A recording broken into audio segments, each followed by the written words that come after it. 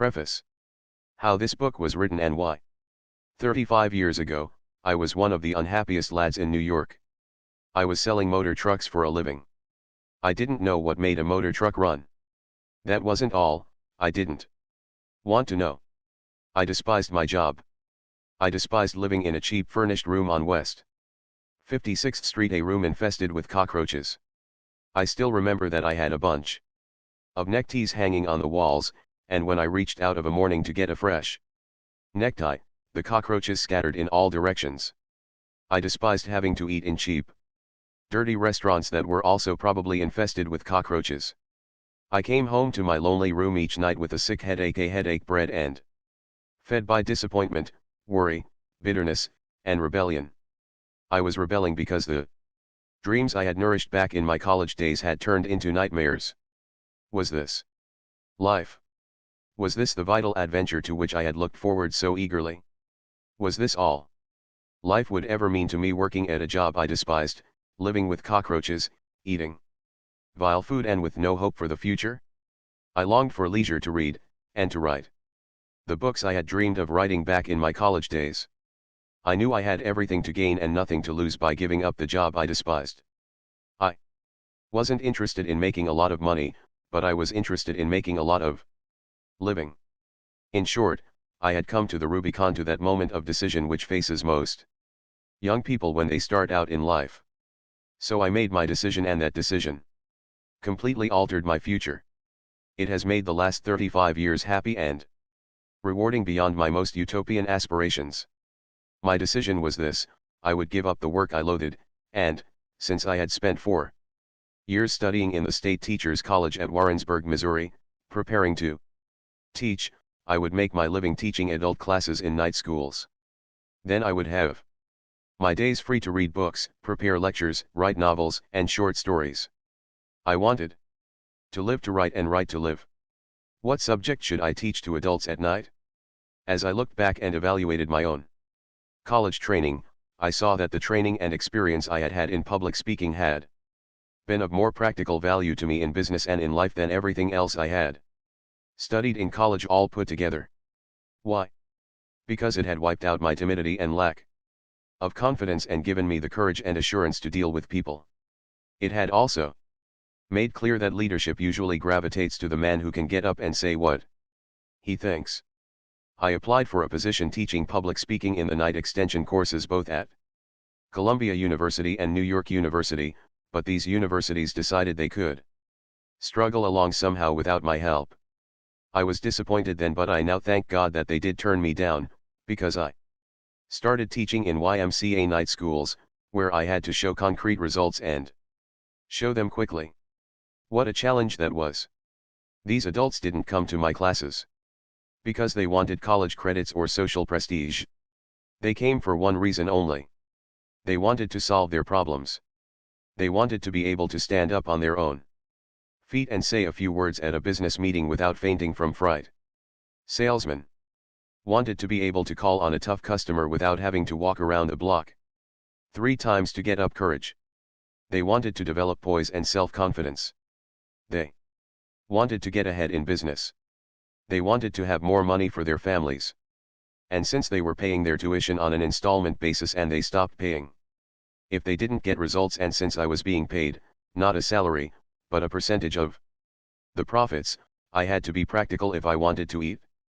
I felt at the time that I was teaching under a handicap, but I realize now that I was getting priceless training. I had to motivate my students. I had to help them solve their problems. I had to make each session so inspiring that they wanted to continue coming. It was exciting work. I loved it. I was astounded at how quickly these businessmen developed self-confidence and how quickly many of them secured promotions and increased pay. The classes were succeeding far beyond my most optimistic hopes. Within 3 seasons, the Y.M.C.A.S, which had refused to pay me $5 a night in salary, were paying me $30 a night on a percentage basis. At first, I taught only public speaking, but, as the years went by, I saw that these adults also needed the ability to win friends and influence people. Since I couldn't find an adequate textbook on human relations, I wrote one myself. It was written no, it wasn't written in the usual way. It grew and evolved out of the experiences of the adults in these classes. I called it How to Win Friends and Influence People. Since it was written solely as a textbook for my own adult classes, and since I had written 4 other books that no one had ever heard of, I never dreamed that it would have a large sale. I am probably one of the most astonished authors now living. As the years went by, I realized that another one of the biggest problems of these adults was worry. A large majority of my students were businessmen, executives, salesmen, engineers, accountants, a cross-section of all the trades and professions, and most of them had problems. There were women in the classes, businesswomen and housewives. They, too, had problems. Clearly, what I needed was a textbook on how to conquer worry, so again I tried to find one. I went to New York's great public library at 5th Avenue and 42nd Street and discovered to my astonishment that this library had only 22 books listed under the title Worry. I also noticed, to my amusement, that it had 189 books listed under Worms. Almost 9 times as many books about worms as about worry. Astounding, isn't it? Since worry is one of the biggest problems facing mankind, you would think, wouldn't you, that every high school and college in the land would give a course on how to stop worrying? Yet, if there is even one course on that subject in any college in the land, I have never heard of it. No wonder David Seabury said in his book How to Worry Successfully, "We come to maturity with as little preparation for the pressures of experience as a bookworm asked to do a ballet." The result? More than half of our hospital beds are occupied by people with nervous and emotional troubles. I looked over those 22 books on worry reposing on the shelves of the New York Public Library. In addition, I purchased all the books on worry I could find, yet I couldn't discover even one that I could use as a text in my course for adults. So I resolved to write one myself. I began preparing myself to write this book 7 years ago. How? By reading what the philosophers of all ages have said about worry. I also read hundreds of biographies, all the way from Confucius to Churchill. I also interviewed scores of prominent people in many walks of life, such as Jack Dempsey, General Omar Bradley, General Mark Clark, Henry Ford, Eleanor Roosevelt, and Dorothy Dix. But that was only a beginning. I also did something else that was far more important than the interviews and the reading. I worked for 5 years in a laboratory for conquering worry, a laboratory conducted in our own adult classes. As far as I know, it is the first and only laboratory of its kind in the world. This is what we did. We gave students a set of rules on how to stop worrying and asked them to apply these rules in their own lives and then talk to the class on the results they had obtained. Others reported on techniques they had used in the past. As a result of this experience, I presume I have listened to more talks on how I conquered worry than has any other individual who ever walked this earth. In addition, I read hundreds of other talks on how I conquered worry, talks that were sent to me by mail, talks that had won prizes in our classes that are held in more than 170 cities throughout the United States and Canada. So this book didn't come out of an ivory tower. Neither is it an academic preachment on how worry might be conquered. Instead, I have tried to write a fast-moving, concise, documented report on how worry has been conquered by thousands of adults. One thing is certain, this book is practical. You can set your teeth in it. I am happy to say that you won't find in this book stories about an imaginary Mr. B or a vague Mary and John whom no one can identify. Except in a few rare cases, this book names names and gives street addresses. It is authentic. It is documented. It is vouched for and certified. Science, said the French philosopher Valéry, is a collection of successful recipes. That is what this book is, a collection of successful and time-tested recipes to rid our lives of worry. However, let me warn you, you won't find anything new in it, but you will find much that is not generally applied. And when it comes to that, you and I don't need to be told anything new. We already know enough to lead perfect lives. We have all read the Golden Rule and the Sermon on the Mount. Our trouble is not ignorance, but inaction. The purpose of this book is to restate, illustrate, streamline, air condition, and glorify a lot of ancient and basic truths and kick you in the shins and make you do something about applying them. You didn't pick up this book to read about how it was written. You are looking for action. Alright, let's go. Please read the first 44 pages of this book, and if by that time you don't feel that you have acquired a new power and a new inspiration to stop worry and enjoy life, then toss this book into the dustbin. It is no good for you. Dale Carnegie. Part 1, Fundamental Facts You Should Know About Worry. Chapter 1, Live in Daytight Compartments. In the spring of 1871, a young man picked up a book and read 21 words that had a profound effect on his future. A medical student at the Montreal General Hospital, he was worried about passing the final examination, worried about what to do, where to go, how to build up a practice, how to make a living. The 21 words that this young medical student read in 1871 helped him to become the most famous physician of his generation. He organized the world-famous Johns Hopkins School of Medicine. He became Regius Professor of Medicine at Oxford, the highest honor that can be bestowed upon any medical man in the British Empire. He was knighted by the King of England. When he died, 2 huge volumes containing 1,466 pages were required to tell the story of his life. His name was Sir William Osier. Here are the 21 words that he read in the spring of 1871-20-1 words from Thomas Carlyle that helped him lead a life free from worry. Our main business is not to see what lies dimly at a distance, but to do what lies clearly at hand. 42 years later, on a soft spring night when the tulips were blooming on the campus, this man, Sir William Osier, addressed the students of Yale University. He told those Yale students that a man like himself, who had been a professor in 4 universities and had written a popular book, was supposed to have brains of a special quality. He declared that that was untrue. He said that his intimate friends knew that his brains were of the most mediocre character.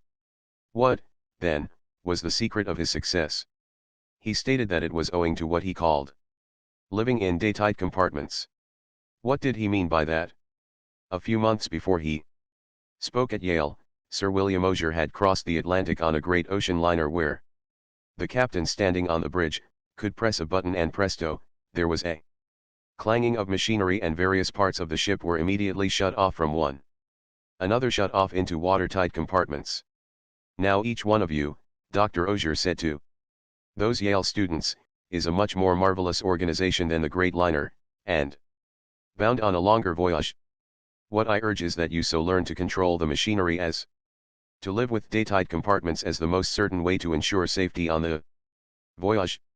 Get on the bridge, and see that at least the great bulkheads are in working order. Touch a button and hear, at every level of your life, the iron doors shutting out the past, the dead yesterdays. Touch another and shut off, with a metal curtain, the future, the unborn tomorrows. Then you are safe, save for today. Shut off the past. Let the dead past bury its dead. Shut out the yesterdays which have lighted fools the way to dusty death. The load of tomorrow, added to that of yesterday, carried today, makes the strongest falter. Shut off the future as tightly as the past. The future is today. There is no tomorrow. The day of man's salvation is now.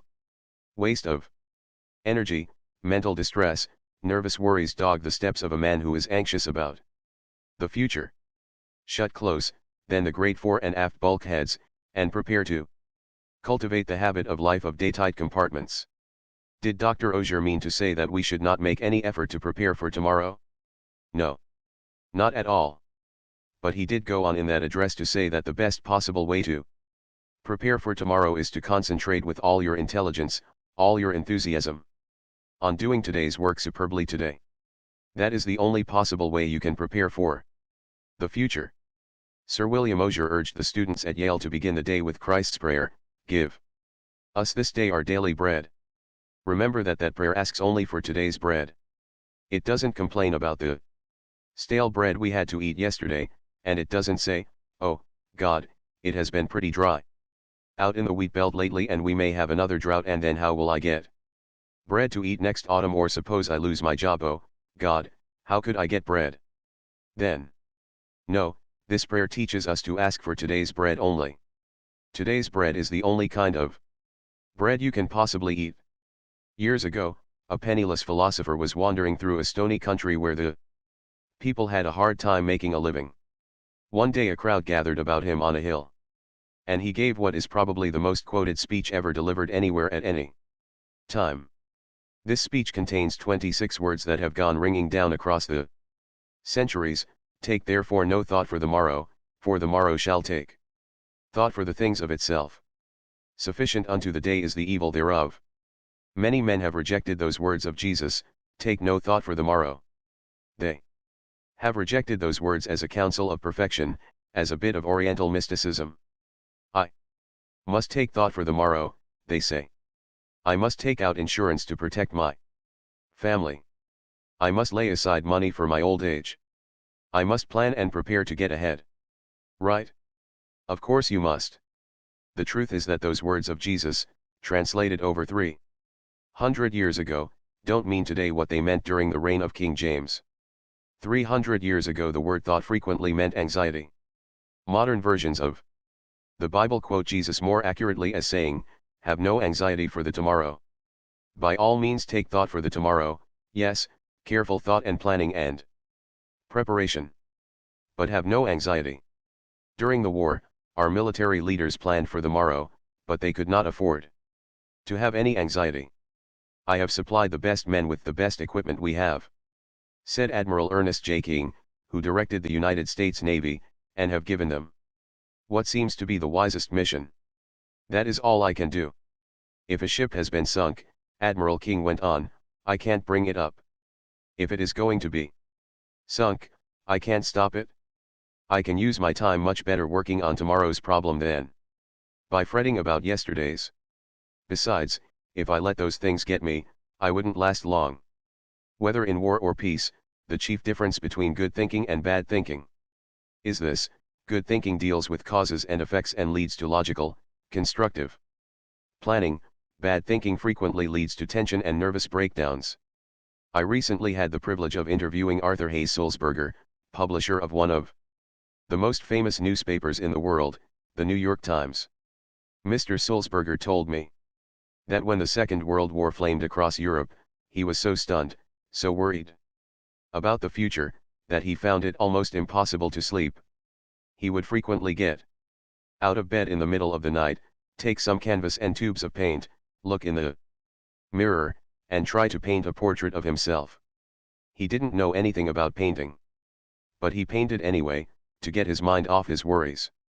Mr. Sulzberger told me that he was never able to banish his worries and find peace until he had adopted as his motto 5 words from a church hymn, one step enough for me. Lead, kindly light. Keep thou my feet, I do not ask to see the distant scene, one step enough for me. At about the same time, a young man in uniform somewhere in Europe was learning the same lesson. His name was Ted Benjamino, of 5716 New Ulm Road, Baltimore, Maryland, and he had worried himself into a first-class case of combat fatigue. In April, 1945, writes Ted Benjamino, I had worried until I had developed what doctors call a spasmodic transverse colon, a condition that produced intense pain. If the war hadn't ended when it did, I am sure I would have had a complete physical breakdown. I was utterly exhausted. I was a Graves registration, non-commissioned officer for the 94th Infantry Division. My work was to help set up and maintain records of all men killed in action, missing in action, and hospitalized. I also had to help disinter the bodies of both Allied and enemy soldiers who had been killed and hastily buried in shallow graves during the pitch of battle. I had to gather up the personal effects of these men and see that they were sent back to parents or closest relatives who would prize these personal effects so much. I was constantly worried for fear we might be making embarrassing and serious mistakes. I was worried about whether or not I would come through all this. I was worried about whether I would live to hold my only child in my arms, a son of 16 months, whom I had never seen. I was so worried and exhausted that I lost 34 pounds. I was so frantic that I was almost out of my mind. I looked at my hands. They were hardly more than skin and bones. I was terrified at the thought of going home a physical wreck. I broke down and sobbed like a child. I was so shaken that tears welled up every time I was alone.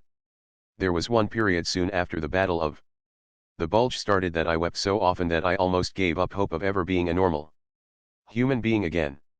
I ended up in an army dispensary. An army doctor gave me some advice which has completely changed my life. After giving me a thorough physical examination, he informed me that my troubles were mental.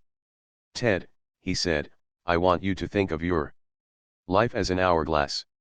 You know there are thousands of grains of sand in the top of the hourglass, and they all pass slowly and evenly through the narrow neck in the middle. Nothing you or I could do would make more than one grain of sand pass through this narrow neck without impairing the hourglass.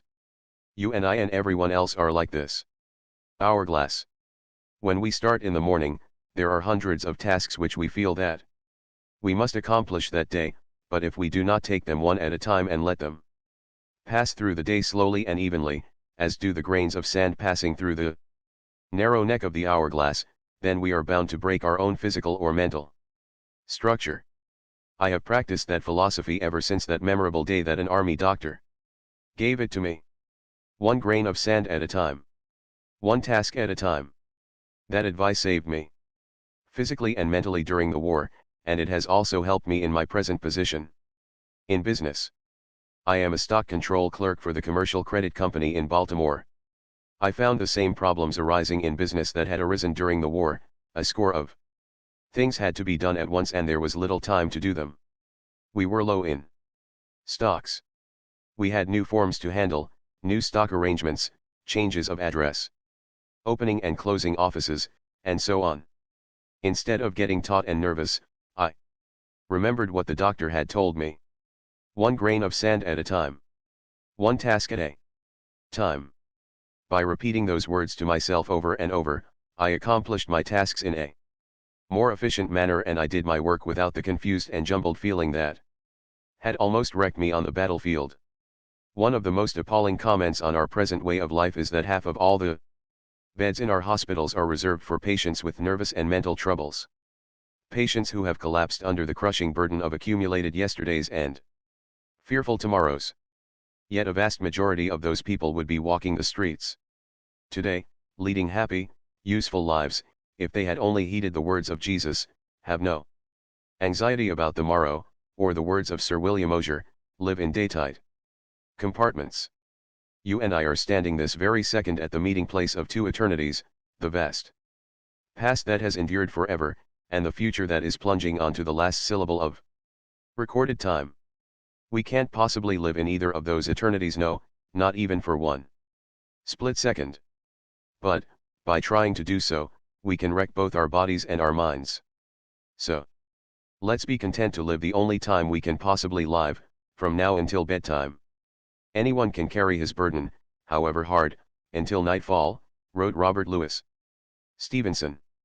Anyone can do his work, however hard, for one day. Anyone can live sweetly, patiently, lovingly, purely, till the sun goes down. And this is all that life really means. Yes, that is all that life requires of us, but Mrs. E.K. Shields, 815, Court Street, Saginaw, Michigan, was driven to despair even to the brink of suicide before she learned to live just till bedtime. In 1937, I lost my husband, Mrs. Shields said as she told me her story. I was very depressed and almost penniless. I wrote my former employer, Mr. Leon Roach, of the Roach Fowler Company of Kansas City, and got my old job back. I had formerly made my living selling books to rural and town school boards. I had sold my car 2 years previously when my husband became ill, but I managed to scrape together enough money to put a down payment on a used car and started out to sell books again. I had thought that getting back on the road would help relieve my depression, but driving alone and eating alone was almost more than I could take. Some of the territory was not very productive, and I found it hard to make those car payments, small as they were. In the spring of 1938, I was working out from Versailles, Missouri. The schools were poor, the roads bad. I was so lonely and discouraged that at one time I even considered suicide. It seemed that success was impossible. I had nothing to live for. I dreaded getting up each morning and facing life. I was afraid of everything, afraid I could not meet the car payments, afraid I could not pay my room rent, afraid I would not have enough to eat. I was afraid my health was failing and I had no money for a doctor. All that kept me from suicide were the thoughts that my sister would be deeply grieved, and that I did not have enough money to pay my funeral expenses. Then one day I read an article that lifted me out of my despondence and gave me the courage to go on living. I shall never cease to be grateful for one inspiring sentence in that article. It said, "Every day is a new life to a wise man." I typed that sentence out and pasted it on the windshield of my car, where I saw it every minute I was driving. I found it wasn't so hard to live only one day at a time. I learned to forget the yesterdays and to not think of the tomorrows. Each morning I said to myself, today is a new life. I have succeeded in overcoming my fear of loneliness, my fear of want. I am happy and fairly successful now and have a lot of enthusiasm and love for life. I know now that I shall never again be afraid, regardless of what life hands me. I know now that I don't have to fear the future. I know now that I can live one day at a time and that every day is a new life to a wise man. Who do you suppose wrote this verse? Happy the man, and happy he alone. He, who can call today his own. He who, secure within, can say, tomorrow, do thy worst, for I have lived today. Those words sound modern, don't they? Yet they were written 30 years before Christ was born, by the Roman poet Horace. One of the most tragic things I know about human nature is that all of us tend to put off living. We are all dreaming of some magical rose garden over the horizon instead of enjoying the roses that are blooming outside our windows today. Why are we such fools, such tragic fools? How strange it is, our little procession of life. I wrote Stephen Leacock. The child says, when I am a big boy. But what is that? The big boy says, when I grow up. And then, grown up, he says, when I get married. But to be married, what is that after all? The thought changes to when I'm able to retire. And then, when retirement comes, he looks back over the landscape traversed, a cold wind seems to sweep over it, somehow. He has missed it all, and it is gone. Life, we learn too late, is in the living, in the tissue of every day and hour. The late Edward S. Evans of Detroit almost killed himself with worry before he learned that life is in the living, in the tissue of every day and hour. Brought up in poverty, Edward Evans made his first money by selling newspapers, then worked as a grocer's clerk. Later, with 7 people dependent upon him for bread and butter, he got a job as an assistant librarian. Small as the pay was, he was afraid to quit. 8 years passed before he could summon up the courage to start out on his own. But once he started, he built up an original investment of $55 borrowed into a business of his own. That made him $20,000 a year. Then came a frost, a killing frost. He endorsed a big note for a friend and the friend went bankrupt. Quickly on top of that disaster came another, the bank in which he had all his money collapsed. He not only lost every cent he had, but was plunged into debt for $16,000. His nerves couldn't take it. I couldn't sleep or eat, he told me. I became strangely ill. Worry and nothing but worry, he said, brought on this illness.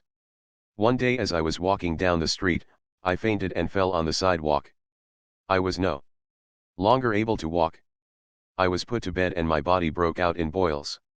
These boils turned inward until just lying in bed was agony. I grew weaker every day. Finally my doctor told me that I had only 2 more weeks to live. I was shocked. I drew up my will, and then lay back in bed to await my end. No use now to struggle or worry. I gave up, relaxed, and went to sleep. I hadn't slept 2 hours in succession for weeks, but now, with my earthly problems drawing to an end, I slept like a baby. My exhausting weariness began to disappear. My appetite returned. I gained weight. A few weeks later, I was able to walk with crutches. 6 weeks later, I was able to go back to work. I had been making $20,000 a year, but I was glad now to get a job for $30 a week. I got a job selling blocks to put behind the wheels of automobiles when they are shipped by freight. I had learned my lesson now. No more worry for me, no more regret about what had happened in the past, no more dread of the future. I concentrated all my time, energy, and enthusiasm into selling those blocks. Edward S. Evans shot up fast now. In a few years, he was president of the company. His company, the Evans Product Company, has been listed on the New York Stock Exchange for years. When Edward S. Evans died in 1945, he was one of the most progressive businessmen in the United States. If you ever fly over Greenland, you may land on. Here is the point of the story: Edward S. Evans would never have had the thrill of achieving these victories in business and in living if he hadn't seen the folly of worrying, if he hadn't learned to live in daytight compartments. 500 years before Christ was born, the Greek philosopher Heraclitus told his students that everything changes except the law of change. He said, "You cannot step in the same river twice.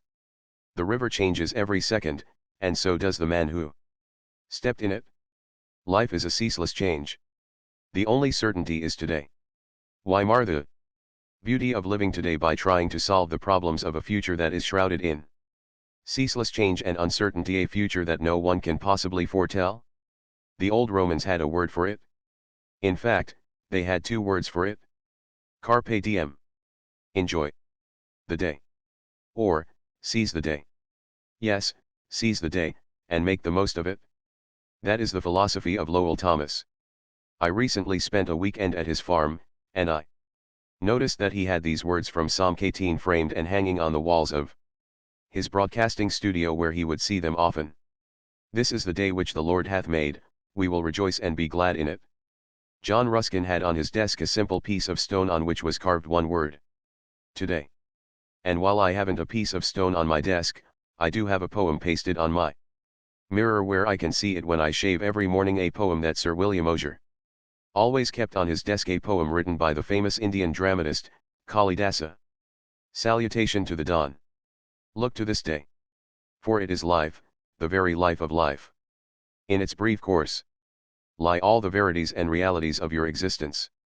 The bliss of growth, the glory of action, the splendor of achievement. For yesterday is but a dream, and tomorrow is only a vision. But today well lived makes yesterday a dream of happiness, and every tomorrow a vision of hope. Look well, therefore, to this day. Such is the salutation to the dawn. So, the first thing you should know about worry is this: if you want to keep it out of your life, do what Sir William Osier did. 1. Shut the iron doors on the past and the future. Live in daytight compartments. Why not ask yourself these questions, and write down the answers? 1. Do I tend to put off living in the present in order to worry about the future, or to yearn for some magical rose garden over the horizon? 2. Do I sometimes embitter the present by regretting things that happened in the past that are over and done with? 3. Do I get up in the morning determined to seize the day to get the utmost out of these 24 hours? 4. Can I get more out of life by living in daytight compartments? 5. When shall I start to do this? Next week. Tomorrow. Today. Chapter 2, A Magic Formula for Solving Worry Situations. Would you like a quick, surefire recipe for handling worry situations, a technique you can start using right away, before you go any further in reading this book? Then let me tell you about the method worked out by Willis H. Carrier, the brilliant engineer who launched the air conditioning industry, and who is now head of the world-famous Carrier Corporation in Syracuse, New York. It is one of the best techniques I ever heard of for solving worry problems, and I got it from Mr. Carrier personally when we were having lunch together one day at the Engineers Club in New York. When I was a young man, Mr. Carrier said, I worked for the Buffalo Forge Company in Buffalo, New York. I was handed the assignment of installing a gas cleaning device in a Plant of the Pittsburgh Plate Glass Company at Crystal City, Missouri. A plant costing millions of dollars. The purpose of this installation was to remove the impurities from the gas so it could be burned without injuring the engines. This method of cleaning gas was new. It had been tried only once before and under different conditions. In my work at Crystal City, Missouri, unforeseen difficulties arose. It worked after a fashion but not well enough to meet the guarantee we had made. I was stunned by my failure. It was almost as if someone had struck me a blow on the head. My stomach, my insides, began to twist and turn. For a while I was so worried I couldn't sleep. Finally, common sense reminded me that worry wasn't getting me anywhere, so I figured out a way to handle my problem without worrying. It worked superbly. I have been using this same anti-worry technique for more than 30 years. It is simple. Anyone can use it. It consists of 3 steps. Step I analyzed the situation fearlessly and honestly and figured out what was the worst that could possibly happen as a result of this failure. No one was going to jail me or shoot me. That was certain. True, there was a chance that I would lose my position. And there was also a chance that my employers would have to remove the machinery and lose the $20,000 we had invested. Step 2. After figuring out what was the worst that could possibly happen, I reconciled myself to accepting it, if necessary. I said to myself, this failure will be a blow to my record, and it might possibly mean the loss of my job, but if it does, I can always get another position. Conditions could be much worse, and as far as my employers are concerned, well, they realize that we are experimenting with a new method of cleaning gas, and if this experience costs them $20,000, they can stand it. They can charge it up to research, for it is an experiment. After discovering the worst that could possibly happen and reconciling myself to accepting it, if necessary, an extremely important thing happened. I immediately relaxed and felt a sense of peace that I hadn't experienced in days. Step 3. From that time on, I calmly devoted my time and energy to trying to improve upon the worst which I had already accepted mentally. I now tried to figure out ways and means by which I might reduce the loss of $20,000 that we faced. I made several tests and finally figured out that if we spent another $5,000 for additional equipment, our problem would be solved. We did this, and instead of the firm losing $20,000, we made $15,000. I probably would never have been able to do this if I had kept on worrying, because one of the worst features about worrying is that it destroys our ability to concentrate. When we worry, our minds jump here and there and everywhere, and we lose all power of decision. However, when we force ourselves to face the worst and accept it mentally, we then eliminate all those vague imaginings and put ourselves in a position in which we are able to concentrate on our problem. This incident that I have related occurred many years ago. It worked so superbly that I have been using it ever since, and, as a result, my life has been almost completely free from worry. Now, why is Willis H. Carrier's magic formula so valuable and so practical? Psychologically speaking? Because it yanks us down out of the great gray clouds in which we fumble around when we are blinded by worry. It plants our feet good and solid on the earth. We know where we stand. And if we haven't solid ground under us, how in creation can we ever hope to think anything through? Professor William James, the father of applied psychology, has been dead for 38 years. But if he were alive today, and could hear his formula for facing the worst, he would heartily approve it. How do I know that? Because he told his own students, be willing to have it so. Be willing to have it so, he said, because acceptance of what has happened is the first step in overcoming the consequences of any misfortune. The same idea was expressed by Lin Yutang in his widely read book, The Importance of Living. True peace of mind, said this Chinese philosopher, comes from accepting the worst. Psychologically, I think, it means a release of energy. That's it, exactly. Psychologically, it means a new release of energy. When we have accepted the worst, we have nothing more to lose. And that automatically means we Have everything to gain.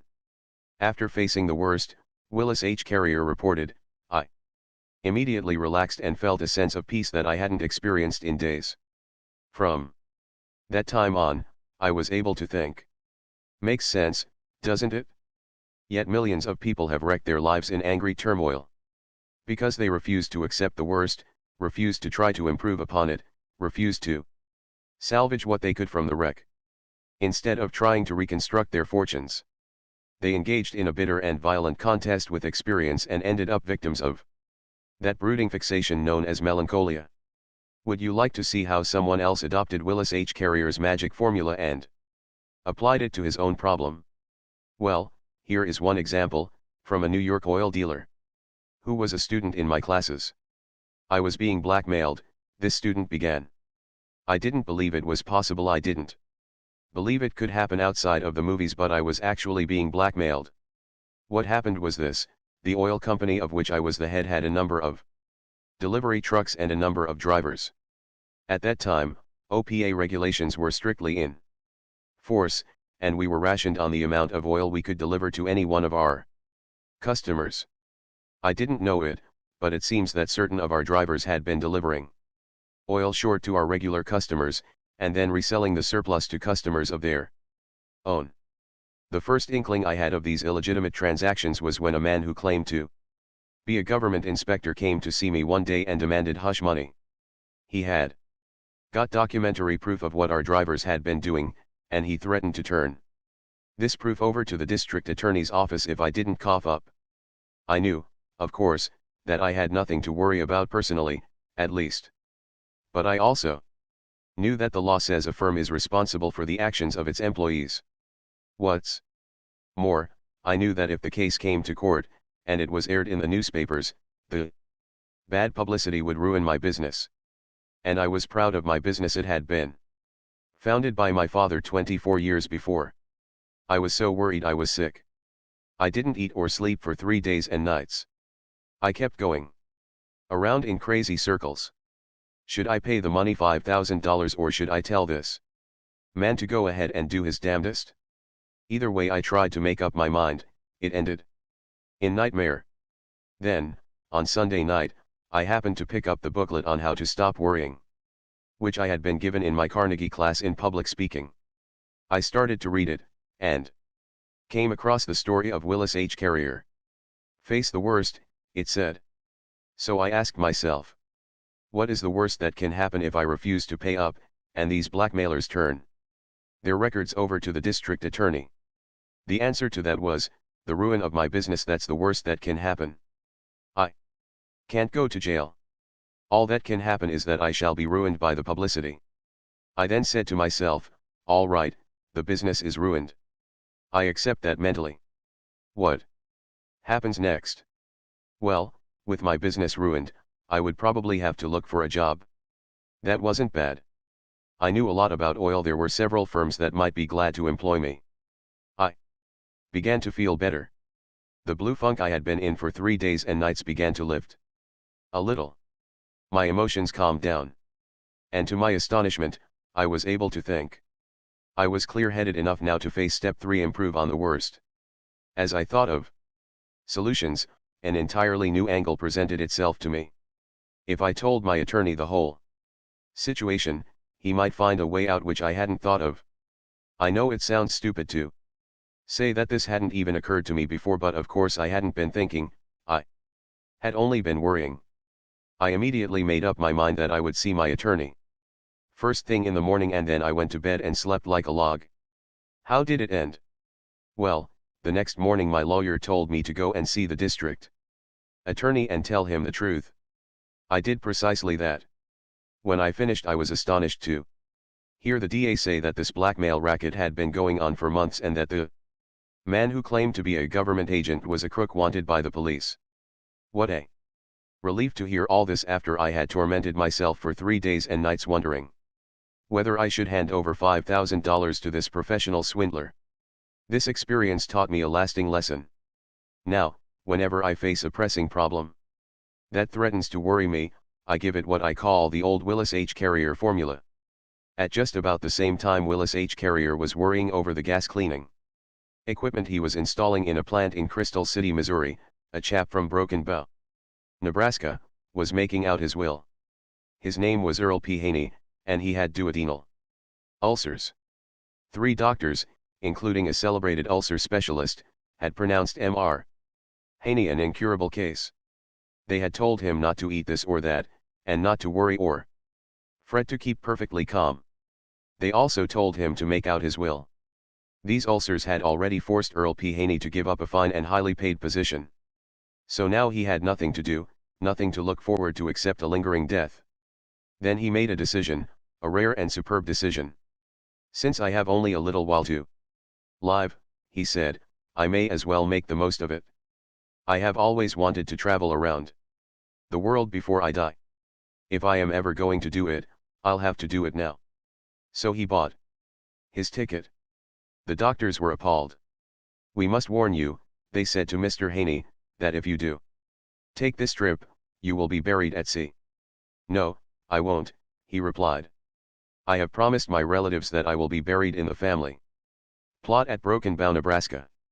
So I am going to buy a casket and take it with me. He purchased a casket, put it aboard ship, and then made arrangements with the steamship company in the event of his death to put his corpse in a freezing compartment and keep it there till the liner returned home. He set out on his trip, imbued with the spirit of old Omar. Make the most of what we yet may spend, before we too into the dust descend. Dust into dust, and under dust, to lie. Sans wine, sans song, sans singer, and sans end. However, he didn't make the trip sans wine. I drank highballs, and smoked long cigars. On that trip, Mr. Haney says in a letter that I have before me now, I ate all kinds of foods, even strange native foods which were guaranteed to kill me. I enjoyed myself more than I had in years. We ran into monsoons and typhoons which should have put me in my casket, if only from fright, but I got an enormous kick out of all this adventure. I played games aboard the ship, sang songs, made new friends, stayed up half the night. When we reached China and India, I realized that the business troubles and cares that I had faced back home were paradise compared to the poverty and hunger in the Orient. I stopped all my senseless worrying and felt fine. When I got back to America, I had gained 90 pounds. I had almost forgotten I had ever had a stomach ulcer. I had never felt better in my life. I promptly sold the casket back to the undertaker, and went back to business. I haven't been ill a day since. At the time this happened, Earl P. Haney had never even heard of Willis H. Carrier and his technique for handling worry. But I realize now, he told me quite recently, that I was unconsciously using the self-same principle. I reconciled myself to the worst that could happen in my case, dying. And then I improved upon it by trying to get the utmost enjoyment out of life for the time I had left. If, he continued, if I had gone on worrying after boarding that ship, I have no doubt that I would have made the return voyage inside of that coffin. But I relaxed, I forgot it. And this calmness of mind gave me a new birth of energy which actually saved my life. Earl P. Haney is now living at 52 Wedgmere Ave, Winchester, Massachusetts. Now, if Willis H. Carrier could save a $20,000 contract, if a New York businessman could save himself from blackmail, if Earl P. Haney could actually save his life, by using this magic formula, then isn't it possible that it may be the answer to some of your troubles? Isn't it possible that it may even solve some problems you thought were unsolvable? So, rule 2 is, if you have a worry problem, apply the magic formula of Willis H. Carrier. By doing these 3 things: 1. Ask yourself, what is the worst that can possibly happen? 2. Prepare to accept it if you have to. 3. Then calmly proceed to improve on the worst. Chapter 3, What Worry May Do to You. Businessmen who do not know how to fight worry die young. Some time ago, a neighbor rang my doorbell one evening and urged me and my family to be vaccinated against smallpox. He was only one of thousands of volunteers who were ringing doorbells all over New York City. Frightened people stood in lines for hours at a time to be vaccinated. Vaccination stations were opened not only in all hospitals, but Also in firehouses, police precincts, and in large industrial plants. More than 2,000 doctors and nurses worked feverishly day and night, vaccinating crowds. The cause of all this excitement? 8 people in New York City had smallpox and 2 had died. 2 deaths out of a population of almost 8 million. Now, I have lived in New York for over 37 years, and no one has ever yet rung my doorbell to warn me against the emotional sickness of worry and illness that, during the last 37 years, has caused 10,000 times more damage than smallpox. No doorbell ringer has ever warned me that 1 person out of 10 now living in these United States will have a nervous breakdown induced in the vast majority of cases by worry and emotional conflicts. So I am writing this chapter to ring your doorbell and warn you. The great Nobel Prize winner in medicine, Dr. Alexis Carrel, said, "Businessmen who do not know how to fight worry die young. And so do housewives and horse doctors and bricklayers." A few years ago, I spent my vacation motoring through Texas and New Mexico with Dr. O.F. Gober, one of the medical executives of the Santa Fe Railway. His exact title was Chief Physician of the Gulf Colorado and Santa Fe Hospital Association. We got to talking about the effects of worry, and he said, 70% of all patients who come to physicians could cure themselves if they only got rid of their fears and worries. Don't think for a moment that I mean that their ills are imaginary, he said. Their ills are as real as a throbbing toothache and sometimes 100 times more serious. I refer to such illnesses as nervous indigestion, some stomach ulcers, heart disturbances, insomnia, some headaches, and some types of paralysis. These illnesses are real.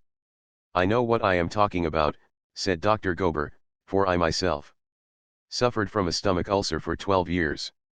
Fear causes worry. Worry makes you tense and nervous and affects the nerves of your stomach and actually changes the gastric juices of your stomach from normal to abnormal and often leads to stomach ulcers. Dr. Joseph F. Montague, author of the book Nervous Stomach Trouble, says much the same thing. He says, "You do not get stomach ulcers from what you eat. You get ulcers from what is eating you." Dr. W. C. Alvarez, of the Mayo Clinic, said ulcers frequently flare up or subside according to the hills and valleys of emotional stress. That statement was backed up by a study of 15,000 patients treated for stomach disorders at the Mayo Clinic. 4 out of 5 had no physical basis whatever for their stomach illnesses. Fear, worry, hate, supreme selfishness, and the inability to adjust themselves to the world of reality, these were largely the causes of their stomach illnesses and stomach ulcers. Stomach ulcers can kill you. According to Life magazine, they now stand 10th in our list of fatal diseases. I recently had some correspondence with Dr. Harold C. Habane of the Mayo Clinic. He read a paper at the annual meeting of the American Association of Industrial Physicians and Surgeons, saying that he had made a study of 176 business executives whose average age was 44.3 years. He reported that slightly more than a third of these executives suffered from one of 3 ailments peculiar to high-tension living: heart disease, digestive tract ulcers, and high blood pressure. Think of it, a third of our business executives are wrecking their bodies with heart disease, ulcers, and high blood pressure before they even reach 45. What price success? And they aren't even buying success. Can any man possibly be a success who is paying for business advancement with stomach ulcers and heart trouble? What shall it profit a man if he gains the whole world and loses his health? Even if he owned the whole world, he could sleep in only 1 bed at a time and eat only 3 meals a day. Even a ditch digger can do that and probably sleep more soundly and enjoy his food more than a high-powered executive. Frankly, I would rather be a sharecropper down in Alabama with a banjo on my knee than wreck my health at 45 by trying to run a railroad or a cigarette company. And speaking of cigarettes, the best-known cigarette manufacturer in the world recently dropped dead from heart failure while trying to take a little recreation in the Canadian woods. He amassed millions and fell dead at 61. He probably traded years of his life for what is called business success. In my estimation, this cigarette executive with all his millions was not half as successful.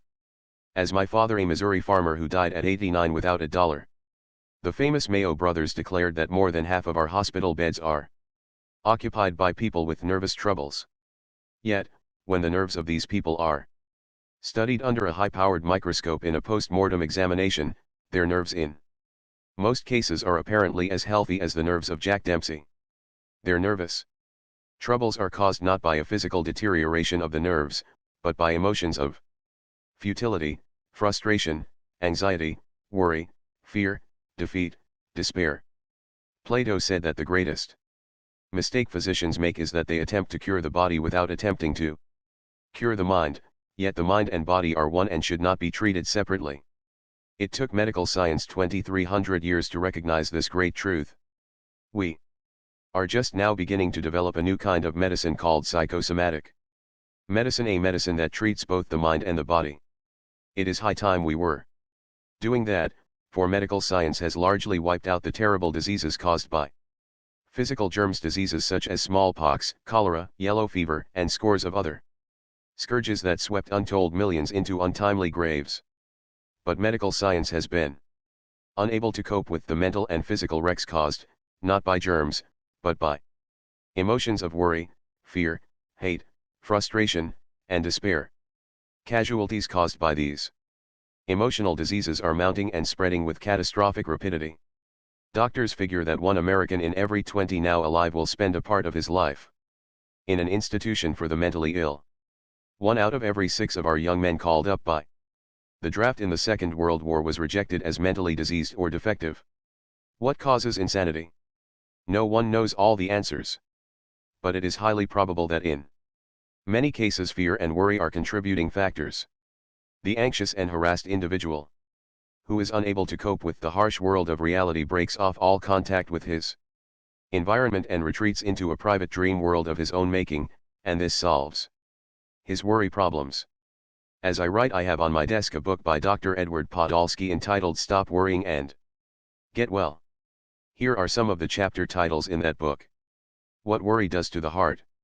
High blood pressure is fed by worry. Rheumatism can be caused by worry. Worry less for your stomach's sake. How worry can cause a cold. Worry and the thyroid. The worrying diabetic. Another illuminating book about worry is Lion Against Himself, by Dr. Carl Menninger, one of the Mayo brothers of psychiatry.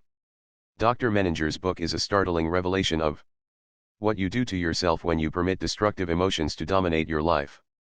If you want to stop working against yourself, get this book. Read it. Give it to your friends. It costs $4 and is one of the best investments you can make in this life. Worry can make even the most stolid person ill. General Grant discovered that during the closing days of the Civil War.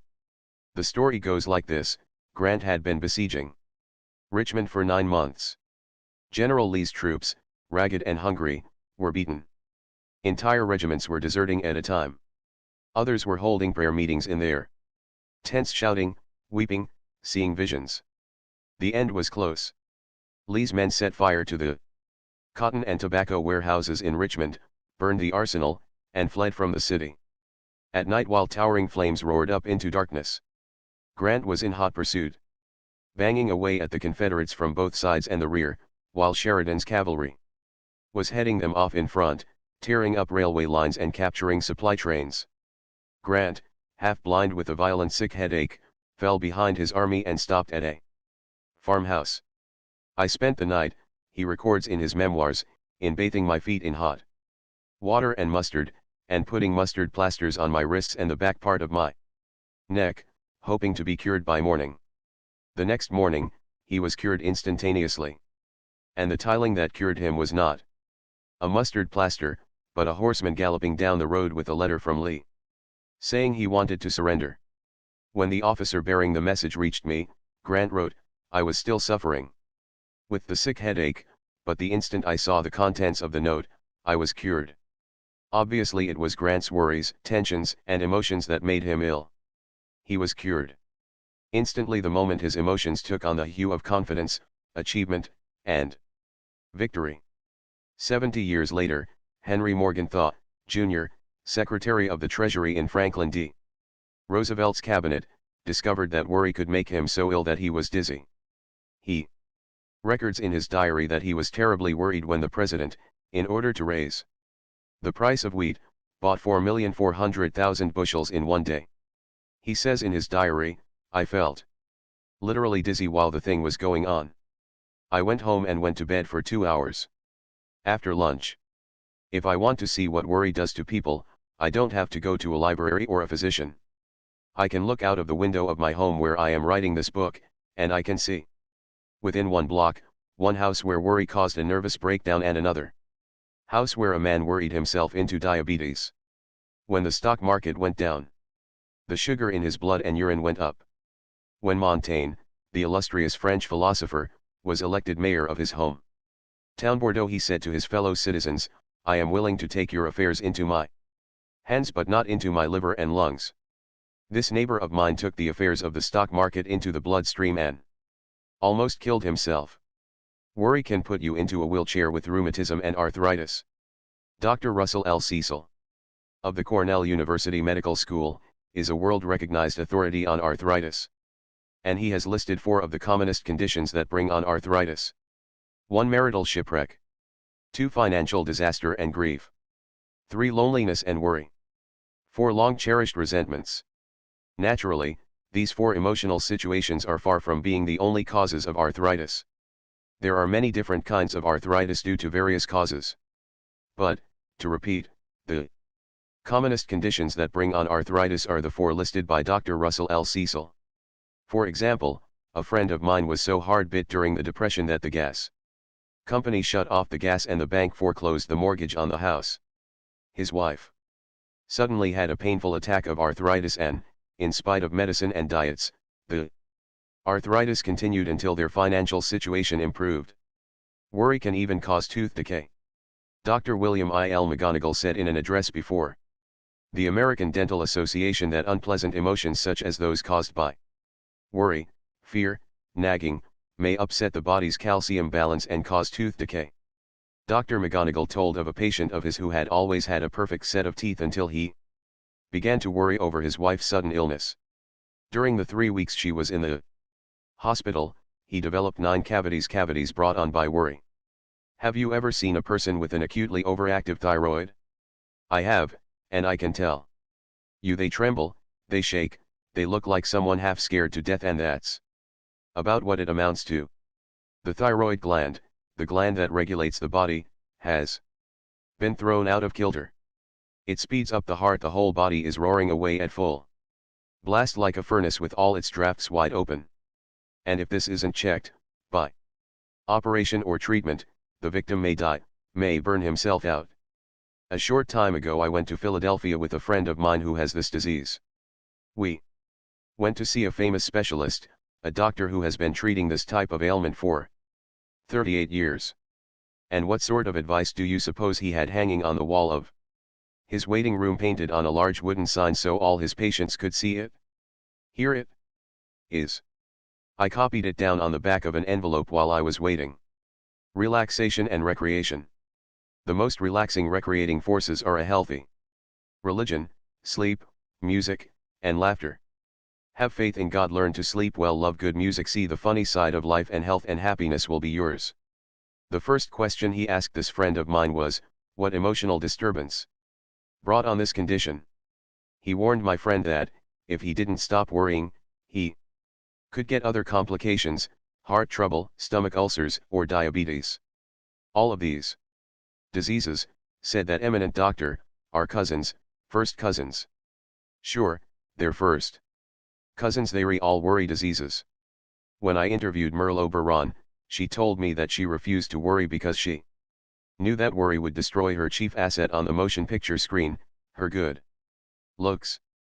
When I first tried to break into the movies, she told me, I was worried and scared. I had just come from India, and I didn't know anyone in London, where I was trying to get a job. I saw a few producers, but none of them hired me, and the little money I had began to give out. For 2 weeks I lived on nothing but crackers and water. I was not only worried now. I was hungry. I said to myself, maybe you're a fool. Maybe you will Or break into the movies. After all, you have no experience, you've never acted at all. What have you to offer but a rather pretty face? I went to the mirror. And when I looked in that mirror, I saw what worry was doing to my looks. I saw the lines it was forming. I saw the anxious expression. So I said to myself, you've got to stop this at once. You can't afford to worry. The only thing you have to offer at all is your looks, and worry will ruin them. Few things can age and sour a woman and destroy her looks as quickly as worry. Worry curdles the expression. It makes us clench our jaws and lines our faces with wrinkles. It forms a permanent scowl. It may turn the hair gray, and in some cases, even make it fall out. It can ruin the complexion. It can bring on all kinds of skin rashes, eruptions, and pimples. Heart disease is the #1 killer in America today.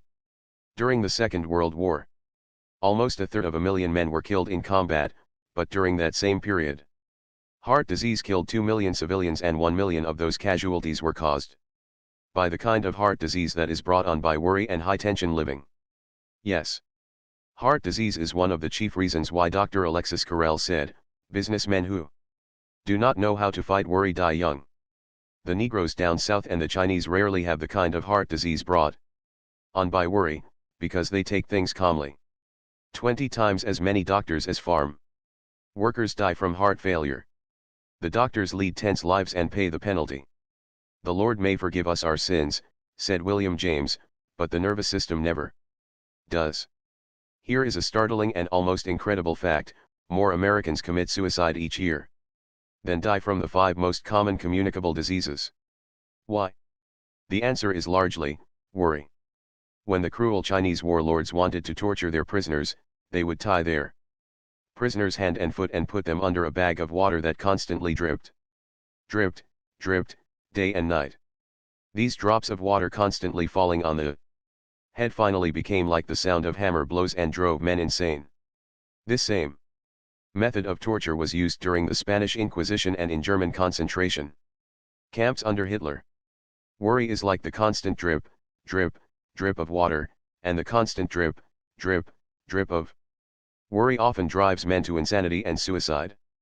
When I was a country lad in Missouri, I was half scared to death by listening to Billy Sunday describe the hellfires of the next world. But he never ever mentioned the hellfires of physical agony that warriors may have here and now. For example, if you are a chronic warrior, you may be stricken someday with one of the most excruciating pains ever endured by man, angina pectoris. Boy, if that ever hits you, you will scream with agony. Your screams will make the sounds in Dante's Inferno sound like babes in Toyland. You will say to yourself then, oh God, if I can ever get over this, I will never worry about anything ever. If you think I am exaggerating, ask your family physician. Do you love life? Do you want to live long and enjoy good health? Here is how you can do it. I am quoting Dr. Alexis Carrel again.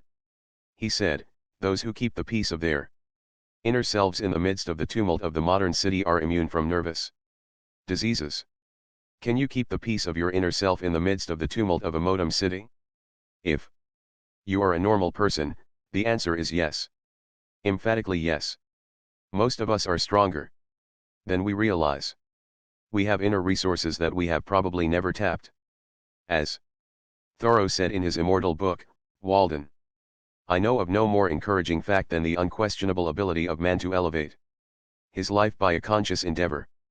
If one advances confidently in the direction of his dreams, and endeavors to live the life he has imagined, he will meet with a success unexpected in common hours. Surely, many of the readers of this book have as much willpower and as many inner resources as Olga K. Yarve has. Her address is Box 892, Coeur d'Alene, Idaho. She discovered that under the most tragic circumstances she could banish worry. I firmly believe that you and I can also if we apply the old truths discussed in this volume. Here is Olga K. Yarve's story as she wrote it for me. 8.5 years ago, I was condemned to die a slow, agonizing death of cancer. The best medical brains of the country, the Mayo brothers, confirmed the sentence. I was at a dead-end street, the ultimate gaped at me. I was young. I did not want to die. In my desperation, I phoned to my doctor at Kellogg and cried out to him the despair in my heart. Rather impatiently, he upbraided me. What's the matter, Olga, haven't you any fight in you?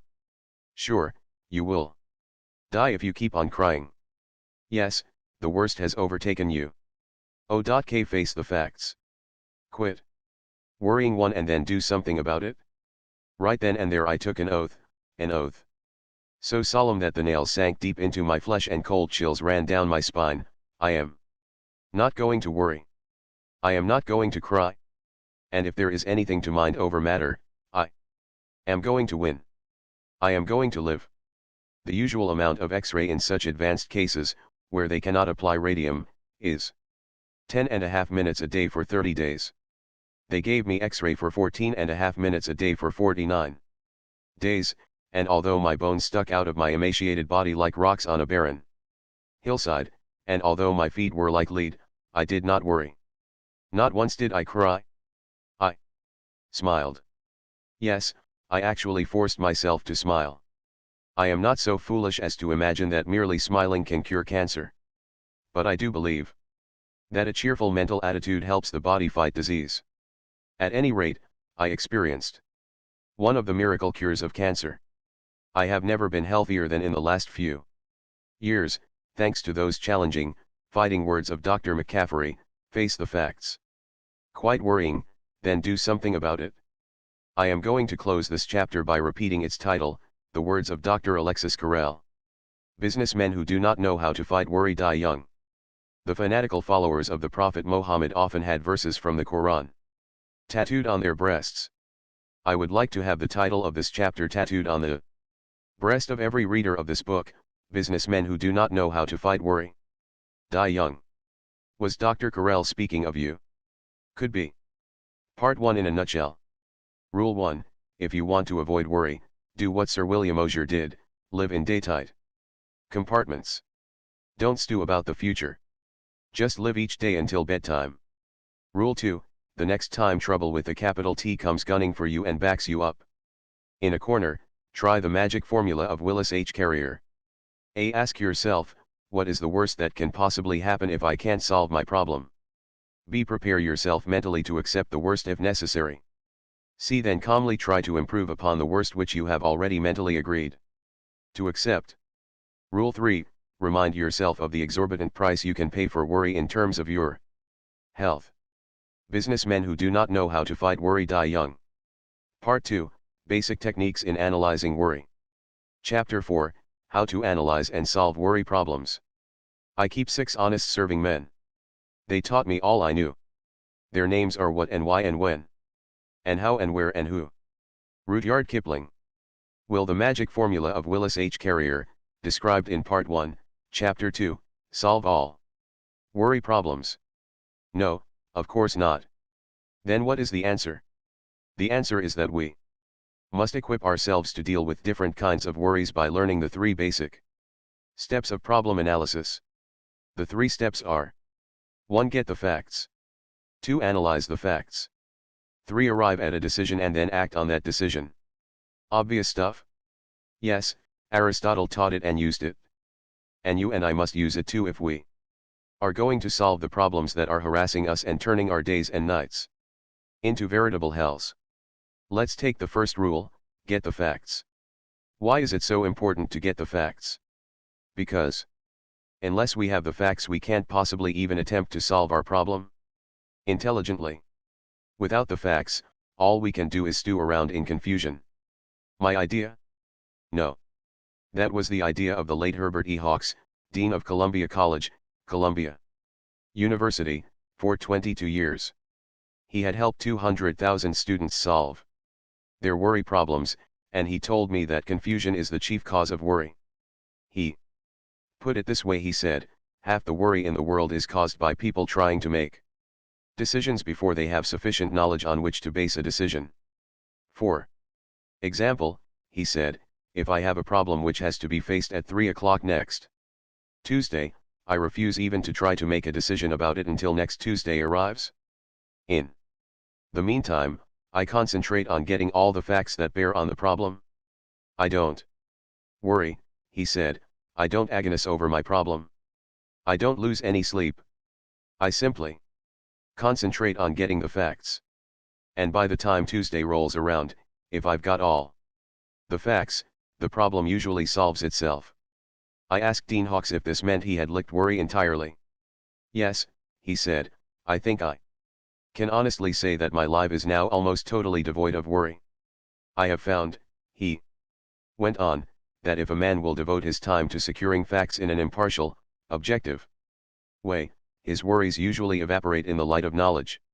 Let me repeat that, if a man will devote his time to securing facts in an impartial, objective way, his worries will usually evaporate in the light of knowledge. But what do most of us do? If we bother with facts at all, and Thomas Edison said in all seriousness, there is no expedient to which a man will not resort to avoid the labor of thinking. If we bother with facts at all, we hunt like bird dogs after the facts that bolster up what we already think and ignore all the others. We want only the facts that justify our acts, the facts that fit inconveniently with our wishful thinking and justify our preconceived prejudices. As Andre Maurois put it, everything that is in agreement with our personal desires seems true. Everything that is not puts us into a rage. Is it any wonder, then, that we find it so hard to get at the answers to our problems? Wouldn't we have the same trouble trying to solve a second-grade arithmetic problem, if we went ahead on the assumption that 2 plus 2 equals 5? Yet there are a lot of people in this world who make life a hell for themselves and others by insisting that 2 plus 2 equals 5 or maybe 500. What can we do about it? We have to keep our emotions out of our thinking, and, as Dean Hawkes put it, we must secure the facts in an impartial, objective manner. That is not an easy task when we are worried. When we are worried, our emotions are riding high. But here are 2 ideas that I have found helpful when trying to step aside from my problems, in order to see the facts in a clear, objective manner. 1. When trying to get the facts, I pretend that I am collecting this information not for myself, but for some other person.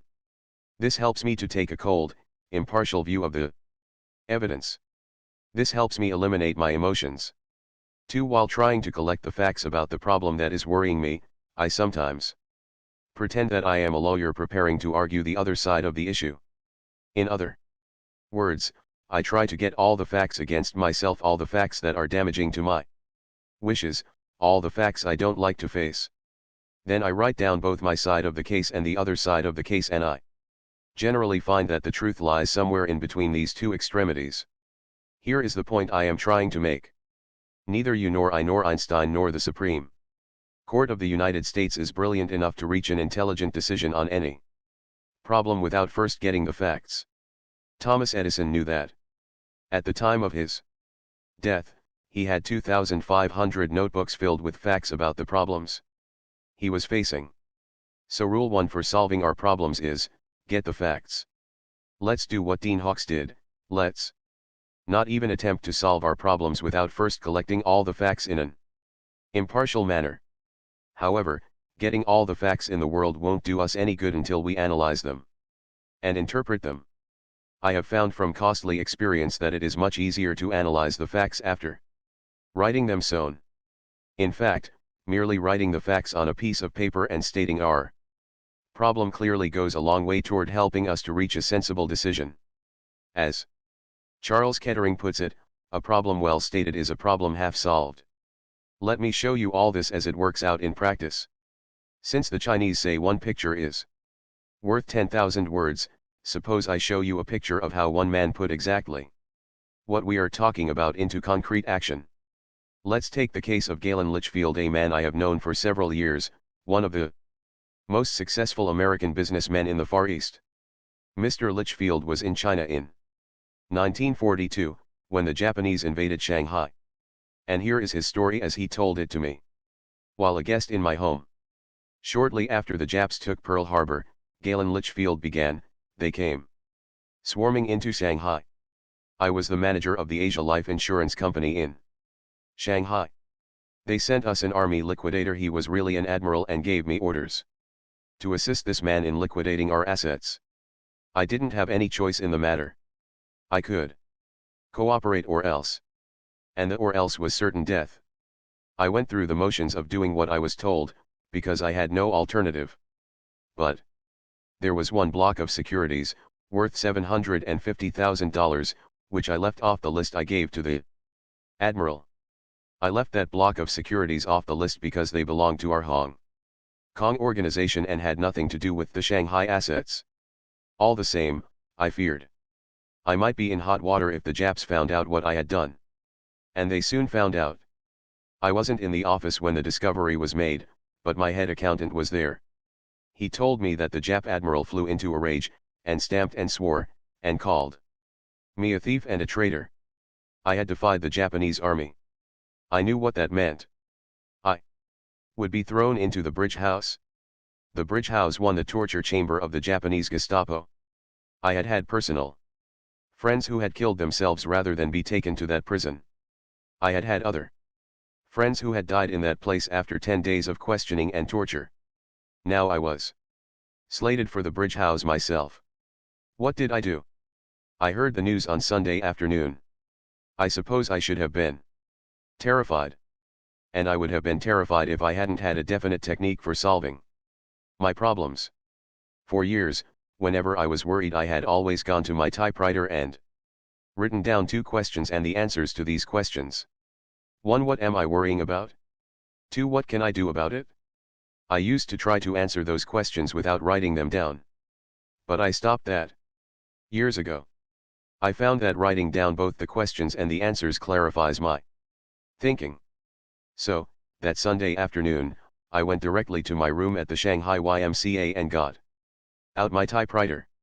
I wrote, what am I worrying about? I am afraid I will be thrown into the bridge house tomorrow morning. Then I typed out the second question. 2. What can I do about it? I spent hours thinking out and writing down the 4 courses of action I could take and what the probable consequence of each action would be. 1. I can try to explain to the Japanese admiral. But he no speak English. If I try to explain to him through an interpreter, I may stir him up again.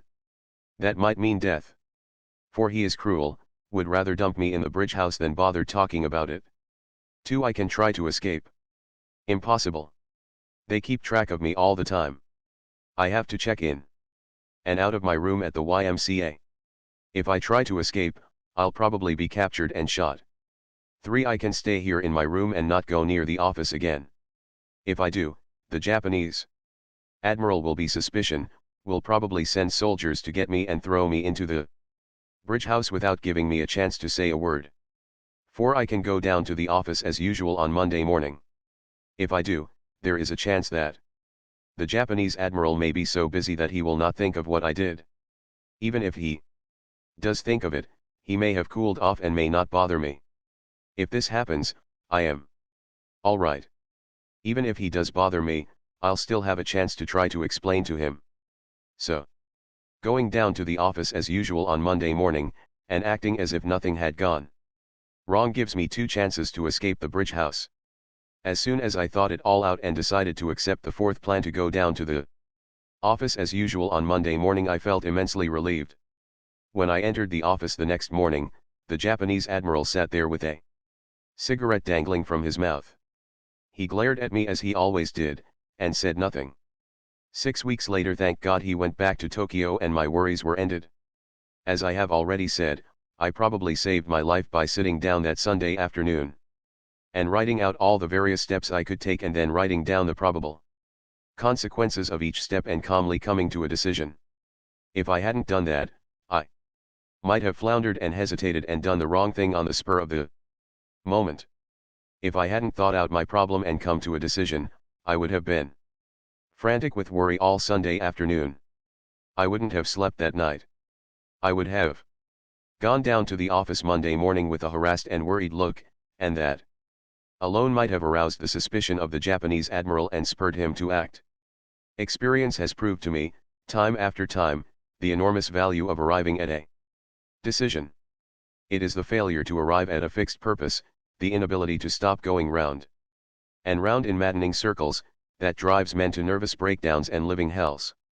I find that 50% of my worries vanishes once I arrive at a clear, definite decision, and another 40% usually vanishes once I start to carry out that decision. So I banish about 90% of my worries by taking these 4 steps. 1. Writing down precisely what I am worrying about.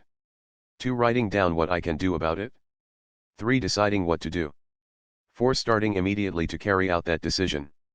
Galen Litchfield is now the Far Eastern Director for Starr, Park, and Freeman Incorporated, 3. John Street, New York, representing large insurance and financial interests. In fact, as I said before, Galen Litchfield today is one of the most important American businessmen in Asia, and he confesses to me that he owes a large part of his success to this method of analyzing worry and meeting it head-on. Why is his method so superb? Because it is efficient, concrete, and goes directly to the heart of the problem. On top of all that, it is climaxed by the third and indispensable rule: do something about it. Unless we carry out our action, all our fact-finding and analysis is whistling upwind. It's a sheer waste of energy. William James said this: when once a decision is reached and execution is the order of the day, dismiss absolutely all responsibility and care about the outcome. In this case, William James undoubtedly used the word care as a synonym for anxiety. He meant once you have made a careful decision based on facts, go into action. Don't stop to reconsider. Don't begin to hesitate, worry, and retrace your steps. Don't lose yourself in self-doubting, which begets other doubts. Don't keep looking back over your shoulder. I once asked Wade Phillips, one of Oklahoma's most prominent oil men, how he carried out decisions. He replied, I find that to keep thinking about our problems beyond a certain point is bound to create confusion and worry. There comes a time when any more investigation and thinking are harmful. There comes a time when we must decide and act and never look back. Why don't you employ Galen Litchfield's technique to one of your worries right now? Here is question number 1: what am I worrying about? Please pencil the answer to that question in the space below. Question number 2: what can I do about it? Please write your answer to that question in the space below. Question number 3: here is what I am going to do about it. Question number 4: when am I going to start doing it? Chapter 5: How to eliminate 50% of your business worries. If you are a businessman, you are probably saying to yourself right now, the title of this chapter is ridiculous. I have been running my business for 19 years, and I certainly know the answers if anybody does. The idea of anybody trying to tell me how I can eliminate 50% of my business worries, it's absurd. Fair enough, I would have felt exactly the same way myself a few years ago if I had seen this title on a chapter. It promises a lot, and promises are cheap. Let's be very frank about it. Maybe I won't be able to help you eliminate 50% of your business worries. In the last analysis, no one can do that, except yourself. But what I can do is to show you how other people have done it and leave the rest to you. You may recall that on page 25 of this book I quoted the world-famous Dr. Alexis Carrel as saying, businessmen who do not know how to fight worry die young. Since worry is that serious, wouldn't you be satisfied if I could help you eliminate even 10% of your worries? Yes. Good. Well, I am going to show you how one business executive eliminated not 50% of his worries, but 75% of all the time he formerly spent in conferences, trying to solve business problems. Furthermore, I am not going to tell you the story about a Mr. Jones or a Mr. X or a man I know in Ohio, vague stories that you can't check up on. It concerns a very real person, Leon Shimkin, a partner and general manager of one of the foremost publishing houses in the United States, Simon & Schuster, Rockefeller Center, New York 20, New York. Here is Leon Shimkin's experience in his own words. For 15 years I spent almost half of every business day holding conferences, discussing problems. Should we do this or that, do nothing at all? We would get tense, twist in our chairs, walk the floor, argue and go around in circles. When night came, I would be utterly exhausted. I fully expected to go on doing this sort of thing for the rest of my life. I had been doing it for 15 years, and it never occurred to me that there was a better way of doing it.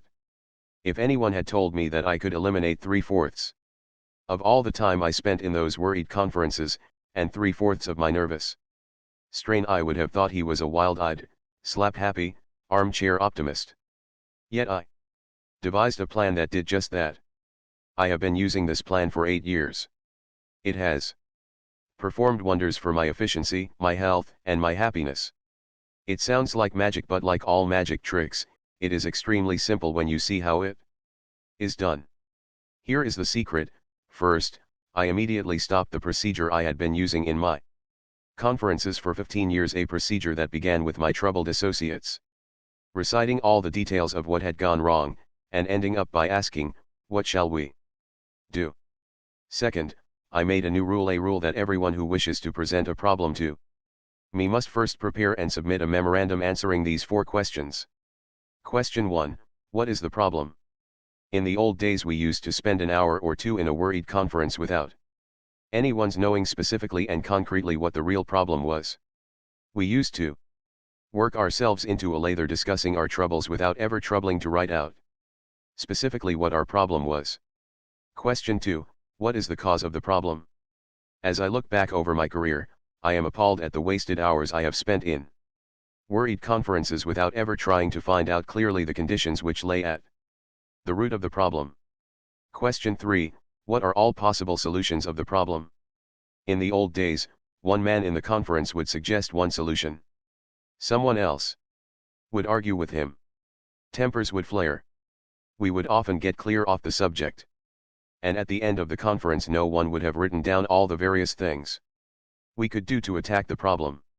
Question 4, what solution do you suggest? I used to go into a conference with a man who had spent hours worrying about a situation and going around in circles without ever once thinking through all possible solutions and then writing down, "This is the solution I recommend." My associates rarely come to me now with their problems. Why? Because they have discovered that in order to answer these 4 questions they have to get all the facts and think their problems through. And after they have done that they find, in 3/4 of the cases, they don't have to consult me at all, because the proper solution has popped out like a piece of bread popping out from an electric toaster. Even in those cases where consultation is necessary, the discussion takes about 1/3 the time formerly required, because it proceeds along an orderly, logical path to a reasoned conclusion. Much less time is now consumed in the house of Simon and Schuster in worrying and talking about what is wrong, and a lot more action is obtained toward making those things right. My friend, Frank Bettger, one of the top insurance men in America, tells me he not only reduced his business worries, but nearly doubled his income by a similar method. Years ago, says Frank Bettger, when I first started to sell insurance, I was filled with a boundless enthusiasm and love for my work. Then something happened. I became so discouraged that I despised my work and thought of giving it up. I think I would have quit if I hadn't got the idea, one Saturday morning, of sitting down and trying to get at the root of my worries. I asked myself first, just what is the problem? The problem was, that I was not getting high enough returns for the staggering amount of calls I was making. I seemed to do pretty well at selling a prospect, until the moment came for closing a sale. Then the customer would say, "Well, I'll think it over, Mr. Bettger. Come and see me again." It was the time I wasted on these follow-up calls that was causing my depression. 2. I asked myself, what are the possible solutions? But to get the answer to that one, I had to study the facts. I got out my record book for the last 12 months and studied the figures. I made an astounding discovery. Right there in black and white, I discovered that 70% of my sales had been closed on the very first interview. 23% of my sales had been closed on the second interview. And only 7% of my sales had been closed on those third, fourth, fifth, etc. interviews, which were running me ragged and taking up my time. In other words, I was wasting fully 1/2 of my working day on a part of my business which was responsible for only 7% of my sales. 3. What is the answer? The answer was obvious. I immediately cut out all visits beyond the second interview, and spent the extra time building up new prospects. The results were unbelievable. In a very short time, I had almost doubled the cash value of every visit I made from a call. As I said, Frank Betger is now one of the best-known life insurance salesmen in America. He is with Fidelity Mutual of Philadelphia, and writes $1 million worth of policies a year. But he was on the point of giving up. He was on the point of admitting failure until analyzing the problem gave him a boost on the road to success. Can you apply these questions to your business problems? To repeat my challenge, they can reduce your worries by 50%. Here they are again. 1. What is the problem? 2. What is the cause of the problem? 3. What are all possible solutions to the problem? 4. What solution do you suggest? Part 2 in a nutshell. Rule 1. Get the facts. Remember that Dean Hawkes of Columbia University said that half the worry in the world is caused by people trying to make decisions before they have sufficient knowledge on which to base a decision. Rule 2. After carefully weighing all the facts, come to a decision. Rule 3. Once a decision is carefully reached, act. Get busy carrying out your decision and dismiss all anxiety about the outcome. Rule 4. When you, or any of your associates are tempted to worry about a problem, write out and answer the following questions. A. What is the problem? B. What is the cause of the problem? C. What are all possible solutions? D. What is the best solution? 9 suggestions on how to get the most out of this book.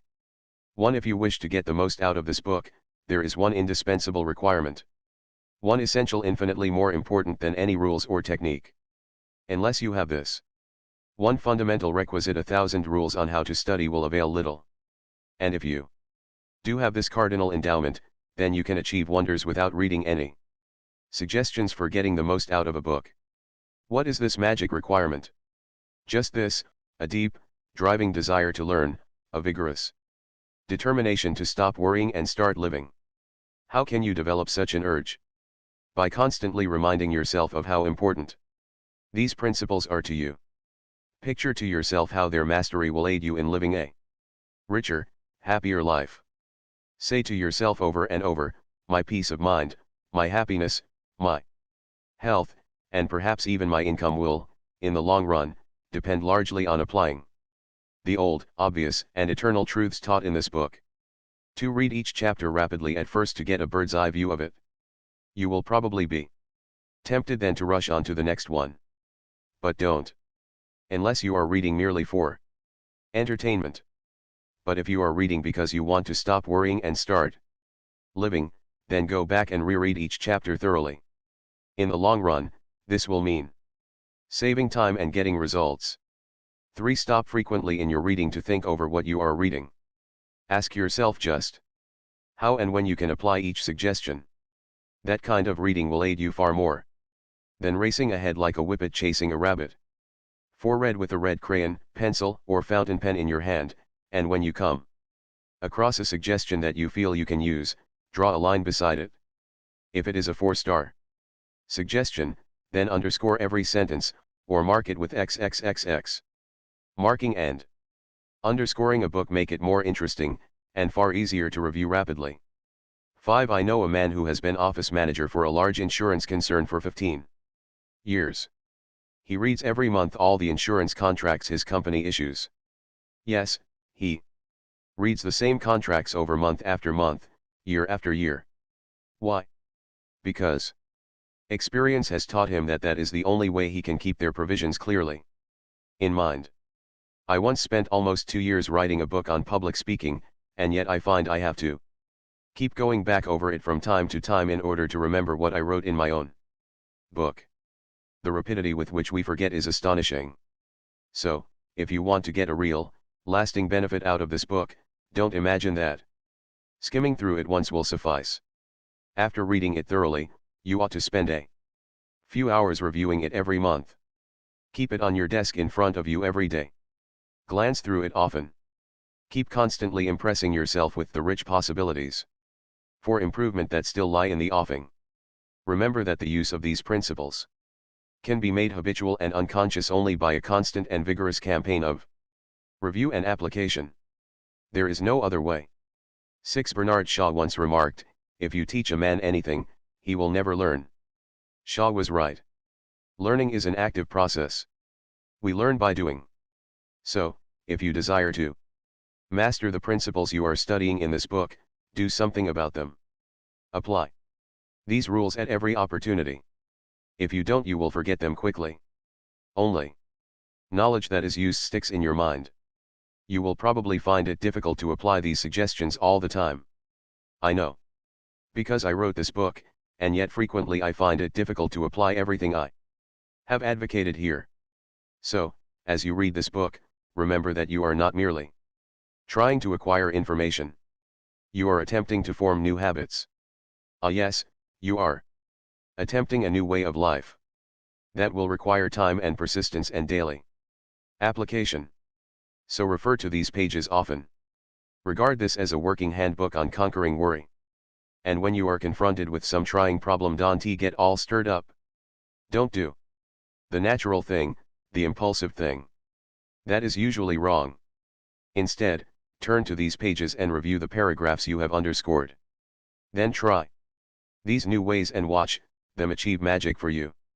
7. Offer your wife a shilling every time she catches you violating one of the principles advocated in this book. She will break you. 8. Please turn to pages 193 to 4 of this book and read how the Wall Street banker, H.P. Howell, and old Ben Franklin corrected their mistakes. Why don't you use the Howell and Franklin techniques to check up on your application of the principles discussed in this book? If you do, two things will result. First, you will find yourself engaged in an educational process that is both intriguing and priceless. Second, you will find that your ability to stop worrying and start living will grow and spread like a green bay tree. 9. Keep a diary in which you ought to record your triumphs in the application of these principles. Be specific. Give names, dates, results. Keeping such a record will inspire you to greater efforts, and how fascinating these entries will be when you chance upon them some evening, years from now. In a nutshell. 1. Develop a deep, driving desire to master the principles of conquering worry. 2. Read each chapter twice before going on to the next one. 3. As you read, stop frequently to ask yourself how you can apply each suggestion. 4. Underscore each important idea. 5. Review this book each month. 6. Apply these principles at every opportunity. Use this volume as a working handbook to help you solve your daily problems. 7. Make a lively game put of your learning by offering some friend a shilling every time he catches you violating one of these principles. 8. Check up each week on the progress you are making. Ask yourself what mistakes you have made, what improvement, what lessons you have learned for the future. 9. Keep a diary in the back of this book showing how and when you have applied these principles. Part 3, How to break the worry habit before it breaks you. Chapter 6, How to crowd worry out of your mind. I shall never forget the night, a few years ago, when Marion J. Douglas was a student in one of my classes. I have not used his real name. He requested me, for personal reasons, not to reveal his identity. But here is his real story as he told it before one of our adult education classes. He told us how tragedy had struck at his home, not once, but twice. The first time he had lost his 5-year-old daughter, a child he adored. He and his wife thought they couldn't endure that first loss, but, as he said, 10 months later, God gave us another little girl and she died in 5 days. This double bereavement was almost too much to bear. I couldn't take it, this father told us.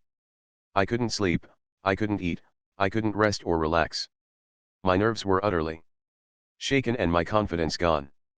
At last he went to doctors, one recommended sleeping pills and another recommended a trip. He tried both, but neither remedy helped. He said, my body felt as if it were encased in a vice, and the jaws of the vice were being drawn tighter and tighter. The tension of grief. If you have ever been paralyzed by sorrow, you know what he meant. But thank God, I had one child left, a 4-year-old son. He gave me the solution to my problem. One afternoon as I sat around feeling sorry for myself, he asked, "Daddy, will you build a boat for me?" I was in no mood to build a boat, in fact, I was in no mood to do anything. But my son is a persistent little fellow. I had to give in. Building that toy boat took about 3 hours. By the time it was finished, I realized that those 3 hours spent building that boat were the first hours of mental relaxation and peace that I had had in months. That discovery jarred me out of my lethargy and caused me to do a bit of thinking, the first real thinking I had done in months. I realized that it is difficult to worry while you are busy doing something that requires planning and thinking. In my case, building the boat had knocked worry out of the ring. So I resolved to keep busy. The following night, I went from room to room in the house, compiling a list of jobs that ought to be done. Scores of items needed to be repaired: bookcases, stair steps, storm windows, window shades, knobs, locks, leaky taps. Astonishing as it seems, in the course of 2 weeks I had made a list of 242 items that needed attention. During the last 2 years I have completed most of them. Besides, I have filled my life with stimulating activities. 2 nights per week I attend adult education classes in New York. I have gone in for civic activities in my hometown and I am now chairman of the school board. I attend scores of meetings. I help collect money for the Red Cross and no time for worry. That is exactly what Winston Churchill said when he was working 18 hours a day at the height of the war. When he was asked if he worried about his tremendous responsibilities, he said, "I'm too busy. I have no time for worry." Charles Kettering was in that same fix when he started out to invent a self-starter for automobiles. Mr. Kettering was, until his recent retirement, vice president of General Motors in charge of the world-famous General Motors Research Corporation. But in those days, he was so poor that he had to use the hayloft of a barn as a laboratory. To buy groceries, he had to use $1,500 that his wife had made by giving piano lessons. Later, had to borrow $500 on his life insurance. I asked his wife if she wasn't worried at a time like that. "Yes," she replied, "I was so worried I couldn't sleep," but Mr. Kettering wasn't.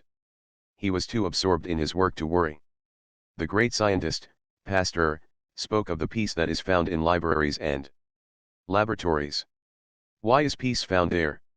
Because the men in libraries and laboratories are usually too absorbed in their tasks to worry about themselves. Research men rarely have nervous breakdowns. They haven't time for such luxuries. Why does such a simple thing as keeping busy help to drive out anxiety? Because of a law, one of the most fundamental laws ever revealed by psychology. And that law is that it is utterly impossible for any human mind, no matter how brilliant, to think of more than one thing at any given time. You don't quite believe it? Very well, then, let's try an experiment. Suppose you lean right back now, close your eyes, and try, at the same instant, to think of the Statue of Liberty and of what you plan to do tomorrow morning. Go ahead, try it. You found out, didn't you, that you could focus on either thought in turn, but never on both simultaneously? Well, the same thing is true in the field of emotions. We cannot be peppied up and enthusiastic about doing something exciting and feel dragged down by worry at the very same time. One kind of emotion drives out the other. And it was that simple discovery that enabled army psychiatrists to perform such miracles during the war. When men came out of battle so shaken by the experience that they were called psychoneurotic, army doctors prescribed keep 'em busy as a cure. Every waking minute of these nerve-shocked men was filled with activity, usually outdoor activity, such as fishing, hunting, playing ball, golf, taking pictures, making gardens, and dancing. They were given no time for brooding over their terrible experiences. Occupational therapy is the term now used by psychiatry when work is prescribed as though it were a medicine. It is not new. The old Greek physicians were advocating it 500 years before Christ was born. The Quakers were using it in Philadelphia in Ben Franklin's time. A man who visited a Quaker sanatorium in 1774 was shocked to see that the patients who were mentally ill were busy spinning flax. He thought these poor unfortunates were being exploited until the Quakers explained that they found that their patients actually improved when they did a little work. It was soothing to the nerves. Any psychiatrist will tell you that work keeping busy is one of the best anesthetics ever known for sick nerves. Henry W. Longfellow found that out for himself when he lost his young wife.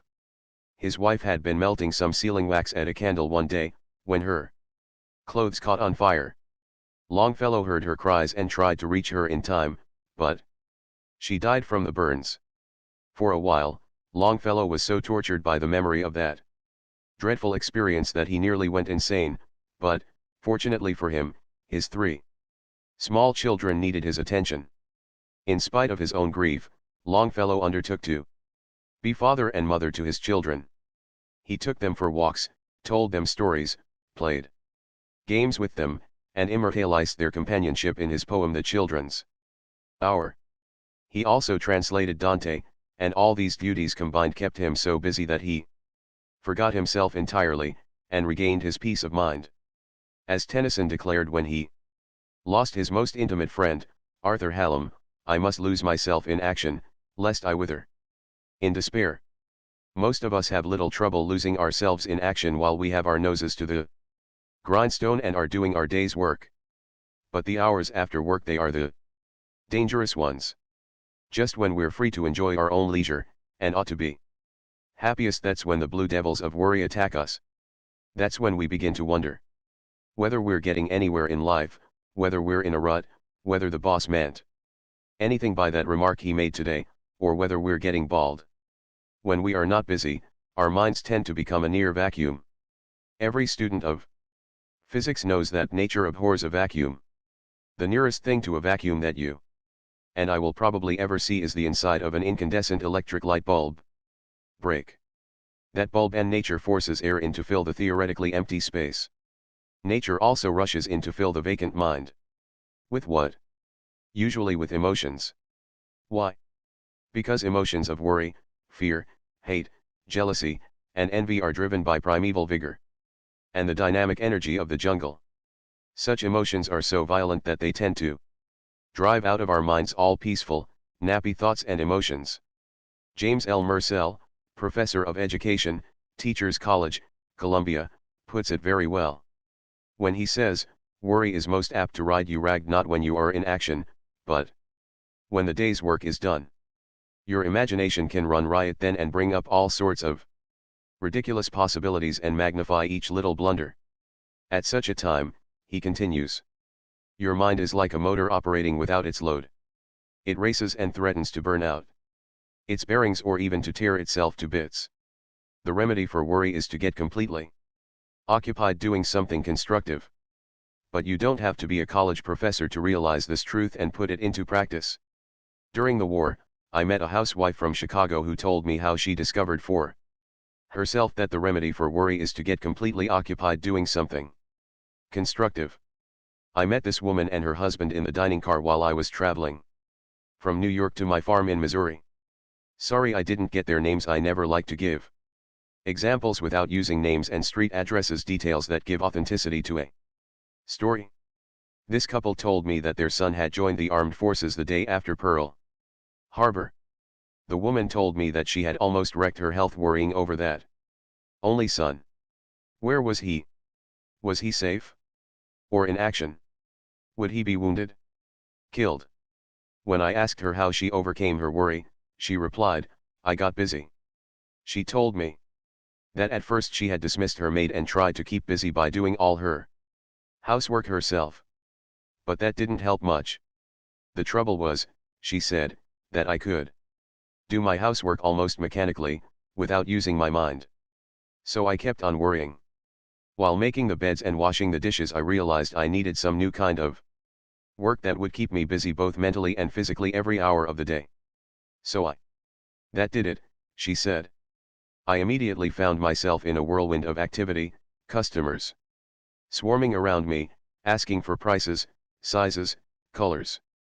Never a second to think of anything except my immediate duty, and when night came, I could think of nothing except getting off my aching feet. As soon as I ate dinner, I fell into bed and instantly became unconscious. I had neither the time nor the energy to worry. She discovered for herself what John Cooper Powys meant when he said, in the art of forgetting the unpleasant, a certain comfortable security, a certain profound inner peace, a kind of happy numbness, soothes the nerves of the human animal when absorbed in its allotted task. And what a blessing that it is so.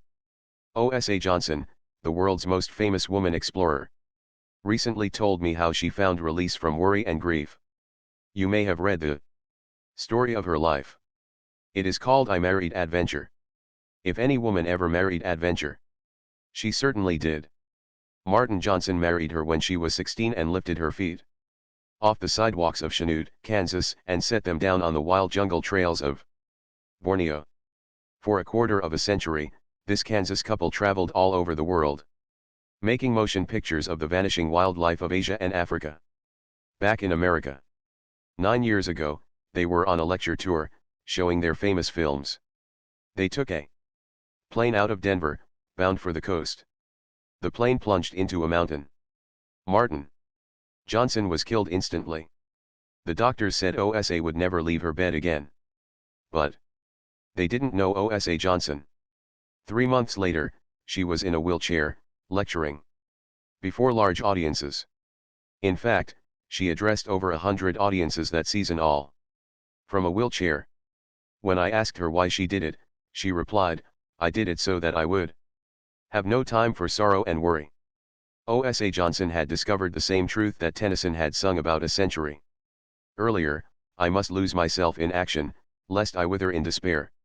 Admiral Byrd discovered the same truth when he lived all alone for 5 months in a shack that was literally buried in the great glacial ice cap that covers the South Pole, an ice cap that holds nature's oldest secrets, an ice cap covering an unknown continent larger than the United States and Europe combined. Admiral Byrd spent 5 months there alone. No other living creature of any kind existed within 100 miles. The cold was so intense that he could hear his breath freeze and crystallize as the wind blew it past his ears. In his book Alone, Admiral Byrd tells all about those 5 months he spent in bewildering and soul-shattering darkness. The days were as black as the nights. He had to keep busy to preserve his sanity. At night, he says, before blowing out the lantern, I formed the habit of blocking out the morrow's work. It was a case of assigning myself an hour, say, to the escape tunnel, half an hour to leveling drift, an hour to straightening up the fuel drums, an hour to cutting bookshelves in the walls of the food tunnel, and 2 hours to renewing a broken bridge in the man-hauling sledge. It was wonderful, he says, to be able to dole out time in this way. It brought me an extraordinary sense of command over myself. And he adds, without that or an equivalent, the days would have been without purpose, and without purpose they would have ended, as such days always end, in disintegration. Note that last again, without purpose, the days would have ended, as such days always end, in disintegration. If you and I are worried, let's remember that we can use good old-fashioned work as a medicine. That was said by no less an authority than the late Dr. Richard C. Cabot, formerly professor of clinical medicine at Harvard. In his book What Men Lie By, Dr. Cabot says, as a physician, I have had the happiness of seeing work cure many persons who have suffered from trembling palsy of the soul which results from overmastering doubts, hesitations, vacillation, and fear. Courage given us by our work is like the self-reliance which Emerson has made forever glorious. If you and I don't keep busy, if we sit around and brood, we will hatch out a whole flock of what Charles Darwin used to call the whipper-gibbers. And the whipper-gibbers are nothing but old-fashioned gremlins that will run us hollow and destroy our power of action and our power of will. I know a businessman in New York who fought the whipper-gibbers by getting so busy that he had no time to fret and stew. His name is Tremper Longman, and his office is at 40 Wall Street. He was a student in one of my adult education classes, and his talk on conquering worry was so interesting, so impressive, that I asked him to have supper with me after class, and we sat in a restaurant until long past midnight, discussing his experiences. Here is the story he told me. 18 years ago, I was so worried I had insomnia. I was tense, irritated, and jittery. I felt I was headed for a nervous breakdown. I had reason to be worried. I was treasurer of the Crown Fruit and Extract Company, 418 West Broadway, New York. We had $500,000 invested in strawberries, packed in gallon tins. For 20 years, we had been selling these gallon tins of strawberries to manufacturers of ice cream. Suddenly our sales stopped because the big ice cream makers, such as National Dairy and Borden's, were rapidly increasing their production and were saving money and time by buying strawberries packed in barrels. Not only were we left with $500,000 in berries we couldn't sell, but we were also under contract to buy $1 million more of strawberries in the next 12 months. We had already borrowed $350,000 from the banks. We couldn't possibly pay off or renew these loans. No wonder I was worried. I rushed out to Watsonville, California, where our factory was located, and tried to persuade our president that conditions had changed, that we were facing ruin. He refused to believe it. He blamed our New York office for all the trouble, poor salesmanship. After days of pleading, I finally persuaded him to stop packing more strawberries and to sell our new supply on the fresh berry market in San Francisco. That almost solved our problems. I should have been able to stop worrying then, but I couldn't. Worry is a habit, and I had that habit. When I returned to New York, I began worrying about everything: the cherries we were buying in Italy, the pineapples we were buying in Hawaii, and so on. I was tense, jittery, couldn't sleep, and, as I have already said, I was heading for a nervous breakdown. In despair, I adopted a way of life that cured my insomnia and stopped my worries. I got busy. I got so busy with problems demanding all my faculties that I had no time to worry.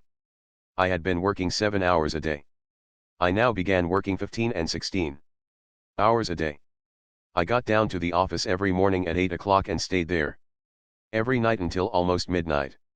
I took on new duties, new responsibilities. When I got home at midnight, I was so exhausted when I fell in bed that I became unconscious in a few seconds. I kept up this program for about 3 months. I had broken the habit of worry by that time, so I returned to a normal working day of 7 or 8 hours.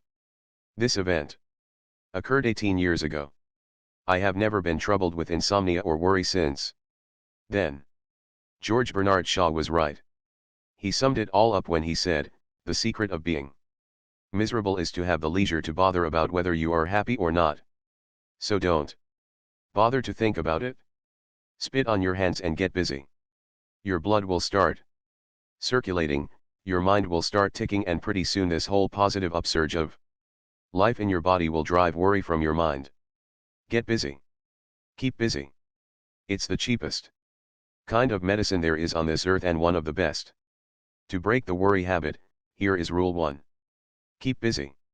The worried person must lose himself in action, lest be wither in despair. Chapter 7, Don't Let the Beatles Get You Down. Here is a dramatic story that I'll probably remember as long as I live.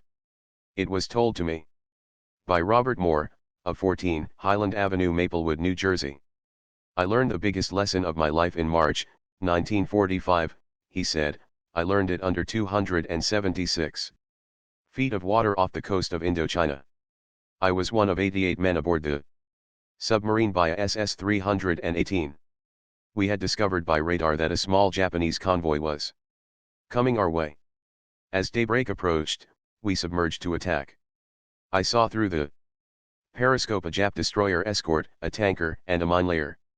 We fired 3 torpedoes at the destroyer escort, but missed.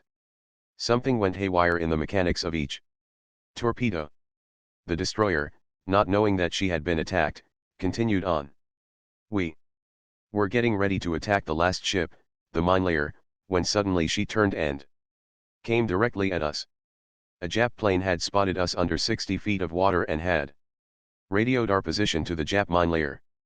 We went down to 150 feet, to avoid detection, and rigged for a depth charge. We put extra bolts on the hatches, and, in order to make our sub absolutely silent, we turned off the fans, the cooling system, and all electrical gear. 3 minutes later, all hell broke loose. 6 depth charges exploded all around us and pushed us down to the ocean floor, a depth of 276 feet. We were terrified. To be attacked in less than 1,000 feet of water is dangerous. Less than 500 feet is almost always fatal. And we were being attacked in a trifle more than half of 500 feet of water, just about knee deep, as far as safety was concerned. For 15 hours, that Jap mine layer kept dropping depth charges. If a depth charge explodes within 17 feet of a sub, the concussion will blow a hole in it. Scores of these depth charges exploded within 50 feet of us. We were ordered to secure to lie quietly in our bunks and remain calm. I was so terrified I could hardly breathe. This is death, I kept saying to myself over and over. This is death. This is death. With the fans and cooling system turned off, the air inside the sub was over 100 degrees, but I was so chilled with fear that I put on a sweater and a fur-lined jacket, and still I trembled with cold. My teeth chattered. I broke out in a cold, clammy sweat. The attack continued for 15 hours. Then ceased suddenly. Apparently the Jap mine layer had exhausted its supply of depth charges, and steamed away. Those 15 hours of attack seemed like 15 million years. All my life passed before me in review. I remembered all the bad things I had done, all the little absurd things I had worried about. I had been a bank clerk before I joined the Navy. I had worried about the long hours, the poor pay, the poor prospects of advancement. I had worried because I couldn't own my own home, couldn't buy a new car, couldn't buy my wife nice clothes. How I had hated my old boss, who was always nagging and scolding. I remembered how I would come home at night sore and grouchy and quarrel with my wife over trifles. I had worried about a scar on my forehead, a nasty cut from an auto accident. How big all these worries seemed years ago. But how absurd they seemed when depth charges were threatening to blow me to kingdom come. I promised myself then and there that if I ever saw the sun and the stars again, I would never, never worry again. Never. Never.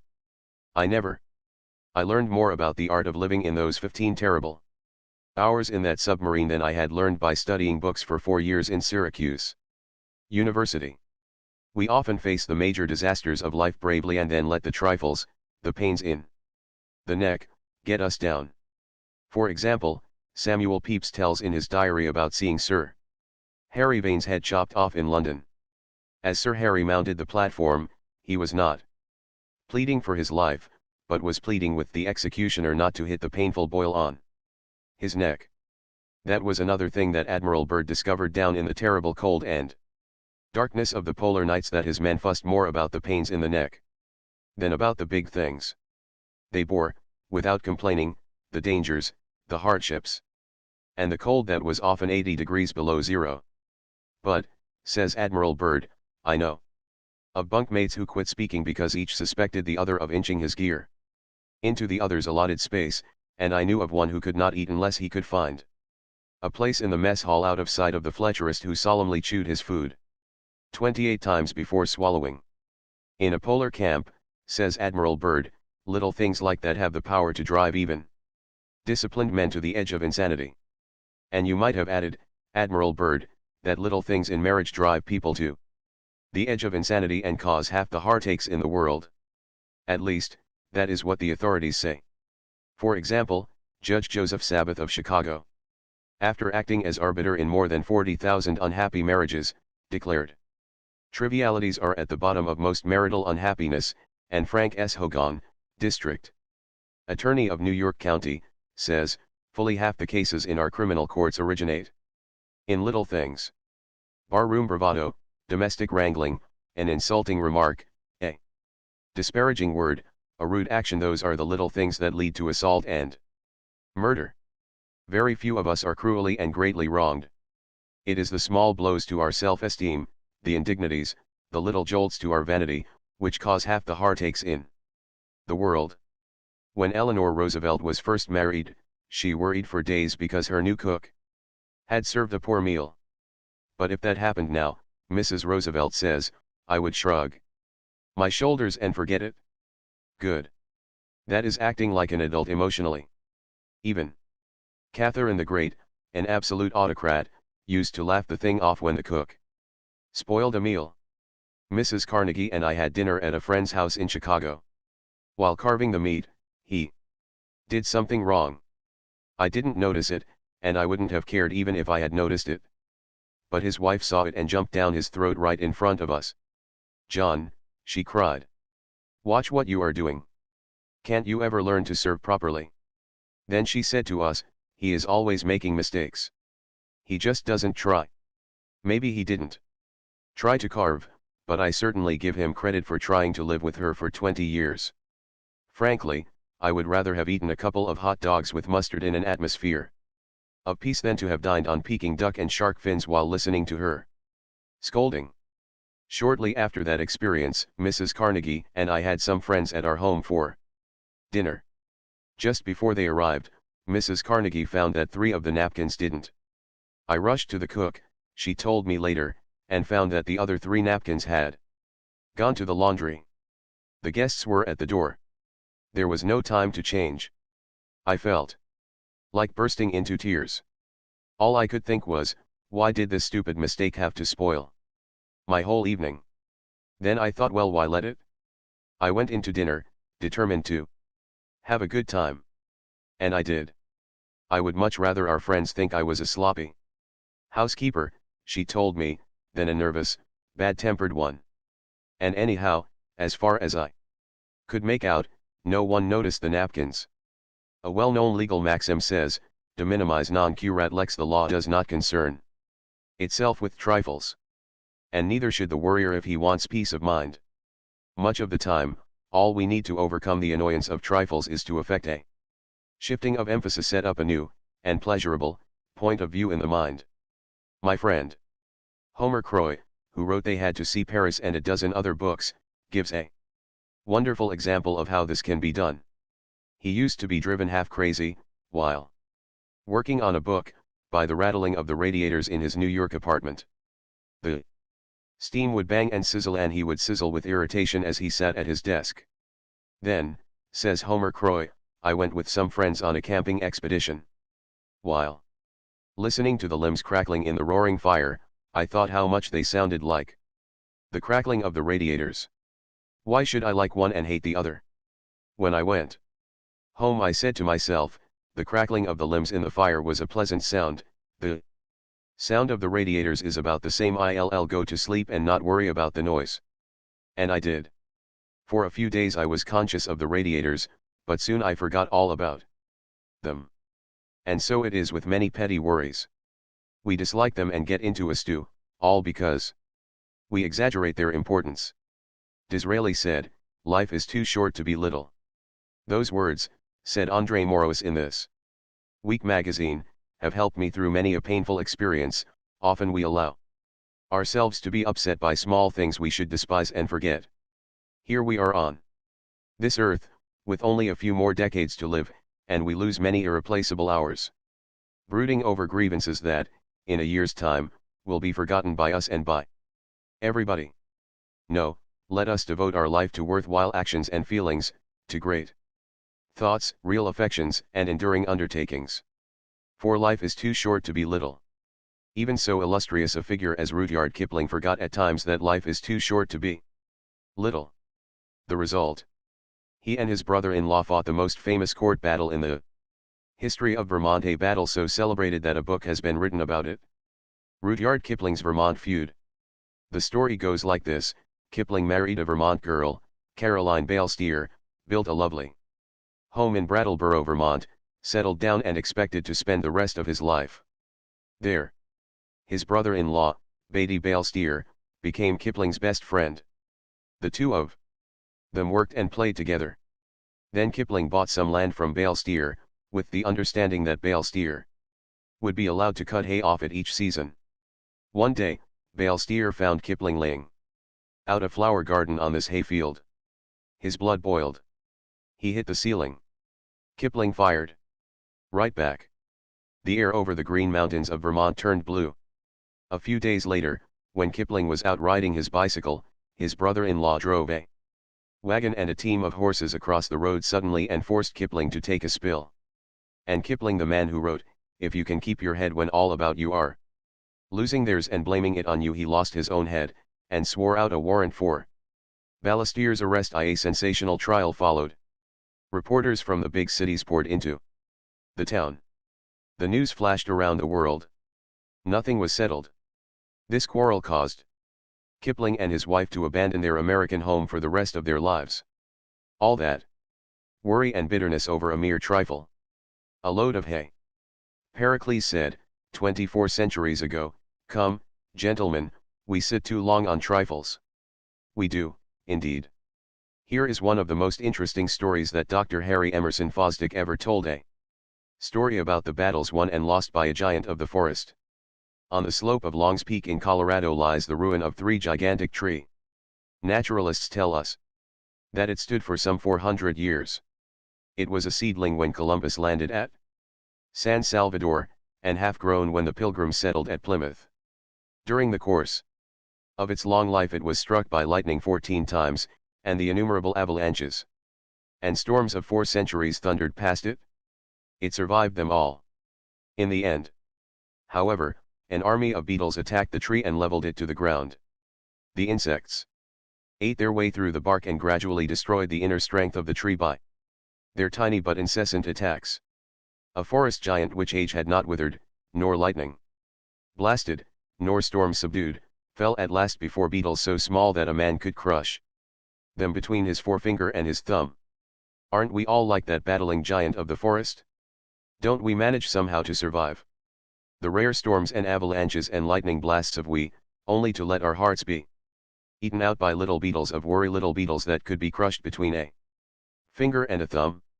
A few years ago, I traveled through the Teton National Park, in Wyoming, with Charles Siafred, highway superintendent for the state of Wyoming, and some of his friends. We were all going to visit the John D. Rockefeller estate in the park. But the car in which I was riding took the wrong turn, got lost, and drove up to the entrance of the estate an hour after the other cars had gone in. Mr. Siafred had the key that unlocked the private gate, so he waited in the hot, mosquito-infested woods for an hour until we arrived. The mosquitoes were enough to drive a saint insane. But they couldn't triumph over Charles Siafred.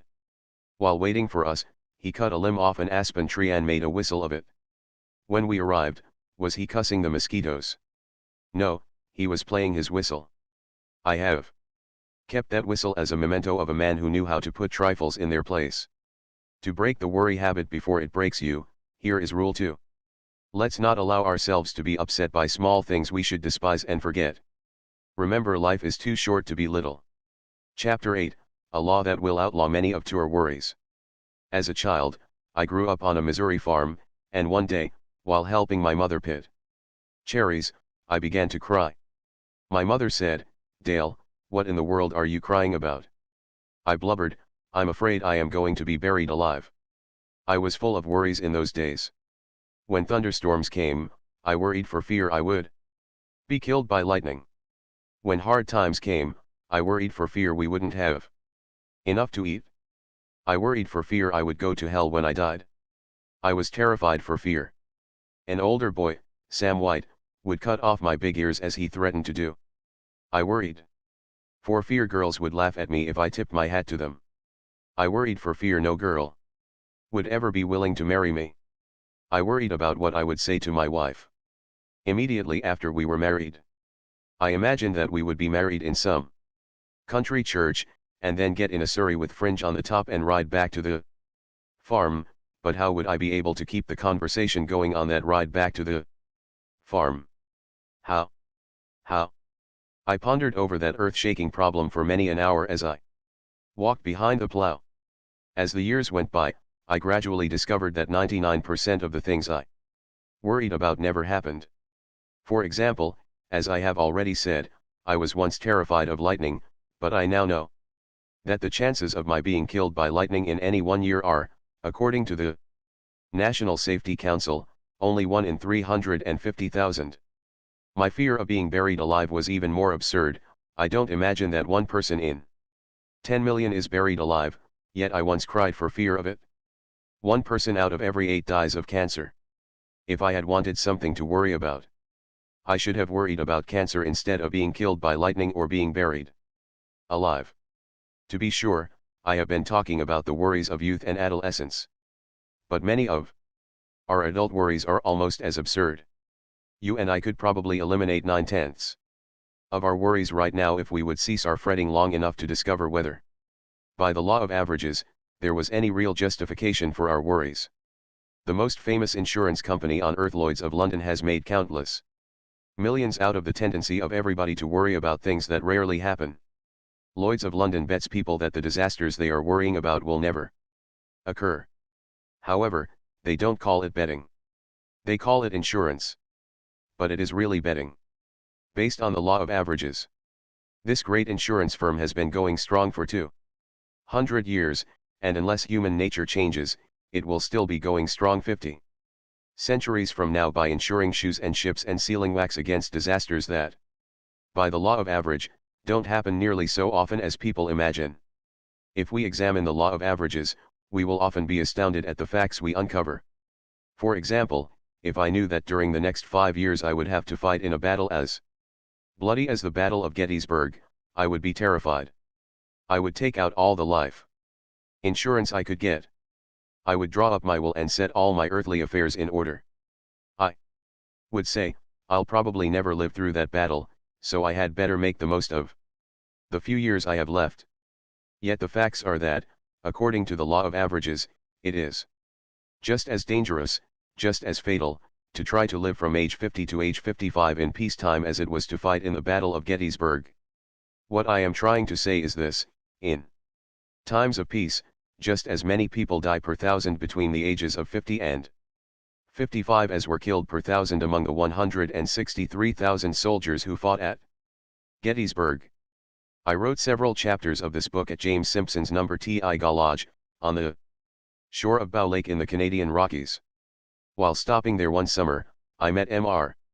and Mrs. Herbert H. Salinger, of 2298 Pacific Avenue, San Francisco. Mrs. Salinger, a poised, serene woman, gave me the impression that she had never worried. One evening, in front of the roaring fireplace, I asked her if she had ever been troubled by worry. Troubled by it, she said. My life was almost ruined by it. Before I learned to conquer worry, I lived through 11 years of self-made hell. I was irritable and hot-tempered. I lived under terrific tension. I would take the bus every week from my home in San Mateo to shop in San Francisco. But even while shopping, I worried myself into a dither. Maybe I had left the electric iron connected on the ironing board. Maybe the house had caught fire. Maybe the maid had run off and left the children. Maybe they had been out on their bicycles and been killed by a car. In the midst of my shopping, I would often worry myself into a cold perspiration and rush out and take the bus home to see if everything was all right. No wonder my first marriage ended in disaster. My second husband is a lawyer, a quiet, analytical man who never worries about anything. When I became tense and anxious, he would say to me, "Relax. Let's think this out. What are you really worrying about? Let's examine the law of averages and see whether or not it is likely to happen." For example, I remember the time we were driving from Albuquerque, New Mexico, to the Carlsbad Caverns, driving on a dirt road when we were caught in a terrible rainstorm. The car was slithering and sliding. We couldn't control it. I was positive we would slide off into one of the ditches that flanked the road, but my husband kept repeating to me, "I am driving very slowly. Nothing serious is likely to happen. Even if the car does slide into the ditch, by the law of averages, we won't be hurt." His calmness and confidence quieted me. One summer we were on a camping trip in the Tucson Valley of the Canadian Rockies. One night we were camping 7,000 feet above sea level, when a storm threatened to tear our tents to shreds. The tents were tied with guy ropes to a wooden platform. The outer tent shook and trembled and screamed and shrieked in the wind. I Expected every minute to see our tent torn loose and hurled through the sky. I was terrified. But my husband kept saying, "Look, my dear, we are traveling with Brewster's guides. Brewster's know what they are doing.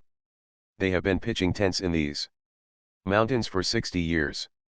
This tent has been here for many seasons. It hasn't blown down yet and, by the law of averages, it won't blow away tonight, and even if it does, we can take shelter in another tent. So relax." I did, and I slept soundly the balance of the night. A few years ago an infantile paralysis epidemic swept over our part of California. In the old days, I would have been hysterical. But my husband persuaded me to act calmly. We took all the precautions we could. We kept our children away from crowds, away from school and the movies. By consulting the Board of Health, we found out that even during the worst infantile paralysis epidemic that California had ever known up to that time, only 1,835 children had been stricken in the entire state of California. And that the usual number was around 200 or 300. Tragic as those figures are, we nevertheless felt that, according to the law of averages, the chances of any one child being stricken were remote. By the law of averages, it won't happen. That phrase has destroyed 90% of my worries, and it has made the past 20 years of my life beautiful and peaceful, beyond my highest expectations. General George Crook, probably the greatest Indian fighter in American history, says in his autobiography that nearly all the worries and unhappiness of the Indians came from their imagination, and not from reality. As I look back across the decades, I can see that that is where most of my worries came from also.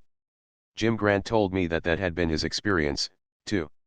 He owns the James A. Grant Distributing Company, 204 Franklin Street, New York City. He orders from 10 to 15 carloads of Florida oranges and grapefruit at a time. He told me that he used to torture himself with such thoughts as, what if there's a train wreck? What if my fruit is strewn all over the countryside? What if a bridge collapses as my cars are going across it? Of course, the fruit was insured, but he feared that if he didn't deliver his fruit on time, he might risk the loss of his market. He worried so much that he feared he had stomach ulcers and went to a doctor. The doctor told him there was nothing wrong with him except jumpy nerves. I saw the light then, he said, and began to ask myself questions.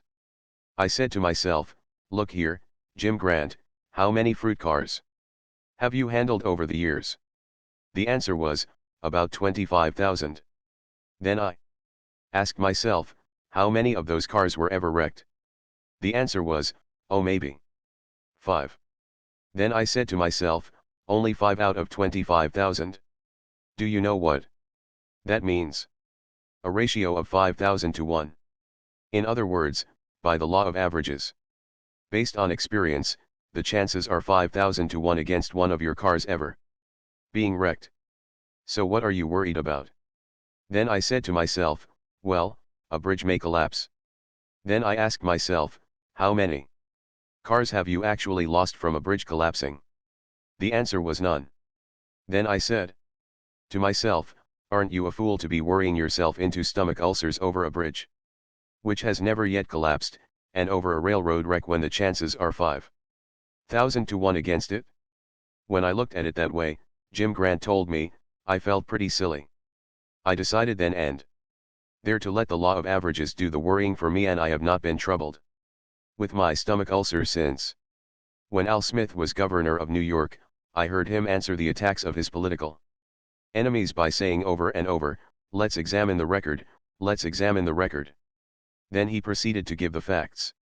The next time you and I are worrying about what may happen, let's take a tip from wise old Al Smith, let's examine the record and see what basis there is, if any, for our gnawing anxieties. That is precisely what Frederick J. Malstedt did when he feared he was lying in his grave. Here is his story as he told it to one of our adult education classes in New York. Early in June, 1944, I was lying in a slit trench near Omaha Beach. I was with the 999th Signal Service Company, and we had just dug in Normandy. As I looked around at that slit trench, just a rectangular hole in the ground, I said to myself, this looks just like a grave. When I lay down and tried to sleep in it, it felt like a grave. I couldn't help saying to myself, maybe this is my grave.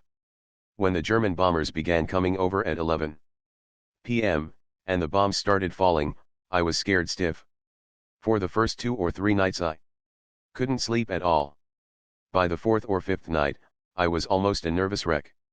I knew that if I didn't do something, I would go stark crazy. So I reminded myself that 5 nights had passed, and I was still alive, and so was every man in our outfit.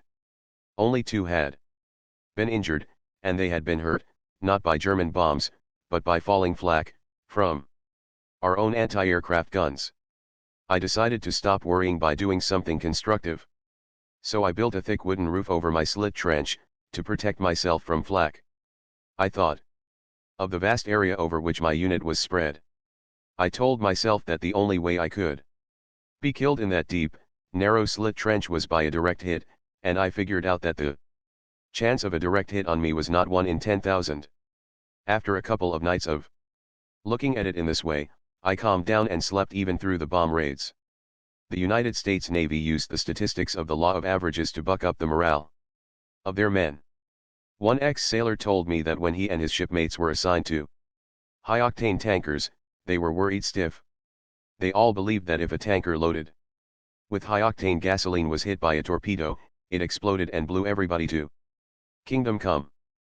But the US Navy knew otherwise, so the Navy issued exact figures, showing that out of 100 tankers hit by torpedoes, 60 stayed afloat, and of the 40 that did sink, only 5 sank in less than 10 minutes.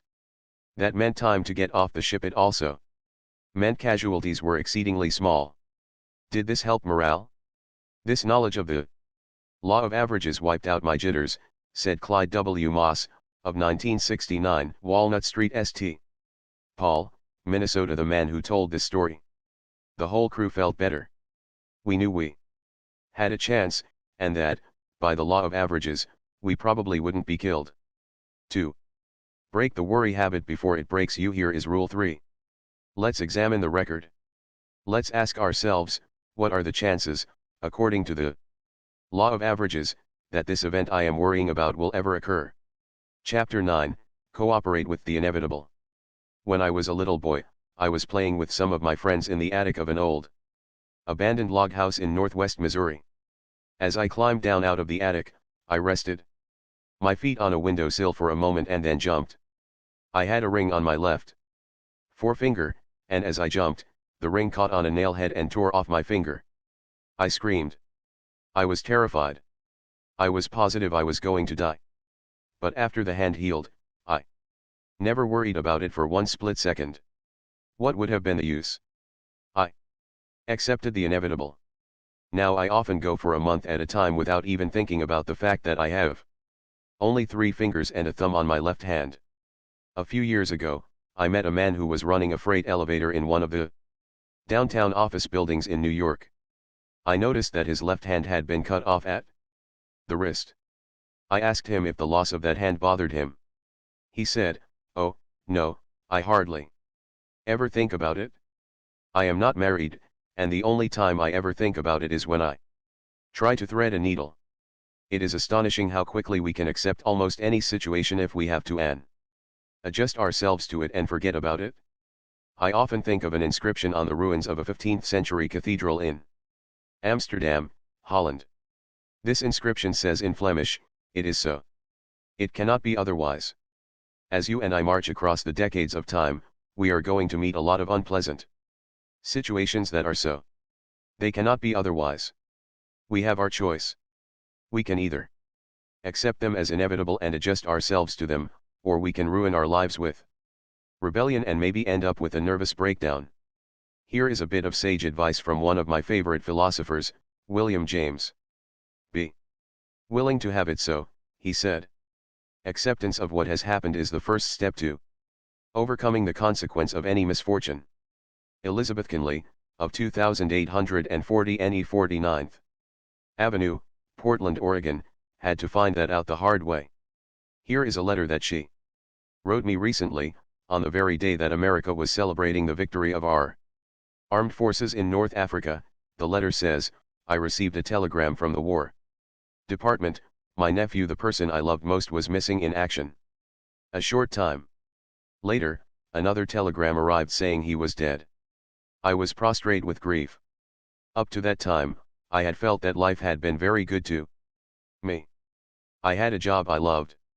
I had helped to raise this nephew. He represented to me all that was fine and good in young manhood. I had felt that all the bread I had cast upon the waters was coming back to me as cake. Then came this telegram. My whole world collapsed. I felt there was nothing left to live for. I neglected my work, neglected my friends. I let everything go. I was bitter and resentful. Why did my loving nephew have to be taken? Why did this good boy with life all before him, why did he have to be killed? I couldn't accept it. My grief was so overwhelming that I decided to give up my work and go away and hide myself in my tears and bitterness. I was clearing out my desk, getting ready to quit, when I came across a letter that I had forgotten, a letter from this nephew who had been killed, a letter he had written to me when my mother had died a few years ago. Of course, we will miss her, the letter said. And especially you. But I know you'll carry on. Your own personal philosophy will make you do that. I shall never forget the beautiful truths you taught me.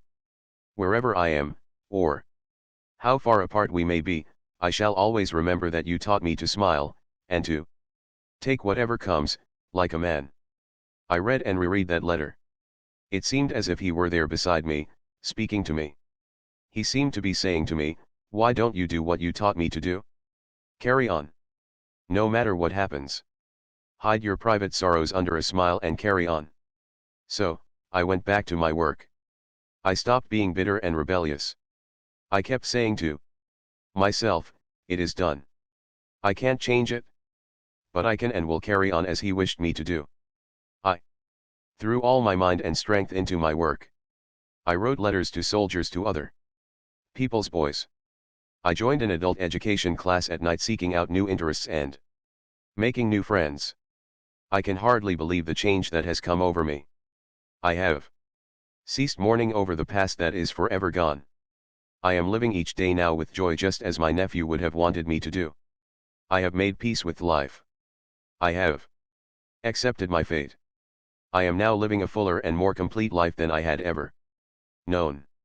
Elizabeth Kinley, out in Portland, Oregon, learned what all of us will have to learn sooner or later, namely, that we must accept and cooperate with the inevitable. It is so. It cannot be otherwise. That is not an easy lesson to learn. Even kings on their thrones have to keep reminding themselves of it. The late George V had these framed words hanging on the wall of his library in Buckingham Palace: teach me neither to cry for the moon nor over spilt milk. The same thought is expressed by Schopenhauer in this way: a good supply of resignation is of the first importance in providing for the journey of life. Obviously, circumstances alone do not make us happy or unhappy. It is the way we react to circumstances that determines our feelings. Jesus said that the kingdom of heaven is within you. That is where the kingdom of hell is, too. We can all endure disaster and tragedy and triumph over them if we have to. We may not think we can, but we have surprisingly strong inner resources that will see us through if we will only make use of them. We are stronger than we think. The late Booth Tarkington always said, I could take anything that life could force upon me except one thing, blindness. I could never endure that. Then one day, when he was along in his 60s, Tarkington glanced down at the carpet on the floor. The colors were blurred. He couldn't see the pattern. He went to a specialist. He learned the tragic truth: he was losing his sight. One eye was nearly blind. The other would follow. That which he feared most had come upon him. And how did Tarkington react to this worst of all disasters? Did he feel, this is it? This is the end of my life? No, to his amazement, he felt quite gay. He even called upon his humor. Floating specks annoyed him, they would swim across his eyes and cut off his vision. Yet when the largest of these specks would swim across his sight, he would say, "Hello. There's grandfather again. Wonder where he's going on this fine morning." How could fate ever conquer a spirit like that? The answer is it couldn't. When total blindness closed in, Tarkington said, "I found I could take the loss of my eyesight, just as a man can take anything else. If I lost all 5 of my senses, I know I could live on inside my mind. For it is in the mind we see, and in the mind we live, whether we know it or not." In the hope of restoring his eyesight, Tarkington had to go through more than 12 operations within 1 year. With local anesthetic. Did he rail against this? He knew it had to be done. He knew he couldn't escape it, so the only way to lessen his suffering was to take it with grace. He refused a private room at the hospital and went into a ward, where he could be with other people who had troubles, too. He tried to cheer them up. And when he had to submit to repeated operations fully conscious of what was being done to his eyes, he tried to remember how fortunate he was. How wonderful, he said. How wonderful, that science now has the skill to operate on anything so delicate as the human eye. The average man would have been a nervous wreck if he had had to endure more than 12 operations and blindness. Yet Tarkington said, "I would not exchange this experience for a happier one." It taught him acceptance. It taught him that nothing life could bring him was beyond his strength to endure. It taught him, as John Milton discovered, that it is not miserable to be blind, it is only miserable not to be able to endure blindness. Margaret Fuller, the famous New England feminist, once offered as her credo, "I accept the universe." When grouchy old Thomas Carlyle heard that in England, he snorted, "By gad, she'd better. Yes, and by gad, you and I had better accept the inevitable, too. If we rail and kick against it and grow bitter, we won't change the inevitable, but we will change ourselves. I know. I have tried it. I once refused to accept an inevitable situation with which I was confronted. I played the fool and railed against it, and rebelled. I turned my nights into hells of insomnia. I brought upon myself everything I didn't want. Finally, after a year of self-torture, I had to accept what I knew from the outset I couldn't possibly alter. I should have cried out years ago with old Walt Whitman. Oh, to confront night, storms, hunger, ridicule, accident, rebuffs as the trees and animals do. I spent 12 years working with cattle, yet I never saw a Jersey cow running a temperature because the pasture was burning up from a lack of rain or because of sleet and cold or because her boyfriend was paying too much attention to another heifer. The animals confront night, storms, and hunger calmly, so they never have nervous breakdowns or stomach ulcers, and they never go insane. Am I advocating that we simply bow down to all the adversities that come our way? Not by a long shot. That is mere fatalism. As long as there is a chance that we can save a situation, let's fight. But when common sense tells us that we are up against something that is so and cannot be otherwise, then, in the name of our sanity, let's not look before and after and pine for what is not. The late Dean Hawkes of Columbia University told me that he had taken a Mother Goose rhyme as one of his mottos.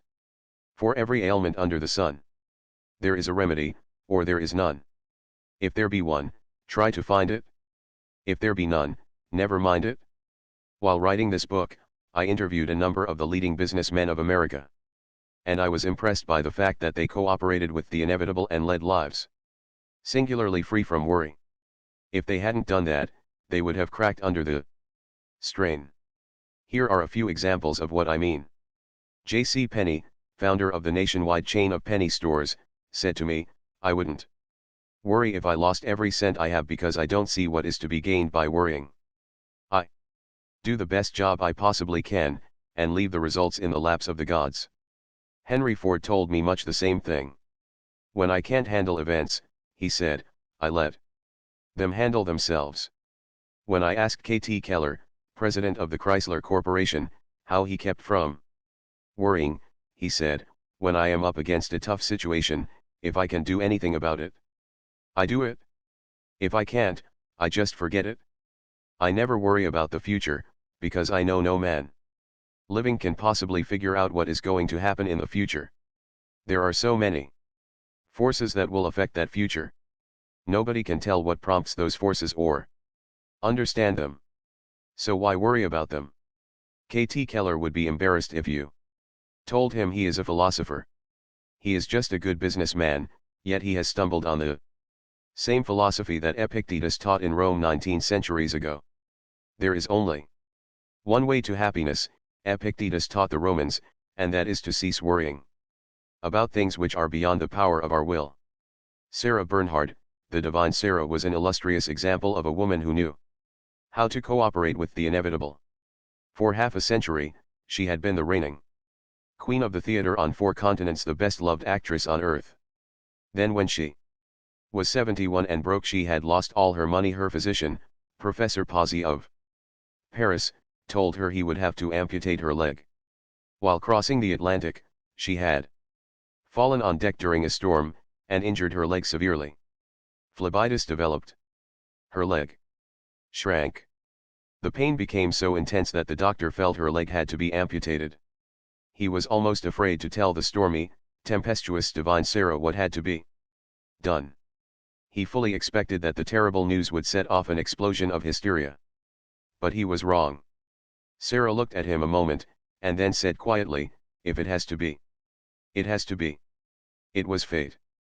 As she was being wheeled away to the operating room, her son stood weeping. She waved to him with a gay gesture and said cheerfully, "Don't go away. I'll be right back." On the way to the operating room, she recited a scene from one of her plays. Someone asked her if she were doing this to cheer herself up. She said, "No, to cheer up the doctors and nurses. It will be a strain on them." After recovering from the operation, Sarah Bernhardt went on touring the world and enchanting audiences for another 7 years. "When we stop fighting the inevitable," said Elsie McCormick in a Reader's Digest article, "we release energy which enables us to create a richer life. No one living has enough emotion and vigor to fight the inevitable and, at the same time, enough left over to create a new life. Choose one or the other. You can either bend with the inevitable sleet storms of life, or you can resist them and break." I saw that happen on a farm I own in Missouri. I planted a score of trees on that farm. At first, they grew with astonishing rapidity. Then a sleet storm encrusted each twig and branch with a heavy coating of ice. Instead of bowing gracefully to their burden, these trees proudly resisted and broke and split under the load and had to be destroyed. They hadn't learned the wisdom of the forests of the north. I have traveled hundreds of miles through the evergreen forests of Canada, yet I have never seen a spruce or a pine broken by sleet or ice. These evergreen forests know how to bend, how to bow down their branches, how to cooperate with the inevitable. The masters of jujitsu teach their pupils to bend like the willow, don't resist like the oak. Why do you think your automobile tires stand up on the road and take so much punishment?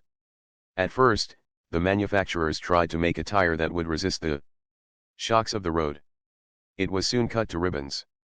Then they made a tire that would absorb the shocks of the road. That tire could take it. You and I will last longer, and enjoy smoother riding, if we learn to absorb the shocks and jolts along the rocky road of life. What will happen to you and me if we resist the shocks of life instead of absorbing them? What will happen if we refuse to bend like the willow and insist on resisting like the oak? The answer is easy. We will set up a series of inner conflicts. We will be worried, tense, strained, and neurotic. If we go still further and reject the harsh world of reality and retreat into a dream world of our own making, we will then be insane. During the war, millions of frightened soldiers had either to accept the inevitable or break under the strain. To illustrate, let's take the case of William H. Casilius, 7126 76th Street, Glendale, New York. Here is a prize-winning talk he gave before one of my adult education classes in New York. Shortly after I joined the Coast Guard, I was assigned to one of the hottest spots on this side of the Atlantic. I was made a supervisor of explosives. Imagine it. Me, a biscuit, Salesman becoming a supervisor of explosives. The very thought of finding yourself standing on top of thousands of tons of TNT is enough to chill the marrow in a cracker. Salesman's bones. I was given only 2 days of instruction, and what I learned filled me with even more terror. I'll never forget my first assignment. On a dark, cold, foggy day, I was given my orders on the open pier of Caven Point, Bayonne, New Jersey. I was assigned to hold number 5 on my ship. I had to work down in that hold with 5 longshoremen. They had strong backs, but they knew nothing whatever about explosives. And they were loading blockbusters, each one of which contained a ton of T.N.T, enough explosive to blow that old ship to kingdom come. These blockbusters were being lowered by 2 cables. I kept saying to myself, suppose one of those cables slipped or broke. Oh, boy. Was I scared? I trembled. My mouth was dry. My knees sagged. My heart pounded. But I couldn't run away. That would be desertion. I would be disgraced, my parents would be disgraced, and I might be shot for desertion. I couldn't run. I had to stay. I kept looking at the careless way those longshoremen were handling those blockbusters. The ship might blow up any minute. After an hour or more of this spine-chilling terror, I began to use a little common sense. I gave myself a good talking to. I said, look here. So you are blown up. So what? You will never know the difference. It will be an easy way to die. Much better than dying by cancer. Don't be a fool. You can't expect to live forever. You've got to do this job or be shot. So you might as well like it. I talked to myself like that for hours, and I began to feel at ease.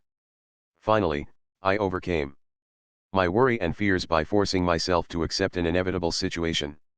I'll never forget that lesson. Every time I am tempted now to worry about something I can't possibly change, I shrug my shoulders and say, forget it. I find that it works even for a biscuit salesman. Hooray! Let's give 3 cheers and 1 cheer more for the biscuit salesman of the pinafore. Outside the crucifixion of Jesus, the most famous death scene in all history was the death of Socrates. 10,000 centuries from now, men will still be reading and cherishing Plato's immortal description of it, one of the most moving and beautiful passages in all literature. Certain men of Athens, jealous and envious of old barefooted Socrates, trumped up charges against him and had him tried and condemned to death.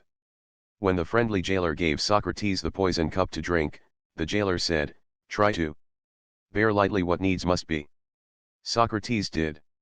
He faced death with a calmness and resignation that touched the hem of divinity. Try to bear lightly what needs must be. Those words were spoken 399 years before Christ was born, but this worrying old world needs those words today more than ever before. Try to bear lightly what needs must be. During the past 8 years, I have been reading practically every book and magazine article I could find that dealt even remotely with banishing worry. Would you like to know what is the best single bit of advice about worry that I have ever discovered in all that reading? Well, here it is summed up in 27 words that you and I ought to paste on our bathroom mirrors, so that each time we wash our faces we could also wash away all worry from our minds. This priceless prayer was written by Dr. Reinhold Niebuhr, professor of applied Christianity, Union Theological Seminary, Broadway and 120th Street, New York. God grant me the serenity to accept the things I cannot change, the courage to change the things I can, and the wisdom to know the difference. To break the worry habit before it breaks you, Rule 4 is cooperate with the inevitable. Chapter 10, Put a stop-loss order on your worries. Would you like to know how to make money on the stock exchange? Well, so would a million other people, and if I knew the answer, this book would sell for a fabulous price. However, there's one good idea that some successful operators use. This story was told to me by Charles Roberts, an investment counselor with offices at 17 East 42nd Street, New York. I originally came up to New York from Texas with $20,000 which my friends had given me to invest in the stock market, Charles Roberts told me. I thought, he continued, that I knew the ropes in the stock market, but I lost every cent. True, I made a lot of profit on some deals, but I ended up by losing everything. I did not mind so much losing my own money, Mr. Roberts explained, but I felt terrible about having lost my friends' money, even though they could well afford it. I dreaded facing them again after our venture had turned out so unfortunately, but, to my astonishment, they not only were good sports about it, but proved to be incurable optimists. I knew I had been trading on a hit or miss basis and depending largely on luck and other people's opinions. As H.I. Phillips said, I had been playing the stock market by ear. I began to think over my mistakes and I determined that before I went back into the market again, I would try to find out what it was all about. So I sought out and became acquainted with one of the most successful speculators who ever lived, Burton S. Cassels. I believed I could learn a great deal from him because he had long enjoyed the reputation of being successful year after year, and I knew that such a career was not the result of mere chance or luck. He asked me a few questions about how I had traded before and then told me what I believe is the most important principle in trading. He said, I put a stop-loss order on every market commitment I make. If I buy a stock at, say, $50 a share, I immediately place a stop-loss order on it at 45. That means that when and if the stock should decline as much as 5 points below its cost, it would be sold automatically, thereby limiting the loss to 5 points. If your commitments are intelligently made in the first place, the old master continued, your profits will average 10, 25, or even 50 points. Consequently, by limiting your losses to 5 points, you can be wrong more than half of the time and still make plenty of money. I adopted that principle immediately and have used it ever since. It has saved my clients and me many thousands of dollars. After a while I realized that the stop-loss principle could be used in other ways besides in the stock market. I began to place a stop-loss order on any and every kind of annoyance and resentment that came to me. It has worked like magic. For example, I often have a luncheon date with a friend who is rarely on time. In the old days, he used to keep me stewing around for half my lunch hour before he showed up. Finally, I told him about my stop-loss orders on my worries. I said, Bill, my stop-loss order on waiting for you is exactly 10 minutes. If you arrive more than 10 minutes late, our luncheon engagement will be sold down the river and I'll be gone. Man alive! How I wish I had had the sense, years ago, to put stop-loss orders on my impatience, on my temper, on my desire for self-justification, on my regrets, and on all my mental and emotional strains. Why didn't I have the horse sense to size up each situation that threatened to destroy my peace of mind and say to myself, see here, Dale Carnegie, this situation is worth just so much fussing about and no more? Why didn't I? However, I must give myself credit for a little sense on one occasion, at least. And it was a serious occasion, to a crisis in my life, a crisis when I stood watching my dreams and my plans for the future and the work of years vanish into thin air. It happened like this. In my early 30s, I had decided to spend my life writing novels. I was going to be a second Frank Norris or Jack London or Thomas Hardy. I was so in earnest that I spent 2 years in Europe, where I would live cheaply with dollars during the period of wild printing press money that followed the First World War. I spent 2 years there, writing my magnum opus. I called it The Blizzard. The title was a natural, for the reception it got among publishers was as cold as any blizzard that ever howled across the plains of the Dakotas. When my literary agent told me it was worthless, that I had no gift, no talent, for fiction, my heart almost stopped. I left his office in a daze. I couldn't have been more stunned if he had hit me across the head with a club. I was stupefied. I realized that I was standing at the crossroads of life and had to make a tremendous decision. What should I do? Which way should I turn? Weeks passed before I came out of the daze. At that time, I had never heard of the phrase put a stop-loss order on your worries. But as I look back now, I can see that I did just that. I wrote off my 2 years of sweating over that novel for just what they were worth, a noble experiment, and went forward from there. I returned to my work of organizing and teaching adult education classes, and wrote biographies in my spare time, biographies and nonfiction books such as the one you are reading now. Am I glad now that I made that decision? Glad. Every time I think about it now I feel like dancing in the street for sheer joy. I can honestly say that I have never spent a day or an hour since, lamenting the fact that I am not another Thomas Hardy. One night a century ago, when a screech owl was screeching in the woods along the shore of Walden Pond, Henry Thoreau dipped his goose quill into his homemade ink and wrote in his diary, "The cost of a thing is the amount of what I call life, which is required to be exchanged for it immediately or in the long run." To put it another way, we are fools when we overpay for a thing in terms of what it takes out of our very existence. Yet that is precisely what Gilbert and Sullivan did. They knew how to create gay words and gay music, but they knew distressingly little about how to create gaiety in their own lives. They created some of the loveliest light operas that ever delighted the world. Patience, Pinafore, The Mikado. But they couldn't control their tempers. They embittered their years over nothing more than the price of a carpet. Sullivan ordered a new carpet for the theater they had bought. When Gilbert saw the bill, he hit the roof. They battled it out in court, and never spoke to one another again as long as they lived. When Sullivan wrote the music for a new production, he mailed it to Gilbert, and when Gilbert wrote the words, he mailed it back to Sullivan. Once they had to take a curtain call together, but they stood on opposite sides of the stage and bowed in different directions, so they wouldn't see one another. They hadn't the sense to put a stop-loss order on their resentments, as Lincoln did. Once, during the Civil War, when some of Lincoln's friends were denouncing his bitter enemies, Lincoln said, "You have more of a feeling of personal resentment than I have. Perhaps I have too little of it, but I never thought it paid.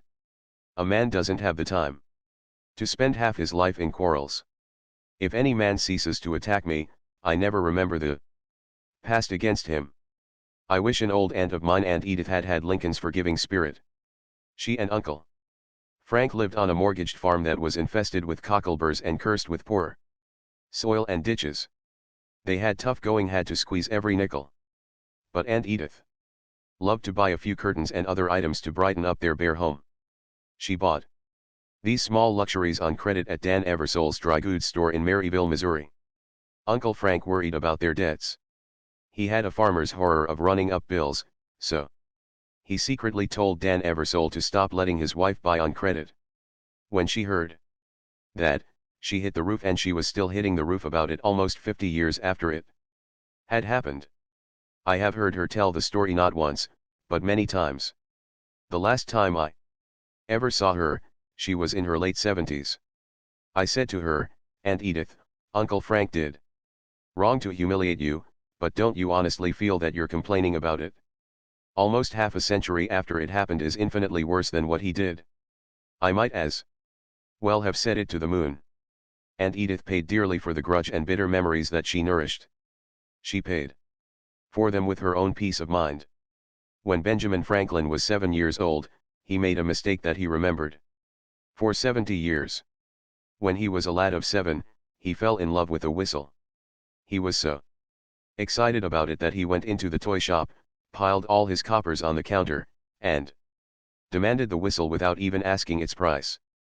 "I then came home," he wrote to a friend 70 years later, "and went whistling all over the house, much pleased with my whistle. But when his older brothers and sisters found out that he had paid far more for his whistle than he should have paid, they gave him the horse laugh, and, as he said, I cried with vexation." Years later, when Franklin was a world-famous figure, an ambassador to France, he still remembered that the fact that he had paid too much for his whistle had caused him more chagrin than the whistle gave him pleasure. But the lesson it taught Franklin was cheap in the end. "As I grew up," he said, "and came into the world and observed the actions of men, I thought I met with many, very many, who gave too much for the whistle. In short, I conceive that a great part of the miseries of mankind are brought upon them by the false estimates they have made of the value of things, and by their giving too much for their whistles. Gilbert and Sullivan paid too much for their whistle. So did Aunt Edith. So did Dale Carnegie on many occasions.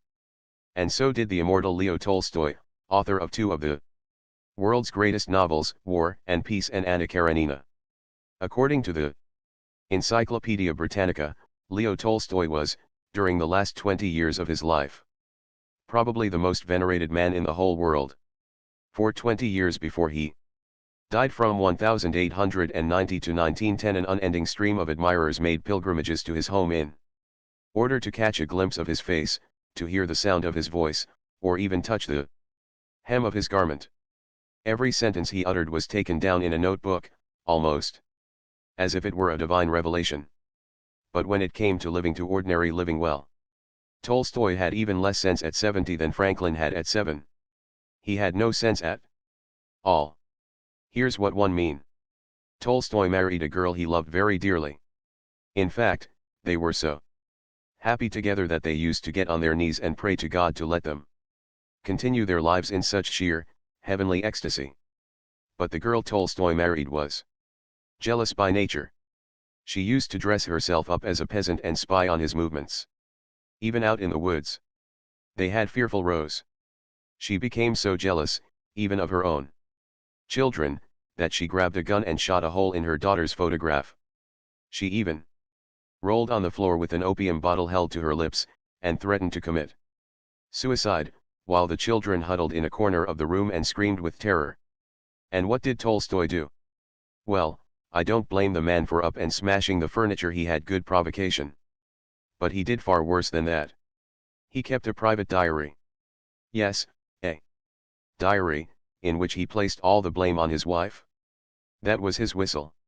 He was determined to make sure that coming generations would exonerate him and put the blame on his wife. And what did his wife do, in answer to this?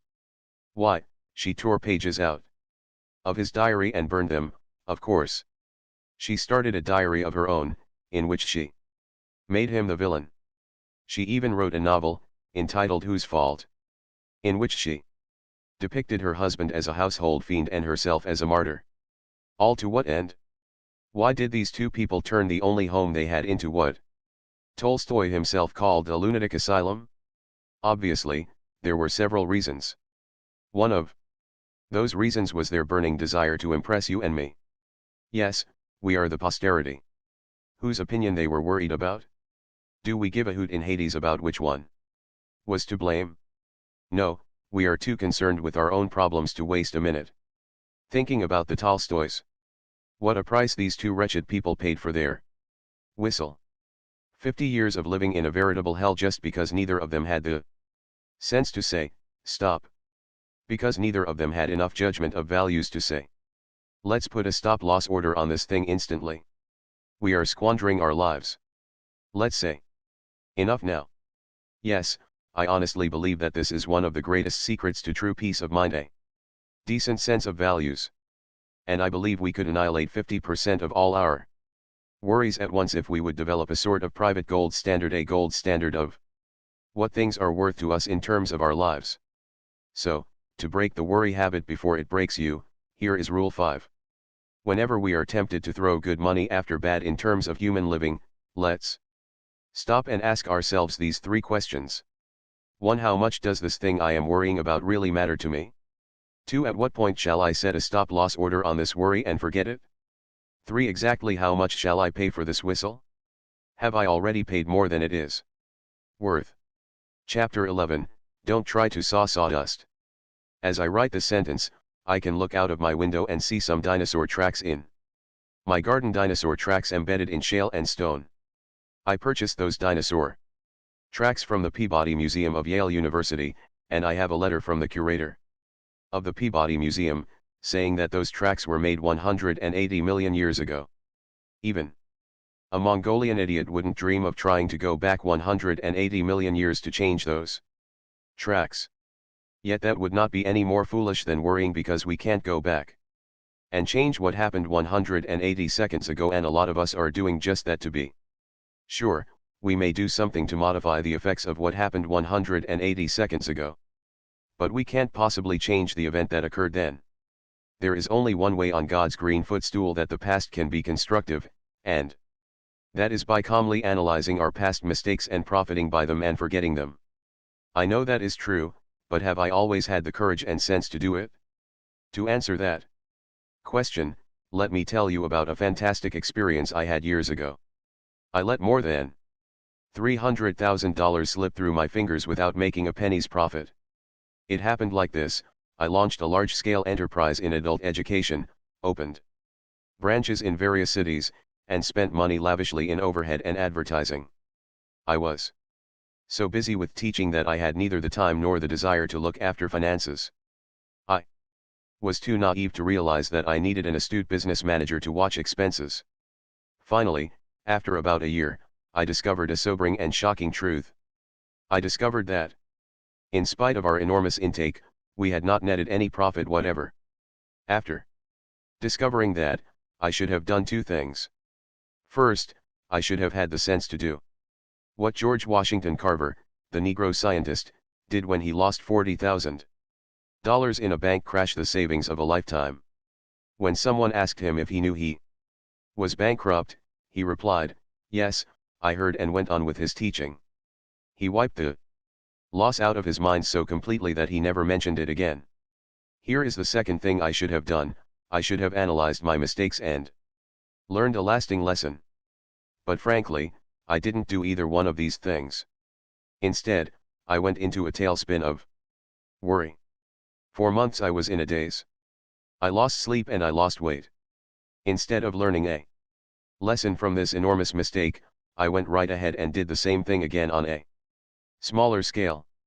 It is embarrassing for me to admit all this stupidity, but I discovered long ago that it is easier to teach 20 what were good to be done than to be one of 20 to follow mine own teaching.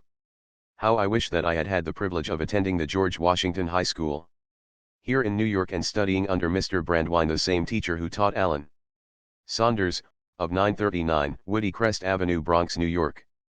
Mr. Saunders told me that the teacher of his hygiene class, Mr. Brandwine, taught him one of the most valuable lessons he had ever learned.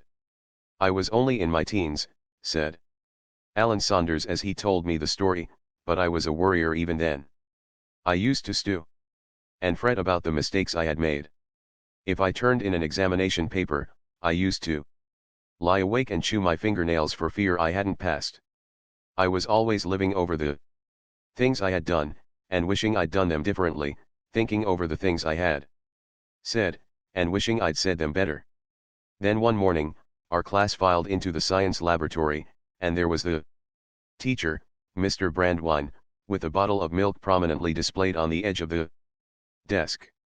We all sat down, staring at the milk, and wondering what it had to do with the hygiene course he was teaching. Then, all of a sudden, Mr. Brandwine stood up, swept the bottle of milk with a crash into the sink and shouted, "Don't cry over spilt milk." He then made us all come to the sink and look at the wreckage. "Take a good look," he told us, "because I want you to remember this lesson the rest of your lives. That milk is gone. You can see it's down the drain, and all the fussing and hair pulling in the world won't bring back a drop of it. With a little thought and prevention, that milk might have been saved. But it's too late now. All we can do is write it off, forget it, and go on to the next thing." That one little demonstration, Alan Saunders told me, stuck with me long after I'd forgotten my solid geometry and Latin. In fact, it taught me more about practical living than anything else in my 4 years of high school.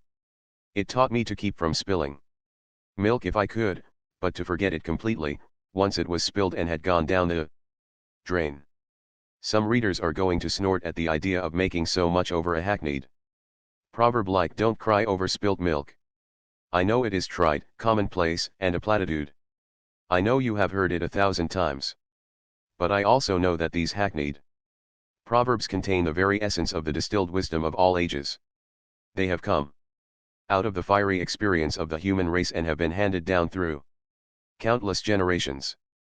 If you were to read everything that has ever been written about worry by the great scholars of all time, you would never read anything more basic or More profound than such hackneyed proverbs as don't cross your bridges until you come to them and don't cry over spilt milk. If we only applied those two proverbs instead of snorting at them, we wouldn't need this book at all. In fact, if we applied most of the old proverbs, we would lead almost perfect lives. However, knowledge isn't power until it is applied, and the purpose of this book is not to tell you something new. The purpose of this book is to remind you of what you already know and to kick you in the shins and inspire you to do something about applying it. I have always admired a man like the late Fred Fuller Shedd, who had a gift for stating an old truth in a new and picturesque way. He was editor of the Philadelphia Bulletin.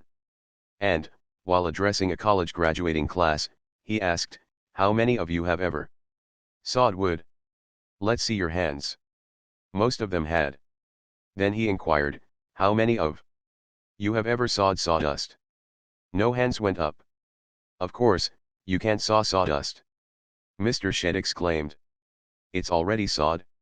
And it's the same with the past. When you start worrying about things that are over and done with, you're merely trying to saw sawdust." When Connie Mack, the grand old man of baseball, was 81 years old, I asked him if he had ever worried over games that were lost. "Oh, yes, I used to," Connie Mack told me. "But I got over that foolishness long years ago. I found out it didn't get me anywhere at all." "You can't grind any grain," he said, "with water that has already gone down the creek." "No, you can't grind any grain and you can't saw any logs with water that has already gone down the creek. But you can saw wrinkles in your face and ulcers in your stomach." I had dinner with Jack Dempsey last Thanksgiving, and he told me over the turkey and cranberry sauce about the fight in which he lost the heavyweight championship to Tunney. Naturally, it was a blow to his ego. In the midst of that fight, he told me, I suddenly realized I had become an old man. At the end of the 10th round, I was still on my feet, but that was about all. My face was puffed and cut, and my eyes were nearly closed. I saw the referee raise Gene Tunney's hand in token of victory. I was no longer champion of the world. I started back in the rain, back through the crowd to my dressing room. As I passed, some people tried to grab my hand. Others had tears in their eyes. A year later, I fought Tunney again. But it was no use. I was through forever. It was hard to keep from worrying about it all, but I said to myself, I'm not going to live in the past or cry over spilt milk. I am going to take this blow on the chin and not let it floor me. And that is precisely what Jack Dempsey did. How? By saying to himself over and over, I won't worry about the past. No, that would merely have forced him to think of his past worries. He did it by accepting and writing off his defeat and then concentrating on plans for the future. He did it by running the Jack Dempsey restaurant on Broadway and the Great Northern Hotel on 57th Street. He did it by promoting prize fights and giving boxing exhibitions.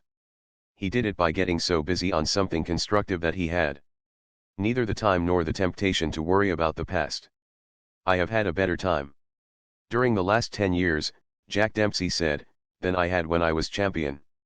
As I read history and biography and observe people under trying circumstances, I am constantly astonished and inspired by some people's ability to write off their worries and tragedies and go on living fairly happy lives. I once paid a visit to Sing Sing, and the thing that astonished me most was that the prisoners there appeared to be about as happy as the average person on the outside. I commented on it to Louis E. Laws, then warden of Sing Sing, and he told me that when criminals first arrive at Sing Sing, they are likely to be resentful and bitter. But after a few months, the majority of the more intelligent ones write off their misfortunes and settle down and accept prison life calmly and make the best of it. Warden Laws told me about one Sing Sing prisoner, a gardener who sang as he cultivated the vegetables and flowers inside the prison walls.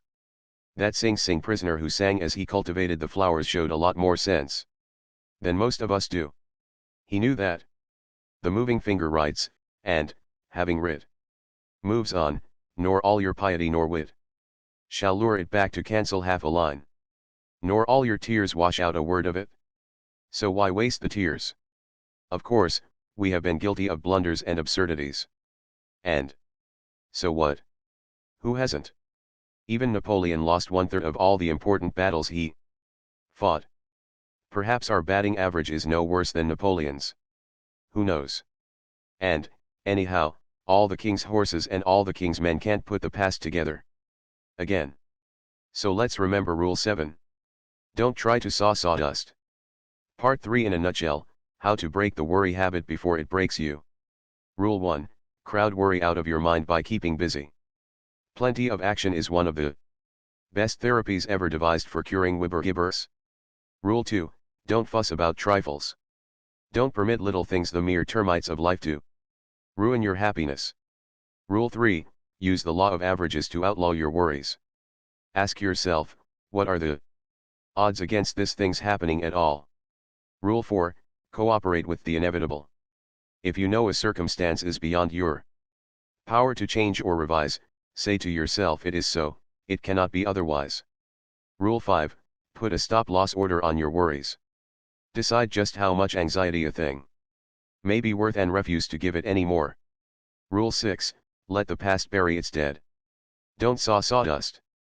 Part 4, 7 ways to cultivate a mental attitude that will bring you peace and happiness. Chapter 12, 8 words that can transform your life. A few years ago, I was asked to answer this question on a radio program: what is the biggest lesson you have ever learned? That was easy. By far the most vital lesson I have ever learned is the importance of what we think. If I knew what you think, I would know what you are. Our thoughts make us what we are. Our mental attitude is the X factor that determines our fate. Emerson said, "A man is what he thinks about all day long.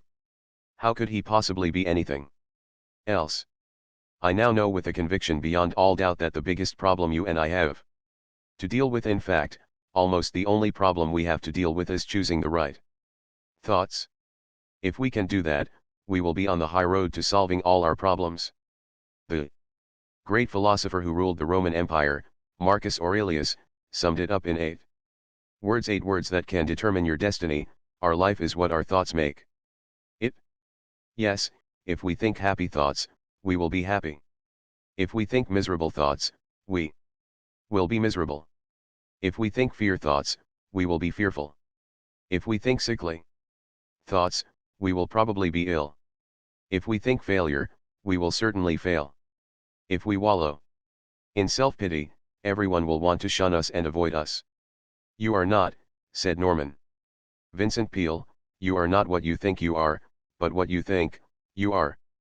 Am I advocating an habitual Pollyanna attitude toward all our problems? No. Unfortunately, life isn't so simple as all that. But I am advocating that we assume a positive attitude instead of a negative attitude. In other words, we need to be concerned about our problems, but not worried. What is the difference between concern and worry? Let me illustrate. Every time I cross the traffic-jammed streets of New York, I am concerned about what I am doing but not worried. Concern means realizing what the problems are and calmly taking steps to meet them. Worrying means going around in maddening, futile circles. A man can be concerned about his serious problems and still walk with his chin up and a carnation in his buttonhole. I have seen Lowell Thomas do just that. I once had the privilege of being associated with Lowell Thomas in presenting his famous films on the Allenby Lawrence campaigns in World War I. He and his assistants had photographed the war on half a dozen fronts, and, best of all, had brought back a pictorial record of T.E. Lawrence and his colorful Arabian army, and a film record of Allenby's conquest of the Holy Land. His illustrated talks entitled With Allenby in Palestine and Lawrence in Arabia were a sensation in London and around the world. The London opera season was postponed for 6 weeks so that he could continue telling his tale of high adventure and showing his pictures at Covent Garden Royal Opera House. After his sensational success in London came a triumphant tour of many countries. Then he spent 2 years preparing a film record of life in India and Afghanistan. After a lot of incredibly bad luck, the impossible happened. He found himself broke in London. I was with him at the time. I remember we had to eat cheap meals at cheap restaurants. We couldn't have eaten even there if we had not borrowed money from a Scotsman, James McBay, the renowned artist. Here is the point of the story: even when Lowell Thomas was facing huge debts and severe disappointments, he was concerned, but not worried. He knew that if he let his reverses get him down, he would be worthless to everyone, including his creditors. So each morning before he started out, he bought a flower, put it in his buttonhole, and went swinging down Oxford Street with his head high and his step spirited. He thought positive, courageous thoughts and refused to let defeat him. To him, being licked was all part of the game, the useful training you had to expect if you wanted to get to the top. Our mental attitude has an almost unbelievable effect even on our physical powers. The famous British psychiatrist, J. A. Hadfield, gives a striking illustration of that fact in his splendid book, The Psychology of Power. I asked 3 men, he writes, to submit themselves to test the effect of mental suggestion on their strength, which was measured by gripping a dynamometer. He told them to grip the dynamometer with all their might. He had them do this under 3 different sets of conditions. When he tested them under normal waking conditions, their average grip was 101 pounds. When he tested them after he had hypnotized them and told them that they were very weak, they could grip only 29 pounds, less than a third of their normal strength. One of these men was a prize fighter, and when he was told under hypnosis that he was weak, he remarked that his arm felt tiny, just like a baby's dot.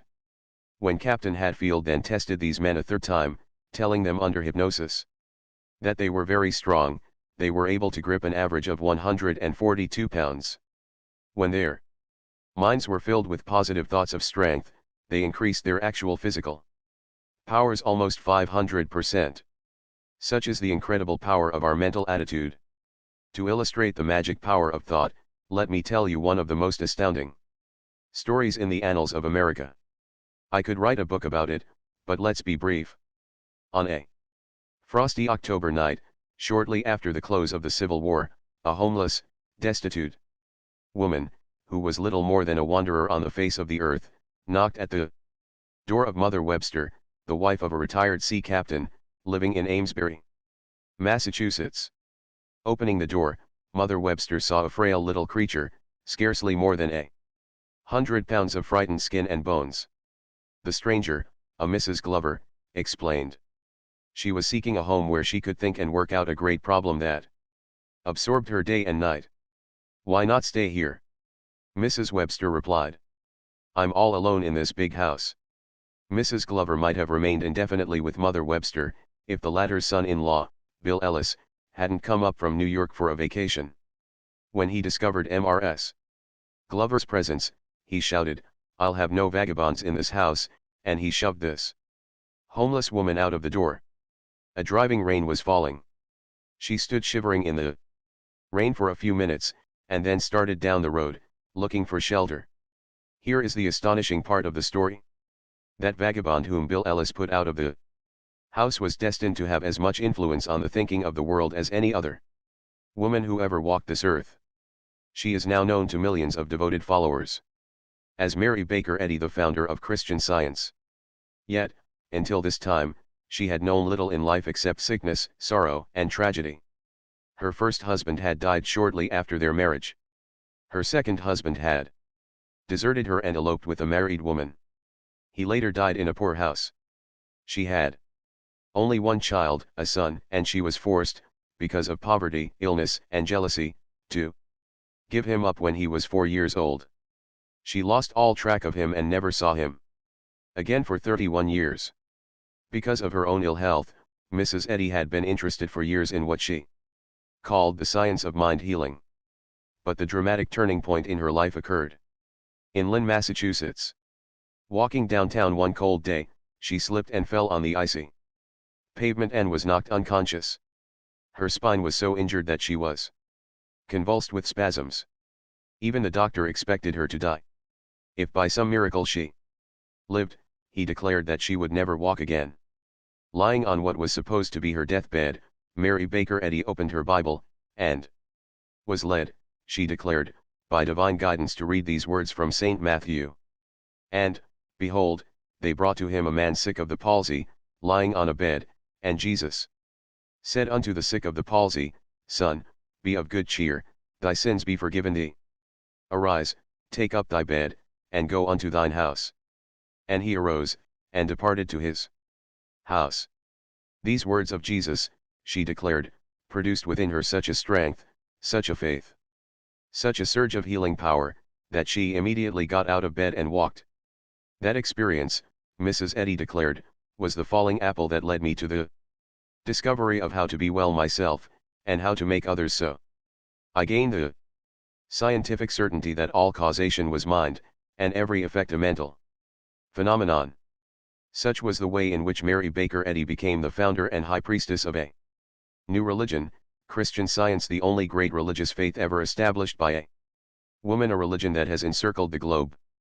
You are probably saying to yourself by now, this man Carnegie is proselytizing for Christian Science. No. You are wrong. I am not a Christian Scientist. But the longer I live, the more deeply I am convinced of the tremendous power of thought. As a result of 35 years spent in teaching adults, I know men and women can banish worry, fear, and various kind of illness, and can transform their lives by changing their thoughts. I know. I know. I know. I have seen such incredible transformations performed hundreds of times. I have seen them so often that I no longer wonder at them. For example, one of these transformations happened to one of my students, Frank J. Whaley, of 1469 West Idaho Street, St. Paul, Minnesota. He had a nervous breakdown. What brought it on? Worry. Frank Whaley tells me, I worried about everything. I worried because I was too thin, because I thought I was losing my hair, because I feared I would never make enough money to get married, because I felt I would never make a good father, because I feared I was losing the girl I wanted to marry, because I felt I was not living a good life. I worried about the impression I was making on other people. I worried because I thought I had stomach ulcers. I could no longer work. I gave up my job. I built up tension inside me until I was like a boiler without a safety valve. The pressure got so unbearable that something had to give, and it did. If you have never had a nervous breakdown, pray God that you never do, for no pain of the body can exceed the excruciating pain of an agonized mind. My breakdown was so severe that I couldn't talk even to my own family. I had no control over my thoughts. I was filled with fear. I would jump at the slightest noise. I avoided everybody. I would break out crying for no apparent reason at all. Every day was one of agony. I felt that I was deserted by everybody, even God. I was tempted to jump into the river and end it all. I decided instead to take a trip to Florida, hoping that a change of scene would help me. As I stepped on the train, my father handed me a letter and told me not to open it until I reached Florida. I landed in Florida during the height of the tourist season. Since I couldn't get in a hotel, I rented a sleeping room in a garage. I tried to get a job on a tramp freighter out of Miami, but had no luck. So I spent my time at the beach. I was more wretched in Florida than I had been at home, so I opened the envelope to see what Dad had written. His note said, Son, you are 1,500 miles from home, and you don't feel any different, do you? I knew you wouldn't, because you took with you the one thing that is the cause of all your trouble, that is, yourself. There is nothing wrong with either your body or your mind. It is not the situations you have met that have thrown you, it is what you think of these situations. As a man thinketh in his heart, so is he. When you realize that, son, come home, for you will be cured. Dad's letter made me angry. I was looking for sympathy, not instruction. I was so mad that I decided then and there that I would never go home. That night, as I was walking down one of the side streets of Miami, I came to a church where services were going on. Having no place to go, I drifted in and listened to a sermon on the text, He who conquers his spirit is mightier than he who taketh a city. Sitting in the sanctity of the House of God, and hearing the same thoughts that my dad had written in his letter all. This swept the accumulated litter out of my brain. I was able to think clearly and sensibly for the first time in my life. I realized what a fool I had been. I was shocked to see myself in my true light.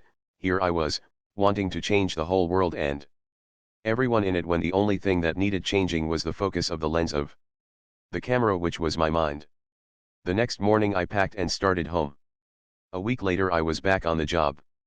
4 months later I married the girl I had been afraid of losing. We now have a happy family of 5 children. God has been good to me both materially and mentally. At the time of the breakdown I was a night foreman of a small department handling 18 people. I am now superintendent of carton manufacture in charge of over 450 people. Life is much fuller and friendlier. I believe I appreciate the true values of life now. When moments of uneasiness try to creep in, as they will in everyone's life, I tell myself to get that camera back in focus, and everything is okay. I can honestly say that I am glad I had the breakdown, because I found out the hard way what power our thoughts can have over our mind and our body. Now I can make my thoughts work for me instead of against me. I can see now that Dad was right when he said it wasn't outward situations that had caused all my suffering, but what I thought of those situations. And as soon as I realized that, I was cured and stayed cured. Such was the experience of Frank J. Whaley. I am deeply convinced that our peace of mind and the joy we get out of living depends not on where we are, or what we have, or who we are, but solely upon our mental attitude. Outward conditions have very little to do with it. For example, let's take the case of old John Brown, who was hanged for seizing the United States Arsenal at Harper's Ferry and trying to incite the slaves to rebellion. He rode away to the gallows, sitting on his coffin. The jailer who rode beside him was nervous and worried. But old John Brown was calm and cool. Looking up at the Blue Ridge Mountains of Virginia, he exclaimed, "What a beautiful country! I never had an opportunity to really see it before." Or take the case of Robert Falcon Scott and his companions, the first Englishmen ever to reach the South Pole. Their return trip was probably the cruelest journey ever undertaken by man. Their food was gone and so was their fuel. They could no longer march because a howling blizzard roared down over the rim of the earth for 11 days. And nights a wind so fierce and sharp that it cut ridges in the polar ice. Scott and his companions knew they were going to die, and they had brought a quantity of opium along for just such an emergency. A big dose of opium, and they could all lie down to pleasant dreams, never to wake again. But they ignored the drug, and died singing ringing songs of cheer. We know they did because of a farewell letter found with their frozen bodies by a searching party, 8 months later.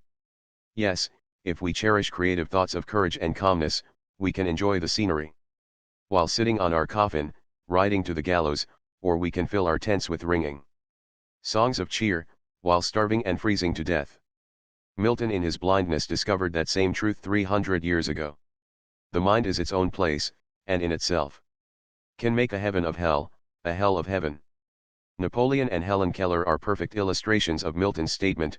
Napoleon had everything men usually crave: glory, power, riches, yet he said at St. Helena, "I have never known 6 happy days in my life," while Helen Keller, blind, deaf, dumb, declared, "I have found life so beautiful.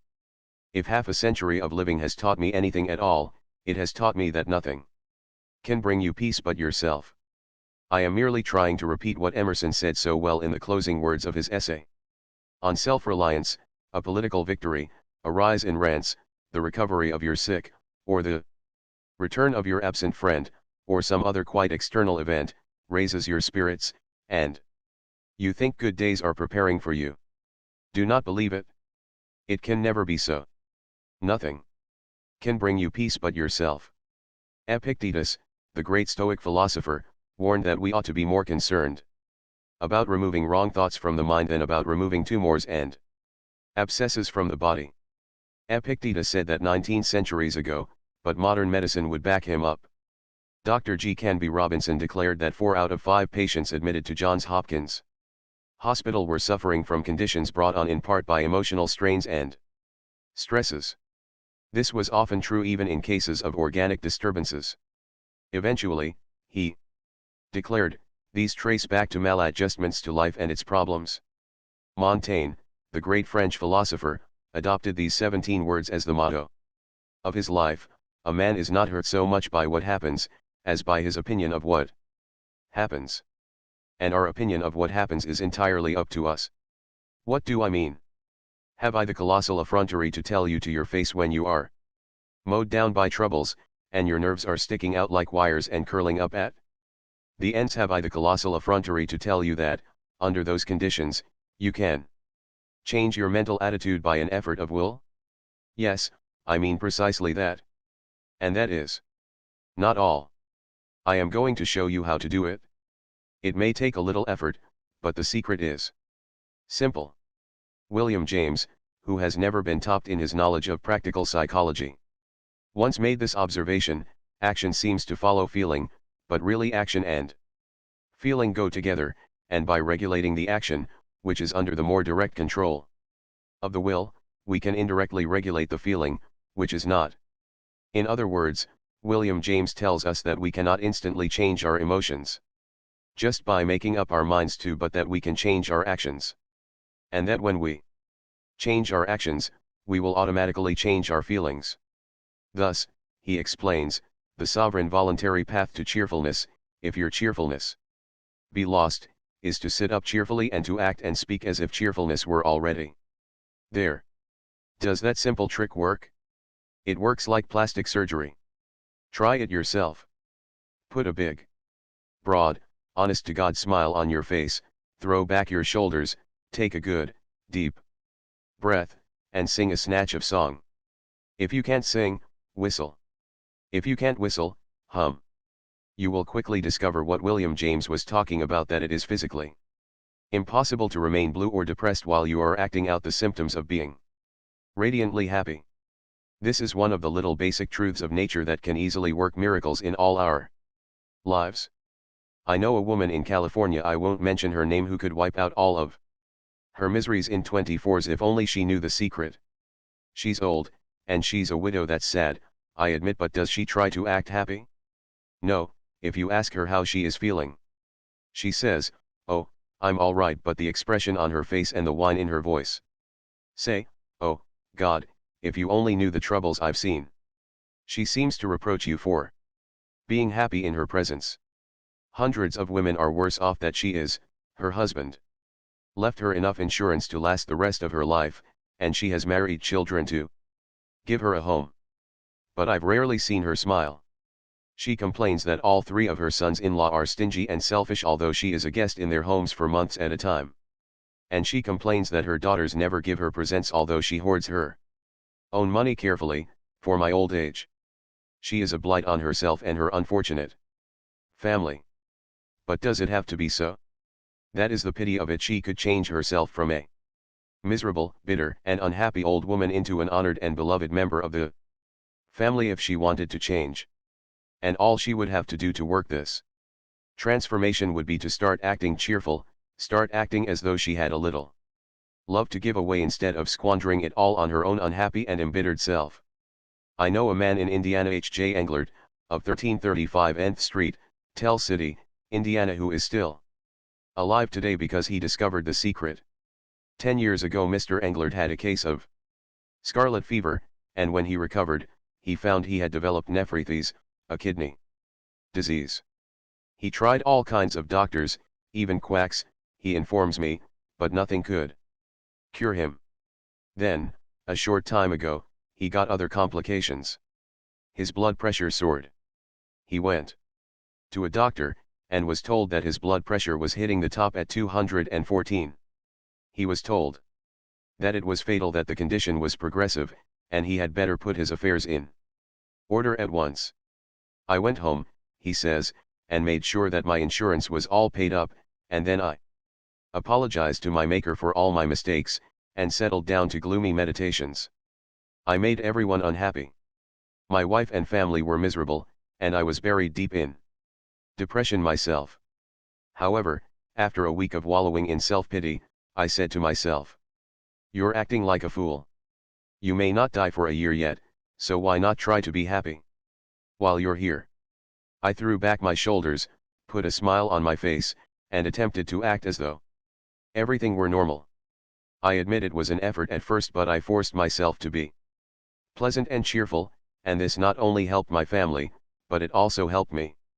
The first thing I knew, I began to feel better almost as well as I pretended to feel. The improvement went on. And today, months after I was supposed to be in my grave, I am not only happy, well, and alive, but my blood pressure is down. I know one thing for certain, the doctor's prediction would certainly have come true if I had gone on thinking dying thoughts of defeat. But I gave my body a chance to heal itself, by nothing in the world but a change of mental attitude. Let me ask you a question: if merely acting cheerful and thinking positive thoughts of health and courage can save this man's life, why should you and I tolerate for 1 minute more our minor glooms and depressions? Why make ourselves, and everyone around us, unhappy and blue, when it is possible for us to start creating happiness by merely acting cheerful? Years ago, I read a little book that had a lasting and profound effect on my life. It was called As a Man Thinketh, by James Lane Allen, and here's what it said. A man will find that as he alters his thoughts towards things and other people, things and other people will alter towards him. Let a man radically alter his thoughts, and he will be astonished at the rapid transformation it will effect in the material conditions of his life. Men do not attract that which they want, but that which they are. The divinity that shapes our ends is in ourselves. It is our very self. All that a man achieves is the direct result of his own thoughts. A man can only rise, conquer and achieve by lifting up his thoughts. He can only remain weak and abject and miserable by refusing to lift up his thoughts. According to the book of Genesis, the Creator gave man dominion over the whole wide earth. A mighty big present. But I am not interested in any such super-royal prerogatives. All I desire is dominion over myself, dominion over my thoughts, dominion over my fears, dominion over my mind and over my spirit. And the wonderful thing is that I know that I can attain this dominion to an astonishing degree, any time I want to, by merely controlling my actions, which in turn control my reactions. So let us remember these words of William James: much of what we call evil can often be converted into a bracing and tonic good by a simple change of the sufferer's inner attitude from one of fear to one of fight. Let's fight for our happiness. Let's fight for our happiness by following a daily program of cheerful and constructive thinking. Here is such a program. It is entitled Just for Today. I found this program so inspiring that I gave away hundreds of copies. It was written 36 years ago by the late Sybil F. Partridge. If you and I follow it, we will eliminate most of our worries and increase immeasurably our portion of what the French call la joie de vivre. Just for today. Just for today I will be happy. This assumes that what Abraham Lincoln said is true. That most folks are about as happy as they make up their minds to be. Happiness is from within, it is not a matter of externals. Just for today I will try to adjust myself to what is, and not try to adjust everything to my own desires. I will take my family, my business, and my luck as they come and fit myself to them. Just for today I will take care of my body. I will exercise it, care for it, nourish it, not abuse it nor neglect it, so that it will be a perfect machine for my bidding. Just for today I will try to strengthen my mind. I will learn something useful. I will not be a mental loafer. I will read something that requires effort, thought and concentration. Just for today I will exercise my soul in 3 ways. I will do somebody a good turn and not get found out. I will do at least 2 things I don't want to do, as William James suggests, just for exercise. Just for today I will be agreeable. I will look as well as I can, dress as becomingly as possible, talk low, act courteously, be liberal with praise, criticize not at all, nor find fault with anything, and not try to regulate nor improve anyone. 7 Just for today I will try to live through this day only, not to tackle my whole life. Problem at once. I can do things for 12 hours that would appall me if I had to keep them up for a lifetime. 8 Just for today I will have a program. I will write down what I expect to do every hour. I may not follow it exactly, but I will have it. It will eliminate 2 pests, hurry and indecision. 9 Just for today I will have a quiet half hour all by myself and relax. In this half hour, sometimes I will think of God, so as to get a little more perspective into my life. 10 Just for today I will be unafraid, especially I will not be afraid to be happy, to enjoy what is beautiful, to love, and to believe that those I love me. If we want to develop a mental attitude that will bring us peace and happiness, here is Rule 1. Think and act cheerfully, and you will feel cheerful. Chapter 13, The High Cost of Getting Even. One night, years ago, as I was traveling through Yellowstone Park, I sat with other tourists on bleachers facing a dense growth of pine and spruce. Presently the animal, which we had been waiting to see, the terror of the forests, the grizzly bear, strode out into the glare of the lights and began devouring the garbage that had been dumped there from the kitchen of one of the park hotels. A forest ranger, Major Martindale, sat on a horse and talked to the excited tourists about bears. He told us that the grizzly bear can whip any other animal in the Western world, with the possible exception of the buffalo and the Kodiak bear, yet I noticed that night that there was one animal, and only one, that the grizzly permitted to come out of the forest and eat with him under the glare of the lights, a skunk. The grizzly knew that he could liquidate a skunk with one swipe of his mighty paw. Why didn't he do it? Because he had found from experience that it didn't pay. I found that out, too. As a farm boy, I trapped 4-legged skunks along the hedgerows in Missouri, and, as a man, I encountered a few 2-legged skunks on the sidewalks of New York. I have found from sad experience that it doesn't pay to stir up either variety. When we hate our enemies, we are giving them power over us, power over our sleep, our appetites, our blood pressure, our health, and our happiness. Our enemies would dance with joy if only they knew how they were worrying us, lacerating us, and getting even with us. Our hate is not hurting them, but our hate is turning our own days and nights into a hellish turmoil. Who do you suppose said this? If selfish people try to take advantage of you, cross them off your list, but don't try to get even. When you try to get even, you hurt yourself more than you hurt the other fellow. Those words sound as if they might have been uttered by some starry-eyed idealist. But they weren't. Those words appeared in a bulletin issued by the police department of Milwaukee. How will trying to get even hurt you? In many ways. According to Life magazine, it may even wreck your health.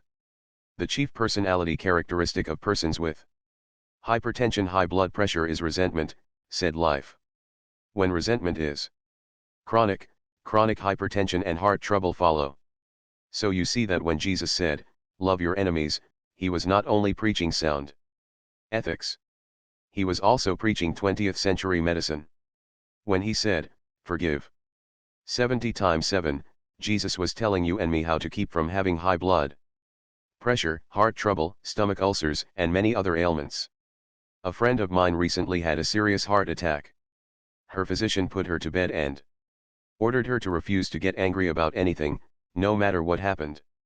Physicians know that if you have a weak heart, a fit of anger can kill you. Did I say can kill you? A fit of anger did kill a restaurant owner in Spokane, Washington, a few years ago. I have in front of me now a letter from Jerry Swartu, chief of the police department, Spokane, Washington, saying, a few years ago, William Faber, a man of 68, who owned a CAF-6 here in Spokane, killed himself by flying into a rage because his cook insisted on drinking coffee out of his saucer. The cafe owner was so indignant that he grabbed a revolver and started to chase the cook and fell dead from heart failure with his hand still gripping the gun. The coroner's report declared that anger had caused the heart failure. When Jesus said, "Love your enemies," he was also telling us how to improve our looks. I know women, and so do you, whose faces have been wrinkled and hardened by hate and disfigured by resentment. All the beauty treatments in Christendom won't improve their looks half so much as would a heart full of forgiveness, tenderness, and love. Hatred destroys our ability to enjoy even our food. The Bible puts it this way: better is a dinner of herbs where love is, than a stalled ox and hatred therewith. Wouldn't our enemies rub their hands with glee if they knew that our hate for them was exhausting us, making us tired and nervous, ruining our looks, giving us heart trouble, and probably shortening our lives? Even if we can't love our enemies, let's at least love ourselves. Let's love ourselves so much that we won't permit our enemies to control our happiness, our health, and our looks. As Shakespeare put it, heat not a furnace for your foe so hot that it do singe yourself. When Jesus said that we should forgive our enemies 70 times 7, he was also preaching sound business. For example, I have before me as I write a letter I received from George Rona, Freigata N24, Uppsala, Sweden. For years, George Rona was an attorney in Vienna, but during the Second World War, he fled to Sweden. He had no money, needed work badly. Since he could speak and write several languages, he hoped to get a position as correspondent for some firm engaged in importing or exporting. Most of the firms replied that they had no need of such services because of the war, but they would keep his name on file, and so on. One man, however, wrote George Rona a letter saying, "What you imagine about my business is not true. You are both wrong and foolish. I do not need any correspondent. Even if I did need one, I wouldn't hire you. Because you can't even write good Swedish. Your letter is full of mistakes." When George Rona read that letter, he was as mad as Donald Duck. What did this Swede mean by telling him he couldn't write the language? Why, the letter that this Swede himself had written was full of mistakes. So George Rona wrote a letter that was calculated to burn this man up. Then he paused. He said to himself, "Wait a minute. Now, how do I know this man isn't right? I have studied Swedish, but it's not my native language, so maybe I do make mistakes I don't know anything about. If I do, then I certainly have to study harder if I ever hope to get a job. This man has possibly done me a favor, even though he didn't mean to. The mere fact that he expressed himself in disagreeable terms doesn't alter my debt to him. Therefore, I am going to write him and thank him for what he has done." So George Rona tore up the scorching letter he had already written, and wrote another that said, "It was kind of you to go to the trouble of writing to me, especially when you do not need a correspondent.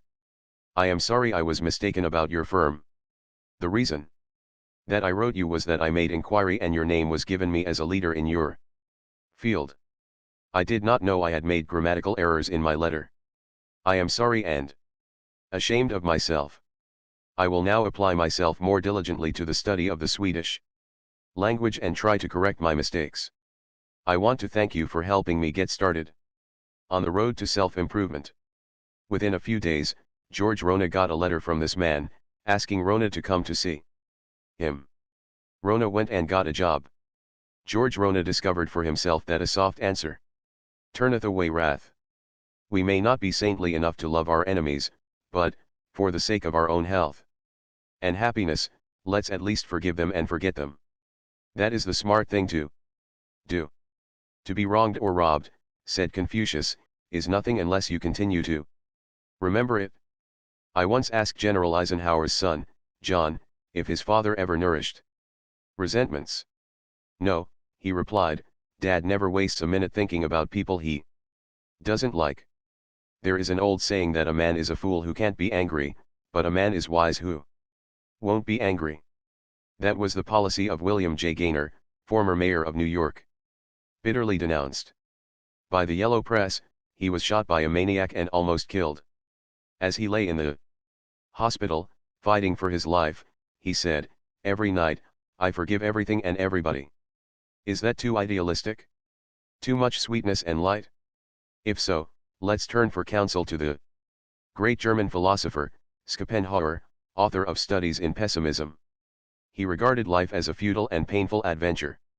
Gloom dripped from him as he walked, yet out of the depths of his despair, Schopenhauer cried, If possible, no animosity should be felt for anyone. I once asked Bernard Baruch, the man who was the trusted advisor to 6 presidents, Wilson, Harding, Coolidge, Hoover, Roosevelt, and Truman, whether he was ever disturbed by the attacks of his enemies. "No man can humiliate me or disturb me," he replied. "I won't let him. No one can humiliate or disturb you and me, either, unless we let him. But words can never hurt me." Throughout the ages, mankind has burned its candles before those Christ-like individuals who bore no malice against their enemies. I have often stood in the Jasper National Park in Canada and gazed upon one of the most beautiful mountains in the Western world, a mountain named in honor of Edith Cavell, the British nurse who went to her death like a saint before a German firing squad on October 12, 1915. Her crime? She had hidden and fed and nursed wounded French and English soldiers in her Belgian home, and had helped them escape into Holland. As the English chaplain entered her cell in the military prison in Brussels that October morning, to prepare her for death, Edith Cavell uttered 2 sentences that have been preserved in bronze and granite: "I realize that patriotism is not enough. I must have no hatred or bitterness toward anyone." 4 years later, her body was removed to England and memorial services were held in Westminster Abbey. Today, a granite statue stands opposite the National Portrait Gallery in London, a statue of one of England's immortals. I realize that patriotism is not enough. I must have no hatred or bitterness toward anyone. One sure way to forgive and forget our enemies is to become absorbed in some cause infinitely bigger than ourselves. Then the insults and the enmities we encounter won't matter, because we will be oblivious of everything but our cause. As an example, let's take an intensely dramatic event that was about to take place in the pine woods of Mississippi back in 1918. A lynching. Lawrence Jones, a colored teacher and preacher, was about to be lynched. A few years ago, I visited the school that Lawrence Jones founded, the Piney Woods Country School, and I spoke before the student body. That school is nationally known today, but the incident I am going to relate occurred long before that. It occurred back in the highly emotional days of the First World War. A rumor had spread through central Mississippi that the Germans were arousing the Negroes and inciting them to rebellion.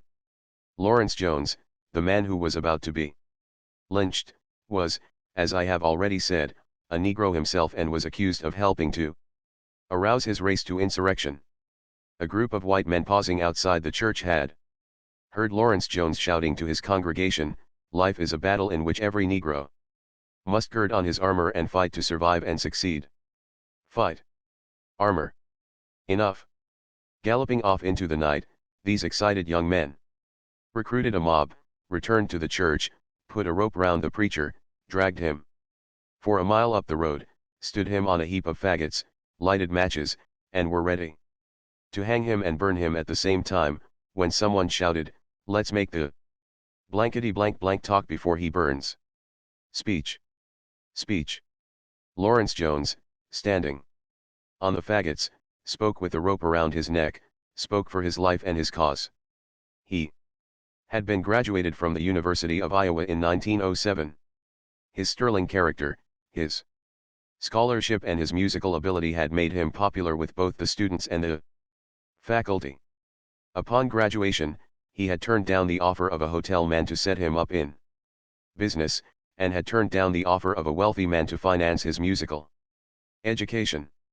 Why? Because he was on fire with a vision. Reading the story of Booker T. Washington's life, he had been inspired to devote his own life to educating the poverty-stricken, illiterate members of his race. So he went to the most backward belt he could find in the South, a spot 25 miles south of Jackson, Mississippi. Pawning his watch for $1.65, he started his school in the open woods with a stump for a desk. Lawrence Jones told these angry men who were waiting to lynch him of the struggle he had had to educate these unschooled boys and girls and to train them to be good farmers, mechanics, cooks, housekeepers. He told of the white men who had helped him in his struggle to establish Piney Woods Country School, white men who had given him land, lumber, and pigs, cows and money, to help him carry on his educational work. When Lawrence Jones was asked afterward if he didn't hate the men who had dragged him up the road to hang him and burn him, he replied that he was too busy with his cause to hate, too absorbed in something bigger than himself.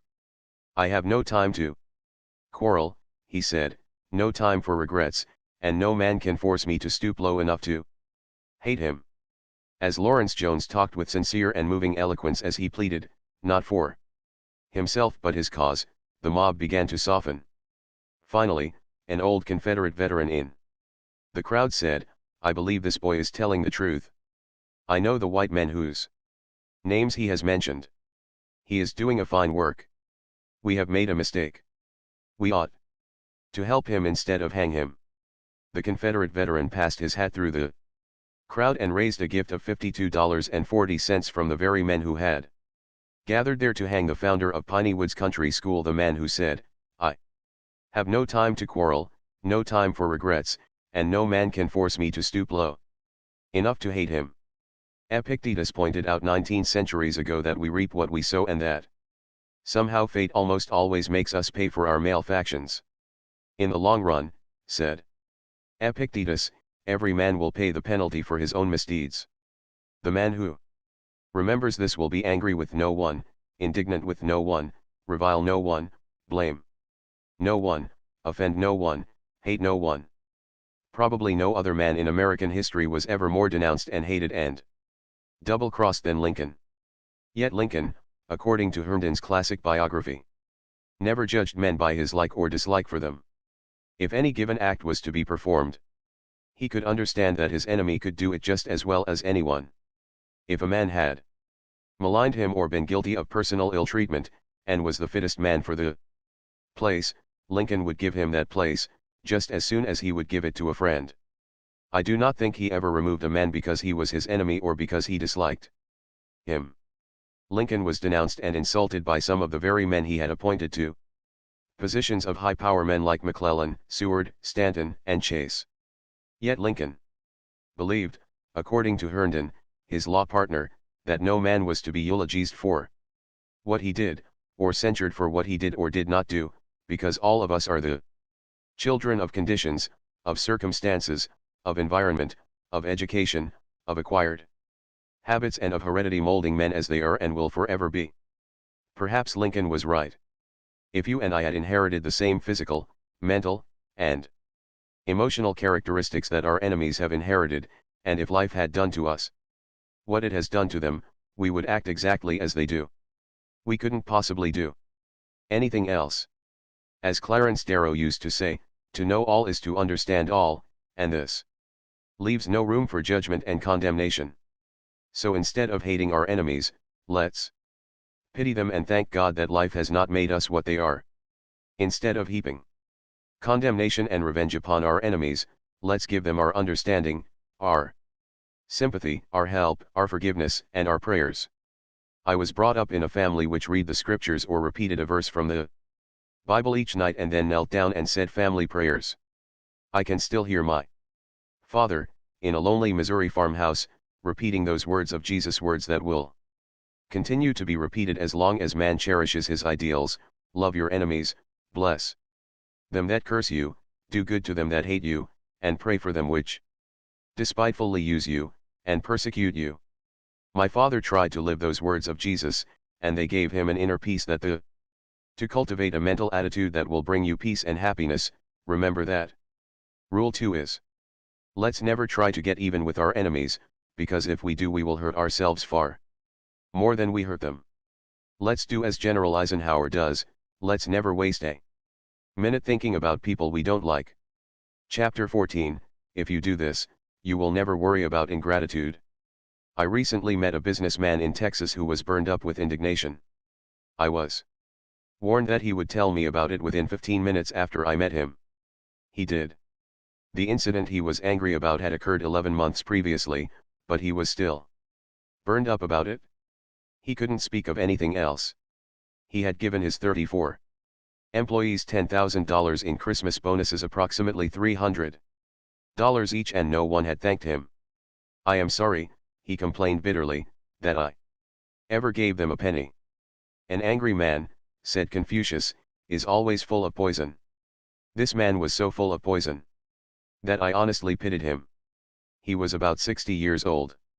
Now, life insurance companies figure that, on the average, we will live slightly more than 2/3 of the difference between our present age and 80. So this man, if he was lucky, probably had about 14 or 15 years to live.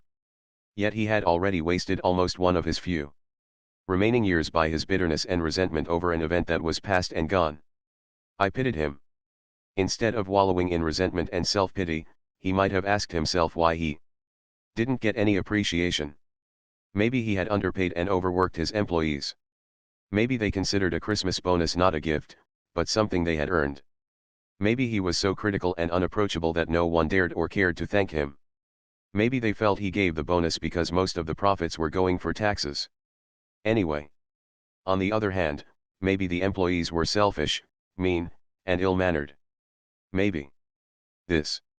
Maybe that. I don't know any more about it than you do. But I do know what Dr. Samuel Johnson said: gratitude is a fruit of great cultivation.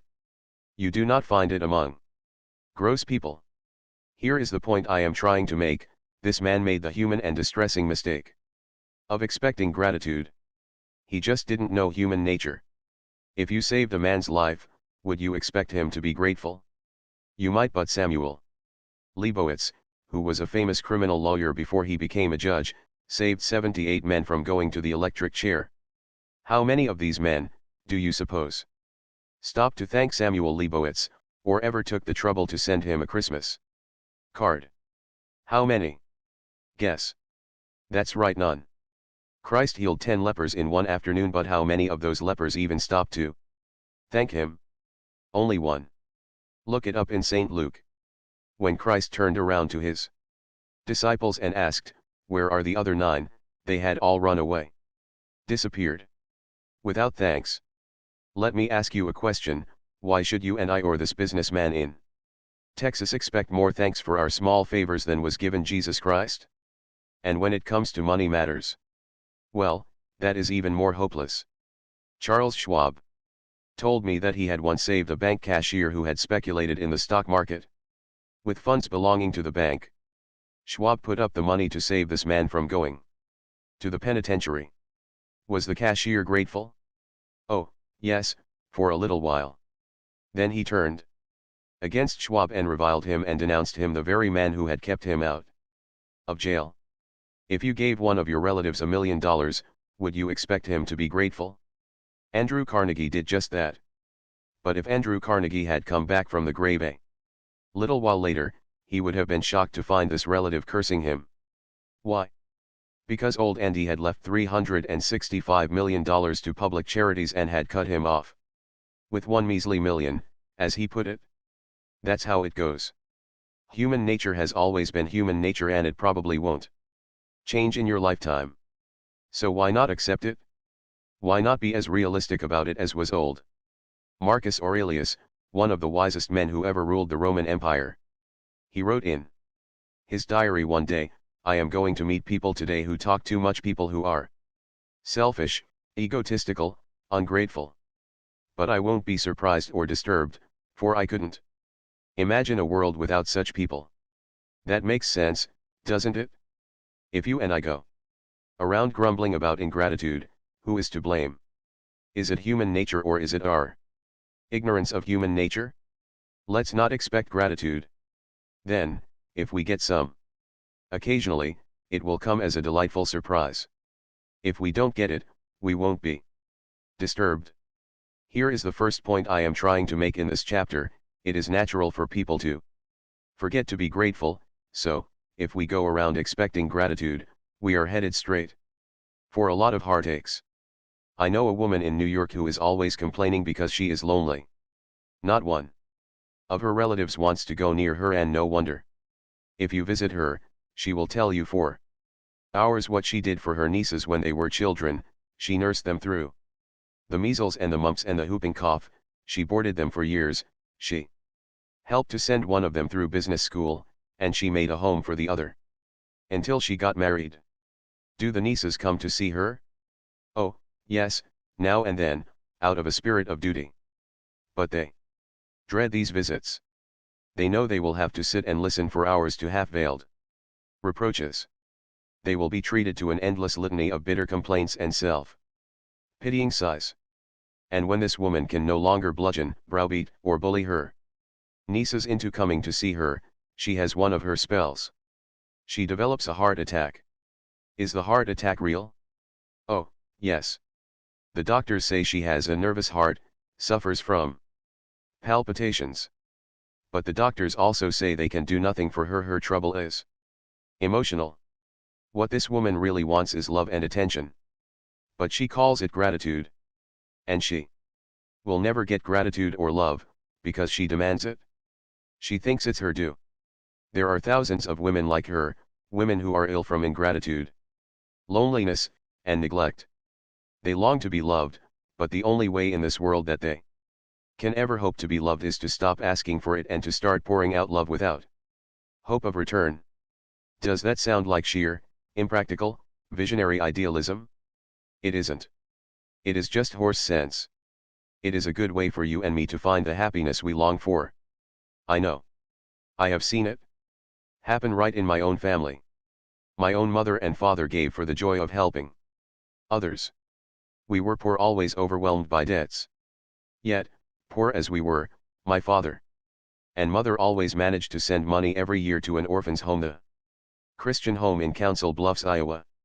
Mother and father never visited that home. Probably no one thanked them for their gifts except by letter, but they were richly repaid, for they had the joy of helping little children without wishing for or expecting any gratitude in return. After I left home, I would always send father and mother a check at Christmas and urge them to indulge in a few luxuries for themselves. But they rarely did. When I came home a few days before Christmas, father would tell me of the coal and groceries they had bought for some widow woman in town who had a lot of children and no money to buy food and fuel. What joy they got out of these gifts, the joy of giving without accepting anything whatever in return. I believe my father would almost have qualified for Aristotle's description of the ideal man, the man most worthy of being happy. The ideal man, said Aristotle, takes joy in doing favors for others, but he feels ashamed to have others do favors for him. For it is a mark of superiority to confer a kindness, but it is a mark of inferiority to receive it.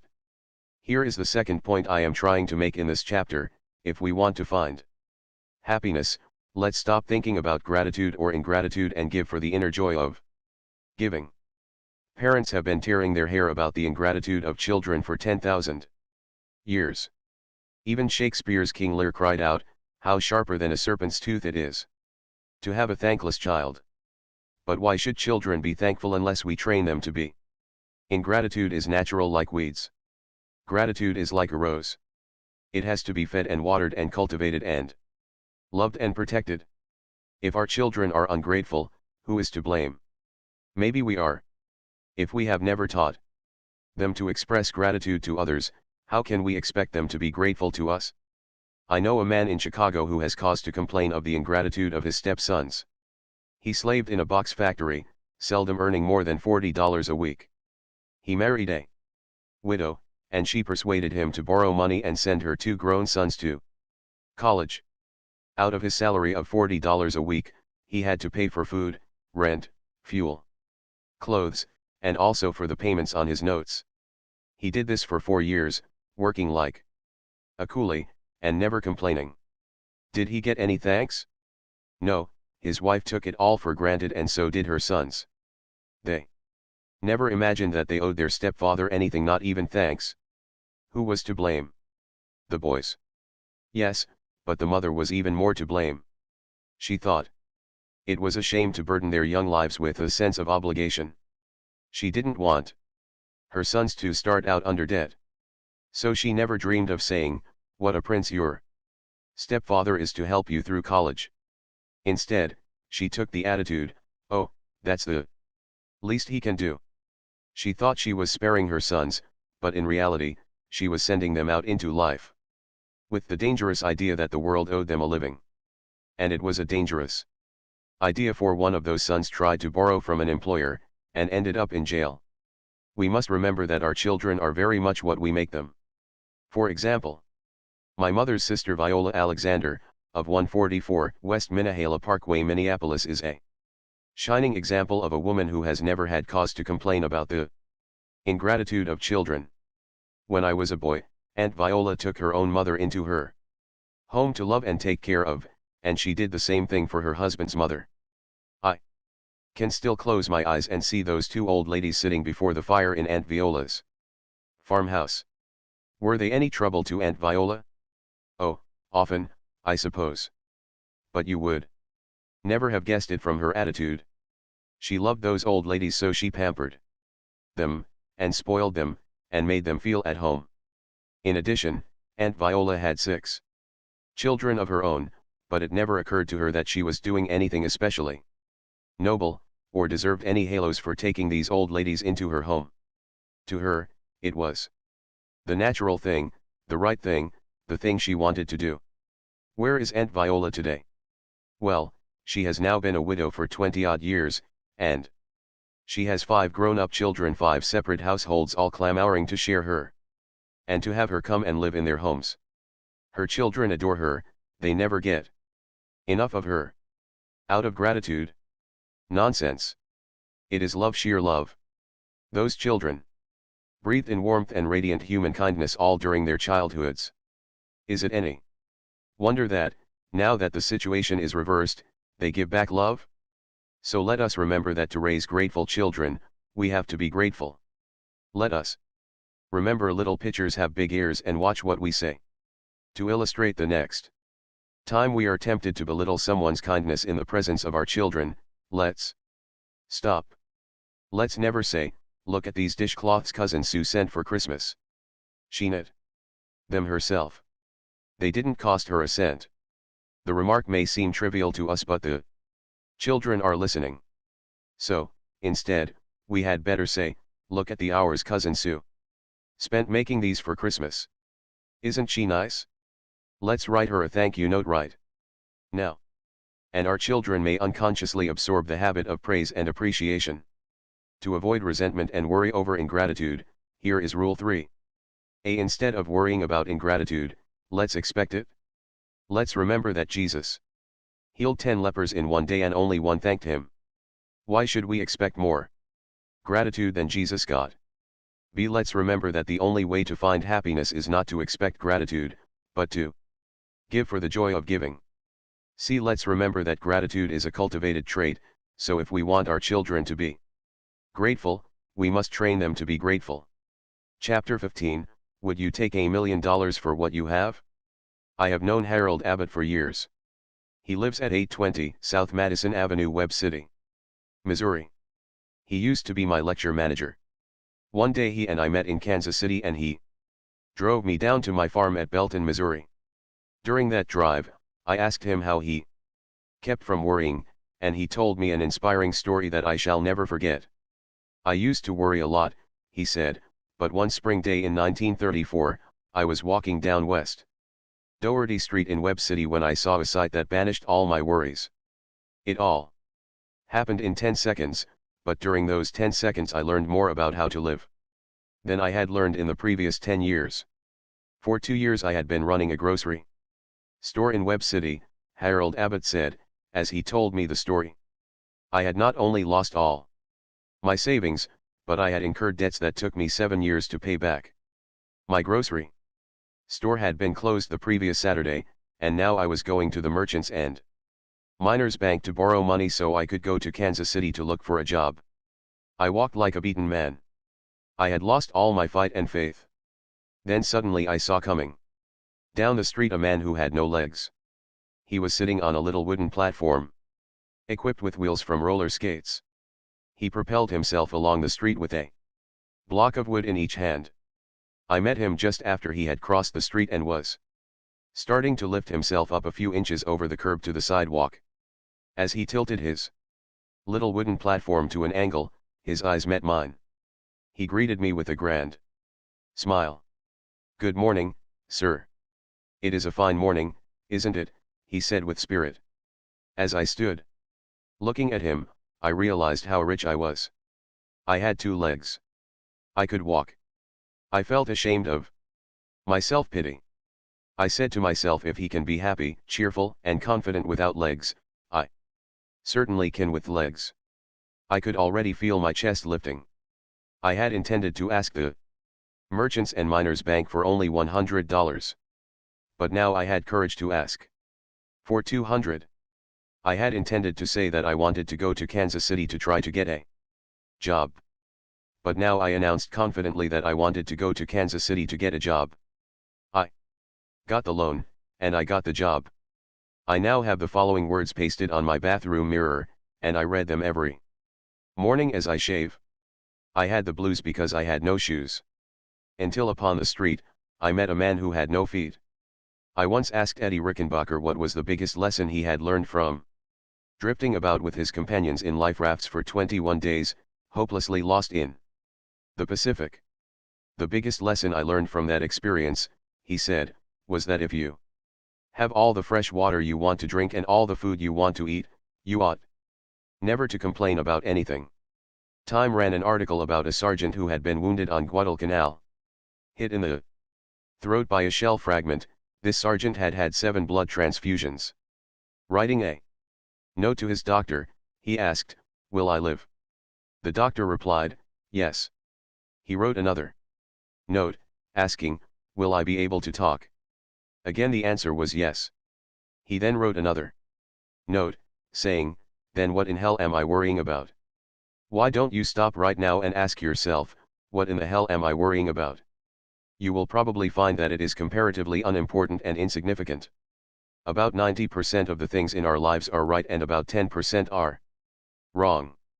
If we want to be happy, all we have to do is to concentrate on the 90% that are right and ignore the 10% that are wrong. If we want to be worried and bitter and have stomach ulcers, all we have to do is to concentrate on the 10% that are wrong and ignore the 90% that are glorious. The words think and thank are inscribed in many of the Cromwellian churches of England.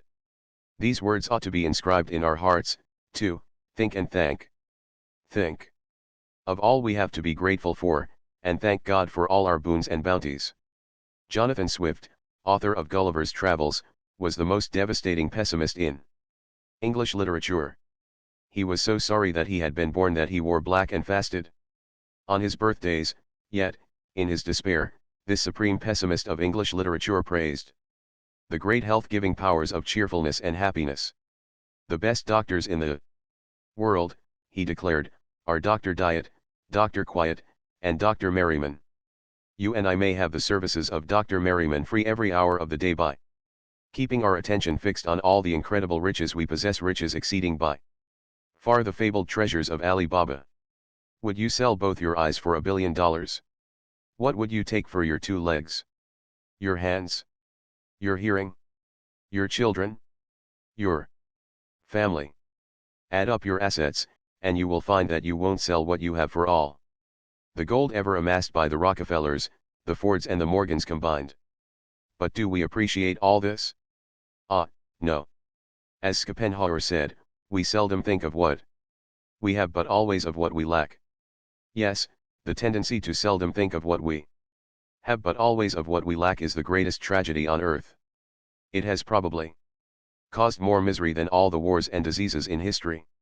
It caused John Palmer to turn from a regular guy into an old grouch, and almost wrecked his home. I know because he told me so. Mr. Palmer lives at 30 19th Avenue, Paterson, New Jersey. Shortly after I returned from the army, he said, I started in business for myself. I worked hard day and night. Things were going nicely. Then trouble started. I couldn't get parts and materials. I was afraid I would have to give up my business. I worried so much that I changed from a regular guy into an old grouch. I became so sour and cross that, well, I didn't know it then, but I now realize that I came very near to losing my happy home. Then one day a young, disabled veteran who works for me said, Johnny, you ought to be ashamed of yourself. You take on as if you were the only person in the world with troubles. Suppose you do have to shut up shop for a while, so what? You can start up again when things get normal. You've got a lot to be thankful for. Yet you are always growling. Boy, How I wish I were in your shoes. I look at me. I've got only one arm, and half of my face is shot away, and yet I am not complaining. If you don't stop your growling and grumbling, you will lose not only your business, but also your health, your home, and your friends. Those remarks stopped me dead in my tracks. They made me realize how well off I was. I resolved then and there that I would change and be my old self again, and I did. A friend of mine, Lucille Blake, had to tremble on the edge of tragedy before she learned to be happy about what she had instead of worrying over what she lacked. I met Lucille years ago, when we were both studying short story writing in the Columbia University School of Journalism. 9 years ago, she got the shock of her life. She was living then in Tucson, Arizona. She had, well, here is the story as she told it to me. I had been living in a whirl, studying the organ at the University of Arizona, conducting a speech clinic in town, and teaching a class in musical appreciation at the desert Willow Ranch, where I was staying. I was going in for parties, dances, horseback rides. Under the stars. One morning I collapsed. My heart. You will have to lie in bed for a year of complete rest, the doctor said. He didn't encourage me to believe I would ever be strong again. In bed for a year. To be an invalid, perhaps to die. I was terror-stricken. Why did all this have to happen to me? What had I done to deserve it? I wept and wailed. I was bitter and rebellious. But I did go to bed as the doctor advised. A neighbor of mine, Mr. Rudolph, an artist, said to me, "You think now that spending a year in bed will be a tragedy. But it won't be. You will have time to think and get acquainted with yourself. You will make more spiritual growth in these next few months than you have made during all your previous life." I became calmer, and tried to develop a new sense of values. I read books of inspiration. One day I heard a radio commentator say, "You can express only what is in your own consciousness." I had heard words like these many times before. But now they reached down inside me and took root. I resolved to think only the thoughts I wanted to live by, thoughts of joy, happiness, health. I forced myself each morning, as soon as I awoke, to go over all the things I had to be grateful for. No pain. A lovely young daughter. My eyesight. My hearing. Lovely music on the radio. Time to read. Good food. Good friends. I was so cheerful and had so many visitors that the doctor put up a sign saying that only one visitor at a time would be allowed in my cabin, and only at certain hours. 9 years have passed since then, and I now lead a full, active life. I am deeply grateful now for that year I spent in bed. It was the most valuable and the happiest year I spent in Arizona. The habit I formed then of counting my blessings each morning still remains with me. It is one of my most precious possessions. I am ashamed to realize that I never really learned to live until I feared I was going to die. My dear Lucille Blake, you may not realize it, but you learned the same lesson that Dr. Samuel Johnson learned 200 years ago. The habit of looking on the best side of every event, said Dr. Johnson, is worth more than £1,000 a year. Those words were uttered, mind you, not by a professional optimist, but by a man who had known anxiety, rags, and hunger for 20 years and finally became one of the most eminent writers of his generation and the most celebrated conversationalist of all time. Logan Pearsall Smith packed a lot of wisdom into a few words when he said, "There are 2 things to aim at in life: first, to get what you want, and, after that, to enjoy it. Only the wisest of mankind achieve the second." Would you like to know how to make even dishwashing at the kitchen sink a thrilling experience? If so, read an inspiring book of incredible courage by Borghild Dahl. It is called I Wanted to See. This book was written by a woman who was practically blind for half a century. "I had only one eye," she writes, "and it was so covered with dense scars that I had to do all my seeing through one small opening in the left of the eye. I could see a book only by holding it up close to my face and by straining my one eye as hard as I could to the left." But she refused to be pitied, refused to be considered different. As a child, she Wanted to play hopscotch with other children, but she couldn't see the markings. So, after the other children had gone home, she got down on the ground and crawled along, with her eyes near to the marks. She memorized every bit of the ground where she and her friends played and soon became an expert at running games. She did her reading at home, holding a book of large print so close to her eyes that her eyelashes brushed the pages. She earned 2 college degrees, an A.B. from the University of Minnesota and a Master of Arts from Columbia University. She started teaching in the tiny village of Twin Valley, Minnesota, and rose until she became professor of journalism and literature at Augustana College in Sioux Falls, South Dakota. She taught there for 13 years, lecturing before women's clubs and giving radio talks about books and authors. In the back of my mind, she writes, there had always lurked a fear of total blindness. In order to overcome this, I had adopted a cheerful, almost hilarious, attitude towards life. Then in 1943, when she was 52 years old, a miracle happened, an operation at the famous Mayo Clinic. She could now see 40 times as well as she had ever been able to see before. A new and exciting world of loveliness opened before her. She now found it thrilling, even to wash dishes in the kitchen sink. I begin to play with the white fluffy suds in the dishpan, she writes. I dip my hands into them and I pick up a ball of tiny soap bubbles. I hold them up against the light, and in each of them I can see the brilliant colors of a miniature rainbow. As she looked through the window above the kitchen sink, she saw the flapping gray-black wings of the sparrows flying through the thick, falling snow.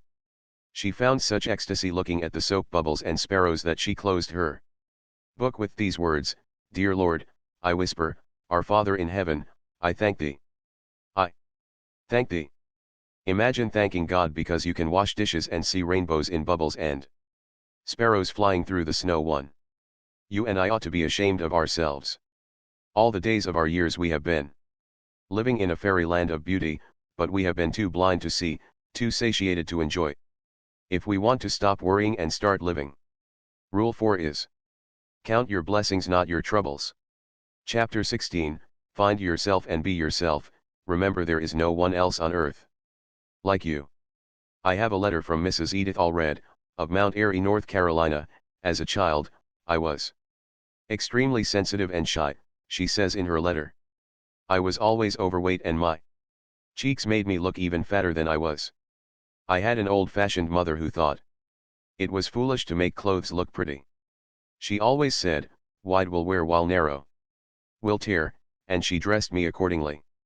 I never went to parties, never had any fun. And when I went to school, I never joined the other children in outside activities, not even athletics. I was morbidly shy. I felt I was different from everybody else, and entirely undesirable. When I grew up, I married a man who was several years my senior. But I didn't change. My in-laws were a poised and self-confident family. They were everything I should have been but simply was not. I tried my best to be like them, but I couldn't. Every attempt they made to draw me out of myself only drove me further into my shell. I became nervous and irritable. I avoided all friends. I got so bad I even dreaded the sound of the doorbell ringing. I was a failure. I knew it, and I was afraid my husband would find it out. So, whenever we were in public, I tried to be gay, and overacted my part. I knew I overacted, and I would be miserable for days afterwards. At last I became so unhappy that I could see no point in prolonging my existence. I began to think of suicide. What happened to change this unhappy woman's life? Just a chance remark. A chance remark, Mrs. Allred continued, transformed my whole life. My mother-in-law was talking one day of how she brought her children up, and she said, no matter what happened, I always insisted on their being themselves. On being themselves. That remark is what did it. In a flash, I realized I had brought all this misery on myself. By trying to fit myself into a pattern to which I did not conform. I changed overnight. I started being myself. I tried to make a study of my own personality. Tried to find out what I was. I studied my strong points. I learned all I could about colors and styles, and dressed in a way that I felt was becoming to me. I reached out to make friends.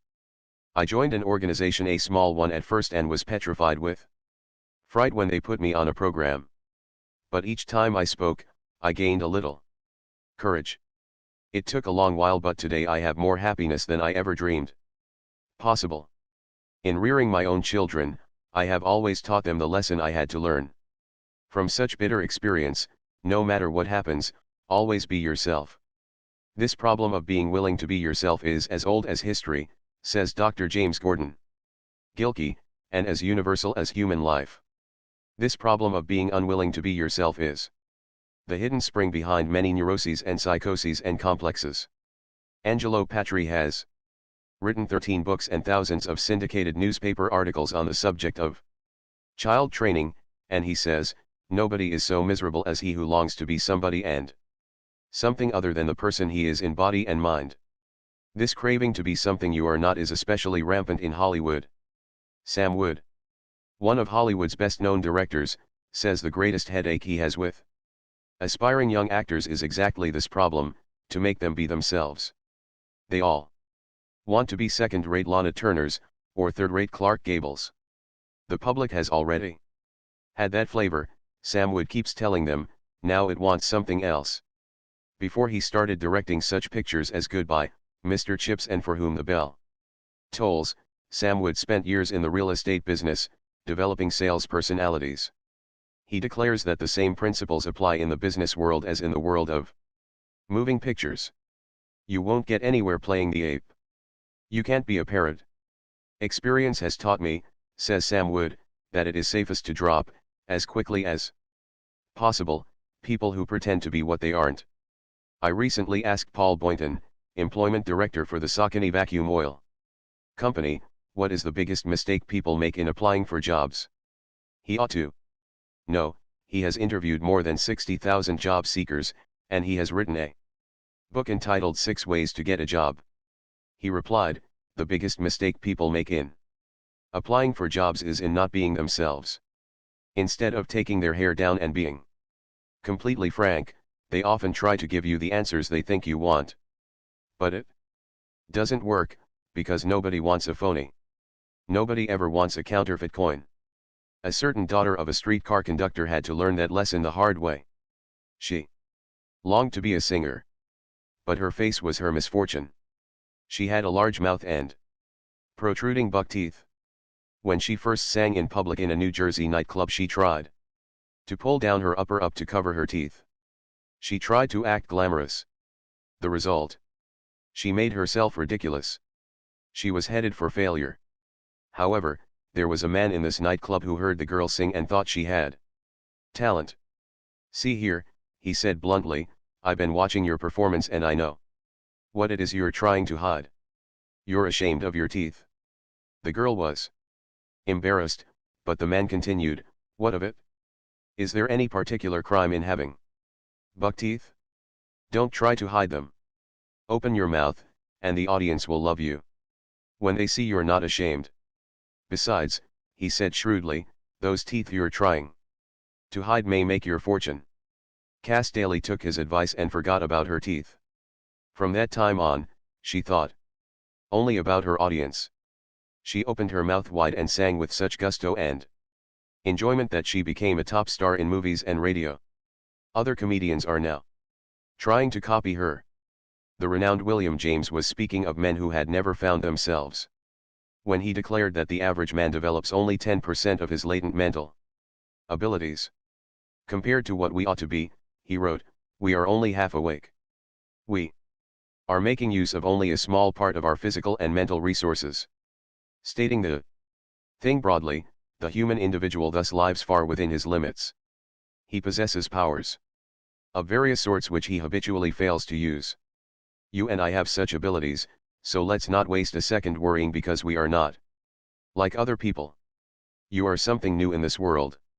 Never before, since the beginning of time, has there ever been anybody exactly like you, and never again. Throughout all the ages to come will there ever be anybody exactly like you again. The New science of genetics informs us that you are what you are largely as a result of 24 chromosomes contributed by your father and 24 chromosomes contributed by your mother. These 48 chromosomes comprise everything that determines what you inherit. In each chromosome there may be, says M. Scheinfeld, anywhere from scores to hundreds of genes, with a single gene, in some cases, able to change the whole life of an individual. Truly, we are fearfully and wonderfully made. Even after your mother and father met and mated, there was only one chance in 300,000 billion that the person who is specifically you would be born. In other words, if you had 300,000 billion brothers and sisters, they might have all been different from you. Is all this guesswork? No. It is a scientific fact. If you would like to read more about it, go to your public library and borrow a book entitled You and Heredity, by M. Scheinfeld. I can talk with conviction about this subject of being yourself because I feel deeply about it. I know what I am talking about. I know from bitter and costly experience. To illustrate, when I first came to New York from the cornfields of Missouri, I enrolled in the American Academy of Dramatic Arts. I aspired to be an actor. I had what I thought was a brilliant idea, a shortcut to success, an idea so simple, so foolproof, that I couldn't understand why thousands of ambitious people hadn't already discovered it. It was this: I would study how the famous actors of that day, John Drew, Walter Hampton, and Otis Skinner, got their effects. Then I would imitate the best point of each one of them and make myself into a shining, triumphant combination of all of them. How silly how absurd. I had to waste years of my life imitating other people before it penetrated through my thick Missouri skull that I had to be myself, and that I couldn't possibly be anyone else. That distressing experience ought to have taught me a lasting lesson. But it didn't. Not me. I was too dumb. I had to learn it all over again. Several years later, I set out to write what I hoped would be the best book on public speaking for businessmen that had ever been written. I had the same foolish idea about writing this book that I had formerly had about acting. I was going to borrow the ideas of a lot of other writers and put them all in one book, a book that would have everything. So I got scores of books on public speaking and spent a year incorporating their ideas into my manuscript. But it finally dawned on me once again that I was playing the fool. This hodgepodge of other men's ideas that I had written was so synthetic, so dull, that no businessman would ever plod through it. So I tossed a year's work into the wastebasket, and started all over again. This time I said to myself, you've got to be Dale Carnegie, with all his faults and limitations. You can't possibly be anybody else. So I quit trying to be a combination of other men, and rolled up my sleeves and did what I should have done in the first place. I wrote a textbook on public speaking out of my own experiences, observations, and convictions as a speaker and a teacher of speaking. I learned for all time, I hope, the lesson that Sir Walter Raleigh learned. I am not talking about the Sir Walter who threw his coat in the mud for the Queen to step on. I am talking about the Sir Walter Raleigh who was professor of English literature at Oxford back in 1904. I can't write a book commensurate with Shakespeare, he said, but I can write a book by me. Be yourself. Act on the sage advice that Irving Berlin gave the late George Gershwin. When Berlin and Gershwin first met, Berlin was famous but Gershwin was a struggling young composer working for $35 a week in Tin Pan Alley. Berlin, impressed by Gershwin's ability, offered Gershwin a job as his musical secretary at almost 3 times the salary he was then getting. But don't take the job, Berlin advised. If you do, you may develop into a second-rate Berlin. But if you insist on being yourself, someday you'll become a first-rate Gershwin. Gershwin heeded that warning and slowly transformed himself into one of the significant American composer of his generation. Charlie Chaplin, Will Rogers, Mary Margaret McBride, Gene Autry, and millions of others had to learn the lesson I am trying to hammer home in this chapter. They had to learn the hard way, just as I did. When Charlie Chaplin first started making films, the director of the pictures insisted on Chaplin's imitating a popular German comedian of that day. Charlie Chaplin got nowhere until he acted himself. Bob Hope had a similar experience, spent years in a singing and dancing act and got nowhere until he began to wisecrack and be himself. Will Rogers twirled a rope in vaudeville for years without saying a word. He got nowhere until he discovered his unique gift for humor and began to talk as he twirled his rope. When Mary Margaret McBride first went on the air, she tried to be an Irish comedian and failed. When she tried to be just what she was, a plain country girl from Missouri, she became one of the most popular radio stars in New York. When Gene Autry tried to get rid of his Texas accent and dressed like city boys and claimed he was from New York, people merely laughed behind his back. But when he started twanging his banjo and singing cowboy ballads, Gene Autry started out on a career that made him the world's most popular cowboy both in pictures and on the radio. You are something new in this world. Be glad of it. Make the most of what nature gave you. In the last analysis, all art is autobiographical. You can sing only what you are. You can paint only what you are. You must be what your experiences, your environment, and your heredity have made you. For better or for worse, you must cultivate your own little garden. For better or for worse, you must play your own little instrument in the orchestra of life. As Emerson said in his essay on self-reliance, there is a time in every man's education when he arrives at the conviction that envy is ignorance, that imitation is suicide, that he must take himself for better, for worse, as his portion, that though the wide universe is full of good, no kernel of nourishing corn can come to him but through his toil bestowed on that plot of ground which is given him to till. The power which resides in him is new in nature, and none but he knows what that is which he can do. Nor does he know until he has tried. That is the way Emerson said it. But here is the way a poet, the late Douglas Mallock, said it. If you can't be a pine on the top of the hill, be a scrub in the valley, but be the best little scrub by the side of the rill. Be a bush, if you can't be a tree. If you can't be a bush, be a bit of the grass. If you can't be a muskie, then just be a bass, but the liveliest bass in the lake. We can't all be captains, we've got to be crew. There's something for all of us here. There's big work to do and there's lesser to do. And the task we must do is the near. If you can't be a highway, then just be a trail. If you can't be the sun, be a star. It isn't by the size that you win or you fail, be the best of whatever you are. To cultivate a mental attitude that will bring us peace and freedom from worry, here is Rule 5. Let's not imitate others. Let's find ourselves and be ourselves. Chapter 17, If you have a lemon, make a lemonade. While writing this book, I dropped in one day at the University of Chicago and asked the Chancellor, Robert Maynard Hutchins, how he kept from worrying. He replied, I have always tried to follow a bit of advice given me by the late Julius Rosenwald, president of Sears, Roebuck and Company, when you have a lemon, make lemonade. That is what a great educator does. But the fool does the exact opposite. If he finds that life has handed him a lemon, he gives up and says, I'm beaten. It is fate. I haven't got a chance. Then he proceeds to rail against the world and indulge in an orgy of self-pity. But when the wise man is handed a lemon, he says, what lesson can I learn from this misfortune? How can I improve my situation? How can I turn this lemon into a lemonade? After spending a lifetime studying people and their hidden reserves of power, the great psychologist, Alfred Adler, declared that one of the wonder-filled characteristics of human beings is their power to turn a minus into a plus. Here is an interesting and stimulating story of a woman I know who did just that.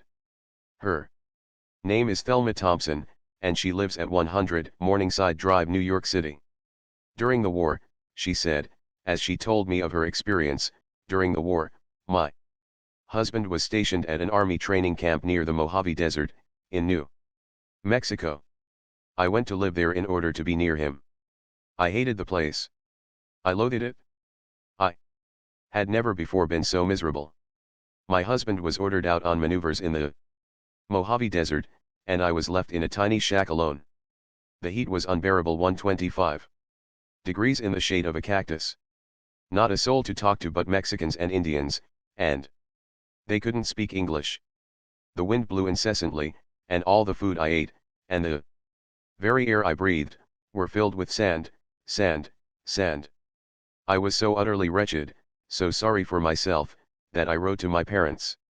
I told them I was giving up and coming back home. I said I couldn't stand it 1 minute longer. I would rather be in jail. My father answered my letter with just 2 lines that will always sing in my memory, 2 lines that completely altered my life. 2 men looked out from prison bars. One saw the mud, the other saw stars. I read those 2 lines over and over. I was ashamed of myself.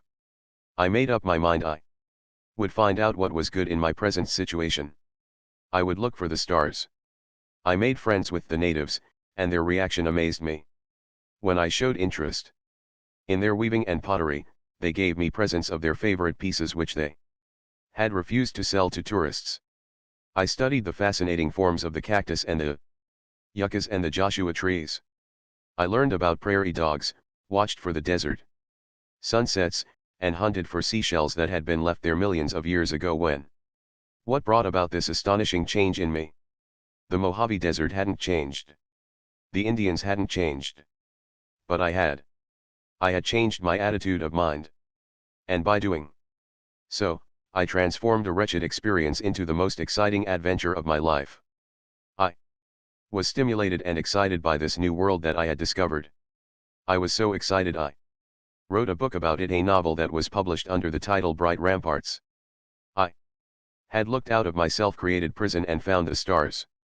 Thelma Thompson, you discovered an old truth that the Greeks taught 500 years before Christ was born: the best things are the most difficult. Harry Emerson Fosdick repeated it again in the 20th century: happiness is not mostly pleasure, it is mostly victory.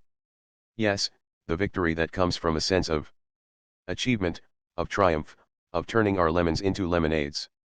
I once visited a happy farmer down in Florida who turned even a poison lemon into lemonade. When he first got this farm, he was discouraged. The land was so wretched. He could neither grow fruit nor raise pigs. Nothing thrived there but scrub oaks and rattlesnakes. Then he got his idea.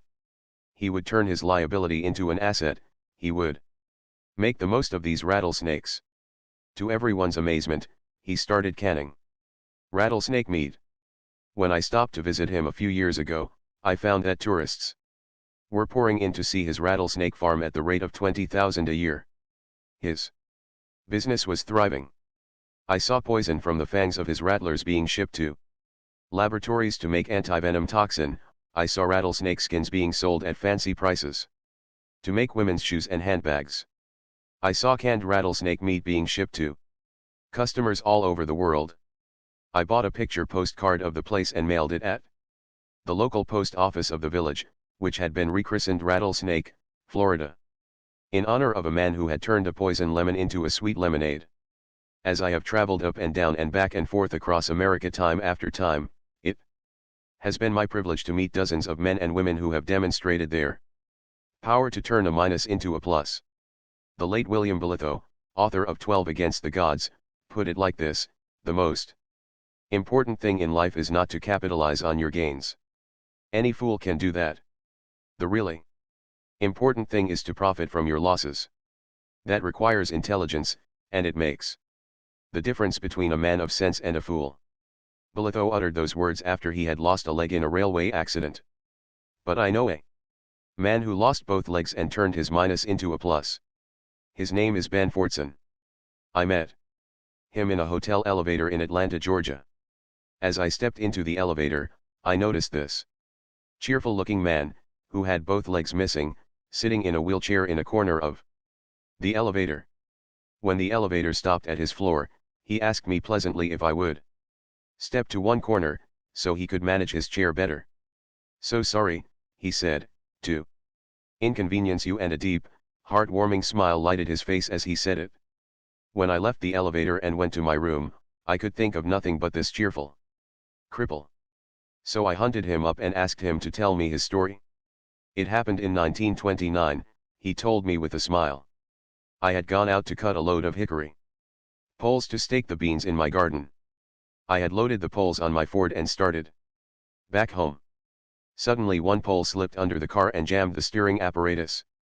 At the very moment I was making a sharp turn, the car shot over an embankment and hurled me against a tree. My spine was hurt. My legs were paralyzed. I was 24 when that happened, and I have never taken a step since.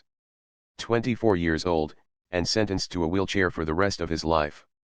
I asked him how he managed to take it so courageously, and he said, "I didn't." He said he raged and rebelled. He fumed about his fate. But as the years dragged on, he found that his rebellion wasn't getting him anything except bitterness. "I finally realized," he said, "that other people were kind and courteous to me. So the least I could do was to be kind and courteous to them." I asked if he still felt, after all these years, that his accident had been a terrible misfortune, and he promptly said, "No." He said, "I'm almost glad now that it happened." He told me that after he got over the shock and resentment, he began to live in a different world. He began to read and developed a love for good literature. In 14 years, he said, he had read at least 1,400 books, and those books had opened up new horizons for him and made his life richer than he ever thought possible. He began to listen to good music, and he is now thrilled by great symphonies that would have bored him before. But the biggest change was that he had time to think. "For the first time in my life," he said, "I was able to look at the world and get a real sense of values. I began to realize that most of the things I had been striving for before weren't worthwhile at all." As a result of his reading, he became interested in politics, studied public questions, made speeches from his wheelchair. He got to know people and people got to know him. Today Ben Fortson, still in his wheelchair, is Secretary of State for the state of Georgia. During the last 35 years, I have been conducting adult education classes in New York City, and I have discovered that one of the major regrets of many adults is that they never went to college. They seem to think that not having a college education is a great handicap. I know that this isn't necessarily true because I have known thousands of successful men who never went beyond high school. So I often tell these students the story of a man I knew who had never finished even grade school. He was brought up in blighting poverty. When his father died, his father's friends had to chip in to pay for the coffin in which he was buried. After his father's death, his mother worked in an umbrella factory 10 hours a day and then brought piecework home and worked until 11 o'clock at night. The boy brought up in these circumstances went in for amateur dramatics put on by a club in his church. He got such a thrill out of acting that he decided to take up public speaking. This led him into politics. By the time he reached 30, he was elected to the New York State Legislature. But he was woefully unprepared for such a responsibility. In fact, he told me that frankly he didn't know what it was all about. He studied the long, complicated bills that he was supposed to vote on, but, as far as he was concerned, those bills might as well have been written in the language of the Choctaw Indians. He was worried and bewildered when he was made a member of the Committee on Forests before he had ever set foot in a forest. He was worried and bewildered when he was made a member of the State Banking Commission before he had ever had a bank account.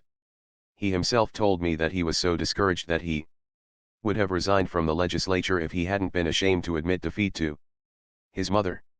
In despair, he decided to study 16 hours a day and turn his lemon of ignorance into a lemonade of knowledge.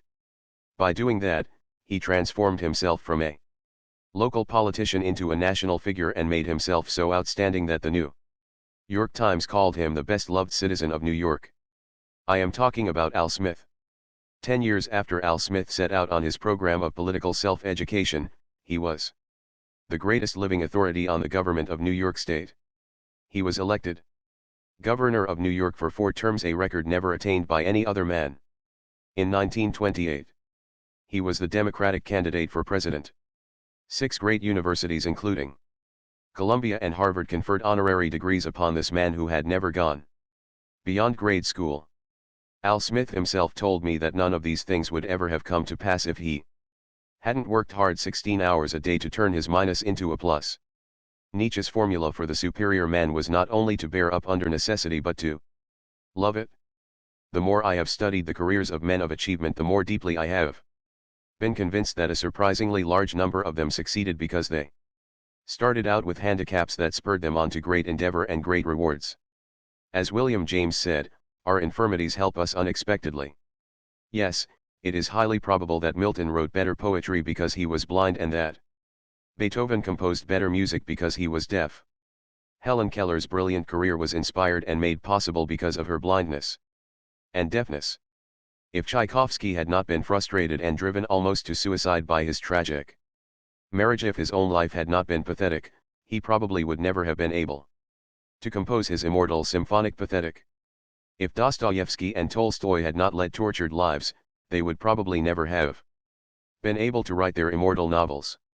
If I had not been so great an invalid, wrote the man who changed the scientific concept of life on Earth. If I had not been so great an invalid, I should not have done so much work as I have accomplished. That was Charles Darwin's confession that his infirmities had helped him unexpectedly. The same day that Darwin was born in England, another baby was born in a log cabin in the forests of Kentucky. He, too, was helped by his infirmities. His name was Lincoln Abraham Lincoln. If he had been reared in an aristocratic family and had had a law degree from Harvard and a happy married life, he would probably never have found in the depths of his heart the haunting words that he immortalized at Gettysburg, nor the sacred poem that he spoke at his second inauguration, the most beautiful and noble phrases ever uttered by a ruler of men, with malice toward none, with charity for all. Harry Emerson Fosdick says in his book, The Power to See It Through, there is a Scandinavian saying which some of us might well take as a rallying cry for our lives: the north wind made the Vikings. Wherever did we get the idea that secure and pleasant living, the absence of difficulty, and the comfort of ease, ever of themselves made people either good or happy?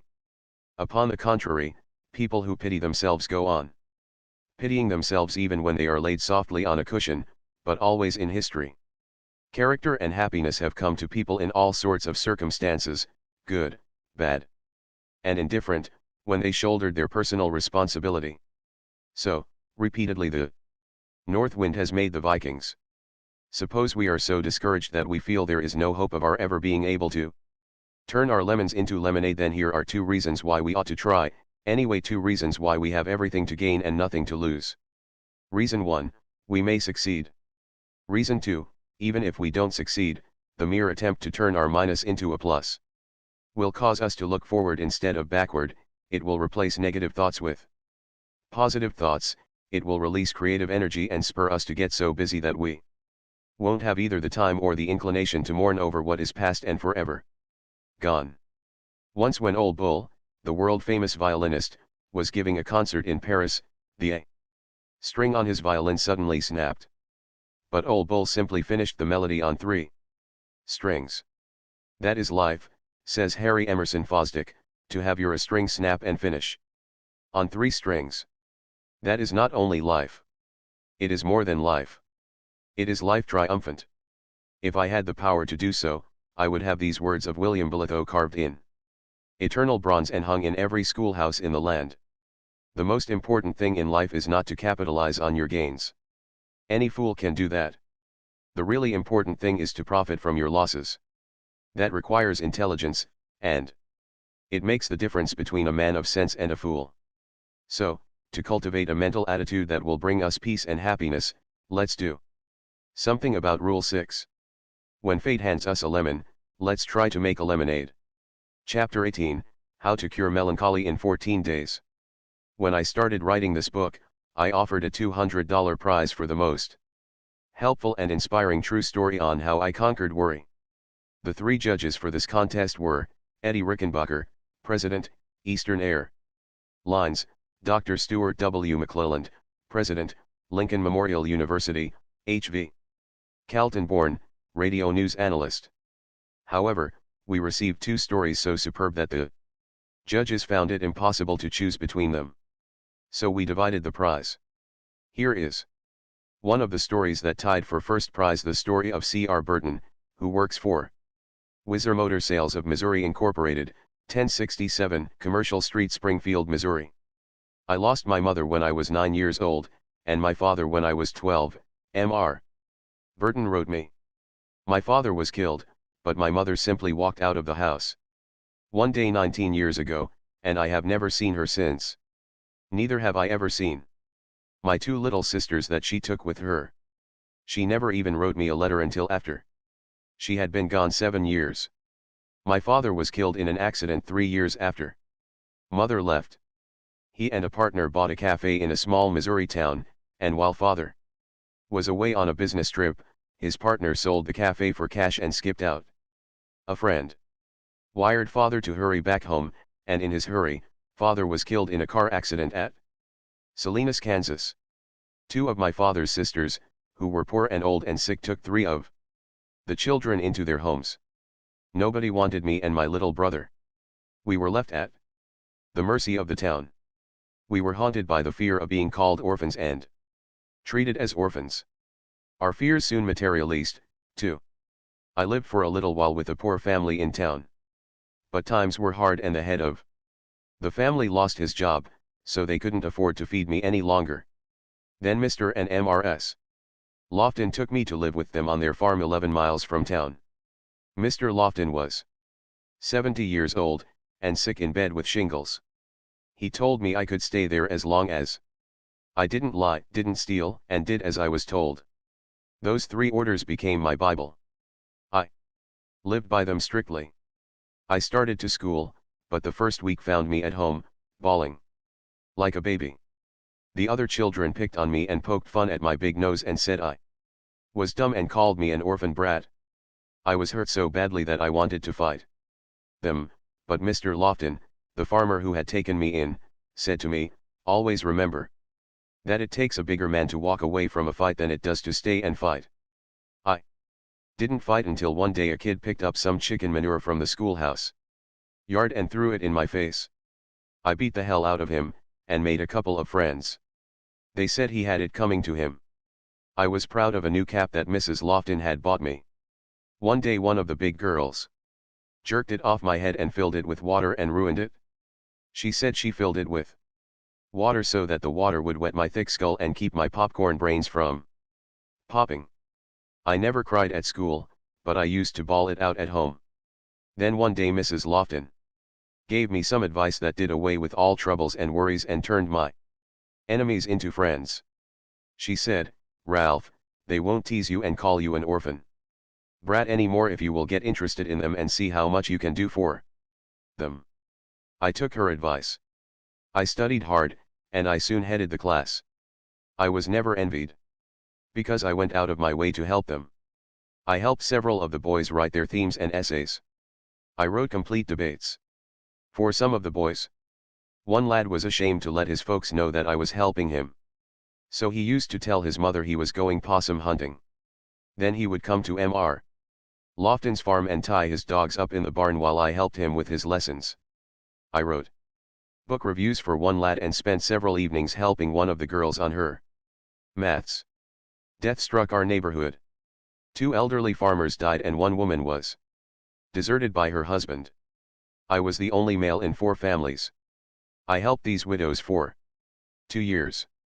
On my way to and from school, I stopped at their farms, cut wood for them, milked their cows, and fed and watered their stock. I was now blessed instead of cursed. I was accepted as a friend by everyone. They showed their real feelings when I returned home from the Navy. More than 200 farmers came to see me the first day I was home. Some of them drove as far as 80 miles, and their concern for me was really sincere. Because I have been busy and happy trying to help other people, I have few worries, and I haven't been called an orphan brat now for 13 years. Hooray for C.R. Burton. He knows how to win friends. And he also knows how to conquer worry and enjoy life.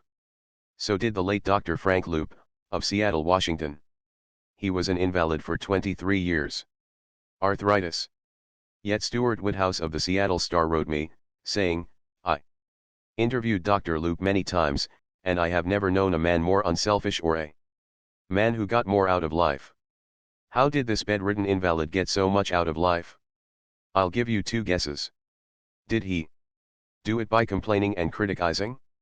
No. By wallowing in self-pity and demanding that he be the center of attention and everyone cater to him? No. Still wrong. He did it by adopting as his slogan the motto of the Prince of Wales, Ich dien I serve. He accumulated the names and addresses of other invalids and cheered both them and himself by writing happy, encouraging letters. In fact, he organized a letter-writing club for invalids and got them writing letters to one another. Finally, he formed a national organization called the Shut-In Society. As he lay in bed, he wrote an average of 1,400 letters a year and brought joy to thousands of invalids by getting radios and books for shut-ins. What was the chief difference between Dr. Loop and a lot of other people? Just this. Dr. Loop had the inner glow of a man with a purpose, a mission. He had the joy of knowing that he was being used by an idea far nobler and more significant than himself. Instead of being, as Shaw put it, a self-centered, little clod of ailments and grievances, complaining that the world would not devote itself to making him happy. Here is the most astonishing statement that I ever read from the pen of a great psychiatrist. This statement was made by Alfred Adler. He used to say to his melancholia patients, "You can be cured in 14 days if you follow this prescription. Try to think every day how you can please someone." That statement sounds so incredible that I feel I ought to try to explain it by quoting a couple of pages from Dr. Adler's splendid book, What Life Should Mean to You. Asterisk, by the way, there is a book you ought to read. Melancholia, says Adler in What Life Should Mean to You, is like a long-continued rage and reproach against others, though for the purpose of gaining care, sympathy and support, the patient seems only to be dejected about his own guilt. A melancholiac's first memory is generally something like this: I remember I wanted to lie on the couch, but my brother was lying there. I cried so much that he had to leave. Melancholiacs are often inclined to revenge themselves by committing suicide, and the doctor's first care is to avoid giving them an excuse for suicide. I myself try to relieve the whole tension by proposing to them, as the first rule in treatment, never do anything you don't like. This seems to be very modest, but I believe that it goes to the root of the whole trouble. If a melancholiac is able to do anything he wants, whom can he accuse? What has he got to revenge himself for? If you want to go to the theater, I tell him, or to go on a holiday, do it. If you find on the way that you don't want to, stop it. It is the best situation anyone could be in. It gives a satisfaction to his striving for superiority. He is like God and can do what he pleases. On the other hand, it does not fit very easily into his style of life. He wants to dominate and accuse others, and if they agree with him, there is no way of dominating them. This rule is a great relief, and I have never had a suicide among my patients. Generally the patient replies, "But there is nothing I like doing." I have prepared for this answer, because I have heard it so often.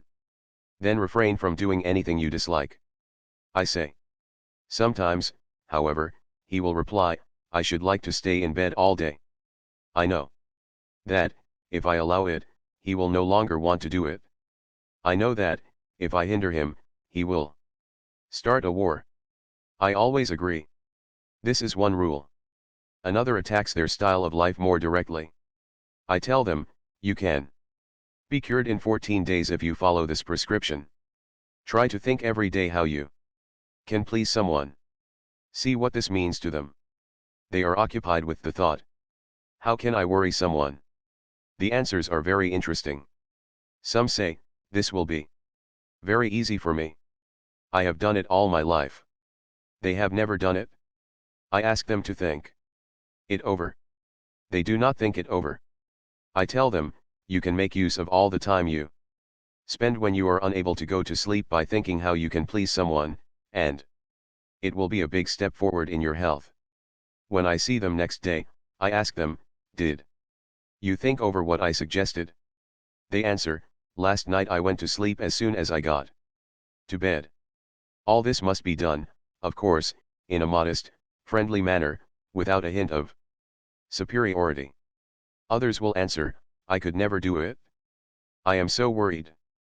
I tell them, don't stop worrying, but at the same time you can think now and then of others. I want to direct their interest always towards their fellows. Many say, why should I please others? Others do not try to please me. You must think of your health, I answer. The others will suffer later on. It is extremely rare that I have found a patient who said, I have thought over what you suggested. All my efforts are devoted towards increasing the social interest of the patient. I know that the real reason for his malady is his lack of cooperation, and I want him to see it too. As soon as he can connect himself with his fellow men on an equal and cooperative footing, he is cured. The most important task imposed by religion has always been love thy neighbor. It is the individual who is not interested in his fellow man who has the greatest difficulties in life and provides the greatest injury to others. It is from among such individuals that all human failures spring. All that we demand of a human being, and the highest praise we can give him, is that he should be a good fellow worker, a friend to all other men, and a true partner in love and marriage. Dr. Adler urges us to do a good deed every day. And what is a good deed? A good deed, said the Prophet Muhammad, is one that brings a smile of joy to the face of another. Why will doing a good deed every day produce such astounding efforts on the doer? Because trying to please others will cause us to stop thinking of ourselves, the very thing that produces worry and fear and melancholia. Mrs. William T. Moon, who operates the Moon Secretarial School, 521 Fifth Avenue, New York, didn't have to spend 2 weeks thinking how she could please someone in order to banish her melancholy. She went Alfred Adler 1 better, no, she went Adler 13 better. She banished her melancholy, not in 14 days, but in 1 day, by thinking how she could please a couple of orphans. It happened like this: in December, 5 years ago, said Mrs. Moon, I was engulfed in a feeling of sorrow and self-pity. After several years of happy married life, I had lost my husband. As the Christmas holidays approached, my sadness deepened. I had never spent a Christmas alone in all my life, and I dreaded to see this Christmas come. Friends had invited me to spend Christmas with them, but I did not feel up to any gaiety. I knew I would be a wet blanket at any party. So, I refused their kind invitations. As Christmas Eve approached, I was more and more overwhelmed with self-pity. True, I should have been thankful for many things, as all of us have many things for which to be thankful. The day before Christmas, I left my office at 3 o'clock in the afternoon and started walking aimlessly up Fifth Avenue, hoping that I might banish my self-pity and melancholy. The avenue was jammed with gay and happy crowd scenes that brought back memories of happy years that were gone. I just couldn't bear the thought of going home to a lonely and empty apartment. I was bewildered. I didn't know what to do. I couldn't keep the tears back. After walking aimlessly for an hour or so, I found myself in front of a bus terminal. I remembered that my husband and I had often boarded an unknown bus for adventure, so I boarded the first bus I found at the station. After crossing the Hudson River and riding for some time, I heard the bus conductor say, "Last stop, lady." I got off. I didn't even know the name of the town. It was a quiet, peaceful little place. While waiting for the next bus home, I started walking up a residential street. As I passed a church, I heard the beautiful strains of Silent Night. I went in. The church was empty except for the organist. I sat down unnoticed in one of the pews. The lights from the gaily decorated Christmas tree made the decoration seem like myriads of stars dancing in the moonbeams. The long-drawn cadences of the music and the fact that I had forgotten to eat since morning made me drowsy. I was weary and heavy-laden, so I drifted off to sleep. When I awoke, I didn't know where I was. I was terrified. I saw in front of me 2 small children who had apparently come in to see the Christmas tree. One, a little girl, was pointing at me and saying, "I wonder if Santa Claus brought her." These children were also frightened when I awoke. I told them that I wouldn't hurt them. They were poorly dressed. I asked them where their mother and daddy were. "We ain't got no mother and daddy," they said. Here were two little orphans much worse off than I had ever been. They made me feel ashamed of my sorrow and self-pity. I showed them the Christmas tree and then took them to a drugstore and we had some refreshments, and I bought them some candy and a few presents. My loneliness vanished as if by magic. These two orphans gave me the only real happiness and self-forgetfulness that I had had in months. As I chatted with them, I realized how lucky I had been. I thanked God that all my Christmases as a child had been bright with parental love and tenderness. Those two little orphans did far more for me than I did for them. That experience showed me again the necessity of making other people happy in order to be happy ourselves. I found that happiness is contagious. By giving, we receive. By helping someone and giving out love, I had conquered worry and sorrow and self-pity, and felt like a new person. And I was a new person not only then, but in the years that followed. I could fill a book with stories of people who forgot themselves into health and happiness. For example, let's take the case of Margaret Taylor Yates, one of the most popular women in the United States Navy. Mrs. Yates is a writer of novels, but none of her mystery stories is half so interesting as the true story of what happened to her that fateful morning when the Japanese struck our fleet at Pearl Harbor. Mrs. Yates had been an invalid for more than a year, a bad heart. She spent 22 out of every 24 hours in bed. The longest journey that she undertook was a walk into the garden to take a sunbath. Even then, she had to lean on the maid's arm as she walked. She herself told me that in those days she expected to be an invalid for the balance of her life. I would never have really lived. Again, she told me, if the Japs had not struck Pearl Harbor and jarred me out of my complacency. When this happened, Mrs. Yates said, as she told her story, everything was chaos and confusion. One bomb struck so near my home, the concussion threw me out of bed. Army trucks rushed out to Hickam Field, Schofield Barracks, and Kaneohe Bay Air Station to bring Army and Navy wives and children to the public schools. There the Red Cross telephoned those who had extra rooms to take them in. The Red Cross workers knew that I had a telephone beside my bed, so they asked me to be a clearinghouse of information. So I kept track of where Army and Navy wives and children were being housed, and all Navy and Army men were instructed by the Red Cross to telephone me to find out where their families were. I soon discovered that my husband, Commander Robert Raleigh Yates, was safe. I tried to cheer up the wives who did not know whether their husbands had been killed, and I tried to give consolation to the widows whose husbands had been killed, and they were many. 2,117 officers and enlisted men in the Navy and Marine Corps were killed and 960 were reported missing. At first I answered these phone calls while lying in bed. Then I answered them sitting up in bed. Finally, I got so busy, so excited, that I forgot all about my weakness and got out of bed and sat by a table. By helping others who were much worse off than I was, I forgot all about myself, and I have never gone back to bed again except for my regular 8 hours of sleep each night. I realize now that if the Japs had not struck at Pearl Harbor, I would probably have remained a semi-invalid all my life. I was comfortable in bed. I was constantly waited on, and I now realize that I was unconsciously losing my will to rehabilitate myself. The attack on Pearl Harbor was one of the greatest tragedies in American history, but as far as I was concerned, it was one of the best things that ever happened to me. That terrible crisis gave me strength that I never dreamed I possessed. It took my attention off myself and focused it on others. It gave me something big and vital and important to live for.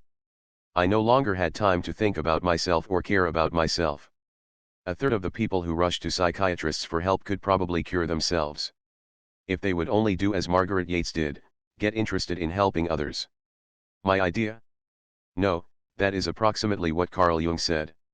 And he ought to know if anybody does. He said, about 1/3 of my patients are suffering from no clinically definable neurosis, but from the senselessness and emptiness of their lives. To put it another way, They are trying to thumb a ride through life and the parade passes them by. So they rush to a psychiatrist with their petty, senseless, useless lives. Having missed the boat, they stand on the wharf, blaming everyone except themselves and demanding that the world cater to their self-centered desires. You may be saying to yourself now, well, I am not impressed by these stories. I myself could get interested in a couple of orphans I met on Christmas Eve, and if I had been at Pearl Harbor, I would gladly have done what Margaret Taylor Yates did. But with me, things are different. I live an ordinary humdrum life. I work at a dull job 8 hours a day. Nothing dramatic ever happens to me. How can I get interested in helping others? And why should I? What is there in it for me? A fair question. I'll try to answer it.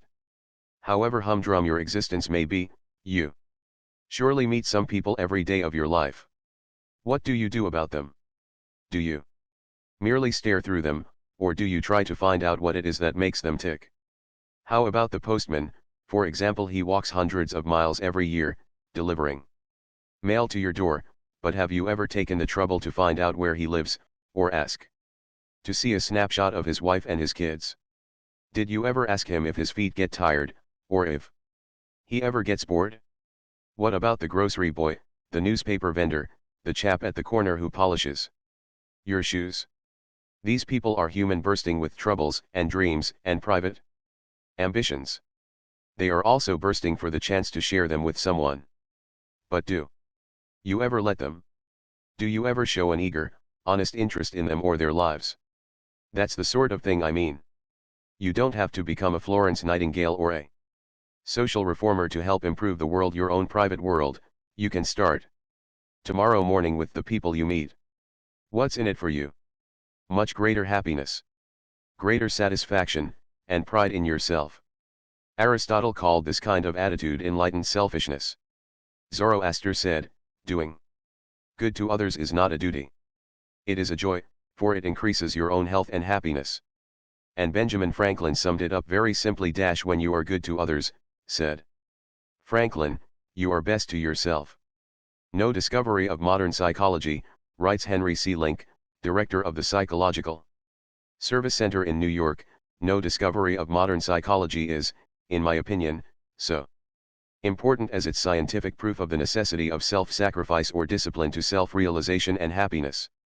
Thinking of others will not only keep you from worrying about yourself, it will also help you to make a lot of friends and have a lot of fun.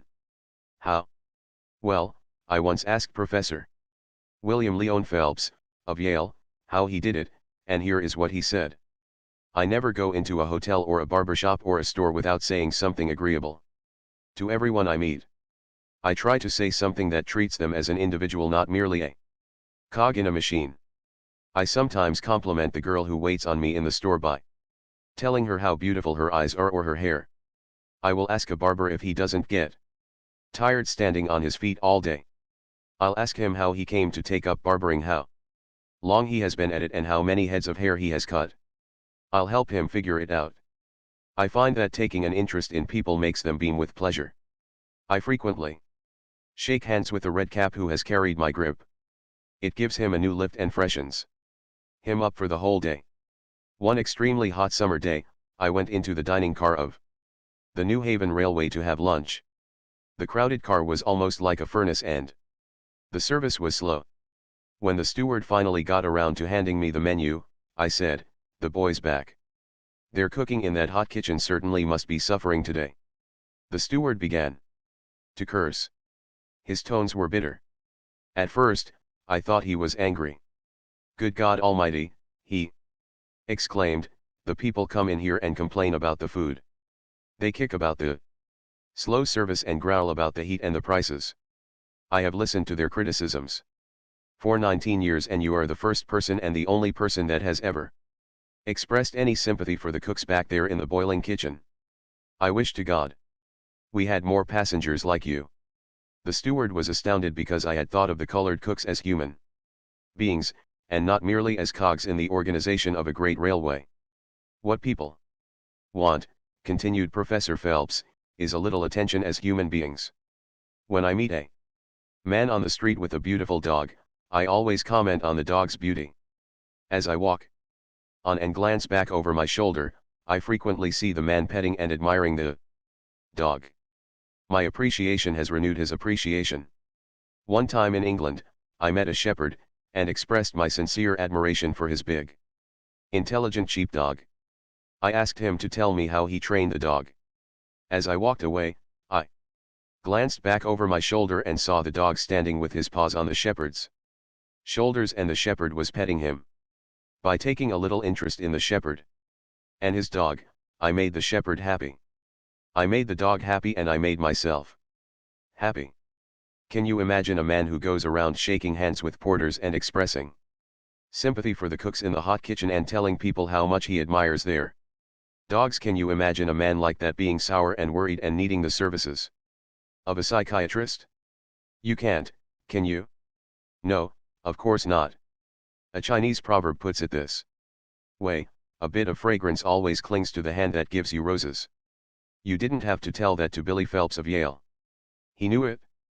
He lived it. If you are a man, skip this paragraph. It won't interest you. It tells how a worried, unhappy girl got several men to propose to her. The girl who did that is a grandmother. Now, a few years ago, I spent the night in her and her husband's home. I had been giving a lecture in her town, and the next morning she drove me about 50 miles to catch a train on the main line to New York Central. We got to talking about winning friends, and she said, "Mr. Carnegie, I am going to tell you something that I have never confessed to anyone before, not even to my husband. By the way, this story isn't going to be half so interesting as you probably imagine." She told me that she had been reared in a social register family in Philadelphia. The tragedy of my girlhood and young womanhood, she said, was our poverty. We could never entertain the way the other girls in my social set entertained. My clothes were never of the best quality. I outgrew them and they didn't fit, and they were often out of style. I was so humiliated, so ashamed, that I often cried myself to sleep. Finally, in sheer desperation, I hit upon the idea of always asking my partner at dinner parties to tell me about his experiences, his ideas, and his plans for the future. I didn't ask these questions because I was especially interested in the answers. I did it solely to keep my partner from looking at my poor clothes. But a strange thing happened. As I listened to these young men talk and learned more about them, I really became interested in listening to what they had to say. I became so interested that I myself sometimes forgot about my clothes. But the astounding thing to me was this: since I was a good listener and encouraged the boys to talk about themselves, I gave them happiness, and I gradually became the most popular girl in our social group, and 3 of these men proposed marriage to me. There you are, girls, that is the way it is done. Some people who read this chapter are going to say, all this talk about getting interested in others is a lot of damn nonsense. Sheer religious pap. None of that stuff. For me, I am going to put money in my purse. I am going to grab all I can get and grab it. Now and to hell with the other dumb clucks. Well, if that is your opinion, you are entitled to it, but if you are right, then all the great philosophers and teachers since the beginning of recorded history, Jesus, Confucius, Buddha, Plato, Aristotle, Socrates, Saint Francis, were all wrong. But since you may sneer at the teachings of religious leaders, let's turn for advice to a couple of atheists. First, let's take the late A.E. Housman, professor at Cambridge University, and one of the most distinguished scholars of his generation. In 1936, he gave an address at Cambridge University on the name and nature of poetry. At that address, he declared that the greatest truth ever uttered and the most profound moral discovery of all time were those words of Jesus: "He that findeth his life shall lose it, and he that loseth his life for my sake shall find it." We have heard preachers say that all our lives. But Housman was an atheist, a pessimist, a man who contemplated suicide, and yet he felt that the man who thought only of himself wouldn't get much out of life. He would be miserable. But the man who forgot himself in service to others would find the joy of living. If you are not impressed by what A.E. Housman said, Let's turn for advice to the most distinguished American atheist of the 20th century, Theodore Dreiser. Dreiser ridiculed all religions as fairy tales and regarded life as a tale told by an idiot, full of sound and fury, signifying nothing. Yet Dreiser advocated the one great principle that Jesus taught: service to others.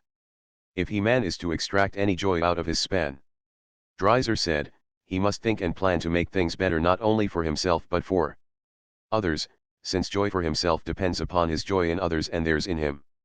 If we are going to make things better for others as Dreiser advocated, let's be quick about it. Time is a wastin'. I shall pass this way but once. Therefore any good that I can do or any kindness that I can show, let me do it now. Let me not defer nor neglect it, for I shall not pass this way again. So if you want to banish worry and cultivate peace and happiness, here is Rule 7. Forget yourself by becoming interested in others. Do every day a good deed that will put a smile of joy on someone's face. Part 4 in a nutshell, 7 ways to cultivate a mental attitude that will bring you peace and happiness. Rule 1, let's fill our minds with thoughts of peace, courage, health, and hope, for our life is what our thoughts make it. Rule 2, let's never try to get even with our enemies, because if we do we will hurt ourselves far more than we hurt them. Let's do as General Eisenhower does, let's never waste a minute thinking about people we don't like. Rule 3, instead of worrying about ingratitude, let's expect it. Let's remember that Jesus healed 10 lepers in one day and only one thanked him. Why should we expect more gratitude than Jesus got?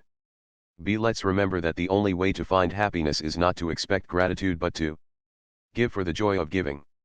C. Let's remember that gratitude is a cultivated trait, so if we want our children to be grateful, we must train them to be grateful.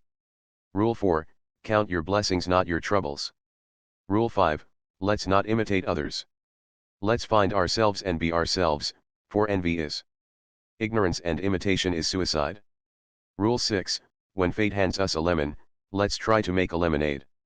Rule 7, let's forget our own unhappiness by trying to create a little happiness for others. When you are good to others, you are best to yourself. Part 5, the Golden Rule for Conquering Worry. Chapter 19, How My Mother and Father Conquered Worry. As I have said, I was born and brought up on a Missouri farm. Like most farmers of that day, my parents had pretty hard scratching. My mother had been a country schoolteacher and my father had been a farmhand working for $12 a month. Mother made not only my clothes, but also the soap with which we washed our clothes. We rarely had any cash except once a year when we sold our hogs. We traded our butter and eggs at the grocery store for flour, sugar, coffee. When I was 12 years old, I didn't have as much as 50 cents a year to spend on myself. I can still remember the day we went to a 4th of July celebration and father gave me 10 cents to spend as I wished. I felt the wealth of the Indies was mine. I walked a mile to attend a one-room country school. I walked when the snow was deep and the thermometer shivered around 28 degrees below zero. Until I was 14, I never had any rubbers or overshoes. During the long, cold winters, my feet were always wet and cold. As a child I never dreamed that anyone had dry, warm feet. During the winter, my parents slaved 16 hours a day, yet we constantly were oppressed by debts and harassed by hard luck. One of my earliest memories is watching the flood waters of the 102 River rolling over our corn and hayfields, destroying everything. The floods destroyed our crops 6 years out of 7. Year after year, our hogs died of cholera and we burned them. I can close my eyes now and recall the pungent odor of burning hog flesh. One year, the floods didn't come. We raised a bumper corn crop, bought feed cattle, and fattened them with our corn. But the floods might just as well have drowned our corn that year, for the price of fat cattle fell on the Chicago market, and after feeding and fattening the cattle, we got only $30 more for them than what we had paid for them. $30 for a whole year's work. No matter what we did, we lost money. I can still remember the mule colts that my father bought. We fed them for 3 years, hired men to break them, then shipped them to Memphis, Tennessee, and sold them for less than what we had paid for them 3 years previously. After 10 years of hard, grueling work, we were not only penniless, we were heavily in debt. Our farm was mortgaged. Try as hard as we might, we couldn't even pay the interest on the mortgage. The bank that held the mortgage abused and insulted my father and threatened to take his farm away from him. Father was 47 years old. After more than 30 years of hard work, he had nothing but debts and humiliation. It was more than he could take. He worried. His health broke. He had no desire for food, in spite of the hard physical work he was doing in the field all day. He had to take medicine to give him an appetite. He lost flesh. The doctor told my mother that he would be dead within 6 months. Father was so worried that he no longer wanted to live. I have often heard my mother say that when father went to the barn to feed the horses and milk the cows, and didn't come back as soon as she expected, she would go out to the barn, fearing that she would find his body dangling from the end of a rope. One day as he returned home from Maryville, where the banker had threatened to foreclose the mortgage, he stopped his horses on a bridge crossing the 102 River, got off the wagon, and stood for a long time looking down at the water, debating with himself whether he should jump in and end it all. Years later, father told me that the only reason he didn't jump was because of my mother's deep, abiding, and joyous belief that if we loved God and kept His commandments, everything would come out all right. Mother was right. Everything did come out all right in the end. Father lived 42 happy years longer, and died in 1941, at the age of 89. During all those years of struggle and heartache, my mother never worried. She took all her troubles to God in prayer. Every night before we went to bed, mother would read a chapter from the Bible. Frequently mother or father would read these comforting words of Jesus, "In my Father's house are many mansions. I go to prepare a place for you, that where I am, there ye may be also." Then we all knelt down before our chairs in that lonely Missouri farmhouse and prayed for God's love and protection. When William James was professor of philosophy at Harvard, he said, "Of course, the sovereign cure for worry is religious faith. You don't have to go to Harvard to discover that." My mother found that out on a Missouri farm. Neither floods nor debts nor disaster could suppress her happy, radiant, and victorious spirit. I can still hear her singing as she worked. Peace, peace, wonderful peace, flowing down from the Father above. Sweep over my spirit forever, I pray. In fathomless billows of love. My mother wanted me to devote my life to religious work. I thought seriously of becoming a foreign missionary.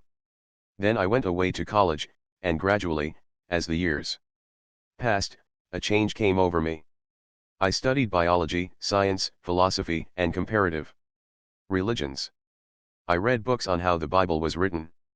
I began to question many of its assertions.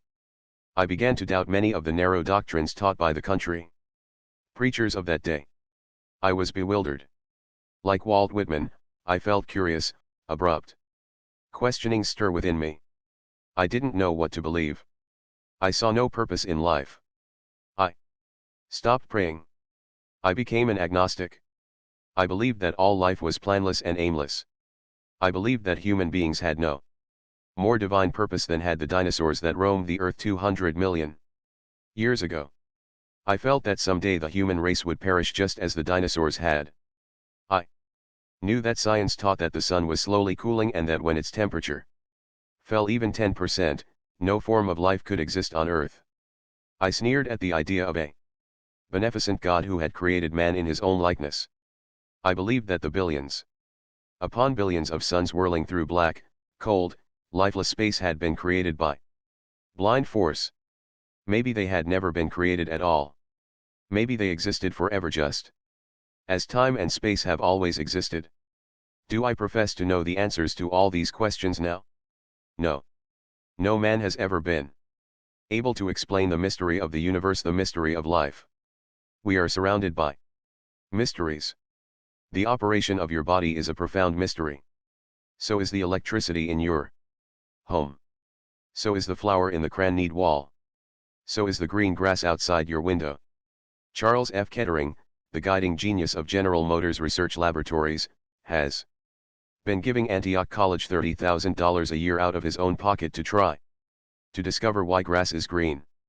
He declares that if we knew how grass is able to transform sunlight, water, and carbon dioxide into food sugar, we could transform civilization.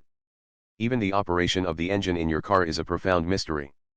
General Motors Research Laboratories have spent years of time and millions of dollars trying to find out how and why a spark in the cylinder sets off an explosion that makes your car run, and they don't know the answer.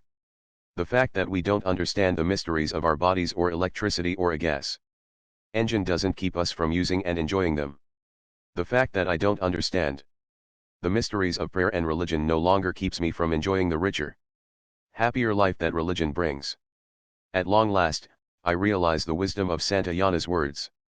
Man is not made to understand life, but to live it. I have gone back. Well, I was about to say that I had gone back to religion, but that would not be accurate. I have gone forward to a new concept of religion. I no longer have the faintest interest in the differences in creeds that divide the churches. But I am tremendously interested in what religion does for me, just as I am interested in what electricity and good food and water do for me. They help me to lead a richer, fuller, happier life. But religion does far more than that. It brings me spiritual values.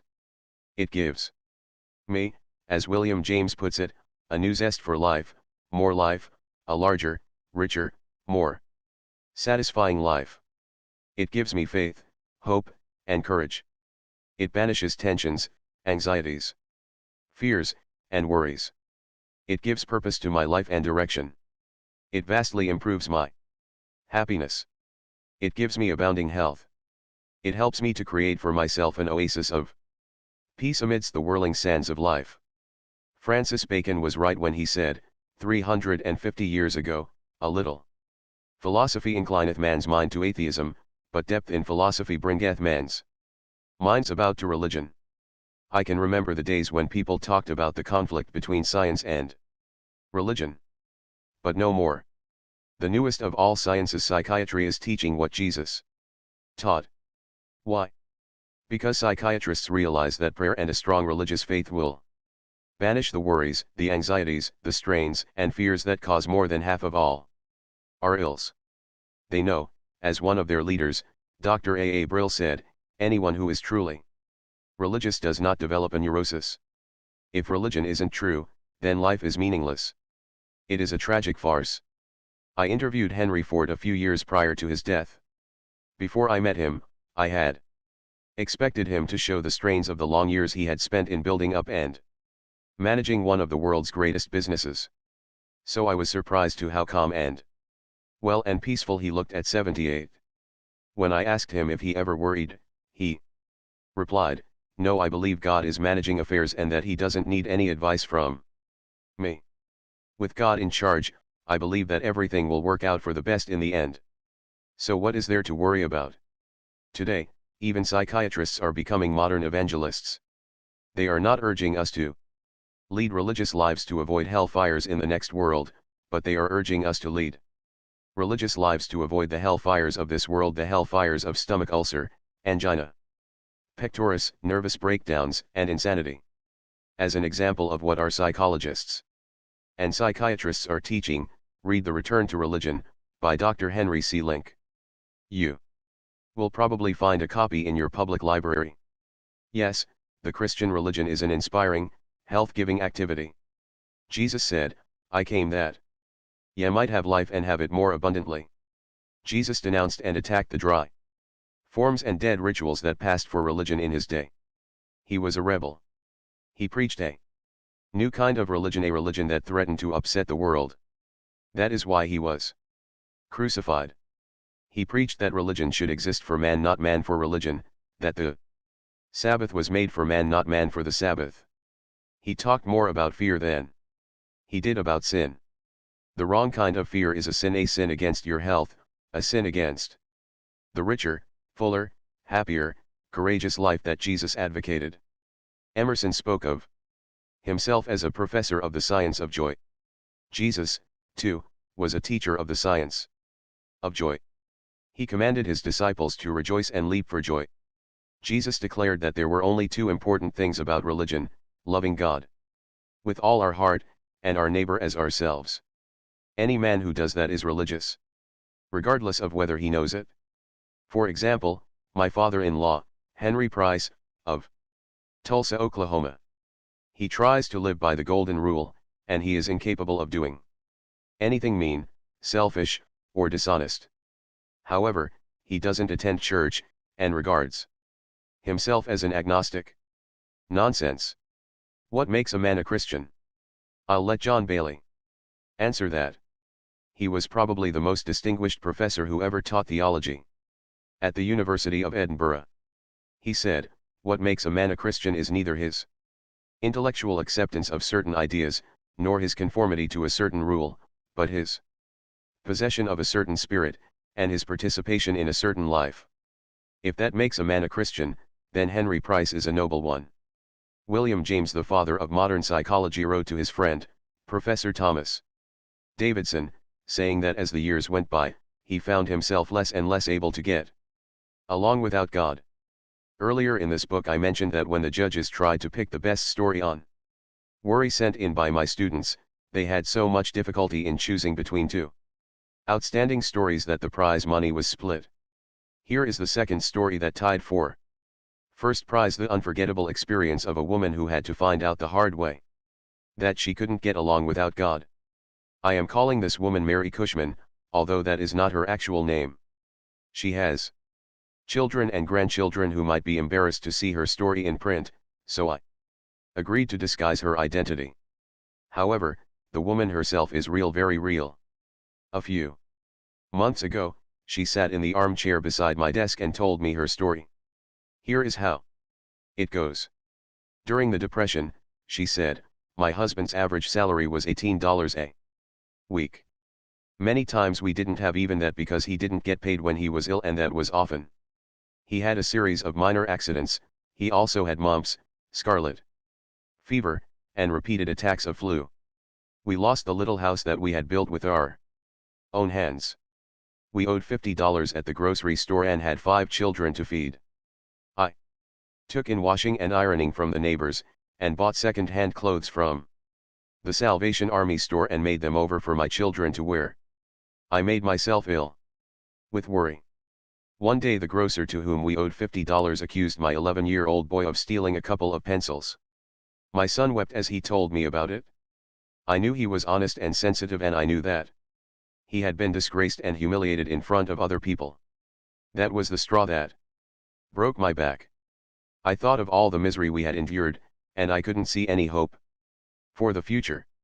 I must have become temporarily insane with worry, for I shut off my washing machine, took my little 5-year-old daughter into the bedroom, and plugged up the windows and cracks with paper and rags. My little girl said to me, "Mommy, what are you doing?" And I answered, "There's a little draft in here." Then I turned on the gas heater we had in the bedroom and didn't light it. As I lay down on the bed with my daughter beside me, she said, "Mommy, this is funny, we just got up a little while ago." But I said, "Never mind, we'll take a little nap." Then I closed my eyes, listening to the gas escape from the heater. I shall never forget the smell of that gas. Suddenly I thought I heard music. I listened. I had forgotten to turn the radio off in the kitchen. It didn't matter now.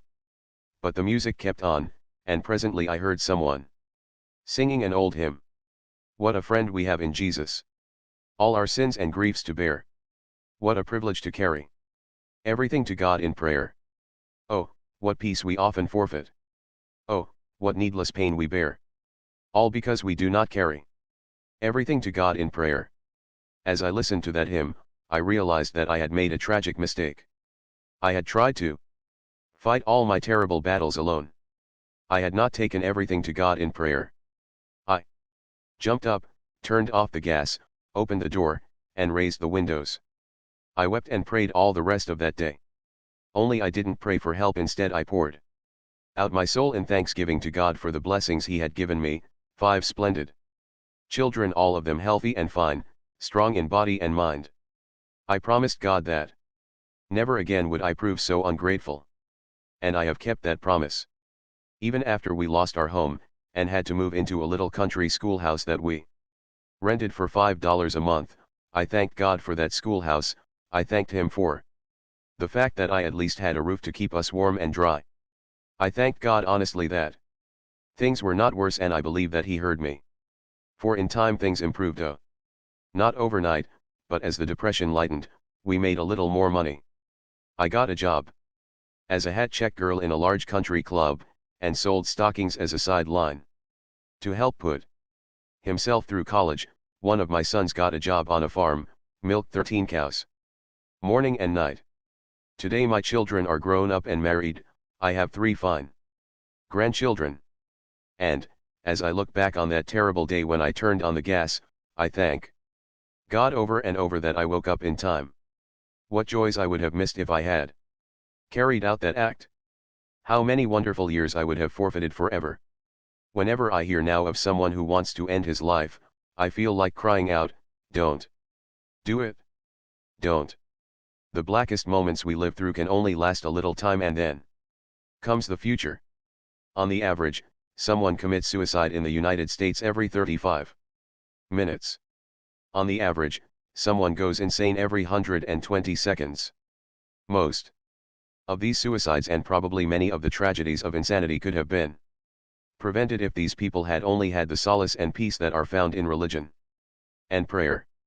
One of the most distinguished psychiatrists living, Dr. Carl Jung, says in his book Modern Man in Search of a Soul, **, during the past 30 years, people from all the civilized countries of the earth have consulted me. I have treated many hundreds of patients. Among all my patients in the second half of life, that is to say, over 35, there has not been one whose problem in the last resort was not that of finding a religious outlook on life. It is safe to say that every one of them fell ill because he had lost that which the living religions of every age have given to their followers, and none of them has been really healed who did not regain his religious outlook. That statement is so significant I want to repeat it in bold type.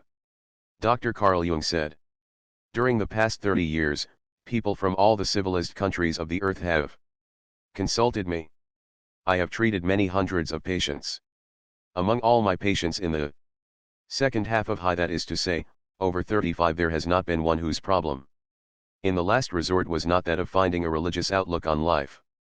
It is safe to say that every one of them fell ill because he had lost that which the living religions of every age have given to their followers, and none of them has been really healed who did not regain his religious outlook. William James said approximately the same thing. Faith is one of the forces by which men live, he declared, and the total absence of it means collapse. The late Mahatma Gandhi, the greatest Indian leader since Buddha, would have collapsed if he had not been inspired by the sustaining power of prayer. How do I know? Because Gandhi himself said so. Without prayer, he wrote, I should have been a lunatic long ago. Thousands of people could give similar testimony. My own father, well, as I have already said, my own father would have drowned himself had it not been for my mother's prayers and faith. Probably thousands of the tortured souls who are now screaming in our insane asylums could have been saved if they had only turned to a higher power for help instead of trying to fight life's battles alone. When we are harassed and reach the limit of our own strength, many of us then turn in desperation to God. There are no atheists in foxholes. But why wait till we are desperate? Why not renew our strength every day? Why wait even until Sunday? For years I have had the habit of dropping into empty churches on weekday afternoons. When I feel that I am too rushed and hurried to spare a few minutes to think about spiritual things, I say to myself, wait a minute, Dale Carnegie, wait a minute. Why all the feverish hurry and rush, little man? You need to pause and acquire a little perspective. At such times, I frequently drop into the first church that I find open. Although I am a Protestant, I frequently, on weekday afternoons, drop into St. Patrick's Cathedral on Fifth Avenue, and remind myself that I'll be dead in another 30 years. but that the great spiritual truths that all churches teach are eternal. I close my eyes and pray. I find that doing this calms my nerves, rests my body, clarifies my perspective, and helps me revalue my values. May I recommend this practice to you. During the past 6 years that I have been writing this book, I have collected hundreds of examples and concrete cases of how men and women conquered fear and worry by prayer. I have in my filing cabinet folders bulging with case histories. Let's take as a typical example the story of a discouraged and disheartened book salesman, John R. Anthony. Mr. Anthony is now an attorney in Houston, Texas, with offices in the humble building. Here is his story as he told it to me. 22 years ago I closed my private law office to become state representative of an American law book company. My specialty was selling a set of law books to lawyers, a set of books that were almost indispensable. I was ably and thoroughly trained for the job.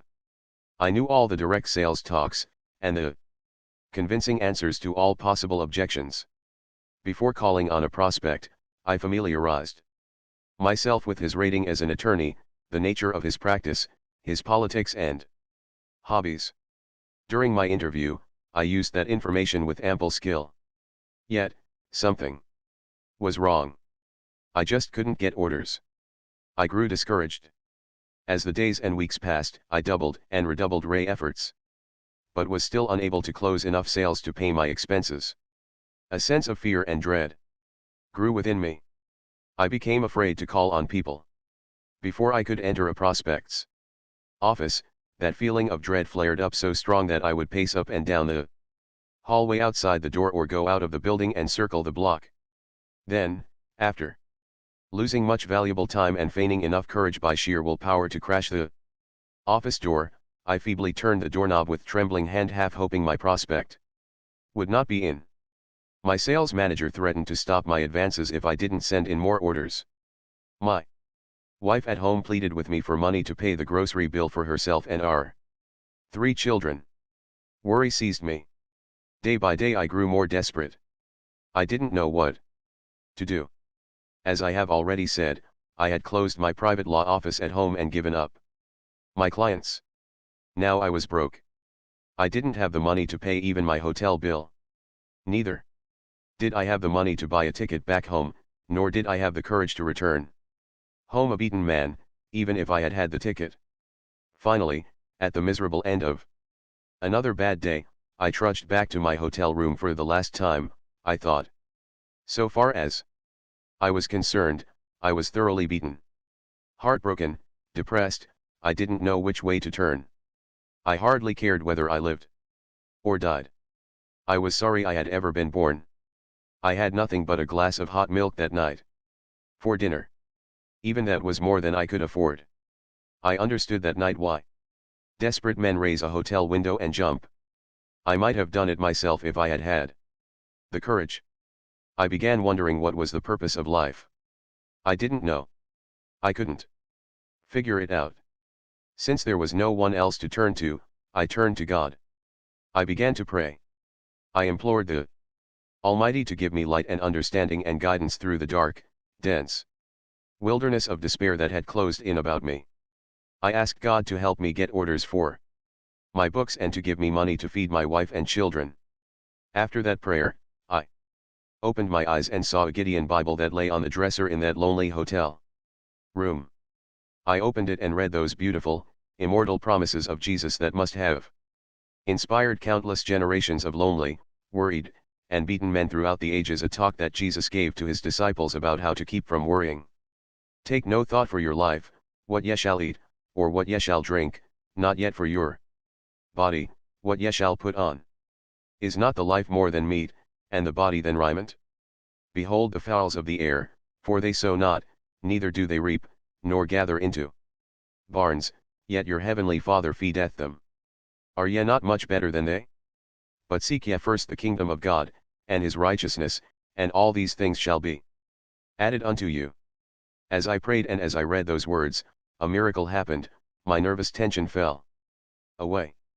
My anxieties, fears, and worries were transformed into heartwarming courage, and hope and triumphant faith. I was happy, even though I didn't have enough money to pay my hotel bill. I went to bed and slept soundly, free from care, as I had not done for many years. Next morning, I could hardly hold myself back until the offices of my prospects were open. I approached the office door of my first prospect that beautiful, cold, rainy day. With a bold and positive stride, I turned the doorknob with a firm and steady grip. As I entered, I made a beeline for my man, energetically, chin up, and with appropriate dignity, all smiles, and saying, "Good morning, Mr. Smith. I'm John R. Anthony of the All-American Law Book Company." "Oh, yes, yes," he replied, smiling, too, as he rose from his chair with outstretched hand. "I'm glad to see you. Have a seat." I made more sales that day than I had made in weeks. That evening I proudly returned to my hotel like a conquering hero. I felt like a new man. And I was a new man, because I had a new and victorious mental attitude. No dinner of hot milk that night. No, sir. I had a steak with all the fixins. From that day on, my sales zoomed.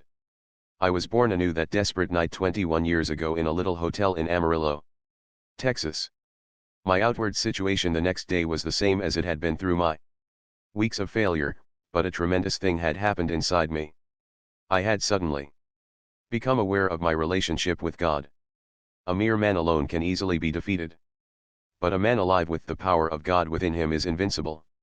I know. I saw it work in my own life. Ask, and it shall be given you; seek, and ye shall find; knock, and it shall be opened unto you. When Mrs. L. G. Bayard, of 1421 8th Street, Highland, Illinois, was faced with stark tragedy, she discovered that she could find peace and tranquility by kneeling down and saying, "Zero Lord, thy will, not mine, be done." One evening our telephone rang, she writes in a letter that I have before me now. It rang 14 times before I had the courage to pick up the receiver. I knew it must be the hospital, and I was terrified. I feared that our little boy was dying. He had meningitis. He had already been given penicillin, but it made his temperature fluctuate. And the doctor feared that the disease had traveled to his brain and might cause the development of a brain tumor and death. The phone call was just what I feared. The hospital was calling, the doctor wanted us to come immediately. Maybe you can picture the anguish my husband and I went through, sitting in the waiting room. Everyone else had his baby, but we sat there with empty arms, wondering if we would ever hold our little fellow again. When we were finally called into the doctor's private office, the expression on his face filled our heart with terror. His words brought even more terror. He told us that there was only one chance in 4 that our baby would live. He said that if we knew another doctor, to please call him in on the case. On the way home my husband broke down and, doubling up his fist, hit the steering wheel, saying, "Berts, I can't give that little guy up." Have you ever seen a man cry? It isn't a pleasant experience. We stopped the car and, after talking things over, decided to stop in church and pray that if it was God's will to take our baby, we would resign our will to His. I sank in the pew and said with tears rolling down my cheeks, "Not my will, but thine be done." The moment I uttered those words, I felt better. A sense of peace that I hadn't felt for a long time came over me. All the way home, I kept repeating, "O God, thy will, not mine, be done." I slept soundly that night for the first time in a week. The doctor called a few days later and said that Bobby had passed the crisis. I thank God for the strong and healthy 4-year-old boy we have today. I know men who regard religion as something for women and children and preachers. They pride themselves on being he-men who can fight their battles alone. How surprised they might be to learn that some of the most famous he-men in the world pray every day. For example, he-man Jack Dempsey told me that he never goes to bed without saying his prayers. He told me that he never eats a meal without first thanking God for it. He told me that he prayed every day when he was training for a bout, and that when he was fighting, he always prayed just before the bell sounded for each round. Praying, he said, helped me fight with courage and confidence. He-Man Connie Mack told me that he couldn't go to sleep without saying his prayers. He-Man Eddie Rickenbacker told me that he believed his life had been saved by prayer. He prays every day. He-Man Edward R. Stettintinius, former high official of General Motors and United States Steel, and former Secretary of State, told me that he prayed for wisdom and guidance every morning and night. He-Man J. Pierpont Morgan, the greatest financier of his age, often went alone to Trinity Church, at the head of Wall Street, on Saturday afternoons and knelt in prayer. When He-Man Eisenhower flew to England to take supreme command of the British and American forces, he took only one book on the plane with him, the Bible. He-Man General Mark Clark told me that he read his Bible every day during the war and knelt down in prayer. So did Chiang Kai-shek, and General Montgomery-Monty of El Alamein. So did Lord Nelson at Trafalgar. So did General Washington, Robert E. Lee, Stonewall Jackson, and scores of other great military leaders. These He-Men discovered the truth of William James's statement, "We and God have business with each other, and in opening ourselves to his influence, our deepest destiny is fulfilled." A lot of He-Men are discovering that 72 million Americans are church members now, an all-time record. As I said before, even the scientists are turning to religion. Take, for example, Dr. Alexis Carrel, who wrote Man, the Unknown and won the greatest honor that can be bestowed upon any scientist, the Nobel Prize. Dr. Carrel said in a Reader's Digest article, "Prayer is the most powerful form of energy one can generate. It is a force as real as terrestrial gravity." As a physician, I have seen men, after all other therapy had failed, lifted out of disease and melancholy by the serene effort of prayer. Prayer, like radium, is a source of luminous, self-generating energy. In prayer, human beings seek to augment their finite energy by addressing themselves to the infinite source of all energy. When we pray, we link ourselves with the inexhaustible motive power that spins the universe. We pray that a part of this power be apportioned to our needs.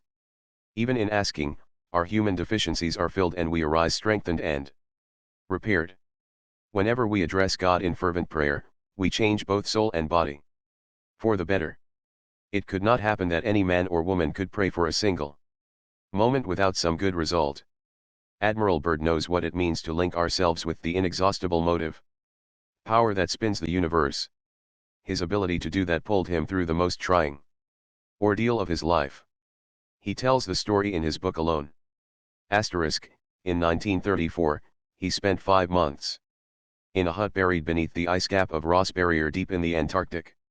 He was the only living creature south of latitude 78. Blizzards roared above his shack.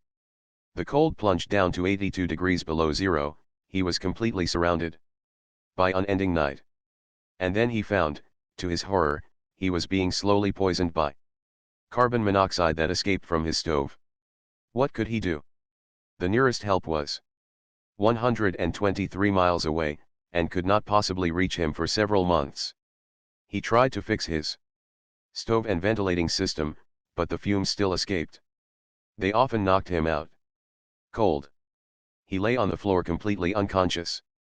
He couldn't eat, he couldn't sleep, he became so feeble that he could hardly leave his bunk. He frequently feared he wouldn't live until morning. He was convinced he would die in that cabin, and his body would be hidden by perpetual snows. What saved his life? One day, in the depths of his despair, he reached for his diary and tried to set down his philosophy of life. "The human race," he wrote, "is not alone in the universe." He thought of the stars overhead, of the orderly swing of the constellations and planets, of how the everlasting sun would, in its time, return to lighten even the wastes of the south polar regions. And then he wrote in his diary, "I am not alone." This realization that he was not alone, not even in a hole in the ice at the end of the earth, was what saved Richard Byrd. "I know it pulled me through," he says. And he goes on to add, "Few men in their lifetime come anywhere near exhausting the resources dwelling within them. There are deep wells of strength that are never used." Richard Byrd learned to tap those wells of strength and use those resources by turning to God. Glenn A. Arnold learned amidst the cornfields of Illinois the same lesson that Admiral Byrd learned in the polar ice cap. Mr. Arnold, an insurance broker in the Bacon Building, Chillicothe, Illinois, opened his speech on conquering worry like this: 8 years ago, I turned the key in the lock of my front door for what I believed was the last time in my life. I then climbed in my car and started down for the river. I was a failure, he said. 1 month before, my entire little world had come crashing down on my head. My electrical appliance business had gone on the rocks. In my home, my mother lay at the point of death. My wife was carrying our second child. Doctors' bills were mounting. We had mortgaged everything we had to start the business, our car and our furniture. I had even taken out a loan on my insurance policies. Now everything was gone. I couldn't take it any longer. So I climbed into my car and started for the river, determined to end the sorry mess. I drove a few miles out in the country, pulled off the road, and got out and sat on the ground and wept like a child. Then I really started to think instead of going around in frightening circles of worry. I tried to think constructively. How bad was my situation? Couldn't it be worse? Was it really hopeless? What could I do to make it better? I decided then and there to take the whole problem to the Lord and ask Him to handle it. I prayed. I prayed hard. I prayed as though my very life depended on it, which, in fact, it did. Then a strange thing happened. As soon as I turned all my problems over to a power greater than myself, I immediately felt a peace of mind that I hadn't known in months. I must have sat there for half an hour, weeping and praying. Then I went home and slept like a child. The next morning, I arose with confidence. I no longer had anything to fear, for I was depending on God for guidance. That morning I walked into a local department store with my head high, and I spoke with confidence as I applied for a job as salesman in the electrical appliance department. I knew I would get a job. And I did. I made good at it. Until the whole appliance business collapsed due to the war. Then I began selling life insurance, still under the management of my great guide. That was only 5 years ago. Now, all my bills are paid, I have a fine family of 3 bright children, own my own home, have a new car, and own $25,000 in life insurance. As I look back, I am glad now that I lost everything and became so depressed that I started for the river, because that tragedy taught me to rely on God, and I now have a peace and confidence that I never dreamed were possible. Why does religious faith bring us such peace and calm and fortitude? I'll let William James answer that. He says, "The turbulent billows of the fretful surface leave the deep parts of the ocean undisturbed, and to him who has a hold on vaster and more permanent realities, the hourly vicissitudes of his personal destiny seem relatively insignificant things. The really religious person is accordingly unshakable and full of equanimity, and calmly ready for any duty that the day may bring forth. If we are worried and anxious, why not try God? Why not, as Immanuel Kant said, accept a belief in God because we need such a belief? Why not link ourselves now with the inexhaustible motive power that spins the universe? Even if you are not a religious person by nature or training, even if you are an out-and-out skeptic, prayer can help you much more than you believe, for it is a practical thing. What do I mean, practical? I mean that prayer fulfills these 3 very basic psychological needs which all people share, whether they believe in God or not. 1. Prayer helps us to put into words exactly what is troubling us. We saw in chapter 4 that it is almost impossible to deal with a problem while it remains vague and nebulous. Praying, in a way, is very much like writing our problem down on paper. If we ask help for a problem even from God, we must put it into words. 2. Prayer gives us a sense of sharing our burdens, of not being alone. Few of us are so strong that we can bear our heaviest burdens, our most agonizing troubles, all by ourselves. Sometimes our worries are of so intimate a nature that we cannot discuss them even with our closest relatives or friends. Then prayer is the answer. Any psychiatrist will tell us that when we are pent up and tense, and in an agony of spirit, it is therapeutically good to tell someone our troubles. When we can't tell anyone else, we can always tell God. 3. Prayer puts into force an active principle of doing. It's a first step toward action. I doubt if anyone can pray for some fulfillment, day after day, without benefiting from it, in other words, without taking some steps to bring it to pass. A world-famous scientist said, prayer is the most powerful form of energy one can generate. So why not make use of it? Call it God or Allah or Spirit. Why quarrel with definitions as long as the mysterious powers of nature take us in hand? Why not close this book right now, go to your bedroom, shut the door, kneel down, and unburden your heart? If you have lost your religion, beseech Almighty God to renew your faith. Say, "Oh God, I can no longer fight my battles alone. I need your help, your love. Forgive me for all my mistakes. Cleanse my heart of all evil. Show me the way to peace and quiet and health, and fill me with love even for my enemies." If you don't know how to pray, repeat this beautiful and inspiring prayer written by St. Francis 700 years ago. Lord, make me an instrument of thy peace. Where there is hatred, let me sow love. Where there is injury, pardon. Where there is doubt, faith. Where there is despair, hope. Where there is darkness, light. Where there is sadness, joy. O Divine Master, grant that I may not so much seek to be consoled as to console, to be understood, as to understand, to be loved, as to love, for it is in giving that we receive. It is in pardoning, that we are pardoned, and it is in dying that we are born to eternal life. Part 6, How to Keep from Worrying About Criticism. Chapter 20, Remember that no one ever kicks a dead dog. An event occurred in 1929 that created a national sensation in educational circles. Learned men from all over America rushed to Chicago to witness the affair. A few years earlier, a young man by the name of Robert Hutchins had worked his way through Yale, acting as a waiter, a lumberjack, a tutor, and a clothesline salesman. Now, only 8 years later, he was being inaugurated as president of the 4th richest university in America, the University of Chicago. His age? 30. Incredible. The older educators shook their heads. Criticism came roaring down upon the boy wonder like a rock slide. He was this and he was that, too young, inexperienced. His educational ideas were cockeyed. Even the newspapers joined in the attack. The day he was inaugurated, a friend said to the father of Robert Maynard Hutchins, "I was shocked this morning to read that newspaper editorial denouncing your son." "Yes," the elder Hutchins replied, "it was severe, but remember that no one ever kicks a dead dog." "Yes, and the more important a dog is, the more satisfaction people get in kicking him." The Prince of Wales, who later became Edward VIII, now Duke of Windsor, had that forcibly brought home to him. He was attending Dartmouth College in Devonshire at the time, a college that corresponds to the Naval Academy at Annapolis. The prince was about 14. One day one of the naval officers found him crying, and asked him what was wrong. He refused to tell at first, but finally admitted the truth: he was being kicked by the naval cadets.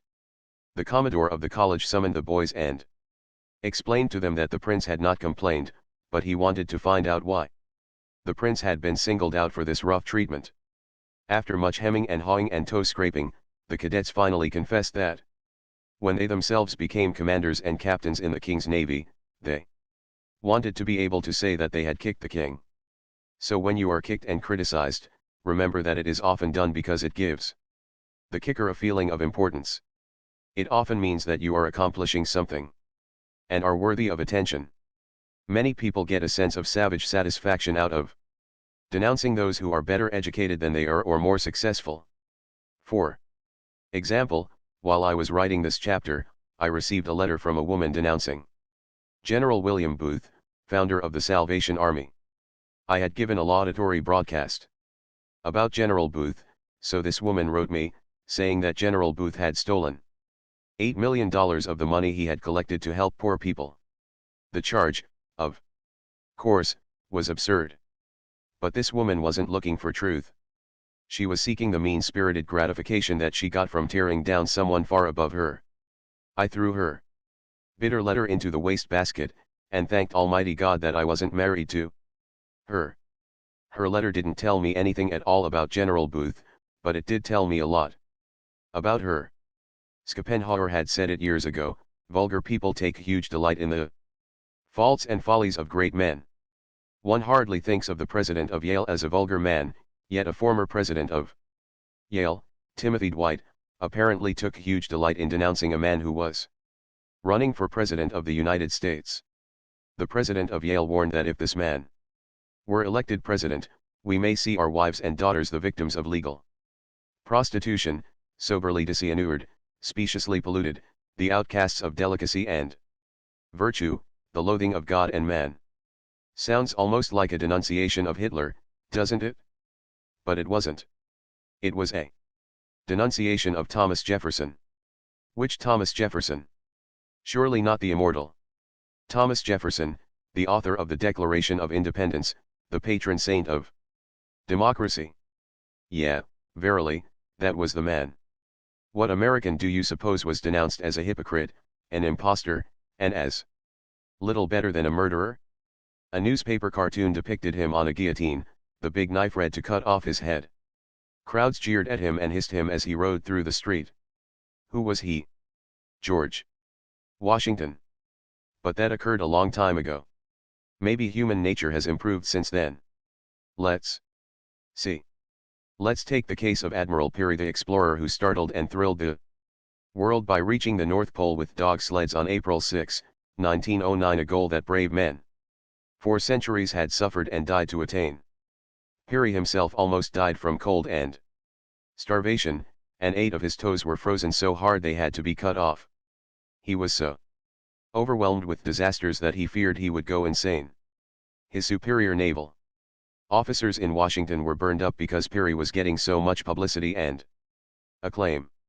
So they accused him of collecting money for scientific expeditions and then lying around and loafing in the Arctic. And they probably believed it, because it is almost impossible not to believe what you want to believe. Their determination to humiliate and block Peary was so violent that only a direct order from President McKinley enabled Peary to continue his career in the Arctic.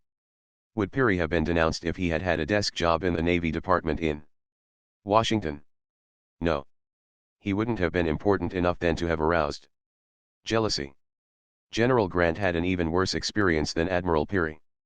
In 1862, General Grant won the first great decisive victory that the North had enjoyed, a victory that was achieved in one afternoon, a victory that made Grant a national idol overnight, a victory that had tremendous repercussions even in far-off Europe, a victory that set church bells ringing and bonfires blazing from Maine to the banks of the Mississippi. Yet within 6 weeks after achieving that great victory, Grant, hero of the North, was arrested and his army was taken from him.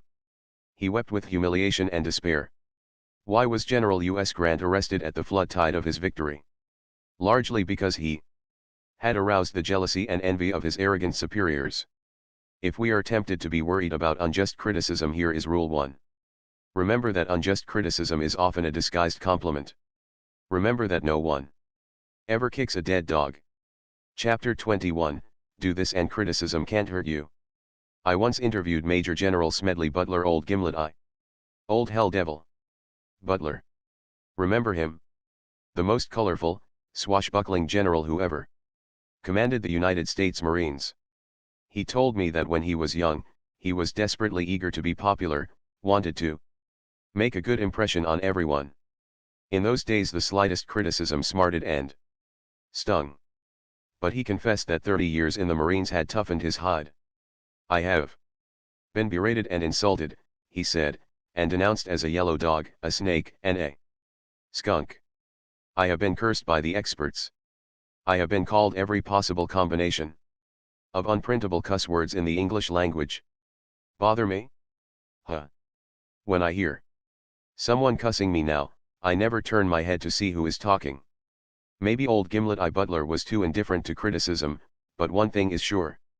Most of us take the little jibes and javelins that are hurled at us far too seriously. I remember the time, years ago, when a reporter from the New York Sun attended a demonstration meeting of my adult education classes and lampooned me and my work. Was I burned up? I took it as a personal insult. I telephoned Gil Hodges, the chairman of the executive committee of the Sun, and practically demanded that he print an article stating the facts instead of ridicule. I was determined to make the punishment fit the crime. I am ashamed now of the way I acted. I realize now that half the people who bought the paper never saw that article. Half of those who read it regarded it as a source of innocent merriment. Half of those who gloated over it forgot all about it in a few weeks. I realize now that people are not thinking about you and me or caring what is said about us. They are thinking about themselves before breakfast, after breakfast, and right on until 10 minutes past midnight. They would be 1,000 times more concerned about a slight headache of their own than they would about the news of your death or mine. Even if you and I are lied about, ridiculed, double-crossed, knifed in the back, and sold down the river by 1 out of every 6 of our most intimate friends, let's not indulge in an orgy of self-pity. Instead, let's remind ourselves that that's precisely what happened to Jesus. One of his 12 most intimate friends turned traitor for a bribe that would amount, in our modern money, to about $19. Another one of his 12 most intimate friends openly deserted Jesus the moment he got into trouble, and declared 3 times that he didn't even know Jesus, and he swore as he said it. 1 out of 6. That is what happened to Jesus. Why should you and I expect a better score? I discovered years ago that although I couldn't keep people from criticizing me unjustly, I could do something infinitely more important. I could determine whether I would let the unjust condemnation disturb me. Let's be clear about this. I am not advocating ignoring all criticism. Far from it. I am talking about ignoring only unjust criticism. I once asked Eleanor Roosevelt how she handled unjust criticism, and Allah knows she's had a lot of it. She probably has more ardent friends and more violent enemies than any other woman who ever lived in the White House. She told me that as a young girl she was almost morbidly shy, afraid of what people might say. She was so afraid of criticism that one day she asked her aunt, Theodore Roosevelt's sister, for advice. She said, "Auntie Bye, I want to do so and so, but I'm afraid of being criticized." Teddy Roosevelt's sister looked her in the eye and said, "Never be bothered by what people say, as long as you know in your heart you are right." Eleanor Roosevelt told me that bit of advice proved to be her rock of Gibraltar years later, when she was in the White House. She told me that the only way we can avoid all criticism is to be like a Dresden china figure and stay on a shelf. Do what you feel in your heart to be right for. You'll be criticized, anyway. You'll be damned if you do, and damned if you don't. That is her advice. When the late Matthew C. Brush was president of the American International Corporation at 40 Wall Street, I asked him if he was ever sensitive to criticism, and he replied, "Yes, I was very sensitive to it in my early days. I was eager then to have all the employees in the organization think I was perfect. If they didn't, it worried me. I would try to please first one person who had been sounding off against me, but the very thing I did to patch it up with him would make someone else mad. Then when I tried to fix it up with this person, I would stir up a couple of other bumblebees. I finally discovered that the more I tried to pacify and to smooth over injured feelings in order to escape personal criticism, the more certain I was to increase my enemies.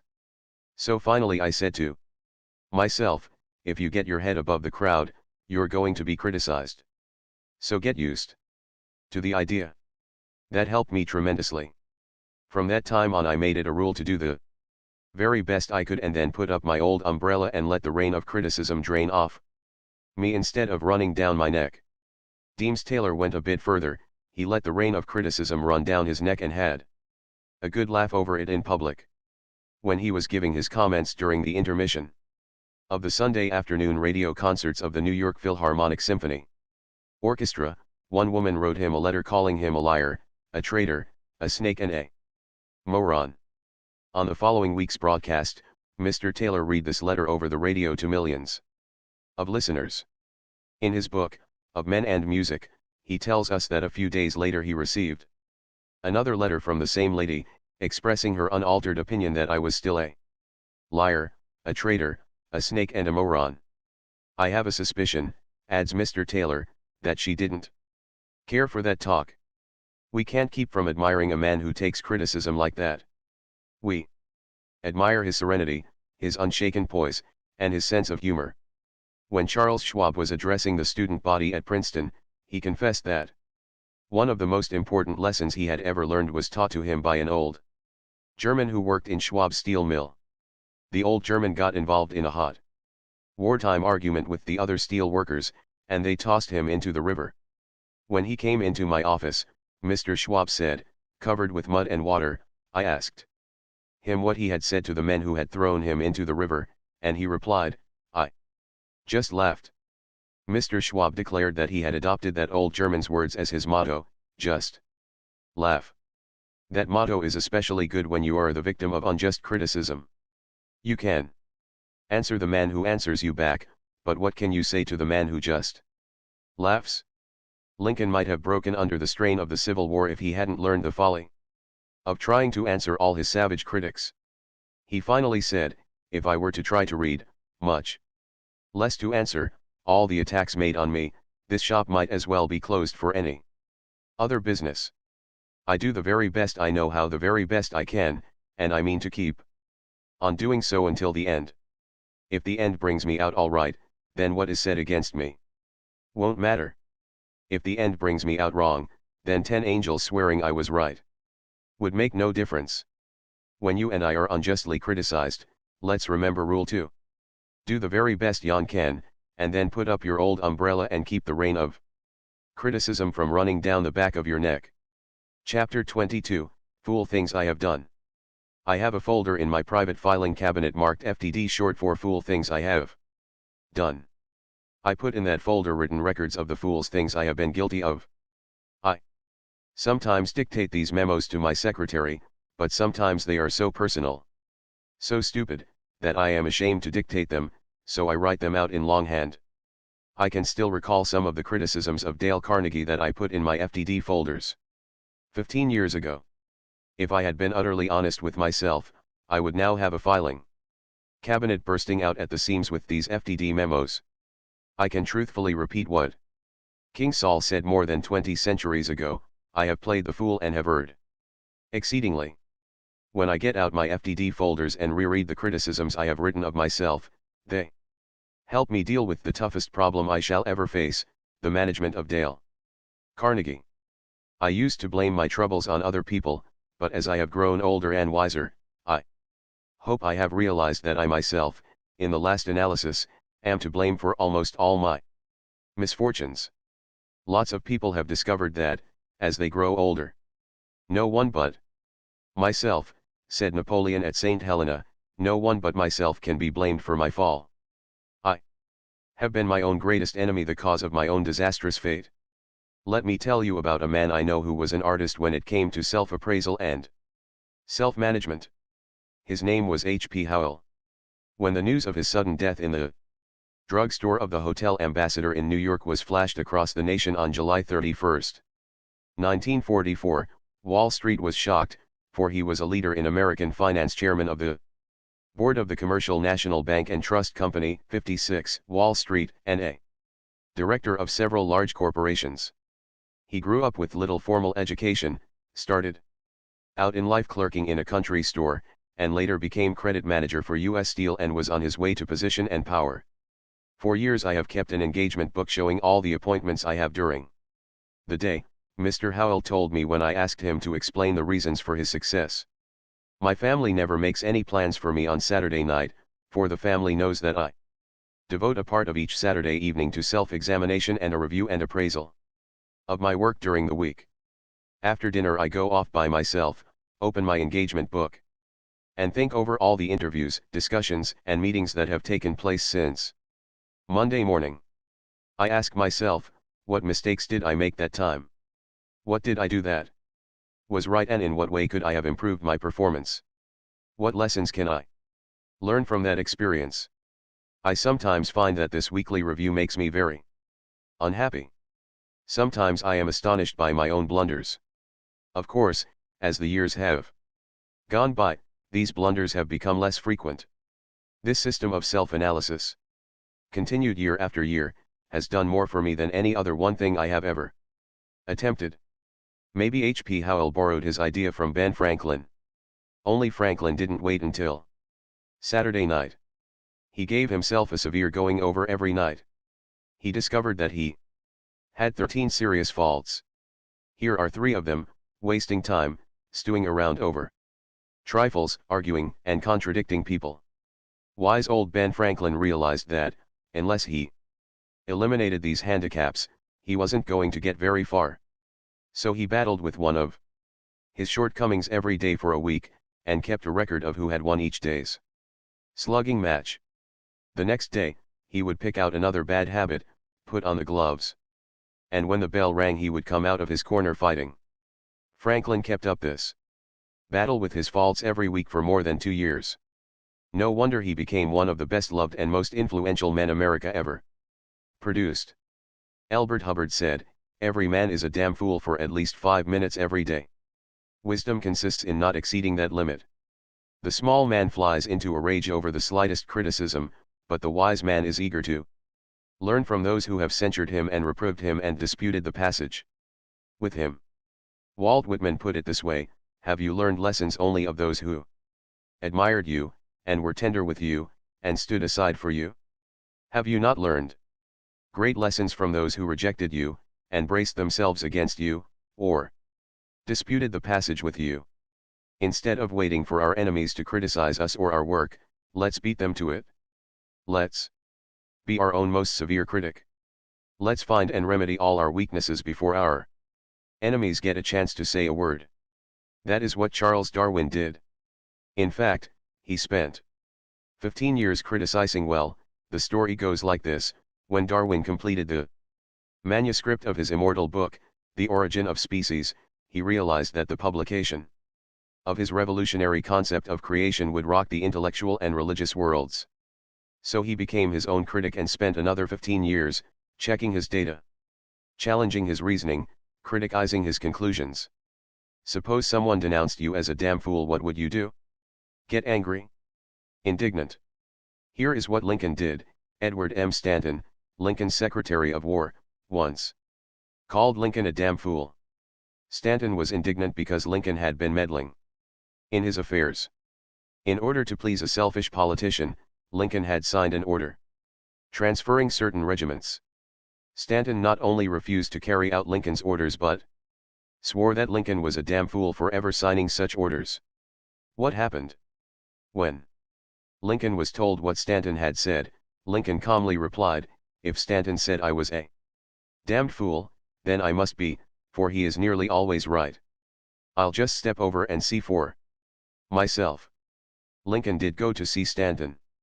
Stanton convinced him that the order was wrong, and Lincoln withdrew it. Lincoln welcomed criticism when he knew it was sincere, founded on knowledge, and given in a spirit of helpfulness. You and I ought to welcome that kind of criticism, too, for we can't even hope to be right more than 3 times out of 4. At least, that was all Theodore Roosevelt said he could hope for, when he was in the White House. Einstein, the most profound thinker now living, confesses that his conclusions are wrong 99% of the time. "The opinions of our enemies," said La Rochefoucauld, "come nearer to the truth about us than do our own opinions." I know that statement may be true many times, yet when anyone starts to criticize me, if I do not watch myself, I instantly and automatically leap to the defensive even before I have the slightest idea what my critic is going to say. I am disgusted with myself every time I do it. We all tend to resent criticism and lap up praise, regardless of whether either the criticism or the praise be justified. We are not creatures of logic. We are creatures of emotions. Our logic is like a canoe tossed about on a deep, dark, stormy sea of emotion. Most of us have a pretty good opinion of ourselves as we are now. But in 40 years from now, we may look back and laugh at the persons we are today. William Allen White, the most celebrated small-town newspaper editor in history, looked back and described the young man he had been 50 years earlier as swell-headed, a fool with a lot of nerve, a supercilious young Pharisee, a complacent reactionary. 20 years from now maybe you and I may be using similar adjectives too. Describe the persons we are today. We may. Who knows? In previous chapters, I have talked about what to do when you are unjustly criticized. But here is another idea: when your anger is rising because you feel you have been unjustly condemned, why not stop and say, just a minute. I am far from perfect. If Einstein admits he is wrong 99% of the time, maybe I am wrong at least 80% of the time. Maybe I deserve this criticism. If I do, I ought to be thankful for it, and try to profit by it. Charles Luckman, president of the Pepsodent Company, spends millions of dollars a year putting Bob Hope on the air. He doesn't look at the letters praising the program, but he insists on seeing the critical letters. He knows he may learn something from them. The Ford Company is so eager to find out what is wrong with its management and operations that it recently polled the employees and invited them to criticize the company. I know a former soap salesman who used even to ask for criticism. When he first started out selling soap for Colgate, orders came slowly. He worried about losing his job. Since he knew there was nothing wrong with the soap or the price, he figured that the trouble must be himself. When he failed to make a sale, he would often walk around the block, trying to figure out what was wrong. Had he been too vague? Did he lack enthusiasm? Sometimes he would go back to the merchant and say, I haven't come back here to try to sell you any soap. I have come back to get your advice and your criticism. Won't you please tell me what I did that was wrong when I tried to sell you soap a few minutes ago? You are far more experienced and successful than I am. Please give me your criticism. Be frank. Don't pull your punches. This attitude won him a lot of friends and priceless advice. What do you suppose happened to him? Today, he is president of the Colgate-Palmolive Peat Soap Company, the world's largest makers of soap. His name is E.H. Little. Last year, only 14 people in America had a larger income than he had, $240,141. It takes a big man to do what H.P. Howell, Ben Franklin, and E.H. Little did. And now, while nobody is looking, why not peep into the mirror and ask yourself whether you belong in that kind of company? 1. To keep from worrying about criticism, here is Rule 3. Let's keep a record of the fool things we have done and criticize ourselves. Since we can't hope to be perfect, let's do what E.H. Little did. Let's ask for unbiased, helpful, constructive criticism. Part 6 in a nutshell: how to keep from worrying about criticism. Rule 1. Unjust criticism is often a disguised compliment. It often means that you have aroused jealousy and envy. Remember that no one ever kicks a dead dog. Rule 2. Do the very best you can, and then put up your old umbrella and keep the rain of criticism from running down the back of your neck. Rule 3. Let's keep a record of the fool things we have done and criticize ourselves. Since we can't hope to be perfect, let's do what E.H. Little did. Let's ask for unbiased, helpful, constructive criticism. Part 7. 6 ways to prevent fatigue and worry and keep your energy and spirits high. Chapter 23. How to add 1 hour a day to your waking life. Why am I writing a chapter on preventing fatigue in a book on preventing worry? That is simple, because fatigue often produces worry, or, at least, it makes you susceptible to worry. Any medical student will tell you that fatigue lowers physical resistance to the common cold and hundreds of other diseases, and any psychiatrist will tell you that fatigue also lowers your resistance to the emotions of fear and worry. So preventing fatigue tends to prevent worry. Did I say tends to prevent worry? That is putting it mildly. Dr. Edmund Jacobson goes much further. Dr. Jacobson has written 2 books on relaxation, progressive relaxation, and You Must Relax, and as director of the University of Chicago Laboratory for Clinical Physiology, he has spent years conducting investigations in using relaxation as a method in medical practice. He declares that any nervous or emotional state fails to exist in the presence of complete relaxation. That is another way of saying, you cannot continue to worry if you relax. So, to prevent fatigue and worry, the first rule is, rest often. Rest before you get tired. Why is that so important? Because fatigue accumulates with astonishing rapidity. The United States Army has discovered by repeated tests that even young men toughened by years of Army training can march better, and hold up longer, if they throw down their packs and rest 10 minutes out of every hour. So the Army forces them to do just that. Your heart is just as smart as the US Army. Your heart pumps enough blood through your body every day to fill a railway tank car. It exerts enough energy every 24 hours to shovel 20 tons of coal onto a platform 3 feet high. It does this incredible amount of work for 50, 70, or maybe 90 years. How can it stand it? Dr. Walter B. Cannon, of the Harvard Medical School, explains it. He says, most people have the idea that the heart is working all the time. As a matter of fact, there is a definite rest period after each contraction. When beating at a moderate rate of 70 pulses per minute, the heart is actually working only 9 hours out of the 24. In the aggregate, its rest periods total a full 15 hours per day. During World War II, Winston Churchill, in his late 60s and early 70s, was able to work 16 hours a day, year after year, directing the war efforts of the British Empire. A phenomenal record. His secret? He worked in bed each morning until 11 o'clock, reading papers, dictating orders, making telephone calls, and holding important conferences. After lunch he went to bed once more and slept for an hour. In the evening he went to bed once more and slept for 2 hours before having dinner at 8. He didn't cure fatigue. He didn't have to cure it. He prevented it. Because he rested frequently, he was able to work on, fresh and fit, until long past midnight. The original John D. Rockefeller made 2 extraordinary records. He accumulated the greatest fortune the world had ever seen up to that time, and he also lived to be 98. How did he do it?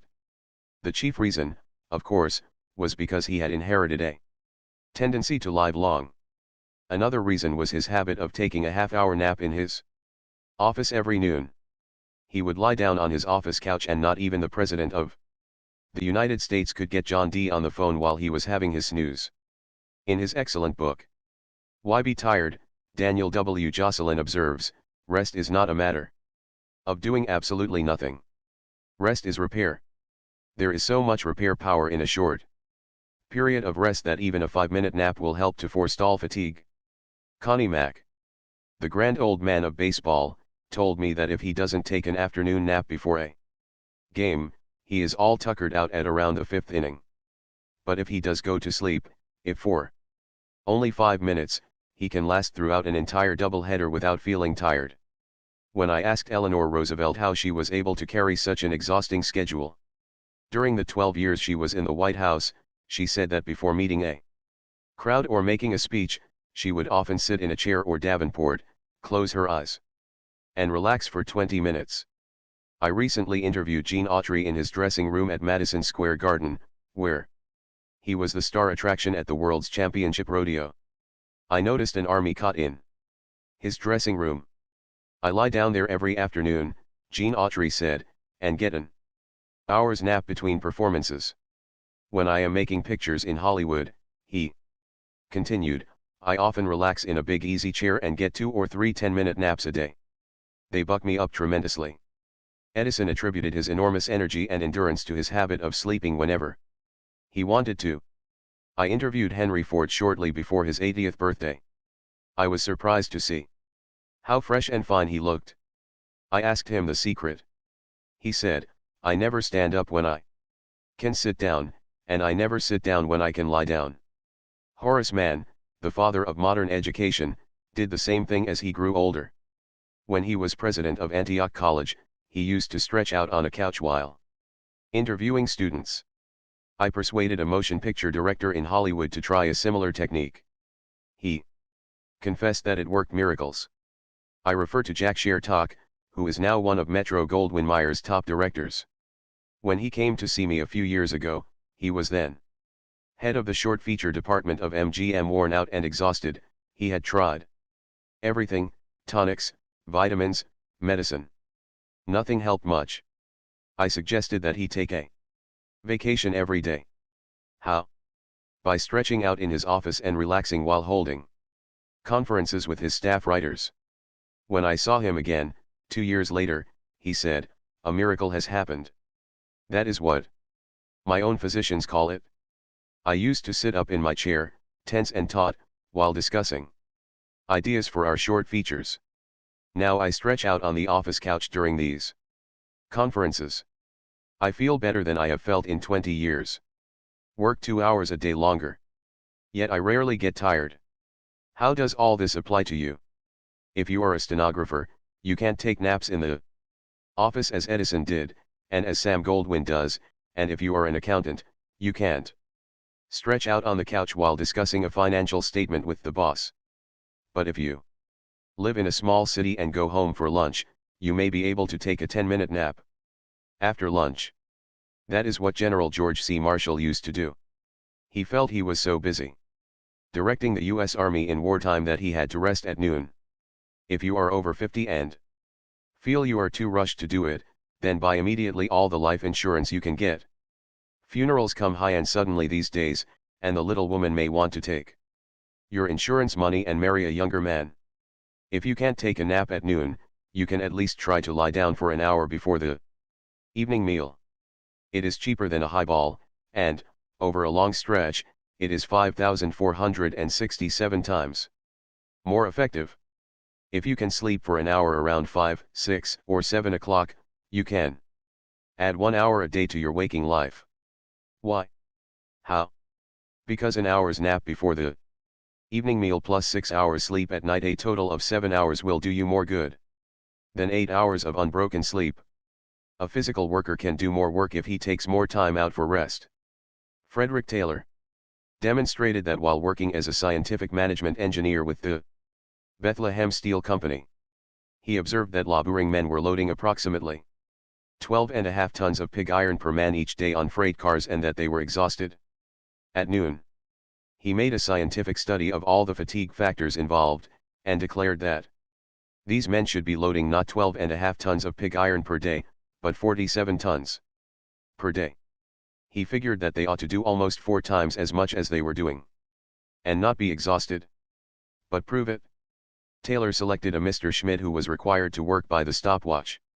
Schmidt was told by the man who stood over him with a watch, "Now pick up a pig and walk. Now sit down and rest. Now walk. Now rest." What happened?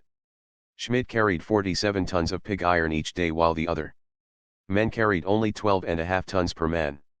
And he practically never failed to work at this pace during the 3 years that Frederick Taylor was at Bethlehem. Schmidt was able to do this because he rested before he got tired. He worked approximately 26 minutes out of the hour and rested 34 minutes. He rested more than he worked, yet he did almost 4 times as much work as the others. Is this mere hearsay? No, you can read the Record Yourself in Principles of Scientific Management by Frederick Winslow Taylor. Let me repeat, do what the army does, take frequent rests. Do what your heart does, rest before you get tired, and you will add 1 hour a day to your waking life.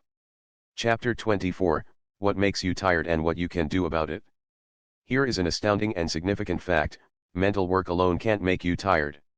Sounds absurd. But a few years ago, scientists tried to find out how long the human brain could labor without reaching a diminished capacity for work, the scientific definition of fatigue. To the amazement of these scientists, they discovered that blood passing through the brain, when it is active, shows no fatigue at all. If you took blood from the veins of a day laborer while he was working, you would find it full of fatigue toxins and fatigue products. But if you took a drop of blood from the brain of an Albert Einstein, it would show no fatigue toxins whatever at the end of the day. So far as the brain is concerned, it can work as well and as swiftly at the end of 8 or even 12 hours of effort as at the beginning. The brain is utterly tireless. So, what makes you tired? Psychiatrists declare that most of our fatigue derives from our mental and emotional attitudes. One of England's most distinguished psychiatrists, J. A. Hadfield, says in his book The Psychology of Power, the greater part of the fatigue from which we suffer is of mental origin, In fact, exhaustion of purely physical origin is rare. One of America's most distinguished psychiatrists, Dr. A. A. Brill, goes even further. He declares, 100% of the fatigue of the sedentary worker in good health is due to psychological factors, by which we mean emotional factors. What kinds of emotional factors tire the sedentary, or sitting, worker? Joy. Contentment. No. Never. Boredom, resentment, a feeling of not being appreciated, a feeling of futility, hurry, anxiety, worry. Those are the emotional factors that exhaust the sitting worker, make him susceptible to colds, reduce his output, and send him home with a nervous headache. Yes, we get tired because our emotions produce nervous tensions in the body. The Metropolitan Life Insurance Company pointed that out in a leaflet on fatigue.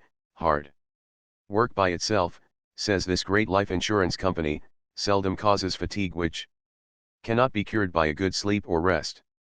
Worry, tenseness, and emotional upsets are three of the biggest causes of fatigue. Often they are to blame when physical or mental work seems to be the cause. Remember that a tense muscle is a working muscle. Ease up. Save energy for important duties. Stop now, right where you are, and give yourself a checkup. As you read these lines, are you scowling at the book? Do you feel a strain between the eyes? Are you sitting relaxed in your chair? Or are you hunching up your shoulders? Are the muscles of your face tense? Unless your entire body is as limp and relaxed as an old rag doll, you are at this very moment producing nervous tensions and muscular tensions. You are producing nervous tensions and nervous fatigue. Why do we produce these unnecessary tensions in doing mental work?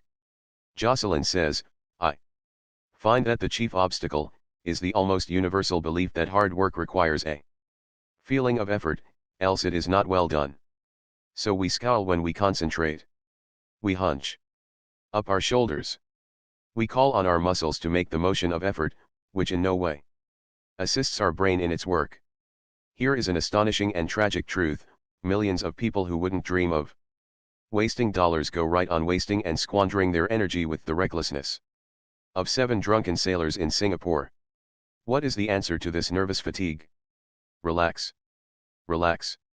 Relax. Learn to relax while you are doing your work. Easy? No. You will probably have to reverse the habits of a lifetime. But it is worth the effort, for it may revolutionize your life. William James said, in his essay The Gospel of Relaxation, the American overtension and jerkiness and breathlessness and intensity and agony of expression are bad habits, nothing more or less. Tension is a habit. Relaxing is a habit. And bad habits can be broken, good habits formed. How do you relax? Do you start with your mind, or do you start with your nerves? You don't start with either. You always begin to relax with your muscles. Let's give it a try. To show how it is done, suppose we start with your eyes. Read this paragraph through, and when you've reached the end, lean back, close your eyes, and say to your eyes silently, let go. Let go. Stop straining, stop frowning. Let go. Let go. Repeat that over and over very slowly for a minute. Didn't you notice that after a few seconds the muscles of the eyes began to obey? Didn't you feel as though some hand had wiped away the tension? Well, incredible as it seems, you have sampled in that 1 minute the whole key and secret to the art of relaxing. You can do the same thing with the jaw, with the muscles of the face, with the neck, with the shoulders, the whole of the body. But the most important organ of all is the eye.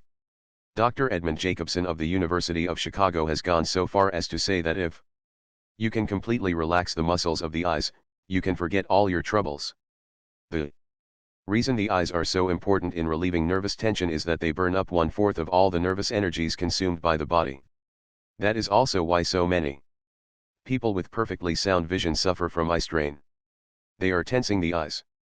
Vicky Baum, the famous novelist, says that when she was a child, she met an old man who taught her one of the most important lessons she ever learned. She had fallen down and cut her knees and hurt her wrist. The old man picked her up. He had once been a circus clown, and, as he brushed her off, he said, "The reason you injured yourself was because you don't know how to relax. You have to pretend you are as limp as a sock, as an old crumpled sock.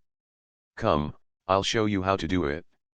That old man taught Vicky Baum and the other children how to fall, how to do flip-flops, and how to turn somersaults. And always he insisted, think of yourself as an old crumpled sock. Then you've got to relax. You can relax in odd moments, almost anywhere you are. Only don't make an effort to relax. Relaxation is the absence of all tension and effort. Think ease and relaxation. Begin by thinking relaxation of the muscles of your eyes and your face, saying over and over, let go, let go, let go and relax. Feel the energy flowing out of your facial muscles to the center of your body. Think of yourself as free from tension as a baby. That is what Golly Kersey, the great soprano, used to do. Helen Jepson told me that she used to see Golly Kersey before a performance, sitting in a chair with all her muscles relaxed and her lower jaw so limp it actually sagged. An excellent practice. It kept her from becoming too nervous before her stage entrance, it prevented fatigue. Here are 5 suggestions that will help you learn to relax. 1. Read one of the best books ever written on this subject, Release from Nervous Tension, by Dr. David Harold Fink. 2. Relax in odd moments. Let your body go limp like an old sock. I keep an old, maroon-colored sock on my desk as I work. Keep it there as a reminder of how limp I ought to be. If you haven't got a sock, a cat will do. Did you ever pick up a kitten sleeping in the sunshine? If so, both ends sagged like a wet newspaper. Even the yogis in India say that. If you want to master the art of relaxation, study the cat. I never saw a tired cat, a cat with a nervous breakdown, or a cat suffering from insomnia, worry, or stomach ulcers. You will probably avoid these disasters if you learn to relax as the cat does. 3. Work, as much as possible, in a comfortable position. Remember that tensions in the body produce aching shoulders and nervous fatigue. 4. Check yourself 4 or 5 times a day, and say to yourself, am I making my work harder than it actually is? Am I using muscles that have nothing to do with the work I am doing? This will help you form the habit of relaxing, and as Dr. David Harold Fink says, among those who know psychology best, it is habits 2 to 1. 5. Test yourself again at the end of the day, by asking yourself, just how tired am I? If I am tired, it is not because of the mental work I have done but because of the way I have done it. I measure my accomplishments, says Daniel W. Jocelyn, not by how tired I am at the end of the day, but how tired I am not. He says, when I feel particularly tired at the end of the day, or when irritability proves that my nerves are tired, I know beyond question that it has been an inefficient day both as to quantity and quality. If every businessman would learn that same lesson, the death rate from hypertension diseases would drop overnight. And we would stop filling up our sanatoriums and asylums with men who have been broken by fatigue and worry. Chapter 25, How the Housewife Can Avoid Fatigue and Keep Looking Young. One day last autumn, my associate flew up to Boston to attend a session of one of the most unusual medical classes in the world. Medical? Well, yes, it meets once a week at the Boston dispensary, and the patients who attend it get regular and thorough medical examinations before they are admitted. But actually this class is a psychological clinic. Although it is officially called the Class in Applied Psychology, formerly the Thought Control Class, a name suggested by the first member, its real purpose is to deal with people who are ill from worry. And many of these patients are emotionally disturbed housewives. How did such a class for worriers get started? Well, in 1930, Dr. Joseph H. Pratt, who, by the way, had been a pupil of Sir William Osier, observed that many of the outpatients who came to the Boston dispensary apparently had nothing wrong with them at all physically, yet they had practically all the symptoms that flesh is heir to. One woman's hands were so crippled with arthritis that she had lost all use of them. Another was in agony with all the excruciating symptoms of cancer of the stomach. Others had backaches, headaches, were chronically tired, or had vague aches and pains. They actually felt these pains. But the most exhaustive medical examinations showed that nothing whatever was wrong with these women in the physical sense. Many old-fashioned doctors would have said it was all imagination - all in the mind. But Dr. Pratt realized that it was no use to tell these patients to go home and forget it. He knew that most of these women didn't want to be sick, if it was so easy to forget their ailments, they would do so themselves. So what could be done? He opened his class to a chorus of doubts from the medical doubters on the sidelines. And the class worked wonders. In the 18 years that have passed since it started, thousands of patients have been cured by attending it. Some of the patients have been coming for years as religious in their attendance as though going to church. My assistant talked to a woman who had hardly missed a session in more than 9 years. She said that when she first went to the clinic, she was thoroughly convinced she had a floating kidney and some kind of heart ailment. She was so worried and tense that she occasionally lost her eyesight and had spells of blindness. Yet today she is confident and cheerful and in excellent health. She looked only about 40, yet she held one of her grandchildren asleep in her lap. I used to worry so much about my family troubles, she said, that I wished I could die. But I learned at this clinic the futility of worrying. I learned to stop it. And I can honestly say now that my life is serene. Dr. Rose Hilferding, the medical advisor of the class, said that she thought one of the best remedies for lightening worry is talking your troubles over with someone you trust. We call it catharsis, she said. When patients come here, they can talk their troubles over at length, until they get them off their minds. Brooding over worries alone, and keeping them to oneself, causes great nervous tension. We all have to share our troubles. We have to share worry. We have to feel there is someone in the world who is willing to listen and able to understand. My assistant witnessed the great relief that came to one woman from talking out her worries. She had domestic worries, and when she first began to talk, she was like a wound-up spring. Then gradually, as she kept on talking, she began to calm down.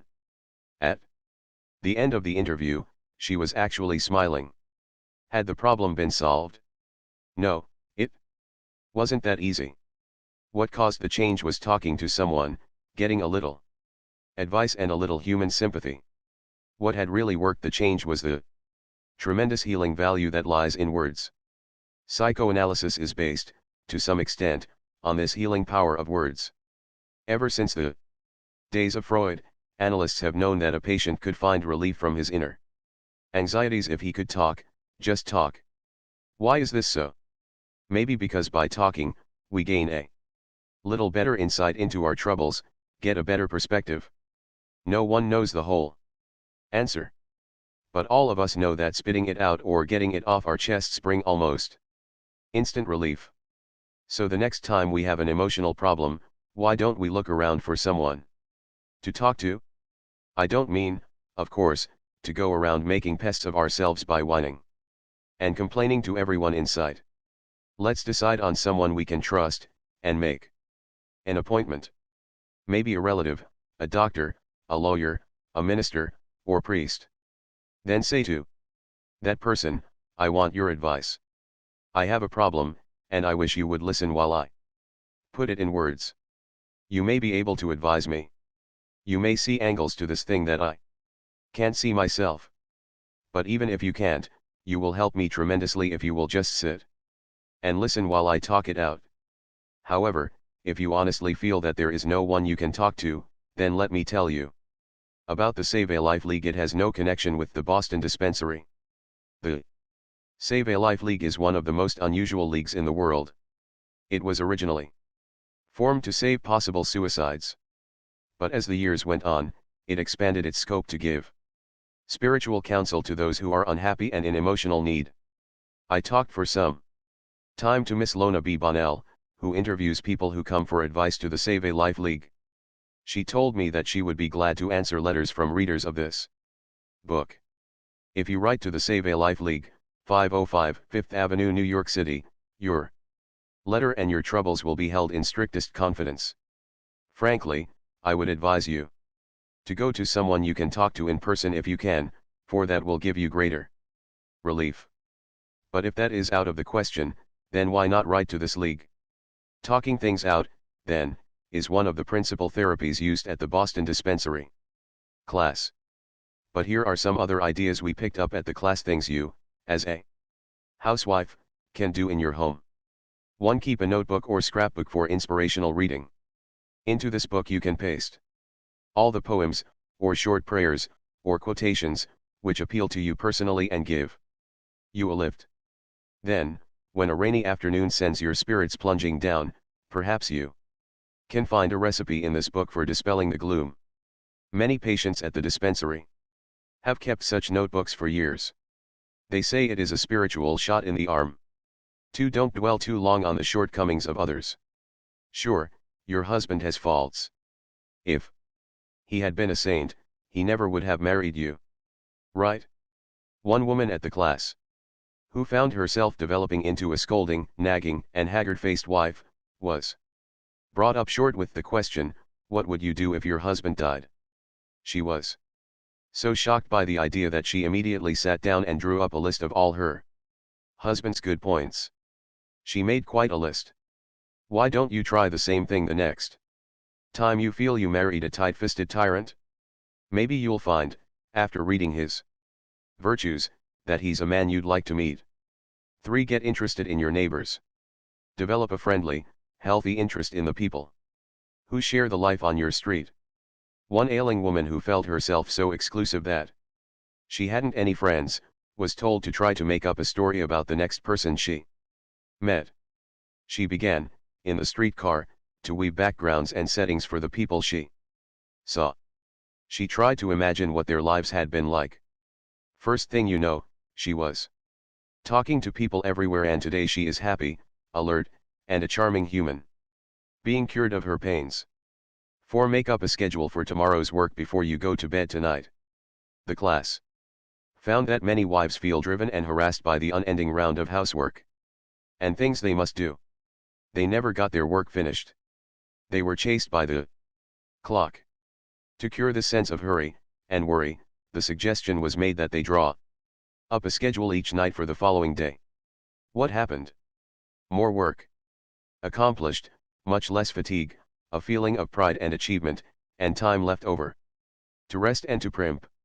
Every woman ought to take some time out in the course of the day to primp and look pretty. My own guess is that when a woman knows she looks pretty, she has little use for nerves. 5. Finally, avoid tension and fatigue. Relax. Relax. Nothing will make you look old sooner than tension and fatigue. Nothing will work such havoc with your freshness and looks. My assistant sat for an hour in the Boston Thought Control class, while Professor Paul E. Johnson, the director, went over many of the principles we have already discussed in the previous chapter, the rules for relaxing. At the end of 10 minutes of these relaxing exercises, which my assistant did with the others, she was almost asleep sitting upright in her chair. Why is such stress laid on this physical relaxing? Because the clinic knows, as other doctors know, that if you're going to get the worry kinks out of people, they've got to relax. Yes, you, as a housewife, have got to relax. You have one great advantage: you can lie down whenever you want to, and you can lie on the floor. Strangely enough, a good hard floor is better to relax on than an inner spring bed. It gives more resistance.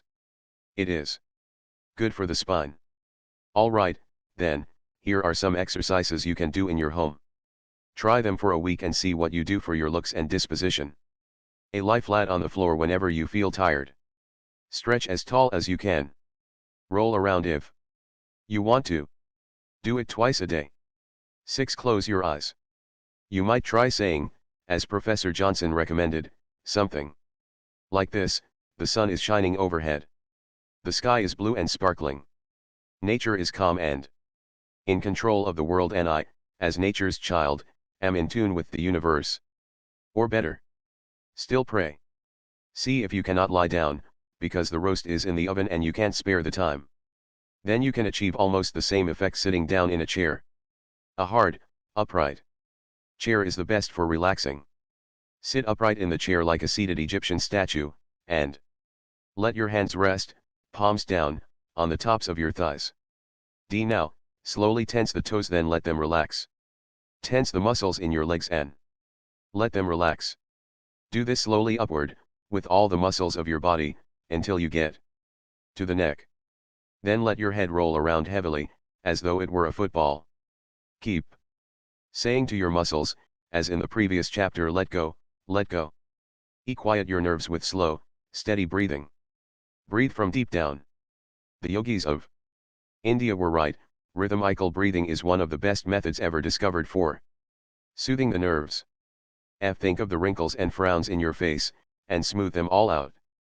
Loosen up the worry creases you feel between your brows, and at the sides of your mouth. Do this twice a day, and maybe you won't have to go to a beauty parlor to get a massage. Maybe the lines will disappear from the inside out. Chapter 26, 4 Good Working Habits that will help prevent fatigue and worry. Good working habit number 1, clear your desk of all papers except those relating to the immediate problem at hand. Roland L. Williams, president of Chicago and Northwestern Railway, says, a person with his desk piled high with papers on various matters will find his work much easier and more accurate if he clears that desk of all but the immediate problem on hand. I call this good housekeeping, and it is the number 1 step towards efficiency. If you visit the Library of Congress in Washington, D.C., you will find 5 words painted on the ceiling, 5 words written by the poet Pope. Order is heaven's first law. Order ought to be the first law of business, too. But is it? No, the average businessman's desk is cluttered up with papers that he hasn't looked at for weeks. In fact, the publisher of a New Orleans newspaper once told me that his secretary cleared up one of his desks and found a typewriter that had been missing for 2 years. The mere sight of a desk littered with unanswered mail and reports and memos is enough to breed confusion, tension, and worries. It is much worse than that. The constant reminder of a million things to do and no time to do them can worry you not only into tension and fatigue, but it can also worry you into high blood pressure, heart trouble, and stomach ulcers. Dr. John H. Stokes, professor, Graduate School of Medicine, University of Pennsylvania. Read a paper before the National Convention of the American Medical Association, a paper entitled Functional Neuroses as Complications of Organic Disease. In that paper, Dr. Stokes listed 11 conditions under the title, What to Look for in the Patient's State of Mind. Here is the first item on that list. The sense of must or obligation, the unending stretch of things ahead that simply have to be done. But how can such an elementary procedure as clearing your desk and making decisions help you avoid this high pressure, this sense of must, this sense of an unending stretch of things ahead that simply have to be done? Dr. William L. Sadler, the famous psychiatrist, tells of a patient who, by using this simple device, avoided a nervous breakdown. The man was an executive in a big Chicago firm. When he came to Dr. Sadler's office, he was tense, nervous, worried. He knew he was heading for a tailspin. But he couldn't quit work. He had to have help. While this man was telling me his story, Dr. Sadler says, my telephone rang. It was the hospital calling, and, instead of deferring the matter, I took time right then to come to a decision. I always settle questions, if possible, right on the spot. I had no sooner hung up than the phone rang again. Again an urgent matter, which I took time to discuss. The third interruption came when a colleague of mine came to my office for advice on a patient who was critically ill. When I had finished with him, I turned to my caller and began to apologize for keeping him waiting. But he had brightened up. He had a completely different look on his face. Don't apologize, doctor, this man said to Sadler. In the last 10 minutes, I think I've got a hunch as to what is wrong with me. I'm going back to my offices and revise my working habits. But before I go, do you mind if I take a look in your desk? Dr. Sadler opened up the drawers of his desk. All empty except for supplies. Tell me, said the patient, where do you keep your unfinished business? Finished, said Sadler. And where do you keep your unanswered mail? Answered. Sadler told him. My rule is never to lay down a letter until I have answered it. I dictate the reply to my secretary at once. 6 weeks later, this same executive invited Dr. Sadler to come to his office. He was changed, and so was his desk. He opened the desk drawers to show there was no unfinished business inside of the desk. 6 weeks ago, this executive said, I had 3 different desks in 2 different offices and was snowed under by my work. I was never finished. After talking to you, I came back here and cleared out a wagon load of reports and old papers. Now I work at one desk, settle things as they come up, and don't have a mountain of unfinished business nagging at me and making me tense and worried. But the most astonishing thing is I've recovered completely. There is nothing wrong any more with my health. Charles Evans Hughes, former Chief Justice of the United States Supreme Court, said, men do not die from overwork. They die from dissipation and worry. Yes, from dissipation of their energies and worry because they never seem to get their work done. Good working habit number 2, do things in the order of their importance. Henry L. Doherty, founder of the nationwide city service company, said that, regardless of how much salary he paid, there were 2 abilities he found it almost impossible to find. Those 2 priceless abilities are, first, the ability to think. Second, the ability to do things in the order of their importance. Charles Luckman, the lad who started from scratch and climbed in 12 years to president of the Pepsodent Company, got a salary of $100,000 a year and made $1 million. Besides that, lad declares that he owes much of his success to developing the 2 abilities that Henry L. Doherty said he found almost impossible to find. Charles Luckman said, as far back as I can remember, I have got up at 5 o'clock in the morning because I can think better than any other time. I can think better then and plan my day, plan to do things in the order of their importance. Franklin Bedker, one of America's most successful insurance salesmen, doesn't wait until 5 o'clock in the morning to plan his day. He plans it the night before, sets a goal for himself, a goal to sell a certain amount of insurance that day. If he fails, that amount is added to the next day, and so on. I know from long experience that one is not always able to do things in the order of their importance, but I also know that some kind of plan to do first things first is infinitely better than extemporizing as you go along. If George Bernard Shaw had not made it a rigid rule to do first things first, he would probably have failed as a writer and might have remained a bank cashier all his life. His plan called for writing 5 pages each day. That plan and his dogged determination to carry it through saved him. That plan inspired him to go right on writing 5 pages a day for 9 heartbreaking years, even though he made a total of only $30 in those 9 years, about a penny a day.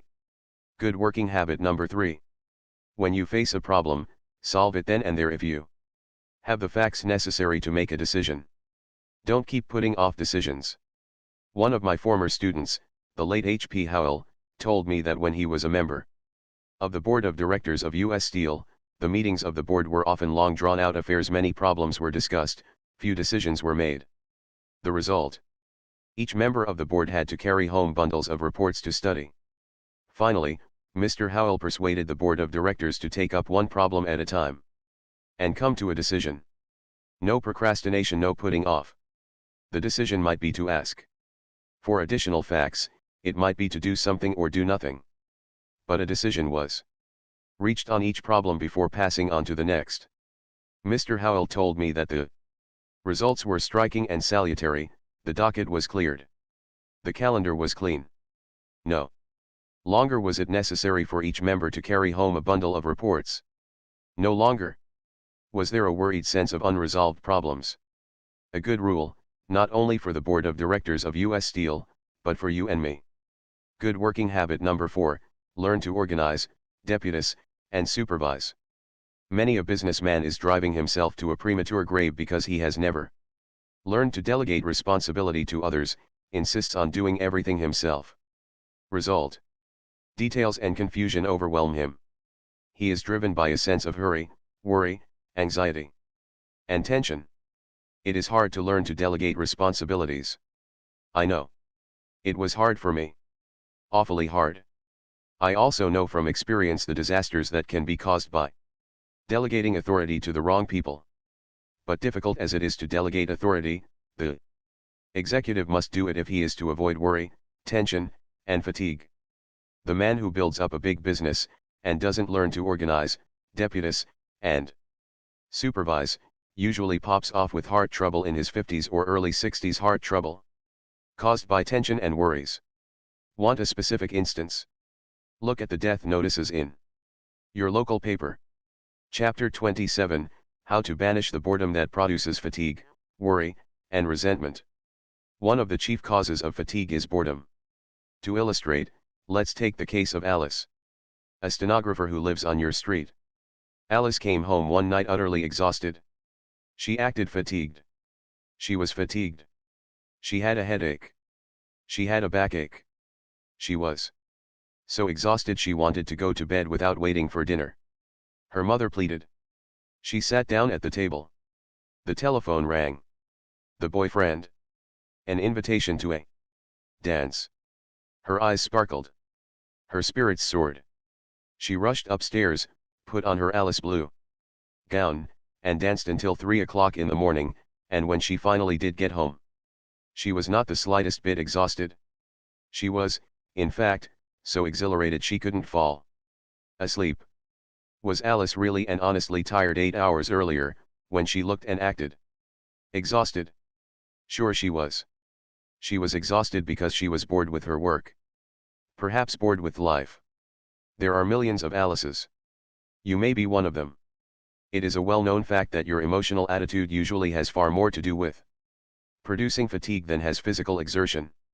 A few years ago, Joseph E. Barmack, Ph.D., published in the Archives of Psychology a report of some of his experiments, showing how boredom produces fatigue. Dr. Barmack put a group of students through a series of tests in which, he knew, they could have little interest. The result? The students felt tired and sleepy, complained of headaches and eye strain, felt irritable. In some cases, even their stomachs were upset. Was it all imagination? No. Metabolism. Tests were taken of these students. These tests showed that the blood pressure of the body and the consumption of oxygen actually decrease when a person is bored, and that the whole metabolism picks up immediately as soon as he begins to feel interest and pleasure in his work. We rarely get tired when we are doing something interesting and exciting.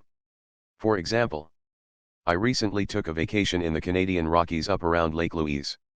I spent several days trout fishing along Corral Creek, fighting my way through brush higher than my head, stumbling over logs, struggling through fallen timber. Yet after 8 hours of this, I was not exhausted.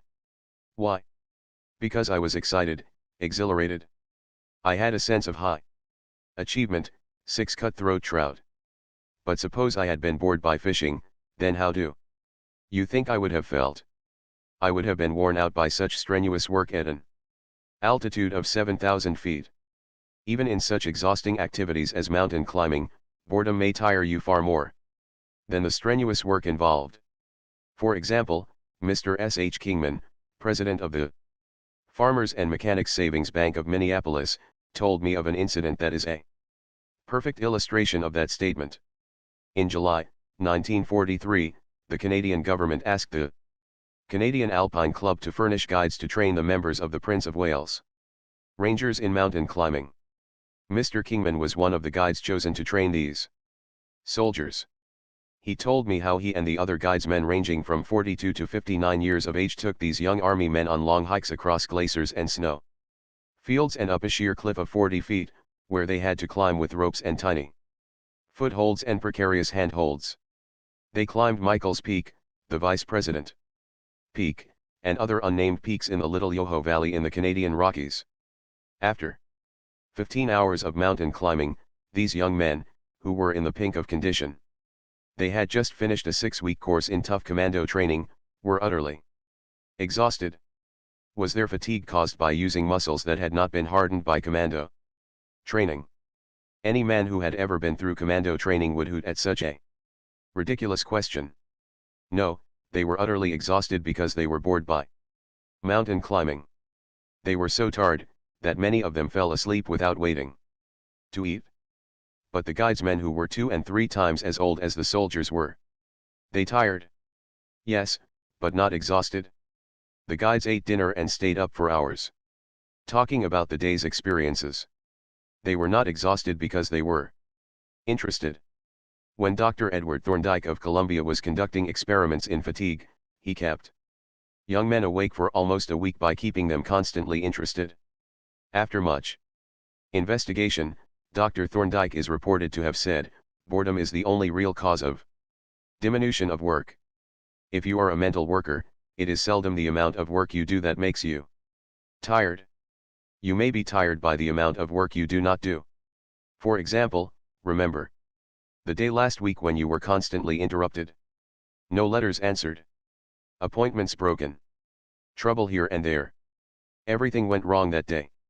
You accomplished nothing whatever, yet you went home exhausted and with a splitting head.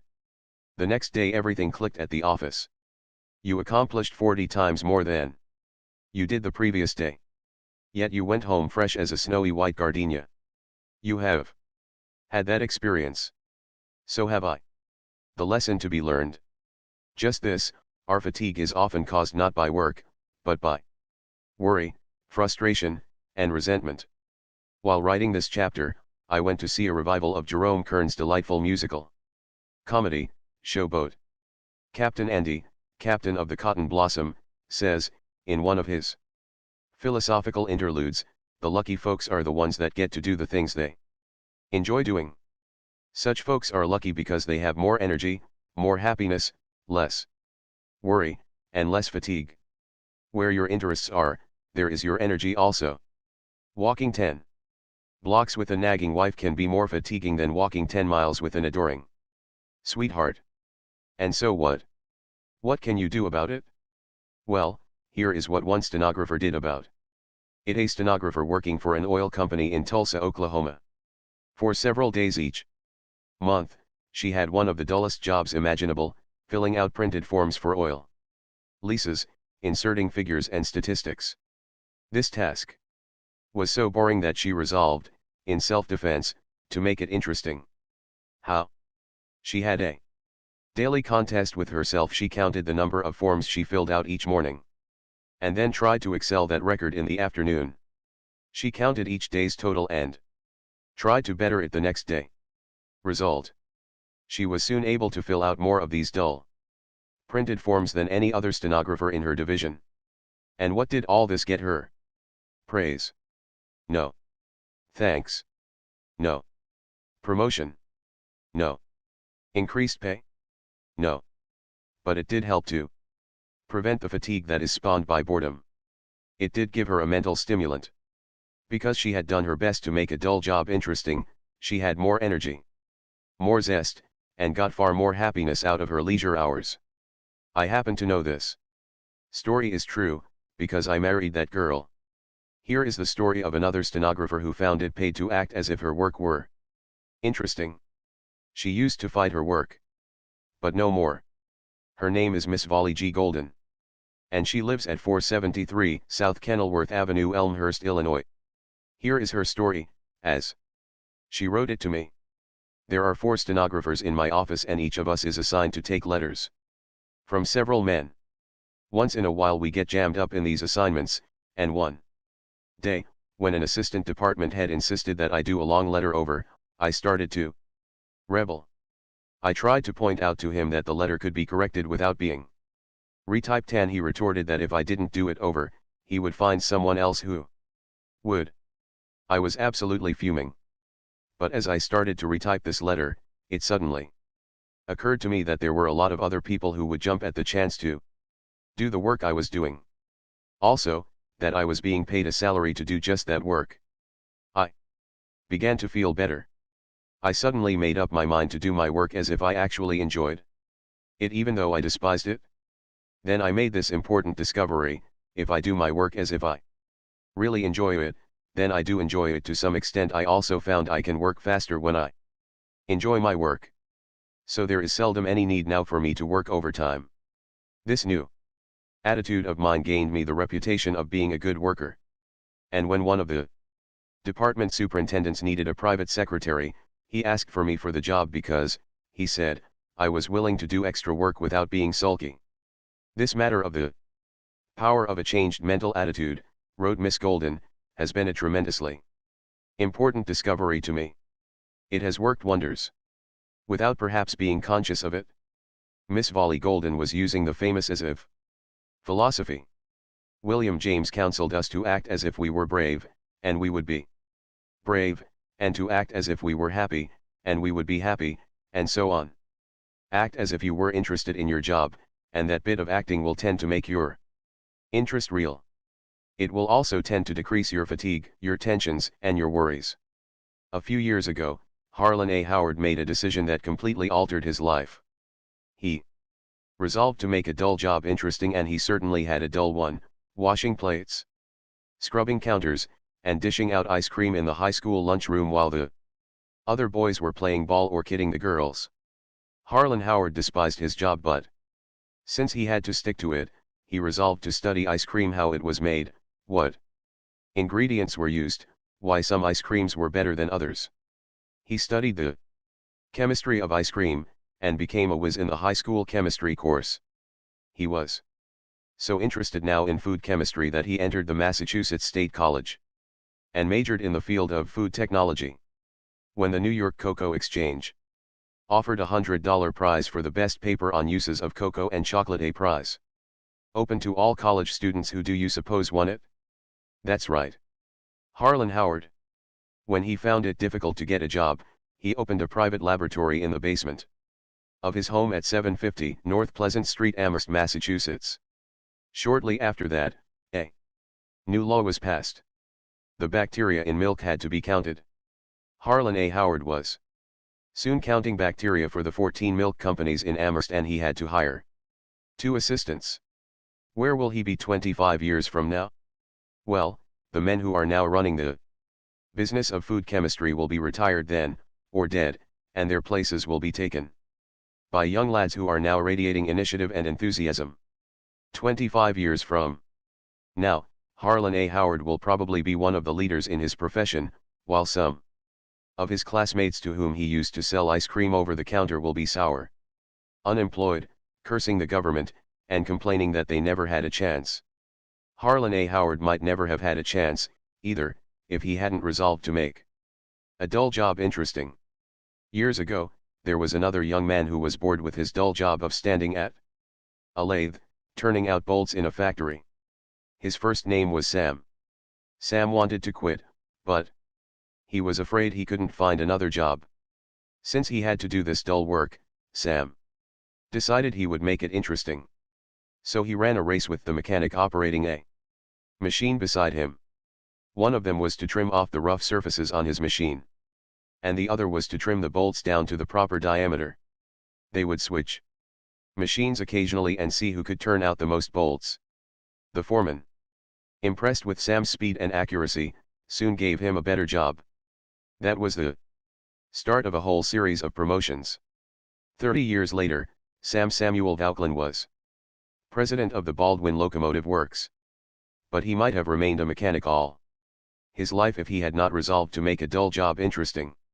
H.V. Kaltenborn, the famous radio news analyst, once told me how he made a dull job interesting. When he was 22 years old, he worked his way across the Atlantic on a cattle boat, feeding and watering the steers.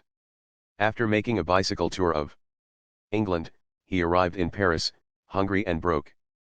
Pawning his camera for $5, he put an ad in the Paris edition of the New York Herald and got a job selling stereopticon machines. If you are 40 years old, you may remember those old-fashioned stereoscopes that we used to hold up before our eyes to look at 2 pictures exactly alike.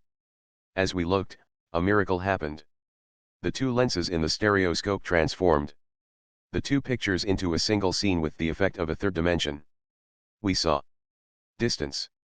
We got an astounding sense of perspective. Well, as I was saying, Kaltenborn started out selling these machines from door to door in Paris, and he couldn't speak French. But he earned $5,000 in commissions the first year, and made himself one of the highest paid salesmen in France that year. H.V. Kaltenborn told me that this experience did as much to develop within him the qualities that make for success as did any single year of study at Harvard. Confidence. He told me himself that after that experience, he felt he could have sold the congressional record to French housewives. That experience gave him an intimate understanding of French life that later proved invaluable in interpreting, on the radio, European events. How did he manage to become an expert salesman when he couldn't speak French? Well, he had his employer write out his sales talk in perfect French, and he memorized it. He would ring a doorbell, a housewife would answer, and Kaltenborn would begin repeating his memorized sales talk with an accent so terrible it was funny. He would show the housewife his pictures, and when she asked a question, he would shrug his shoulders and say, "An American, an American." He would then take off his hat and point to a copy of the sales talk in perfect French that he had pasted in the top of his hat. The housewife would laugh, he would laugh and show her more pictures. When H.V. Kaltenborn told me about this, he confessed that the job had been far from easy. He told me that there was only one quality that pulled him through, his determination to make the job interesting. Every morning before he started out, he looked into the mirror and gave himself a pep talk. "Kaltenborn, you have to do this if you want to eat. Since you have to do it, why not have a good time doing it? Why not imagine every time you ring a doorbell that you are an actor before the footlights and that there's an audience out there looking at you? After all, what you are doing is just as funny as something on the stage. So why not put a lot of zest and enthusiasm into it?" Mr. Kaltenborn told me that these daily pep talks helped him transform a task that he had once hated and dreaded into an adventure that he liked and made highly profitable. When I asked Mr. Kaltenborn if he had any advice to give to the young men of America who are eager to succeed, he said, "Yes, go to bat with yourself every morning. We talk a lot about the importance of physical exercise to wake us up out of the half-sleep in which so many of us walk around. But we need, even more, some spiritual and mental exercises every morning to stir us into action. Give yourself a pep talk every day." Is giving yourself a pep talk every day silly, superficial, childish? No, on the contrary, it is the very essence of sound psychology. Our life is what our thoughts make it. Those words are just as true today as they were 18 centuries ago when Marcus Aurelius first wrote them in his book of Meditations. Our life is what our thoughts make it. By talking to yourself every hour of the day, you can direct yourself to think thoughts of courage and happiness, thoughts of power and peace. By talking to yourself about the things you have to be grateful for, you can fill your mind with thoughts that soar and sing. By thinking the right thoughts, you can make any job less distasteful. Your boss wants you to be interested in your job so that he will make more money. But let's forget about what the boss wants. Think only of what getting interested in your job will do for you. Remind yourself that it may double the amount of happiness you get out of life, for you spend about 1/2 of your waking hours at your work, and if you don't find happiness in your work, you may never find it anywhere. Keep reminding yourself that getting interested in your job will take your mind off your worries, and, in the long run, will probably bring promotion and increased pay. Even if it doesn't do that, it will reduce fatigue to a minimum and help you enjoy your hours of leisure. Chapter 28, How to Keep from Worrying About Insomnia. Do you worry when you can't sleep well? Then it may interest you to know that Samuel Untermeyer, the famous international lawyer, never got a decent night's sleep in his life. When Sam Untermeyer went to college, he worried about two afflictions: asthma and insomnia. He couldn't seem to cure either, so he decided to do the next best thing: take advantage of his wakefulness. Instead of tossing and turning and worrying himself into a breakdown, he would get up and study. The result? He began ticking off honors in all of his classes, and became one of the prodigies of the College of the City of New York. Even after he started to practice law, his insomnia continued. But Untermeyer didn't worry. "Nature," he said, "will take care of me." Nature did. In spite of the small amount of sleep he was getting, his health kept up and he was able to work as hard as any of The young lawyers of the New York bar. He even worked harder, for he worked while they slept. At the age of 21, Sam Untermeyer was earning $75,000 a year, and other young attorneys rushed to courtrooms to study his methods. In 1931, he was paid for handling one case what was probably the highest lawyer's fee in all history. A cool $1 million cash on the barrel head.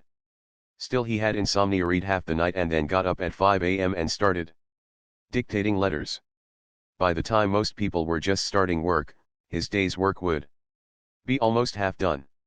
He lived to the age of 81, this man who had rarely had a sound night's sleep, but if he had fretted and worried about his insomnia, he would probably have wrecked his life.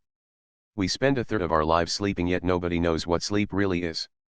We know it is a habit and a state of rest in which nature knits up the raveled sleeve of care, but we don't know how many hours of sleep each individual requires. We don't even know if we have to sleep at all. Fantastic. Well, during the First World War, Paul Kern, a Hungarian soldier, was shot through the frontal lobe of his brain. He recovered from the wound, but curiously enough, couldn't fall asleep. No matter what the doctors did, and they tried all kinds of sedatives and narcotics, even hypnotism, Paul Kern couldn't be put to sleep or even made to feel drowsy. The doctors said he wouldn't live long. But he fooled them. He got a job, and went on living in the best of health for years. He would lie down and close his eyes and rest, but he got no sleep whatever. His case was a medical mystery that upset many of our beliefs about sleep. Some people require far more sleep than others. Toscanini needs only 5 hours a night. But Calvin Coolidge needed more than twice that much. Coolidge slept 11 hours out of every 24. In other words, Toscanini has been sleeping away approximately 1/5 of his life, while Coolidge slept away almost half of his life. Worrying about insomnia will hurt you far more than insomnia. For example, one of my students, Ira Sandner, of 173 Overpeck Avenue, Ridgefield Park, New Jersey, was driven nearly to suicide by chronic insomnia. I actually thought I was going insane, Ira Sandner told me. The trouble was, in the beginning, that I was too sound a sleeper. I wouldn't wake up when the alarm clock went off, and the result was that I was getting to work late in the morning. I worried about it, and, in fact, my boss warned me that I would have to get to work on time. I knew that if I kept on oversleeping, I would lose my job. I told my friends about it, and one of them suggested I concentrate hard on the alarm clock before I went to sleep. That started the insomnia. The tick-tick-tick of that blasted alarm clock became an obsession. It kept me awake, tossing, all night long. When morning came, I was almost ill. I was ill from fatigue and worry. This kept on for 8 weeks. I can't put into words the tortures I suffered.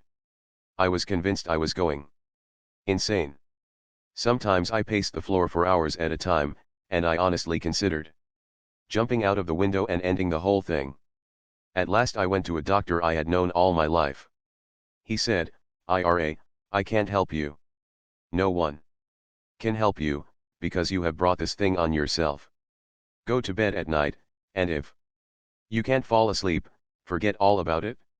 Just say to yourself, I don't care a hang if I don't go to sleep. It's all right with me if I lie awake till morning. Keep your eyes closed. And say, as long as I just lie still and don't worry about it, I'll be getting rest, anyway." I did that, says Sandner, and in 2 weeks' time I was dropping off to sleep. In less than 1 month, I was sleeping 8 hours, and my nerves were back to normal. It wasn't insomnia that was killing Ira Sandner, it was his worry about it. Dr. Nathaniel Kleitman, professor at the University of Chicago, has done more research work on sleep than has any other living man. He is the world's expert on sleep. He declares that he has never known anyone to die from insomnia. To be sure, a man might worry about insomnia until he lowered his vitality and was swept away by germs. But it was the worry that did the damage, not the insomnia itself. Dr. Kleitman also says that the people who worry about insomnia usually sleep far more. Then they realize. The man who swears I never slept a wink last night may have slept 4 hours without knowing it. For example, one of the most profound thinkers of the 19th century, Herbert Spencer, was an old bachelor, lived in a boarding house, and bored everyone with his talk about his insomnia. He even put stoppings in his ears to keep out the noise and quiet his nerves. Sometimes he took opium to induce sleep. One night he and Professor Sayce of Oxford shared the same room at a hotel. The next morning Spencer declared he hadn't slept a wink all night. In reality, it was Professor Sayce who hadn't slept a wink. He had been kept awake all night by Spencer's snoring. The first requisite for a good night's sleep is a feeling of security. We need to feel that some power greater than ourselves will take care of us until morning. Dr. Thomas Hislop, of the Great West Riding Asylum, stressed that point in an address before the British Medical Association. He said, "One of the best sleep-producing agents which my years of practice have revealed to me is prayer. I say this purely as a medical man. The exercise of prayer, in those who habitually exert it, must be regarded as the most adequate and normal of all the pacifiers of the mind and calmers of the nerves. Let God and let go." Jeanette MacDonald told me that when she was depressed and worried and had difficulty in going to sleep, she could always get a feeling of security by repeating Psalm XXII, "The Lord is my shepherd, I shall not want. He maketh me to lie down in green pastures. He leadeth me beside the still waters." But if you are not religious, and have to do things the hard way, then learn to relax by physical measures. Dr. David Harold Fink, who wrote Release from Nervous Tension, says that the best way to do this is to talk to your body. According to Dr. Fink, words are the key to all kinds of hypnosis, and when you consistently can't sleep, it is because you have talked yourself into a case of insomnia. The way to undo this is to dehypnotize yourself, and you can do it by saying to the muscles of your body, let go, loosen up and relax. We already know that the mind and nerves can't relax while the muscles are tense, so if we want to go to sleep, we start with the muscles. Dr. Fink recommends, and it works out in practice, that we put a pillow under the knees to ease the tension on the legs, and that we tuck small pillows under the arms for the very same reason. Then, by telling the jaw to relax, the eyes, the arms, and the legs, we finally drop off to sleep before we know what has hit us. I've tried it, I know.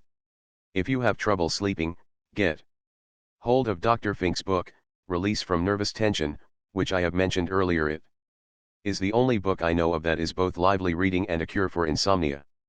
One of the best cures for insomnia is making yourself physically tired by gardening, swimming, tennis, golf, skiing, or by just plain physically exhausting work.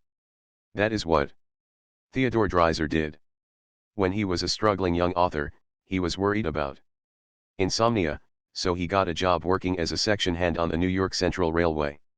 And after a day of driving spikes and shoveling gravel, he was so exhausted that he could hardly stay awake long enough to eat. If we get tired enough, nature will force us to sleep even while we are walking. To illustrate, when I was 13 years old, my father shipped a carload of fat hogs to St. Joe, Missouri. Since he got 2 free railroad passes, he took me along with him. Up until that time, I had never been in a town of more than 4,000. When I landed in St. Joe, a city of 60,000, I was agog with excitement. I saw skyscrapers 6 stories high, and wonder of wonders, I saw a streetcar.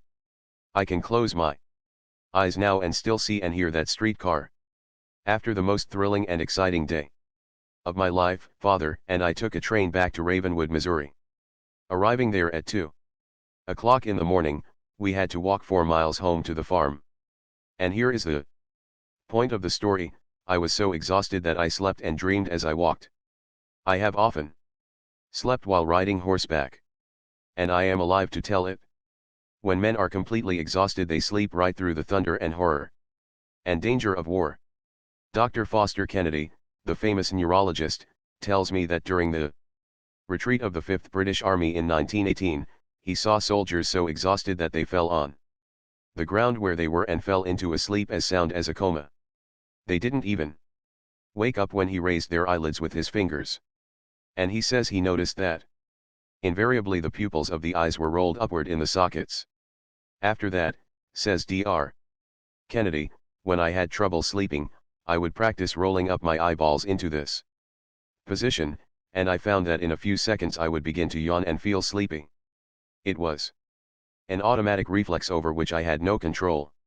No man ever committed suicide by refusing to sleep, and no one ever will. Nature would force a man to sleep in spite of all his willpower. Nature will let us go without food or water far longer than she will let us go without sleep. Speaking of suicide reminds me of a case that Dr. Henry C. Link describes in his book, The Rediscovery of Man. Dr. Link is vice president of the Psychological Corporation, and he interviews many people who are worried and depressed. In his chapter on overcoming fears and worries, he tells about a patient who wanted to commit suicide. Dr. Link knew arguing would only make the matter worse, so he said to this man, "If you are going to commit suicide anyway, you might at least do it in a heroic fashion. Run around the block until you drop dead."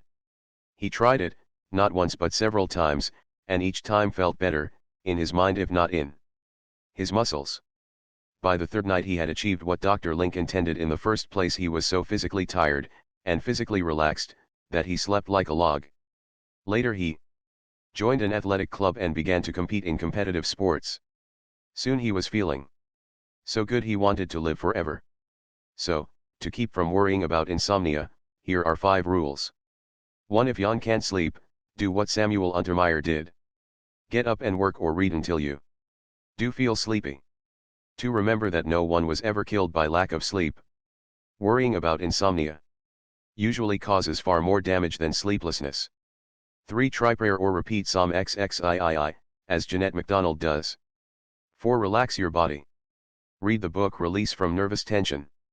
5. Exercise. Get yourself so physically tired you can't stay awake. Part 7 in a nutshell, 6 ways to prevent fatigue and worry and keep your energy and spirits high. Rule 1, rest before you get tired. Rule 2, learn to relax at your work. Rule 3, if you are a housewife, protect your health and appearance by relaxing at home. Rule 4, apply these 4 good working habits.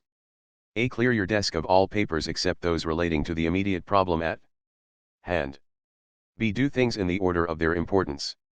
C. When you face a problem, solve it then and there if you have the facts necessary to make a decision. D. Learn to organize, deputize, and supervise. Rule 5, to prevent worry and fatigue, put enthusiasm into your work. Rule 6, remember, no one was ever killed by lack of sleep. It is worrying about insomnia that does the damage, not the insomnia. Part 8, how to find the kind of work in which you may be happy and successful. Chapter 29, the major decision of tour life. This chapter is addressed to young men and women who haven't yet found the work they want to do. If you are in that category, reading this chapter may have a profound effect upon the remainder of your life. If you are under 18, you will probably soon be called upon to make the 2 most important decisions of your life, decisions that will profoundly alter all the days of your years, decisions that may have far-reaching effects upon your happiness, your income, your health, decisions that may make or break you. What are these 2 tremendous decisions? First, how are you going to make a living? Are you going to be a farmer, a mail carrier, a chemist, a forest ranger, a stenographer, a horse dealer, a college professor, or are you going to run a hamburger stand? Second, whom are you going to select to be the father or mother of your children? Both of those great decisions are frequently gambles. Every boy, says Harry Emerson Fosdick in his book, The Power to See It Through, every boy is a gambler when he chooses a vocation. He must stake his life on it. How can you reduce the gamble in selecting a vocation? Read on, we will tell you as best we can. First, try, if possible, to find work that you enjoy. I once asked David M. Goodrich, chairman of the board, B.F. Goodrich Company Tire Manufacturers, what he considered the first requisite of success in business, and he replied, having a good time at your work. If you enjoy what you are doing, he said, you may work long hours, but it won't seem like work at all. It will seem like play. Edison was a good example of that. Edison, the unschooled newsboy who grew up to transform the industrial life of America. Edison, the man who often ate and slept in his laboratory and toiled there for 18 hours a day. But it wasn't toil to him. "I never did a day's work in my life," he exclaimed. "It was all fun." No wonder he succeeded. I once heard Charles Schwab say much the same thing. He said, "A man can succeed at almost anything for which he has unlimited enthusiasm. But how can you have enthusiasm for a job when you haven't the foggiest idea of what you want to do?" "The greatest tragedy I know of," said Mrs. Edna Kerr, who once hired thousands of employees for the DuPont Company, and is now Assistant Director of Industrial Relations for the American Home Products Company. "The greatest tragedy I know of," she told me, "is that so many young people never discover what they really want to do. I think no one else is so much to be pitied as the person who gets nothing at all out of his work but his pay." Mrs. Kerr reports that even college graduates come to her and say, "I have a BA degree from Dartmouth or an MA from Cornell. Have you some kind of work I can do for your firm?" They don't know themselves what they are able to do, or even what they would like to do. Is it any wonder that so many men and women who start out in life with competent minds and rosy dreams end up at 40 in utter frustration and even with a nervous breakdown? In fact, finding the right occupation is important even for your health.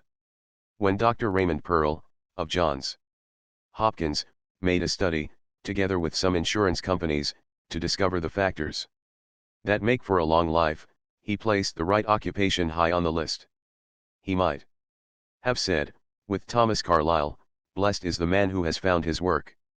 Let him ask no other blessedness." I recently spent an evening with Paul W. Boynton, employment supervisor for the Saucony Vacuum Oil Company. During the last 20 years he has interviewed more than 75,000 people looking for jobs, and he has written a book entitled 6 Ways to Get a Job. I asked him, what is the greatest mistake young people make today in looking for work? "They don't know what they want to do," he said. It is perfectly appalling to realize that a man will give more thought to buying a suit of clothes that will wear out in a few years than he will give to choosing the career on which his whole future depends, on which his whole future happiness and peace of mind are based. And so what? What can you do about it? You can take advantage of a new profession called vocational guidance. It may help you or harm you depending on the ability and character of the counselor you consult. This new profession isn't even within gunshot of perfection yet. It hasn't even reached the Model T stage. But it has a great future. How can you make use of this science? By finding out where, in your community, you can get vocational tests and vocational advice. Such advice can only take the form of suggestions. You have to make the decisions. Remember that these counselors are far from infallible. They don't always agree with one another. They sometimes make ridiculous mistakes. For example, a vocational guidance counselor advised one of my students to become a writer solely because she had a large vocabulary. How absurd! It isn't as simple as that. Good writing is the kind that transfers your thoughts and emotions to the reader, and to do that, you don't need a large vocabulary, but you do need ideas, experience, convictions, examples and excitement. The vocational counselor who advised this girl with a large vocabulary to become an author succeeded in doing only one thing: he turned an erstwhile happy stenographer into a frustrated, would-be novelist. The point I am trying to make is that vocational guidance experts, even as you and I, are not infallible. Perhaps you had better consult several of them and then interpret their findings in the sunlight of common sense. You may think it strange that I am including a chapter like this in a book devoted to worry. But it isn't strange at all, when you understand how many of our worries, regrets, and frustrations are spawned by work we despise. Ask your father about it, or your neighbor, or your boss. No less an intellectual giant than John Stuart Mill declared that industrial misfits are among the heaviest losses of society. Yes, and among the unhappiest people on this earth are those same industrial misfits who hate their daily work. Do you know the kind of man who cracked up in the army? The man who was misplaced. I'm not talking about battle casualties, but about the men who cracked up in ordinary service. Dr. William Menninger, one of our greatest living psychiatrists, was in charge of the Army's neuropsychiatric division during the war, and he says, "We learned much in the Army as to the importance of selection and of placement, of putting the right man in the right job. A conviction of the importance of the job at hand was extremely important. Where a man had no interest, where he felt he was misplaced, where he thought he was not appreciated, where he believed his talents were being misused, invariably we found a potential if not an actual psychiatric casualty. Yes, and for the same reasons, a man may crack up in industry. If he despises his business, he can crack it up, too. Take, for example, the case of Phil Johnson. Phil Johnson's father owned a laundry, so he gave his son a job, hoping the boy would work into the business. But Phil hated the laundry, so he dawdled, loafed, did what he had to do and not a lick more. Some days he was absent. His father was so hurt to think he had a shiftless, ambitionless son that he was actually ashamed before his employees. One day Phil Johnson told his father he wanted to be a mechanic, work in a machine shop. What? Go back to overalls? The old man was shocked. But Phil had his way. He worked in greasy dungarees. He did much harder work than was required at the laundry. He worked longer hours, and he whistled at his job. He took up engineering, learned about engines, puttered with machines, and when Philip Johnson died, in 1944, he was president of the Boeing Aircraft Company, and was making the flying fortresses that helped to win the war. If he had stuck with the laundry, what would have happened to him and the laundry, especially after his father's death? My guess is he would have ruined the business, cracked it up and run it into the ground. Even at the risk of starting family rows, I would like to say to young people, don't feel compelled to enter a business or trade just because your family wants you to do it. Don't enter a career unless you want to do it. However, consider carefully the advice of your parents. They have probably lived twice as long as you have. They have gained the kind of wisdom that comes only from much experience and the passing of many years. But, in the last analysis, you are the one who has to make the final decision. You are the one who is going to be either happy or miserable at your work. Now, having said this, let me give you the following suggestions, some of them warnings about choosing your work. 1. Read and study the following 5 suggestions about selecting a vocational guidance counselor. These suggestions are right from the horse's mouth. They were made by one of America's leading vocational guidance experts, Professor Harry Dexter Kitson of Columbia University. A. Don't go to anyone who tells you that he has a magic system that will indicate your vocational aptitude. In this group are phrenologists, astrologers, character analysts, handwriting experts. Their systems do not work. B. Don't go to anyone who tells you that he can give you a test that will indicate what occupation you should choose. Such a person violates the principle that a vocational counselor must take into account the physical, social, and economic conditions surrounding the counselee, and he should render his service in the light of the occupational opportunities open to the counselee. C. Seek a vocational counselor who has an adequate library of information about occupations and uses it in the counseling process. D. A thorough vocational guidance service generally requires more than one interview. E. Never accept vocational guidance by mail. 2. Keep out of business and professions that are already jam-packed and overflowing. There are many thousands of different ways of making a living. But do young people know this? Not unless they hire a swami to gaze into a crystal ball.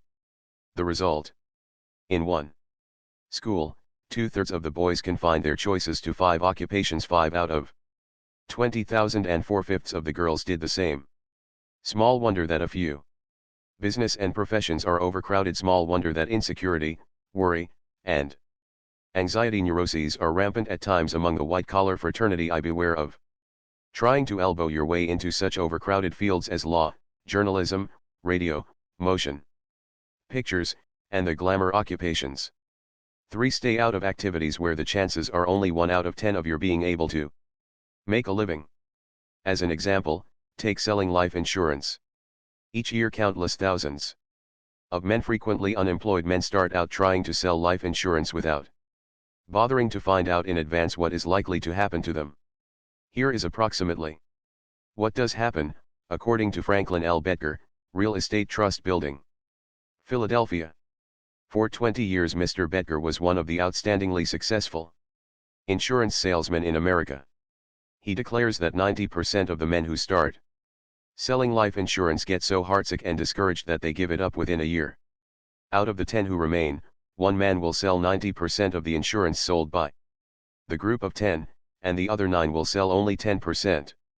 To put it another way, if you start selling life insurance, the chances are 9 to 1 that you will fail and quit within 12 months, and the chances are only 1 in 100 that you will make 10,000 a year out of it. Even if you remain at it, the chances are only 1 out of 10 that you will be able to do anything more than barely scratch out a living. 4. Spend weeks, even months, if necessary, finding out all you can about an occupation before deciding to devote your life to it. How? By interviewing men and women who have already spent 10, 20, or 40 years in that occupation. These interviews may have a profound effect on your future. I know that from my own experience. When I was in my early 20s, I sought the vocational advice of 2 older men. As I look back now, I can see that those 2 interviews were turning points in my career. In fact, it would be difficult for me even to imagine what my life would have been like had I not had those 2 interviews. How can you get these vocational guidance interviews? To illustrate, let's suppose that you are thinking about studying to be an architect. Before you make your decision, you ought to spend weeks interviewing the architects in your city and in adjoining cities. You can get their names and addresses out of a classified telephone directory. You can call at their offices either with or without an appointment. If you wish to make an appointment, write them something like this: "Won't you please do me a little favor? I want your advice. I am 18 years old, and I am thinking about studying to be an architect. Before I make up my mind, I would like to ask your advice. If you are too busy to see me at your office, I would be most grateful if you would grant me the privilege of seeing you for half an hour at your home. Here is a list of questions I would like to ask you. A. If you had your life to live over, would you become an architect again? B. After you have sized me up, I want to ask you whether you think I have what it takes to succeed as an architect. C. Is the profession of architecture overcrowded? D. If I studied architecture for 4 years, would it be difficult for me to get a job? What kind of job would I have to take at first? E. If I had average ability, how much could I hope to earn during the first 5 years? F. What are the advantages and disadvantages of being an architect? G. If I were your son, would you advise me to become an architect? If you are timid, and hesitate to face a big shot alone, here are 2 suggestions that will help. First, get a lad of your own age to go with you. The 2 of you will bolster up one another's confidence. If you haven't someone of your own age to go with you, ask your father to go with you. Second, remember that by asking his advice you are paying this man a compliment. He may feel flattered by your request. Remember that adults like to give advice to young men and women. The architect will probably enjoy the interview. If you hesitate to write letters asking for an appointment, then go to a man's office without an appointment and tell him you would be most grateful if he would give you a bit of advice. Suppose you call on 5 architects and they are all too busy to see you, which isn't likely. Call on 5 more. Some of them will see you and give you priceless advice that may save you years of lost time and heartbreak. Remember that you are making one of the 2 most vital and far-reaching decisions of your life. So, take time to get the facts before you act. If you don't, you may spend half a lifetime regretting it. If you can afford to do so, offer to pay a man for a half hour of his time and advice. 5. Get over the mistaken belief that you are fitted for only a single occupation. Every normal person can succeed at a number of occupations, and every normal person would probably fail in many occupations. Take myself, for example. If I had studied and prepared myself for the following occupations, I believe I would have had a good chance. of achieving some small measure of success and also of enjoying my work. I refer to such occupations as farming, fruit growing, scientific agriculture, medicine, selling, advertising, editing a country newspaper, teaching, and forestry. On the other hand, I am sure I would have been unhappy, and a failure, at bookkeeping, accounting, engineering, operating a hotel or a factory, architecture, all mechanical trades, and hundreds of other activities. Part 9, How to Lessen Your Financial Worries. Chapter 30, 70% of all our worries. If I knew how to solve everybody's financial worries, I wouldn't be writing this book, I would be sitting in the White House right beside the president. But here is one thing I can do, I can quote some authorities on this subject and make some highly practical suggestions and point out where you can obtain books and pamphlets that will give you additional guidance. 70% of all our worries, according to a survey made by the Ladies' Home Journal, are about money. George Gallup, of the Gallup poll, says that his research indicates that most people believe that they would have no more financial worries if they could increase their income by only 10%. That is true in many cases, but in a surprisingly large number of cases it is not true. For example, while writing this chapter, I interviewed an expert on budgets, Mrs. Elsie Stapleton, a woman who spent years as financial advisor to the customers and employees of Wanamaker's department store in New York and of Gimbel's. She has spent additional years as an individual consultant, trying to help people who were frantic with worry about money. She has helped people in all kinds of income brackets, all the way from a porter who earned less than $1,000 a year to an executive earning $100,000 a year. And this is what she told me: more money is not the answer to most people's financial worries. In fact, I have often seen it happen that an increase in income accomplished nothing but an increase in spending and an increase in headaches. What causes most people to worry, she said, is not that they haven't enough money, but that they don't know how to spend the money they have. You snorted at that last sentence, didn't you? Well, before you snort again, please remember that Mrs. Stapleton did not say that was true of all people. She said, most people. She didn't mean you. She meant your sisters and your cousins, whom you reckon by the dozens. A lot of readers are going to say, I wish this guy Carnegie had my bills to meet, my obligations to keep up on my weekly salary. If he did, I'll bet he would change his tune. Well, I have had my financial troubles. I have worked 10 hours a day at hard physical labor in the cornfields and hay barns of Missouri, worked until my one supreme wish was to be free from the aching pains of utter physical exhaustion. I was paid for that grueling work not $1 an hour, nor 50 cents, nor even 10 cents. I was paid 5 cents an hour for a 10-hour day.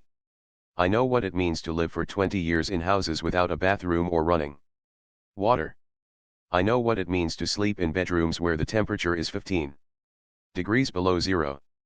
I know what it means to walk miles to save a nickel car fare and have holes in the bottom of my shoes and patches on the seat of my pants. I know what it means to order the cheapest dish on a restaurant menu, and to sleep with my trousers under the mattress because I couldn't afford to have them pressed by a tailor.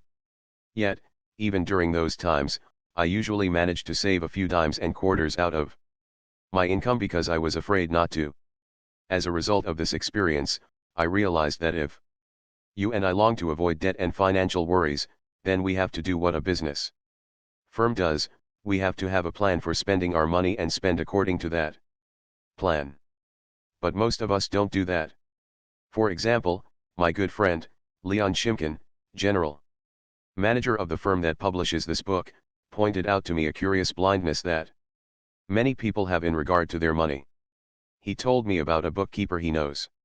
A man who is a wizard at figures when working for his firm, yet when it comes to handling his personal finances, well, if this man gets paid on Friday noon, let us say, he will walk down the street, see an overcoat in a store window that strikes his fancy, and buy it, never giving a thought to the fact that rent, electric lights, and all kinds of fixed charges have to come out of that pay envelope sooner or later.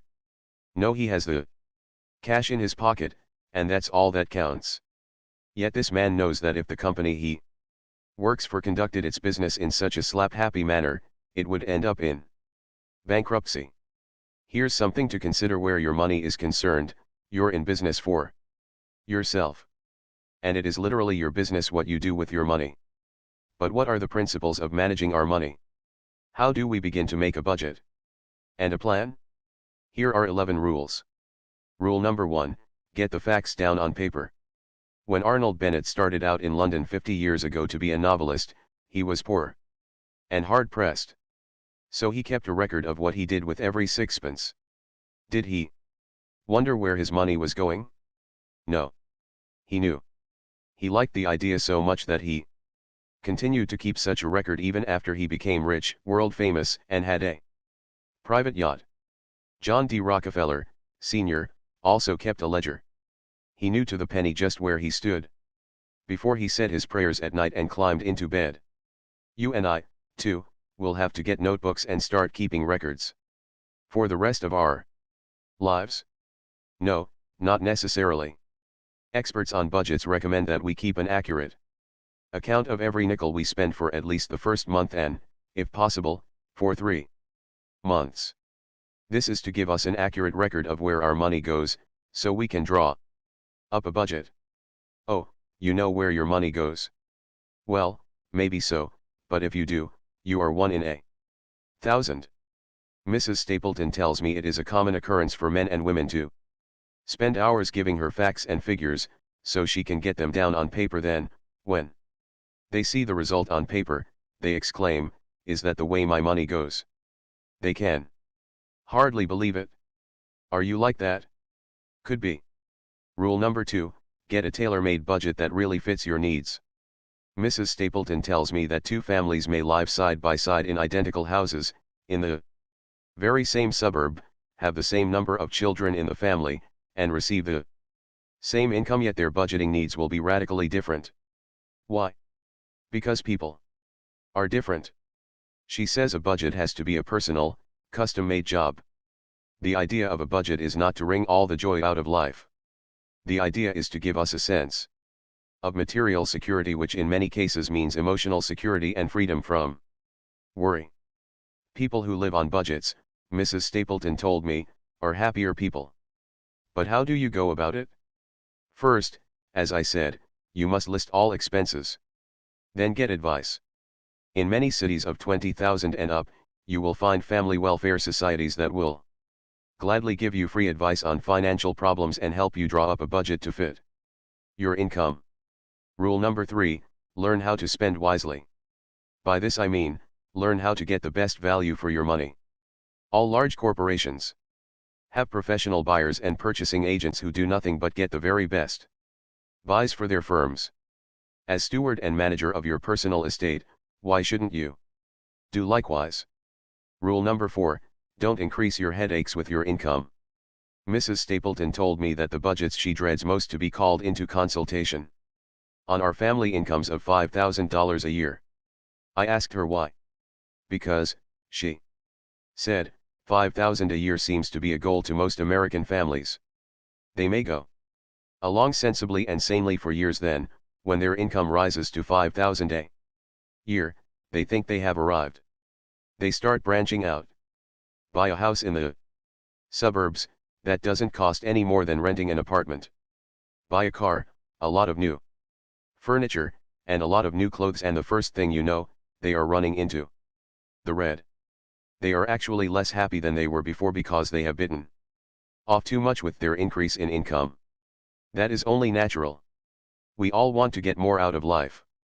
But in the long run, which is going to bring us more happiness, forcing ourselves to live within a tight budget, or having dunning letters in the mail and creditors pounding on the front door? Rule number 5, try to build credit, in the event you must borrow. If you are faced with an emergency and find you must borrow, life insurance policies, defense bonds and savings certificates are literally money in your pocket. However, be sure your insurance policies have a savings aspect, if you want to borrow on them, for this means a cash value. Certain types of insurance, called term insurance, are merely for your protection over a given period of time and do not build up reserves. These policies are obviously of no use to you for borrowing purposes.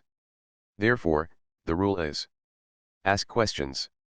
Before you sign for a policy, find out if it has a cash value in case you have to raise money. Now, suppose you haven't insurance you can borrow on, and you haven't any bonds, but you do own a house, or a car, or some other kind of collateral. Where do you go to borrow? By all means, to a bank. Banks all over this land are subject to strict regulation. They have a reputation to maintain in the community. The rate of interest they can charge is fixed firmly by law, and they will deal with you fairly. Frequently, if you are in a financial jam, the bank will go so far as to discuss your problems with you, make a plan, and help you work your way out of your worry and indebtedness. I repeat, if you have collateral, go to a bank. However, suppose you are one of the thousands who don't have collateral, don't own any property, and have nothing to offer as guarantee except your wages or salary. Then, as you value your life, heed this word of warning. Do not apply to the first loan company whose alluring advertisements you see in the paper. These people, to read some of their ads, are as generous as Santa Claus. Don't you believe it?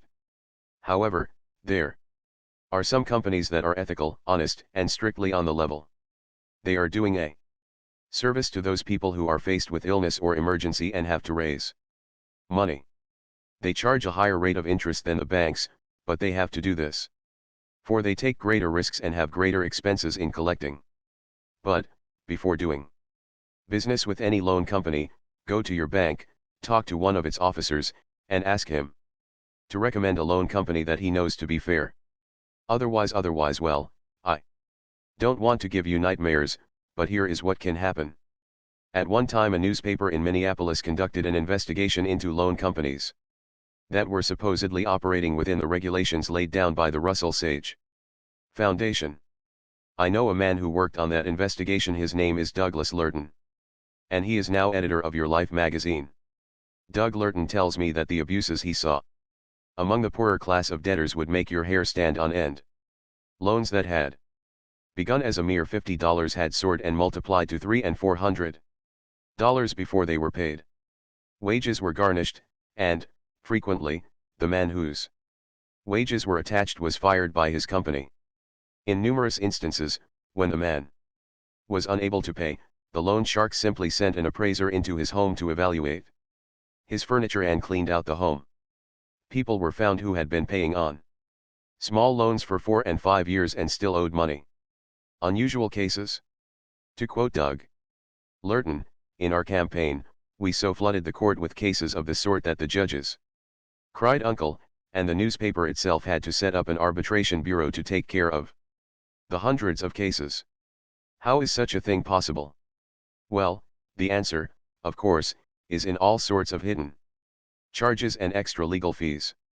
Here is a rule to remember in dealing with loan companies: if you are absolutely certain, beyond the shadow of a doubt, that you can pay the money off quickly, then your interest will be low, or reasonably low, and you will get off fairly.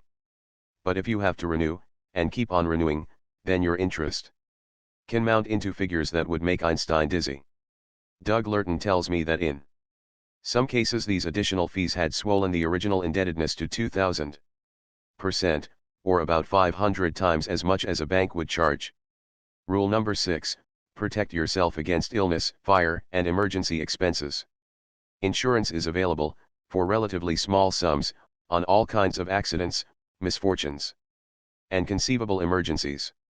I am not suggesting that you cover yourself for everything, from slipping in the bathtub to catching German measles, but I do suggest that you protect yourself against the major misfortunes that you know could cost you money and therefore do cost you worry. It's cheap at the price. For example, I know a woman who had to spend 10 days in a hospital last year and, when she came out, was presented a bill for exactly $8. The answer? She had hospital insurance. Rule number 7, do not have your life insurance proceeds paid to your widow in cash. If you are carrying life insurance to provide for your family after you're gone, do not, I beg of you, Have your insurance paid in one lump sum? What happens to a new widow with new money? I'll let Mrs. Marion S. Eberly answer that question. She is head of the Women's Division of the Institute of Life Insurance, 60 East 42nd Street, New York City. She speaks before women's clubs all over America on the wisdom of using life insurance proceeds to purchase a life income for the widow, instead of giving her the proceeds in cash. She tells me one widow who received $20,000 in cash and lent it to her son to start in the auto accessory business. The business failed, and she is destitute now. She tells of another widow who was persuaded by a slick real estate salesman to put most of her life insurance money in vacant lots that were assured to double in value within a year. 3 years later, she sold the lots for 1/10 of what she paid for them. She tells of another widow who had to apply to the Child Welfare Association for the support of her children within 12 months after she had been left $15,000 in life insurance. 100,000 similar tragedies could be told. The average lifetime of $25,000 left in the hands of a woman is less than 7 years. That statement was made by Sylvia S. Porter, financial editor of the New York Post, in the Ladies' Home Journal. Years ago, the Saturday Evening Post said in an editorial, the ease with which the average widow without business training, and with no banker to advise her, can be wheedled into putting her husband's life insurance money into wildcat stocks by the first slick salesman who approaches her is proverbial. Any lawyer or banker can cite a dozen cases in which the entire savings of a thrifty man's lifetime, amassed by years of sacrifice and self-denial, were swept away simply because a widow or an orphan trusted one of the slick crooks who rob women for a livelihood. If you want to protect your widow and your children, why not take a tip from J.P. Morgan, one of the wisest financiers who ever lived? He left money in his will to 16 principal legatees. 12 were women. Did he leave these women cash? No. He left trust funds that insured these women a monthly income for life. Rule number 8, teach your children a responsible attitude toward money. I shall never forget an idea I once read in Your Life magazine. The author, Stella Weston Turtle, described how she was teaching her little girl a sense of responsibility about money. She got an extra checkbook from the bank and gave it to her 9-year-old daughter. When the daughter was given her weekly allowance, she deposited the money with her mother, who served as a bank for the child's funds. Then, throughout the week, whenever she wanted a cent or two, she drew a check for that amount and kept track of her balance. The little girl not only found that fun, but began to learn real responsibility in handling her money. This is an excellent method, and if you have a son or daughter of school age, and you want this child to learn how to handle money, I recommend it for your consideration. Rule number 9, too necessary, make a little extra money off your kitchen stove. If after you budget your expenses wisely you still find that you don't have enough to make ends meet, you can then do one of two things: you can either scold, fret, worry, and complain, or you can plan to make a little additional money on the side. How? Well, all you have to do to make money is to fill an urgent need that isn't being adequately filled now. That is what Mrs. Nellie Spear, 37-09 83rd Street, Jackson Heights, New York, did. In 1932, she found herself living alone in a 3-room apartment. Her husband had died, and both of her children were married. One day, while having some ice cream at a drugstore soda fountain, she noticed that the fountain was also selling bakery pies that looked sad and dreary. She asked the proprietor if he would buy some real homemade pies from her. He ordered 2. Although I was a good cook, Mrs. Spear said, as she told me the story, I had always had servants when we lived in Georgia, and I had never baked more than a dozen pies in my life. After getting that order for 2 pies, I asked a neighbor woman how to cook an apple pie. The soda fountain customers were delighted with my first 2 home-baked pies, 1 apple, 1 lemon. The drugstore ordered 5 the next day. Then orders gradually came in from other fountains and luncheonettes. Within 2 years, I was baking 5,000 pies a year. I was doing all the work myself in my own tiny kitchen, and I was making a $1,000 a year clear, without a penny's expense except the ingredients that went into the pies. The demand for Mrs. Spear's home-baked pastry became so great that she had to move out of her kitchen into a shop and hire 2 girls to bake for her pies, cakes, bread, and rolls. During the war, people stood in line for an hour at a time to buy her home-baked foods. "I have never been happier in my life," Mrs. Spear said. "I work in the shop 12 to 14 hours a day, but I don't get tired because it isn't work to me. It is an adventure. In living, I am doing my part to make people a little happier. I am too busy to be lonesome or worried. My work has filled a gap in my life left vacant by the passing of my mother and husband and my home." When I asked Mrs. Spear if she felt that other women who were good cooks could make money in their spare time in a similar way, in towns of 10,000 and up, she replied, "Yes, of course they can. Mrs. Ora Snyder will tell you the same thing. She lives in a town of 30,000 Maywood, Illinois. Yet she started in business with the kitchen stove and 10 cents worth of ingredients. Her husband fell ill. She had to earn money. But how? No experience. No skill. No capital. Just a housewife. She took the white of an egg and sugar and made some candy on the back of the kitchen stove, then she took her pan of candy and stood near the school and sold it to the children for a penny apiece as they went home. Bring more pennies tomorrow, she said. I'll be here every day with my homemade candy. During the first week, she not only made a profit, but had also put a new zest into living. She was making both herself and the children happy. No time now for worry. This quiet little housewife from Maywood, Illinois, was so ambitious that she decided to branch out to have an agent sell her kitchen-made candy in roaring, thundering Chicago. She timidly approached an Italian selling peanuts on the street. He shrugged his shoulders. His customers wanted peanuts, not candy. She gave him a sample. He liked it, began selling her candy, and made a good profit for Mrs. Snyder on the first day. 4 years later, she opened her first store in Chicago. It was only 8 feet wide. She made her candy at night and sold it in the daytime.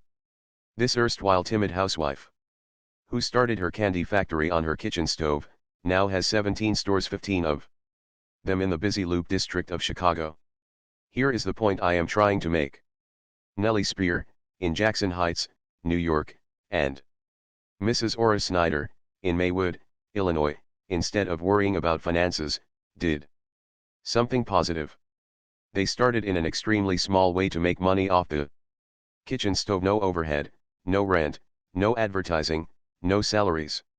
Under these conditions, it is almost impossible for a woman to be defeated by financial worries. Look around you. You will find many needs that are not filled. For example, if you train yourself to be a good cook, you can probably make money by starting cooking classes for young girls right in your own kitchen. You can get your students by ringing doorbells. Books have been written about how to make money in your spare time. Inquire at your public library. There are many opportunities for both men and women. But one word of warning: unless you have a natural gift for selling, don't attempt door-to-door selling. Most people hate it and fail at it.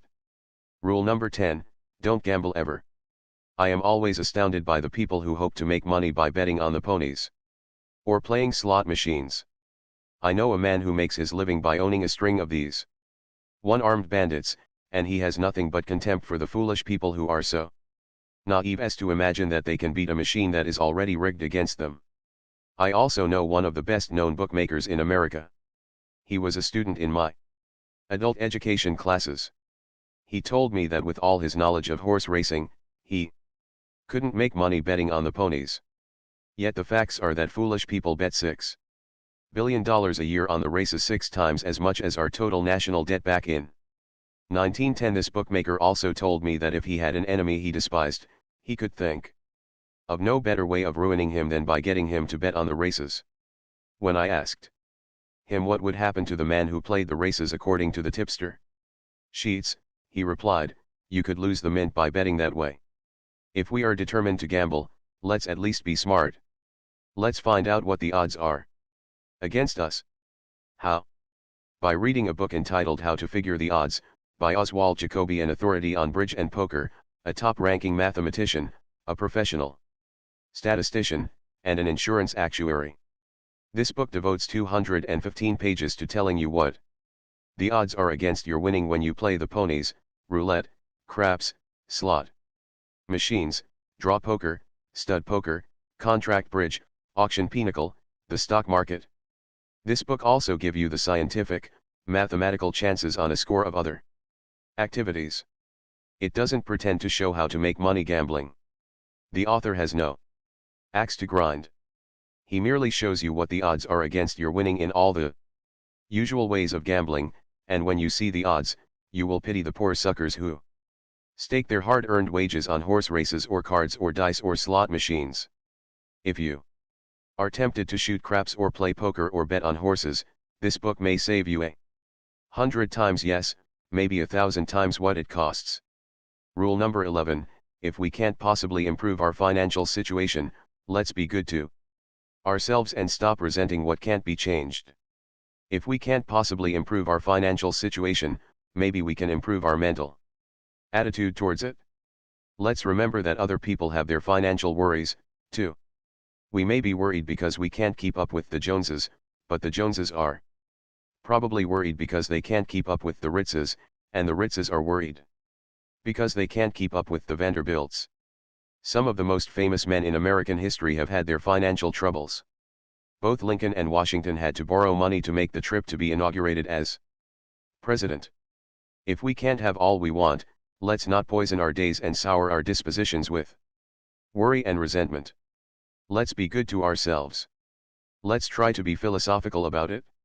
If you have what seems to you insufficient, said one of Rome's greatest philosophers, Seneca, then you will be miserable even if you possess the world. And let's remember this, even if we owned the entire United States with a hogtight fence around it, we could eat only 3 meals a day and sleep in only one bed at a time. To lessen financial worries, let's try to follow these 11 rules. 1. Get the facts down on paper. 2. Get a tailor-made budget that really fits your needs. 1. 3. Learn how to spend wisely. 4. Don't increase your headaches with your income. 5. Try to build credit, in the event you must borrow. 6. Protect yourself against illness, fire, and emergency expenses. 7. Do not have your life insurance proceeds paid to your widow in cash. 8. Teach your children a responsible attitude towards money. 9. If necessary, make a little extra money off your kitchen stove. 10. Don't gamble ever. 11. If we can't possibly improve our financial situation, let's be good to ourselves and stop resenting what can't be changed. Part 10, How I Conquered Worry. 32 True Stories. 6 Major Troubles Hit Me All at Once. By C.I. Blackwood. Proprietor, Blackwood Davis Business College, Oklahoma City, Oklahoma. In the summer of 1943, it seemed to me that half the worries of the world had come to rest on my shoulders. For more than 40 years, I had lived a normal, carefree life with only the usual troubles which come to a husband, father, and businessman. I could usually meet these troubles easily, but suddenly wham! Wham! Wham! Wham! Wham! Wham! 6 major troubles hit me all at once. I pitched and tossed and turned in bed all night long, half dreading to see the day come, because I faced these 6 major worries. 1. My business college was trembling on the verge of financial disaster because all the boys were going to war, and most of the girls were making more money working in war plants without training than my graduates could make in business offices with training. 2. My older son was in service, and I had the heart-numbing worry common to all parents whose sons were away at war. 3. Oklahoma City had already started proceedings to appropriate a large tract of land for an airport, and my home, formerly my father's home, was located in the center of this tract. I knew that I would be paid only 1/10 of its value, and, what was even worse, I would lose my home, and because of the housing shortage, I worried about whether I could possibly find another home to shelter my family of 6. I feared we might have to live in a tent. I even worried about whether we would be able to buy a tent. 4. The water well on my property went dry because a drainage canal had been dug near my home. To dig a new well would be throwing $500 away because the land was probably being appropriated. I had to carry water to my livestock in buckets every morning for 2 months, and I feared I would have to continue it during the rest of the war. 5. I lived 10 miles away from my business school and I had a Class B petrol card.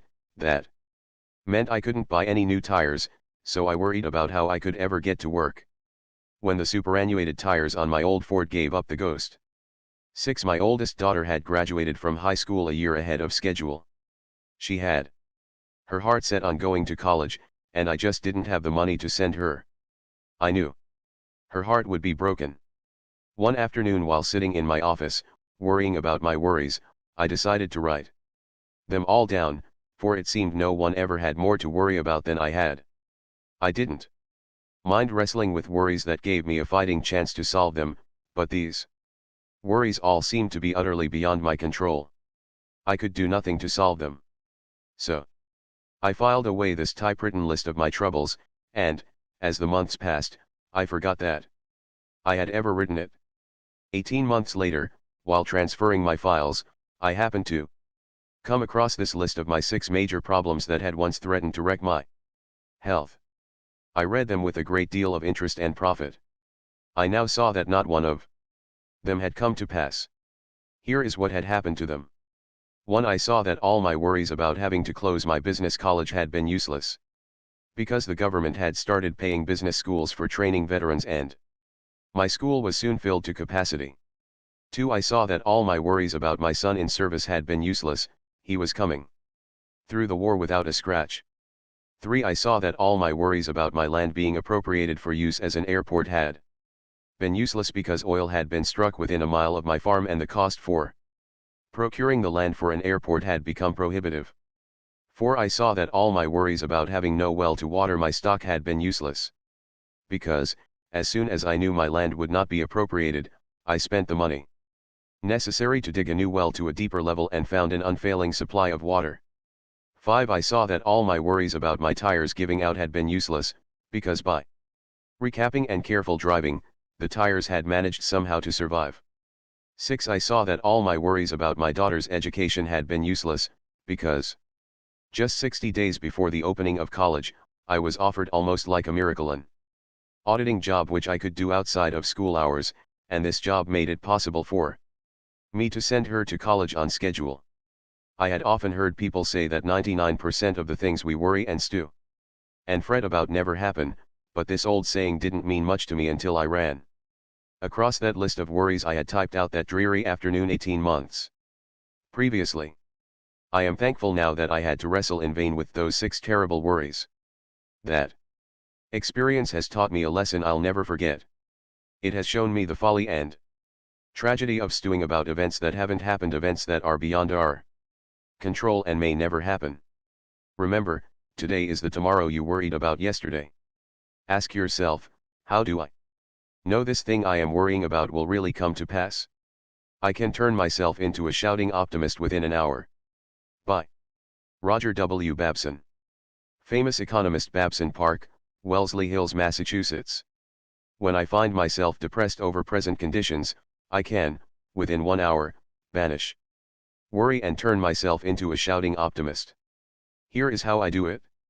I enter my library, close my eyes, and walk to certain shelves containing only books on history. With my eyes still shut, I reach for a book, not knowing whether I am picking up Prescott's Conquest of Mexico or Suetonius' Lives of the 12 Caesars. With my eyes still closed, I open the book at random.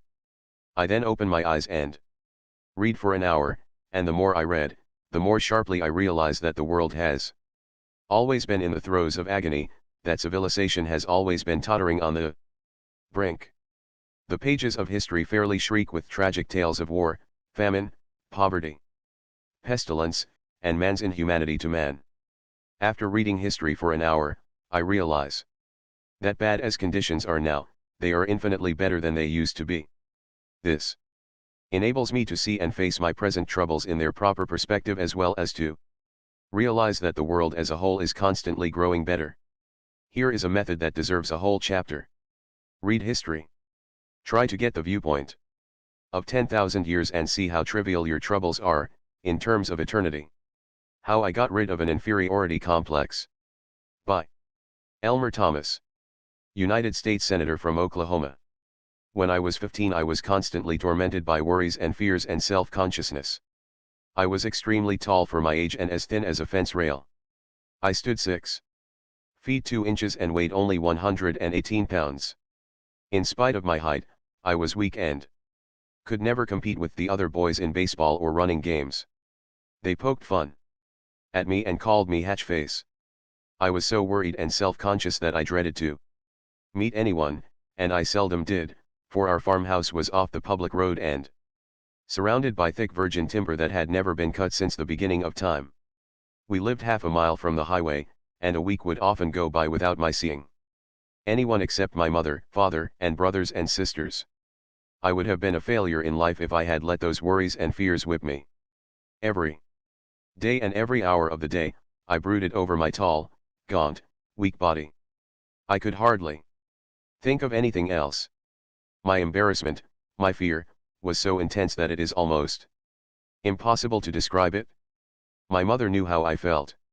She had been a school teacher, so she said to me, "Son, you ought to get an education, you ought to make your living with your mind because your body will always be a handicap."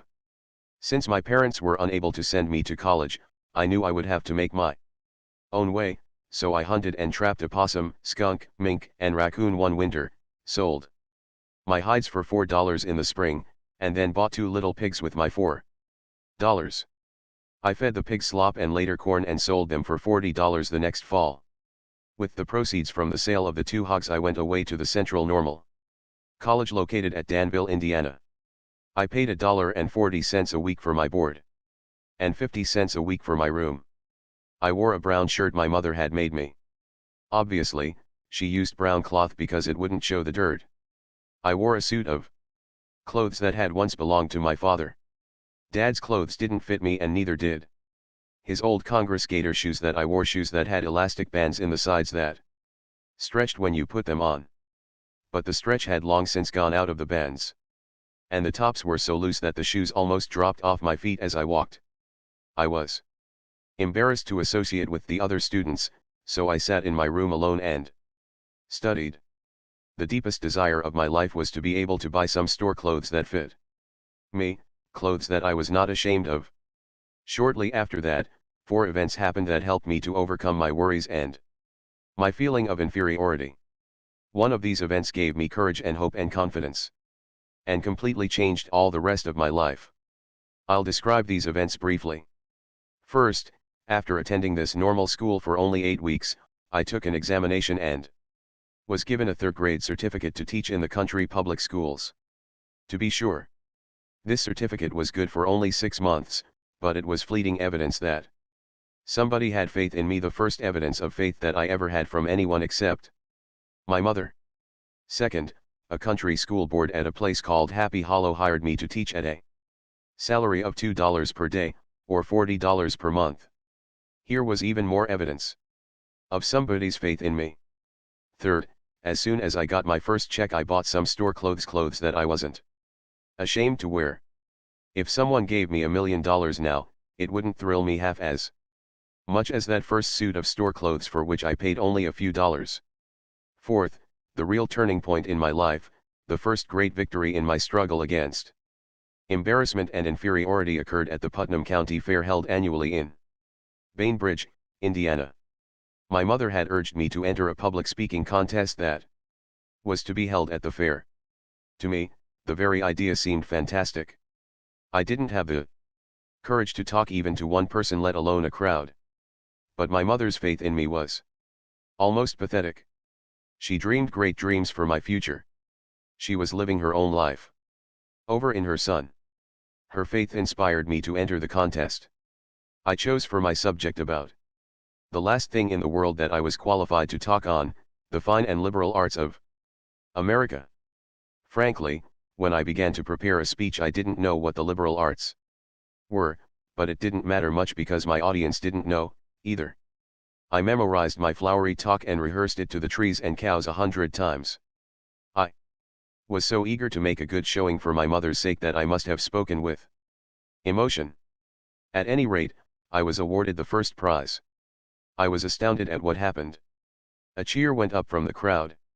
The very boys who had once ridiculed me and poked fun at me and called me hatchet-faced now slapped me on the back and said, "I knew you could do it, Elmer." My mother put her arms around me and sobbed. As I look back, in retrospect, I can see that winning that speaking contest was the turning point of my life. The local newspapers ran an article about me on the front page and prophesied great things for my future. Winning that contest put me on the map locally and gave me prestige, and, what is far more important, it multiplied my confidence 100-fold. I now realize that if I had not won that contest, I probably would never have become a member of the United States Senate, for it lifted my sights, widened my horizons, and made me realize that I had latent abilities that I never dreamed I possessed. Most important, however, was the fact that the first prize in the oratorical contest was a year's scholarship in the Central Normal College. I hungered now for more education. So, during the next few years from 1896 to 1900 I divided my time between teaching and studying. In order to pay my expenses at DePauw University, I waited on tables, looked after furnaces, mowed lawns, kept books, worked in the wheat and cornfields during the summer, and hauled gravel on a public road construction job. In 1896, when I was only 19, I made 28 speeches, urging people to vote for William Jennings Bryan for president. The excitement of speaking for Bryan aroused a desire in me to enter politics myself. So when I entered DePauw University, I studied law and public speaking. In 1899 I represented the university in a debate with Butler College, held in Indianapolis, on the subject resolved that United States senators should be elected by popular vote. I won other speaking contests and became editor-in-chief of the class of 1900 College Annual, the Mirage, and the university paper, the Palladium. After receiving my AB degree at DePauw, I took Horace Greeley's advice, only I didn't go west, I went southwest. I went down to a new country, Oklahoma. When the Kiowa, Comanche, and Apache Indian Reservation was opened, I homesteaded a claim and opened a law office in Lawton, Oklahoma. I served in the Oklahoma State Senate for 13 years, in the lower house of Congress for 4 years, and at 50 years of age, I achieved my lifelong ambition. I was elected to the United States Senate from Oklahoma. I have served in that capacity since March 4, 1927. Since Oklahoma and Indian Territories became the state of Oklahoma on November 16, 1907, I have been continuously honored by the Democrats of my adopted state by nominations, first for State Senate, then for Congress, and later for the United States Senate. I have told this story, not to brag about my own fleeting accomplishments, which can't possibly interest anyone else. I have told it wholly with the hope that it may give renewed courage and confidence to some poor boy who is now suffering from the worries and shyness and feeling of inferiority that devastated my life when I was wearing my father's cast-off clothes and gaiter shoes that almost dropped off my feet as I walked. Editor's note: it is interesting to know that Elmer Thomas, who was so ashamed of his ill-fitting clothes as a youth, was later voted the best-dressed man in the United States Senate. I lived in the Garden of Allah. By R.V.C. Bodley. Descendant of Sir Thomas Bodley, founder of the Bodleian Library, Oxford, author of Wind in the Sahara, The Messenger, and 14 other volumes. In 1918, I turned my back on the world I had known and went to Northwest Africa and lived with the Arabs in the Sahara, the Garden of Allah. I lived there 7 years. I learned to speak the language of the nomads. I wore their clothes, I ate their food, and adopted their mode of life, which has changed very little during the last 20 centuries. I became an owner of sheep and slept on the ground in the Arabs' tents. I also made a detailed study of their religion. In fact, I later wrote a book about Mohammed, entitled The Messenger. Those 7 years which I spent with these wandering shepherds were the most peaceful and contented years of my life. I had already had a rich and varied experience. I was born of English parents in Paris, and lived in France for 9 years. Later I was educated at Eton and at the Royal Military College at Sandhurst. Then I spent 6 years as a British Army officer in India, where I played polo, and hunted, and explored in the Himalayas as well as doing some soldiering. I fought through the First World War and, at its close, one was sent to the Paris conference as an assistant military attaché. I was shocked and disappointed at what I saw there. During the 4 years of slaughter on the Western Front, I had believed we were fighting to save civilization. But at the Paris Peace Conference, I saw selfish politicians laying the groundwork for the Second World War, each country grabbing all it could for itself, creating national antagonisms, and reviving the intrigues of secret diplomacy. I was sick of war, sick of the army, sick of society. For the first time in my career, I spent sleepless nights, worrying about what I should do with my life. Lloyd George urged me to go in for politics. I was considering taking his advice when a strange thing happened, a strange thing that shaped and determined my life for the next 7 years.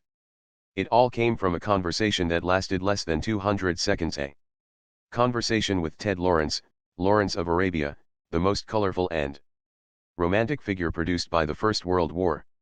He had lived in the desert with the Arabs and he advised me to do the same thing. At first, it sounded fantastic. However, I was determined to leave the army, and I had to do something civilian. Employers did not want to hire men like me, ex-officers of the regular army especially, when the labor market was jammed with millions of unemployed. So I did as Lawrence suggested. I went to live with the Arabs. I am glad I did so. They taught me how to conquer worry. Like all faithful Muslims, they are fatalists. They believe that every word Muhammad wrote in the Quran is the divine revelation of Allah. So when the Quran says, God created you and all your actions, they accept it literally. That is why they take life so calmly and never hurry or get into unnecessary tempers when things go wrong. They know that what is ordained, and no one but God can alter anything. However, that doesn't mean that in the face of disaster, they sit down and do nothing. To illustrate, let me tell you of a fierce, burning windstorm of the Sirocco, which I experienced when I was living in the Sahara. It howled and screamed for 3 days and nights. It was so strong, so fierce, that it blew sand from the Sahara hundreds of miles across the Mediterranean and sprinkled it over the Rhône Valley in France. The wind was so hot I felt as if the hair was being scorched off my head. My throat was parched. My eyes burned. My teeth were full of grit. I felt as if I were standing in front of a furnace in a glass factory. I was driven as near crazy as a man can be and retain his sanity. But the Arabs didn't complain. They shrugged their shoulders and said, Mektub. It is written. But immediately after the storm was over, they sprang into action. They slaughtered all the lambs because they knew they would die anyway, and by slaughtering them at once, they hoped to save the mother sheep. After the lambs were slaughtered, the flocks were driven southward to water. This was all done calmly, without worry or complaining, or mourning over their losses. The tribal chief said, it is not too bad. We might have lost everything. But praise God, we have 40% of our sheep left to make a new start. I remember another occasion, when we were motoring across the desert and a tire blew out. The chauffeur had forgotten to mend the spare tire. So there we were with only 3 tires. I fussed and fumed and got excited and asked the Arabs what we were going to do. They reminded me that getting excited wouldn't help, that it only made one hotter. The blown out tire, they said, was the will of Allah and nothing could be done about it. So we started on, crawling along on the rim of a wheel. Presently the car spluttered and stopped. We were out of petrol. The chief merely remarked, Mektub. And, there again, instead of shouting at the driver because he had not taken on enough petrol, everyone remained calm and we walked to our destination, singing as we went. The 7 years I spent with the Arabs convinced me that the neurotics, the insane, the drunks of America and Europe are the product of the hurried and harassed lives we live in our so-called civilization. As long as I lived in the Sahara, I had no worries. I found there, in the garden of Allah, the serene contentment and physical well-being that so many of us are seeking with tenseness and despair. Many people scoff at fatalism. Maybe they are right. Who knows? But all of us must be able to see how our fates are often determined for us. For example, if I had not spoken to Lawrence of Arabia at 3 minutes past noon on a hot August day in 1919, all the years that have elapsed since then would have been completely different. Looking back over my life, I can see how it has been shaped and molded time and again by events far beyond my control. The Arabs call it mektub, kismet, the will of Allah. Call it anything you wish. It does strange things to you. I only know that today, 17 years after leaving the Sahara, I still maintain that happy resignation to the inevitable which I learned from the Arabs. That philosophy has done more to settle my nerves than 1,000 sedatives could have achieved. You and I are not Mohammedans, we don't want to be fatalists. But when the fierce, burning winds blow over our lives and we cannot prevent them, let us, too, accept the inevitable. And then get busy and pick up the pieces. 5 methods I use to banish worry. By Professor William Leon Phelps. I had the privilege of spending an afternoon with Billy Phelps, of Yale, shortly before his death. Here are the 5 methods he used to banish worry based on the notes I took during that interview. Dale Carnegie. 1. When I was 24 years old, my eyes suddenly gave out. After reading 3 or 4 minutes, my eyes felt as if they were full of needles, and even when I was not reading, they were so sensitive that I could not face a window. I consulted the best occultists in New Haven and New York. Nothing seemed to help me. After 4 o'clock in the afternoon, I simply sat in a chair in the darkest corner of the room, waiting for bedtime. I was terrified. I feared that I would have to give up my career as a teacher and go out west and get a job as a lumberjack. Then a strange thing happened which shows the miraculous effects of the mind over physical ailments.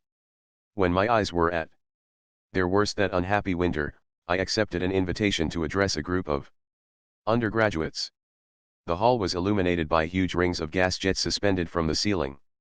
The lights pained my eyes so intensely that, while sitting on the platform, I was compelled to look at the floor.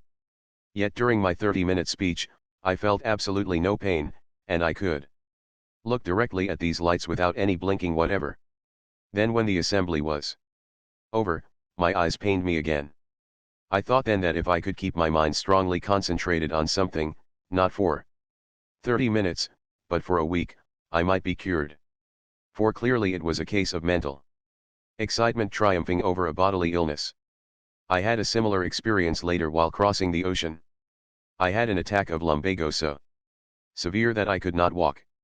I suffered extreme pain when I tried to stand up straight. While in that condition, I was invited to give a lecture on shipboard.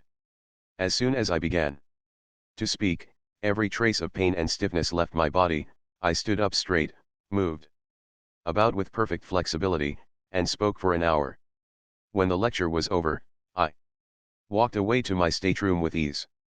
For a moment, I thought I was cured. But the cure was only temporary. The lumbago resumed its attack. These experiences demonstrated to me the vital importance of one's mental attitude. They taught me the importance of enjoying life while you may.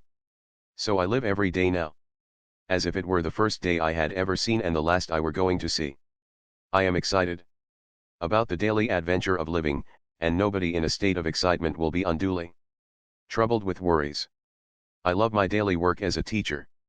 I wrote a book entitled The Excitement of Teaching. Teaching has always been more than an art or an occupation to me. It is a passion. I love to teach as a painter loves to paint or a singer loves to sing. Before I get out of bed in the morning, I think with ardent delight of my first group of students. I have always felt that one of the chief reasons for success in life is enthusiasm. 2. I have found that I can crowd worry out of mind by reading an absorbing book. When I was 59, I had a prolonged nervous breakdown.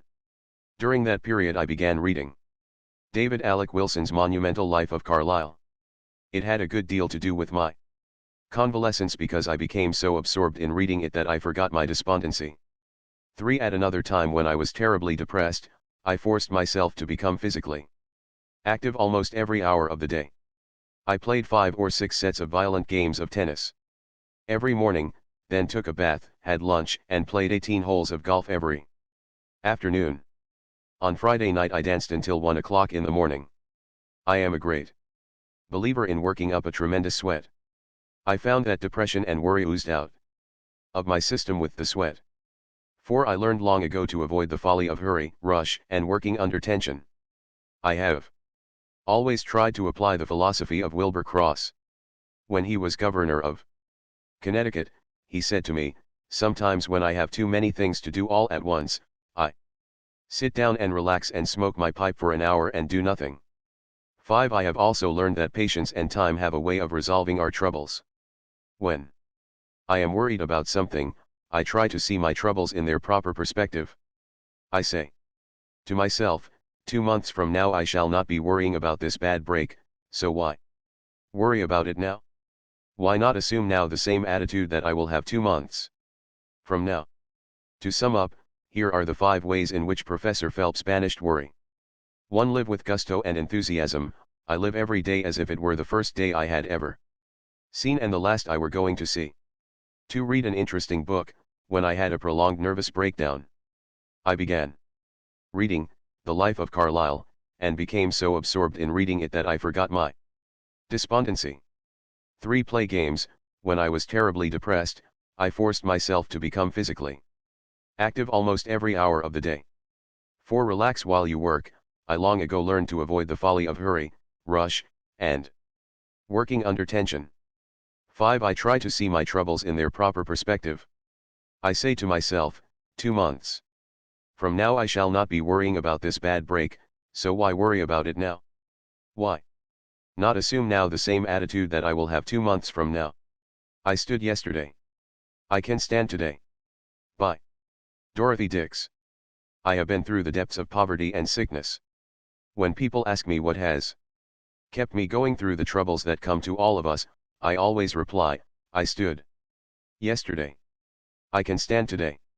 And I will not permit myself to think about what might happen tomorrow. I have known want and struggle and anxiety and despair. I have always had to work beyond the limit of my strength. As I look back upon my life, I see it as a battlefield strewn with the wrecks of dead dreams and broken hopes and shattered illusions, a battle in which I always fought with the odds tremendously against me, and which has left me scarred and bruised and maimed and old before my time. Yet I have no pity for myself, no tears to shed over the past and gone sorrows, no envy for the women who have been spared all I have gone through. For I have lived. They only existed. I have drank the cup of life down to its very dregs. They have only sipped the bubbles on top of it. I know things they will never know. I see things to which they are blind. It is only the women whose eyes have been washed clear with tears who get the broad vision that makes them little sisters to all the world. I have learned in the great university of hard knocks a philosophy that no woman who has had an easy life ever acquires. I have learned to live each day as it comes and not to borrow trouble by dreading the morrow. It is the dark menace of the future that makes cowards of us. I put that dread from me because experience has taught me that when the time comes that I so fear, the strength and wisdom to meet it will be given me. Little annoyances no longer have the power to affect me. After you have seen your whole edifice of happiness topple and crash in ruins about you, it never matters to you again that a servant forgets to put the doilies under the finger bowls, or the cook spills the soup. I have learned not to expect too much of people, and so I can still get happiness out of the friend who isn't quite true to me or the acquaintance who gossips. Above all, I have acquired a sense of humor, because there were so many things over which I had either to cry or laugh. And when a woman can joke over her troubles instead of having hysterics, nothing can ever hurt her much again. I do not regret the hardships I have known, because through them I have touched life at every point I have lived. And it was worth the price I had to pay. Dorothy Dix conquered worry by living in daytight compartments. I did not expect to live to see the dawn. By J.C. Penney. On April 14, 1902, a young man with $500 in cash and $1 million in determination opened a dry goods store in Kemmerer, Wyoming, a little mining town of 1,000 people, situated on the old covered wagon trail laid out by the Lewis and Clark expedition.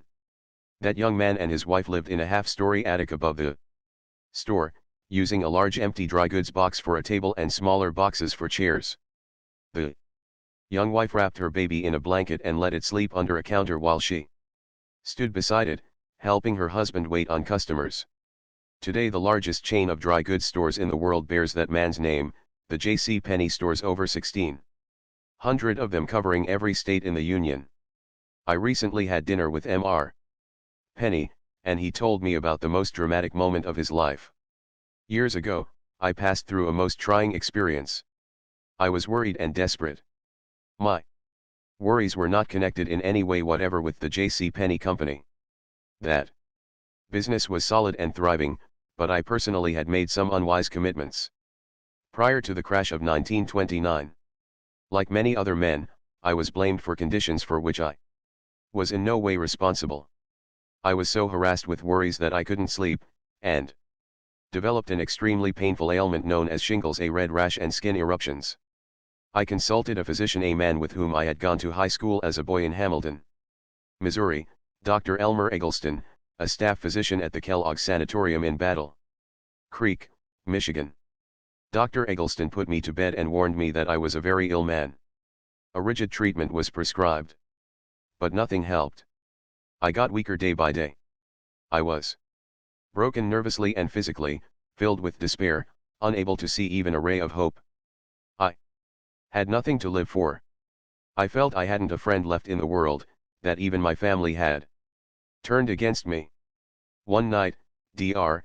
Eggleston gave me a sedative, but the effects soon wore off and I awoke with an overwhelming conviction that this was my last night of life. Getting out of bed, I wrote farewell letters to my wife and to my son, saying that I did not expect to live to see the dawn. When I awoke the next morning, I was surprised to find that I was still alive. Going downstairs, I heard singing in a little chapel where devotional exercises were held each morning. I can still remember the hymn they were singing, "God will take care of you." Going into the chapel, I listened with a weary heart to the singing, the reading of the scripture lesson, and the prayer. Suddenly something happened. I can't explain it. I can only call it a miracle. I felt as if I had been instantly lifted out of the darkness of a dungeon into warm, brilliant sunlight. I felt as if I had been transported from hell to paradise. I felt the power of God as I had never felt it before. I realized then that I alone was responsible for all my troubles.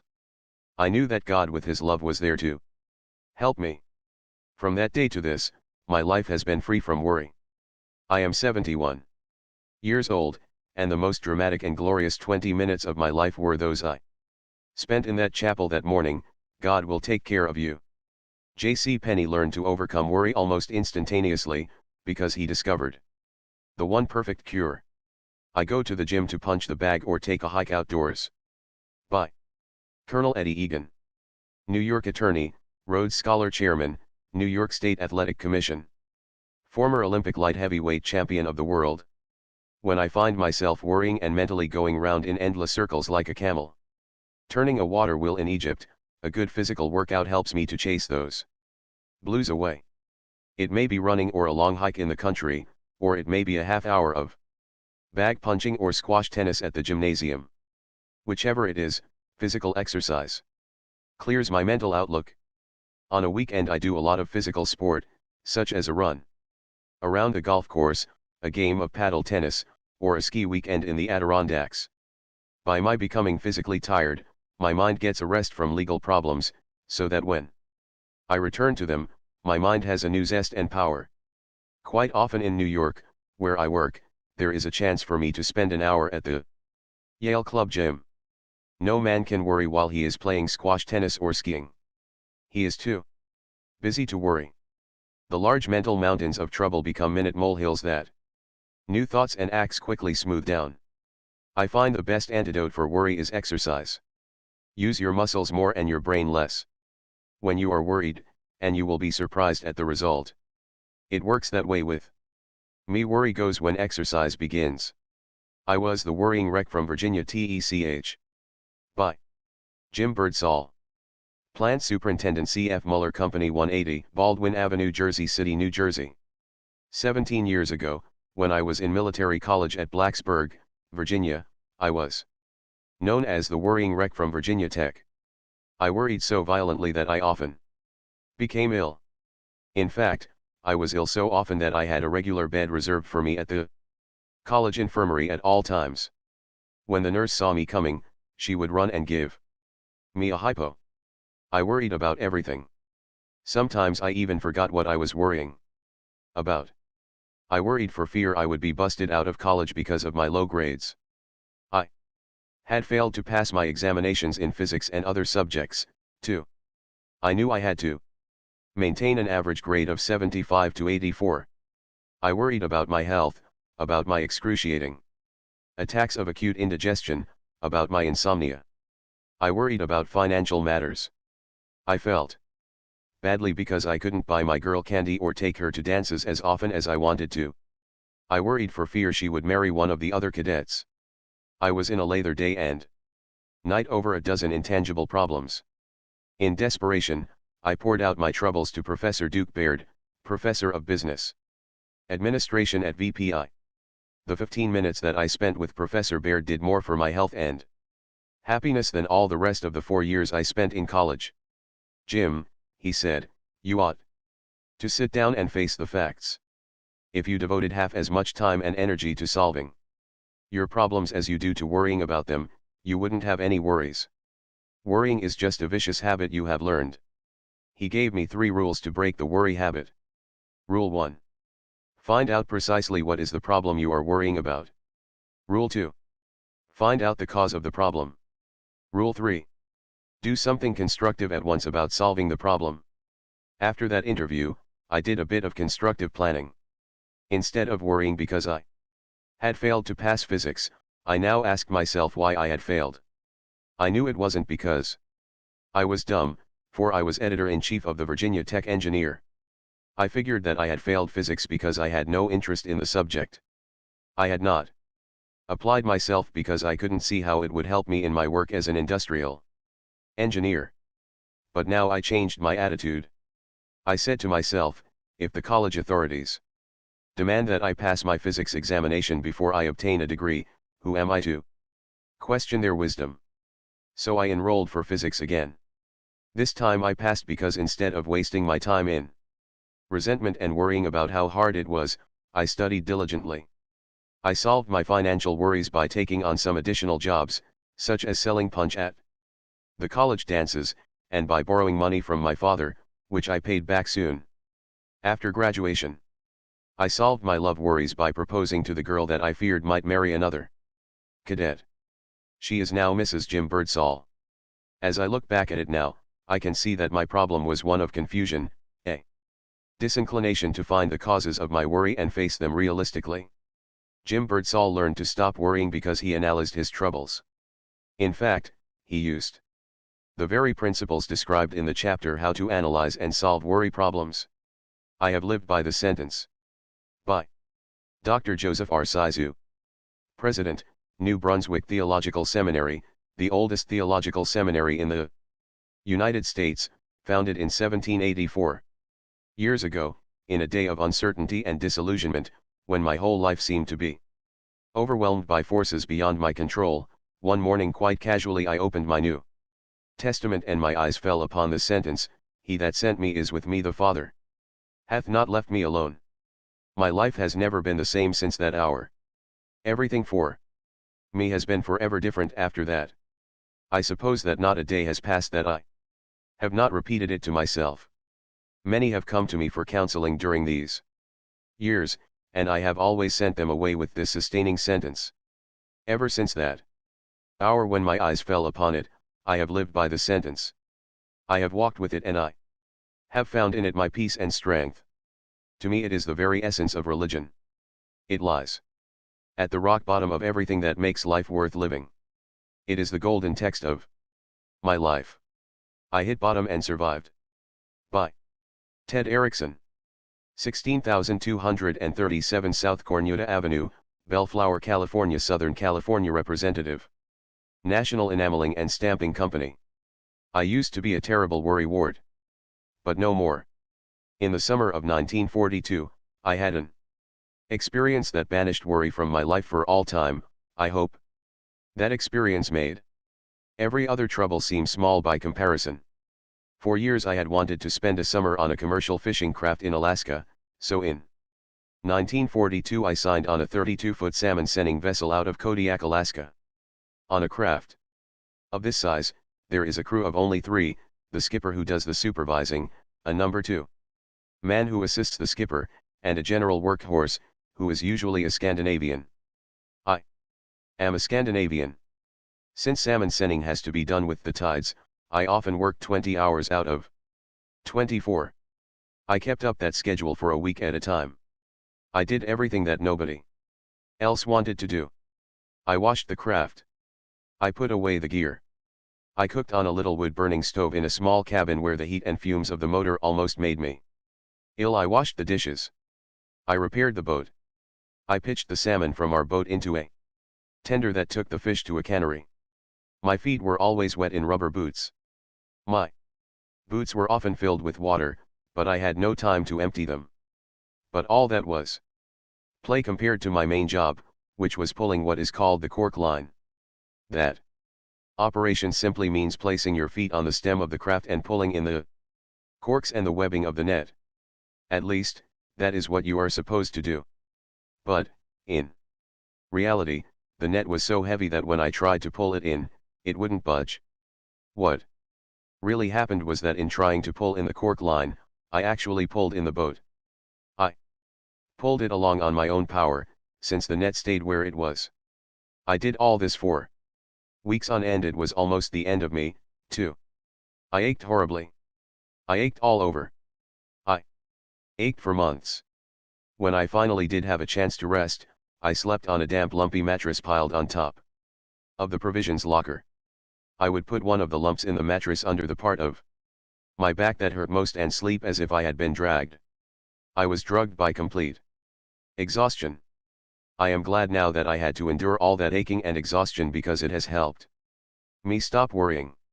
Whenever I am confronted by a problem now, instead of worrying about it, I say to myself, Erickson, could this possibly be as bad as pulling the cork line?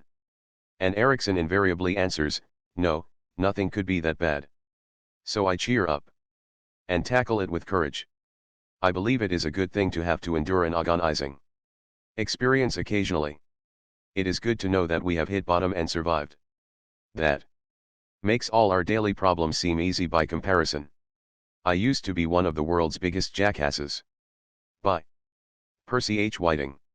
Managing Director, Dale Carnegie and Company, 50 East 42nd Street, New York, New York. I have died more times from more different diseases than any other man, living, dead, or half dead. I was no ordinary hypochondriac. My father owned a drug store, and I was practically brought up in it. I talked to doctors and nurses every day, so I knew the names and symptoms of more and worse diseases than the average layman. I was no ordinary hypo. I had symptoms. I could worry for an hour or two over a disease and then have practically all the symptoms of a man who was suffering from it. I recall once that, in Great Barrington, Massachusetts, the town in which I lived, we had a rather severe diphtheria epidemic. In my father's drugstore, I had been selling medicines day after day to people who came from infected homes. Then the evil that I feared came upon me. I had diphtheria myself. I was positive I had it. I went to bed and worried myself into the standard symptoms. I sent for a doctor. He looked me over and said, "Yes, Percy, you've got it." That relieved my mind. I was never afraid of any disease when I had it, so I Turned over and went to sleep. The next morning I was in perfect health. For years I distinguished myself and got a lot of attention and sympathy by specialising. In unusual and fantastic disease I died several times of both lockjaw and hydrophobia. Later on, I settled down to having the run-of-mill ailments specializing on cancer and tuberculosis. I can laugh about it now, but it was tragic then. I honestly and literally feared for years that I was walking on the edge of the grave. When it came time to buy a suit of clothes in the spring, I would ask myself, should I waste this money when I know I can't possibly live to wear the suit out? However, I am happy to report progress. In the past 10 years, I haven't died even once. How did I stop dying? By kidding myself out of my ridiculous imaginings. Every time I felt the dreadful symptoms coming on, I laughed at myself and said, see here, Whiting, you have been dying from one fatal disease after another now for 20 years, yet you are in first-class health today. An insurance company recently accepted you for more insurance. Isn't it about time, Whiting, that you stood aside and had a good laugh at the worrying jackass you are? I soon found that I couldn't worry about myself and laugh at myself at one and the same time. So I've been laughing at myself ever since. The point of this is, don't take yourself too seriously. Try just laughing at some of your sillier worries, and see if you can't laugh them out of existence. I have always tried to keep my line of supplies open. By Gene Autry, the world's most famous and beloved singing cowboy. I figure that most worries are about family troubles and money. I was fortunate in marrying a small-town Oklahoma girl who had the same background I had and enjoyed the same things.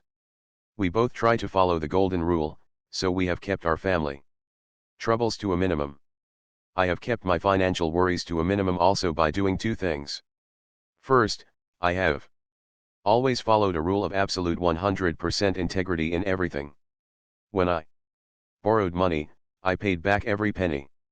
Few things cause more worry than dishonesty. Second, when I started a new venture, I always kept on ace in the hole. Military experts say that the first principle of fighting a battle is to keep your line of supplies open. I figure that that principle applies to personal battles almost as much as to military battles. For example, as a lad down in Texas and Oklahoma, I saw some real poverty. When the country was devastated by droughts, we had mighty hard scratching at times to make a living. We were so poor that my father used to drive across the country in a covered wagon with a string of horses and swap horses to make a living. I wanted something more reliable than that. So I got a job working for a railway station agent and learned telegraphy in my spare time. Later, I got a job working as relief operator for the Frisco Railway. I was sent here, there, and yonder to relieve other station agents who were ill or on vacation or had more work than they could do. That job paid $150 per month. Later, when I started out to better myself, I always figured that that railroad job meant economic safety. So I always kept the road open back to that job. It was my line of supplies, and I never cut myself off from it until I was firmly established in a new and better position. For example, back in 1928, when I was working as a relief operator for the Frisco Railway in Chelsea, Oklahoma, a stranger drifted in one evening to send a telegram. He heard me playing the guitar and singing cowboy songs and told me I was good, told me that I ought to go to New York and get a job on the stage or radio. Naturally, I was flattered, and when I saw the name he signed to his telegram, I was almost breathless. Instead of rushing off to New York at once, I thought the matter over carefully for 9 months. I finally came to the conclusion that I had nothing to lose and everything to gain by going to New York and giving the old town a whirl. I had a railroad pass, I could travel free. I could sleep sitting up in my seat, and I could carry some sandwiches and fruit for my meals. So I went. When I reached New York, I slept in a furnished room for $5 a week, ate at the automat, and tramped the streets for 10 weeks and got nowhere. I would have been worried sick if I hadn't had a job to go back to. I had already worked for the railway 5 years. That meant I had seniority rights, but in order to protect those rights, I couldn't lay off longer than 90 days. By this time, I had already been in New York 70 days, so I rushed back to Oklahoma on my pass and began working again to protect my line of supply. I worked for a few months, saved money, and returned to New York for another try. This time I got a break. One day, while waiting for an interview in a recording studio office, I played my guitar and sang a song to the girl receptionist, Janine, I Dream of Lilac Time. While I was singing that song, the man who wrote it, Nat Shieldkraut, drifted into the office. Naturally, he was pleased to hear anyone singing his song. So he gave me a note of introduction and sent me down to the Victor Recording Company. I made a record. I was no good, too stiff and self-conscious. So I took the advice of the Victor recording man. I went back to Tulsa, worked for the railway by day, and at night I sang cowboy songs on a sustaining radio program. I liked that arrangement. It meant that I was keeping my line of supplies open, so I had no worries. I sang for 9 months on radio station KVOO in Tulsa. During that time, Jimmy Long and I wrote a song entitled That Silver-Haired Daddy of Mine. It caught on. Arthur Satherley, head of the American Recording Company, asked me to make a recording. It clicked. I made a number of other recordings for $50 each, and finally got a job singing cowboy songs over radio station Well in Chicago. Salary, $40 a week. After singing there 4 years, my salary was raised to $90 a week, and I picked up another $300 doing personal appearances every night in theaters. Then in 1934, I got a break that opened up enormous possibilities. The League of Decency was formed to clean up the movies. So Hollywood producers decided to put on cowboy pictures, but they wanted a new kind of cowboy, one who could sing. The man who owned the American Recording Company was also part owner of Republic Pictures. If you want a singing cowboy, he said to his associates, I have got one making records for us. That is how I broke into the movies. I started making singing cowboy pictures for $100 a week. I had serious doubts about whether I would succeed in pictures, but I didn't worry. I knew I could always go back to my old job. My success in pictures exceeded my wildest expectations. I now get a salary of $100,000 a year plus 1/2 of all the profits on my pictures. However, I realize that this arrangement won't go on forever. But I am not worried. I know that no matter what happens, even if I lose every dollar I have, I can always go back to Oklahoma and get a job working for the Frisco Railway. I have protected my line of supplies. I heard a voice in India by E. Stanley Jones, one of America's most dynamic speakers and the most famous missionary of his generation. I have devoted 40 years of my life to missionary work in India. At first, I found it difficult to endure the terrible heat plus the nervous strain of the great task that stretched before me. At the end of 8 years, I was suffering so severely from brain fatigue and nervous exhaustion that I collapsed, not once but several times. I was ordered to take a year's furlough in America. On the boat returning to America, I collapsed again while speaking at a Sunday morning service on the ship, and the ship's doctor put me to bed for the remainder of the trip. After a year's rest in America, I started back to India, but stopped on the way to hold evangelistic meetings among the university students in Manila. In the midst of the strain of these meetings, I collapsed several times. Physicians warned me that if I returned to India, I would die. In spite of their warnings, I continued on to India, but I went with a deepening cloud upon me. When I arrived in Bombay, I was so broken that I went straight to the hills and rested for several months. Then I returned to the plains to continue my work. It was no use. I collapsed and was forced to return to the hills for another long rest. Again I descended to the plains, and again I was shocked and crushed to discover that I couldn't take it. I was exhausted mentally, nervously, and physically. I was completely at the end of my resources. I feared that I would be a physical wreck for the balance of my life. If I didn't get help from somewhere, I realized that I would have to give up my missionary career, go back to America, and work on a farm to try to regain my health. It was one of my darkest hours. At that time I was holding a series of meetings in Lucknow. While praying one night, an event happened that completely transformed my life. While in prayer and I was not particularly thinking about myself at the time, a voice seemed to say, "Are you yourself ready for this work to which I have called you?" I replied, "No, Lord, I am done for. I have reached the end of my resources." The voice replied, "If you will turn that over to me and not worry about it, I will take care of it." I quickly answered, "Lord, I close the bargain right here." A great peace settled into my heart and pervaded my whole being. I knew it was done. Life, abundant life, had taken possession of me. I was so lifted up that I scarcely touched the road as I quietly walked home that night. Every inch was holy ground. 4 days after that I hardly knew I had a body. I went through the days, working all day and far into the night, and came down to bedtime wondering why in the world I should ever go to bed at all, for there was not the slightest trace of tiredness of any kind. I seemed possessed by life and peace and rest by Christ Himself. The question came as to whether I should tell this. I shrank from it, but I felt I should and did.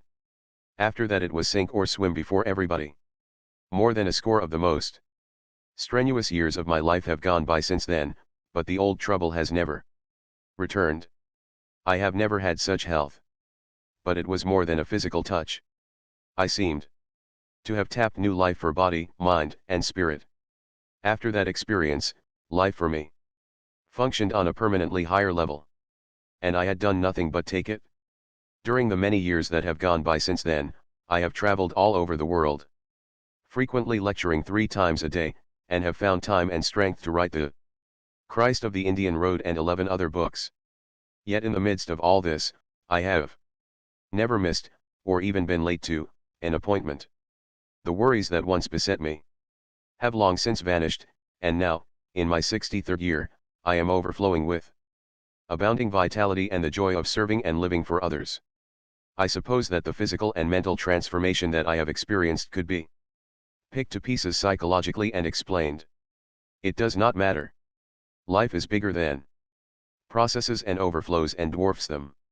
This one thing I know, my life was completely transformed and uplifted that night in Lucknow, 31 years ago, when at the depth of my weakness and depression, a voice said to me, "If you will turn that over to me and not worry about it, I will take care of it," and I replied, "Lord, I close the bargain right here." When the sheriff came in my front door. By Homer Croy, novelist, 150 Pinehurst Avenue, New York, New York. The bitterest moment of my life occurred one day in 1933 when the sheriff came in the front door and I went out the back. I had lost my home at 10 Standish Road, Forest Hills, Long Island, where my children were born and where I and my family had lived for 18 years. I had never dreamed that this could happen to me. 12 years before, I thought I was sitting on top of the world. I had sold the motion picture rights to my novel West of the Water Tower for a top Hollywood price. I lived abroad with my family for 2 years. We summered in Switzerland and wintered on the French Riviera, just like the idle rich. I spent 6 months in Paris and wrote a novel entitled They Had to See Paris. Will Rogers appeared in the screen version. It was his first talking picture. I had tempting offers to remain in Hollywood and write several of Will Rogers' pictures. But I didn't. I returned to New York. And my troubles began. It slowly dawned on me that I had great dormant abilities that I had never developed. I began to fancy myself a shrewd businessman. Somebody told me that John Jacob Astor had made millions investing in vacant land in New York. Who was Astor? Just an immigrant peddler with an accent. If he could do it, why couldn't I? I was going to be rich. I began to read the yachting magazines. I had the courage of ignorance. I didn't know any more about buying and selling real estate than an Eskimo knows about oil furnaces. How was I to get the money to launch myself on my spectacular financial career? That was simple. I mortgaged my home, and Bought some of the finest building lots in Forest Hills. I was going to hold this land until it reached a fabulous price, then sell it and live in luxury. I who had never sold a piece of real estate as big as a doll's handkerchief. I pitied the plotters who slaved in offices for a mere salary. I told myself that God had not seen fit to touch every man with the divine fire of financial genius. Suddenly, the Great Depression swept down upon me like a Kansas cyclone and shook me as a tornado would shake a hen coop. I had to pour $220 a month into that monster-mouthed piece of good earth. Oh, how fast those months came. In addition, I had to keep up the payments on our now mortgaged house and find enough food. I was worried. I tried to write humor for the magazines. My attempts at humor sounded like the lamentations of Jeremiah. I was unable to sell anything. The novel I wrote failed. I ran out of money. I had nothing on which I could borrow money except my typewriter and the gold fillings in my teeth. The milk company stopped delivering milk. The gas company turned off the gas. We had to buy one of those little outdoor camp stoves you see advertised. It had a cylinder of gasoline, you pump it up by hand and it shoots out a flame with a hissing like an angry goose. We ran out of coal, the company sued us. Our only heat was the fireplace. I would go out at night and pick up boards and leftovers from the new homes that the rich people were building. I who had started out to be one of these rich people. I was so worried I couldn't sleep. I often got up in the middle of the night and walked for hours to exhaust myself so I could fall asleep. I lost not only the vacant land I had bought, but all my heart's blood that I had poured into it. The bank closed the mortgage on my home and put me and my family out on the street. In some way, we managed to get hold of a few dollars and rent a small apartment. We moved in the last day of 1933. I sat down on a packing case and looked around. An old saying of my mother's came back, "Don't cry over spilt milk." But this wasn't milk. This was my heart's blood. After I had sat there a while I said to myself, well, I've hit bottom and I've stood it. There's no place to go now but up. I began to think of the fine things that the mortgage had not taken from me. I still had my health and my friends. I would start again. I would not grieve about the past. I would repeat to myself every day the words I had often heard my mother say about spilt milk. I put into my work the energy that I had been putting into worrying. Little by little, my situation began to improve. I am almost thankful now that I had to go through all that misery.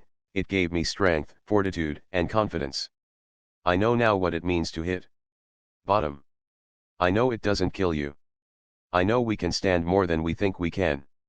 When little worries and anxieties and uncertainties try to disturb me now, I banish them by reminding myself of the time I sat on the packing case and said, I've hit bottom and I've stood it. There is no place to go now but up. What's the principle here? Don't try to saw sawdust. Accept the inevitable. If you can't go lower, yon can try going up. The toughest opponent I ever fought was worry. By Jack Dempsey. During my career in the ring, I found that old man worry was an almost tougher opponent than the heavyweight boxers I fought. I realized that I had to learn to stop worrying, or worry would sap my vitality and undermine my success. So, little by little, I worked out a system for myself. Here are some of the things I did. 1. To keep up my courage in the ring, I would give myself a pep talk during the fight. For example, while I was fighting Firpo, I kept saying over and over, nothing is going to stop me. He is not going to hurt me. I won't feel his blows.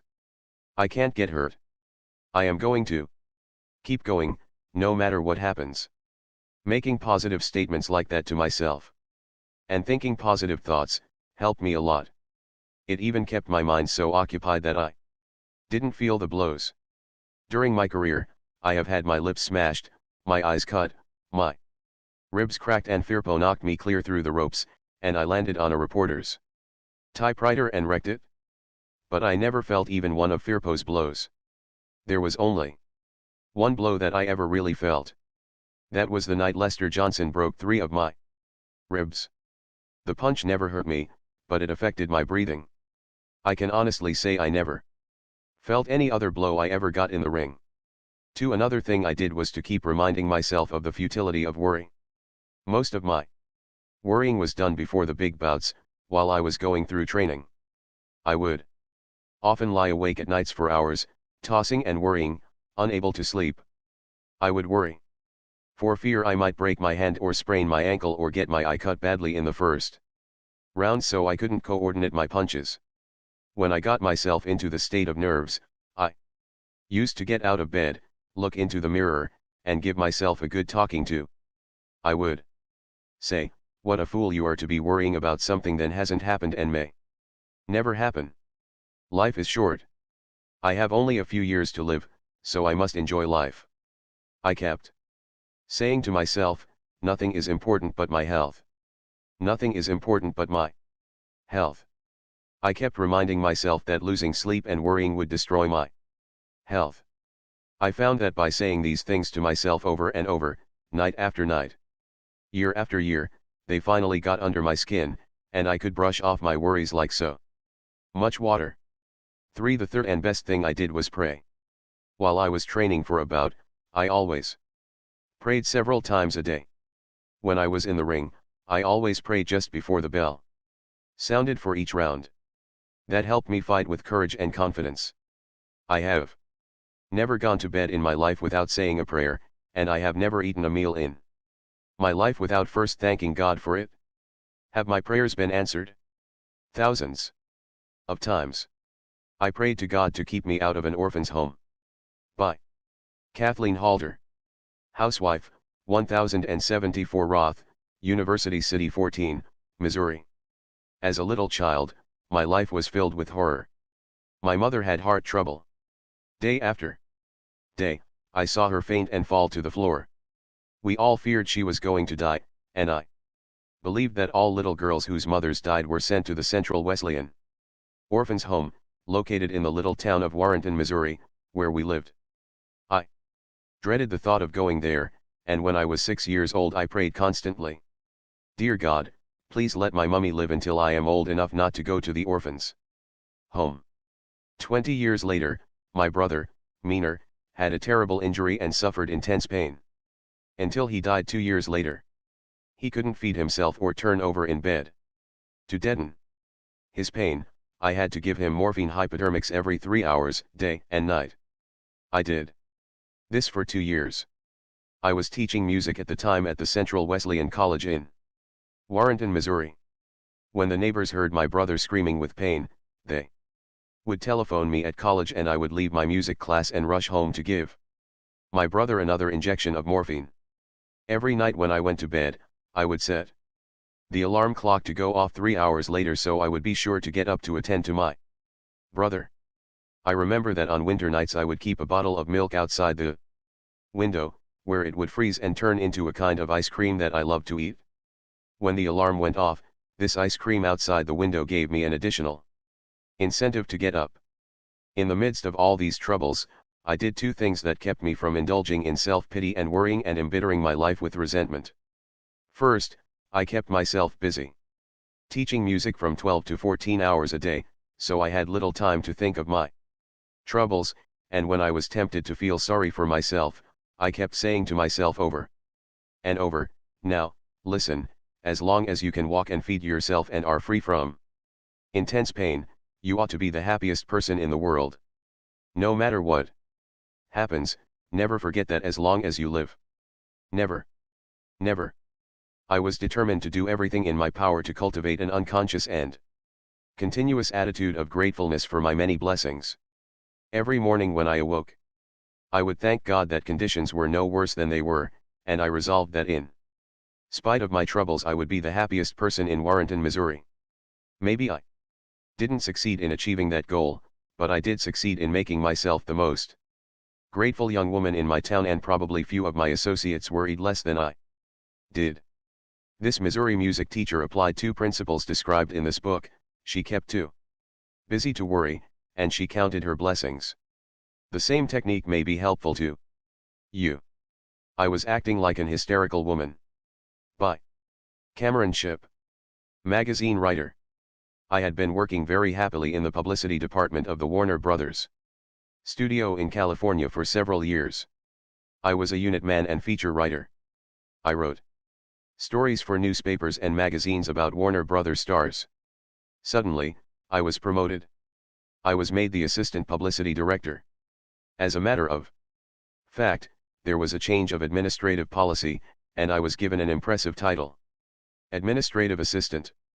This gave me an enormous office with a private refrigerator, 2 secretaries, and complete charge of a staff of 75 writers, exploiters, and radio men. I was enormously impressed. I went straight out and bought a new suit.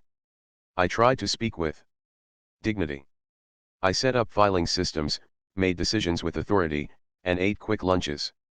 I was convinced that the whole public relations policy of Warner Brothers had descended upon my shoulders.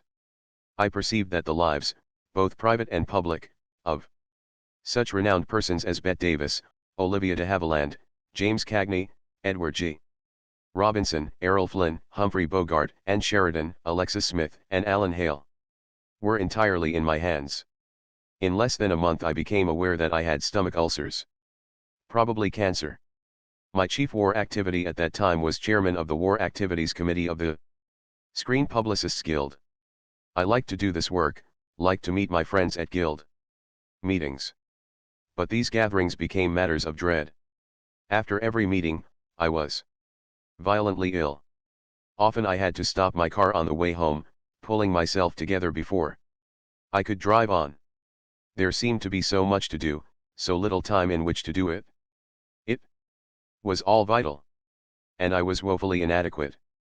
I am being perfectly truthful, this was the most painful illness of my entire life. There was always a tight fist in my vitals. I lost weight. I could not sleep. The pain was constant. So I went to see a renowned expert in internal medicine. An advertising man recommended him.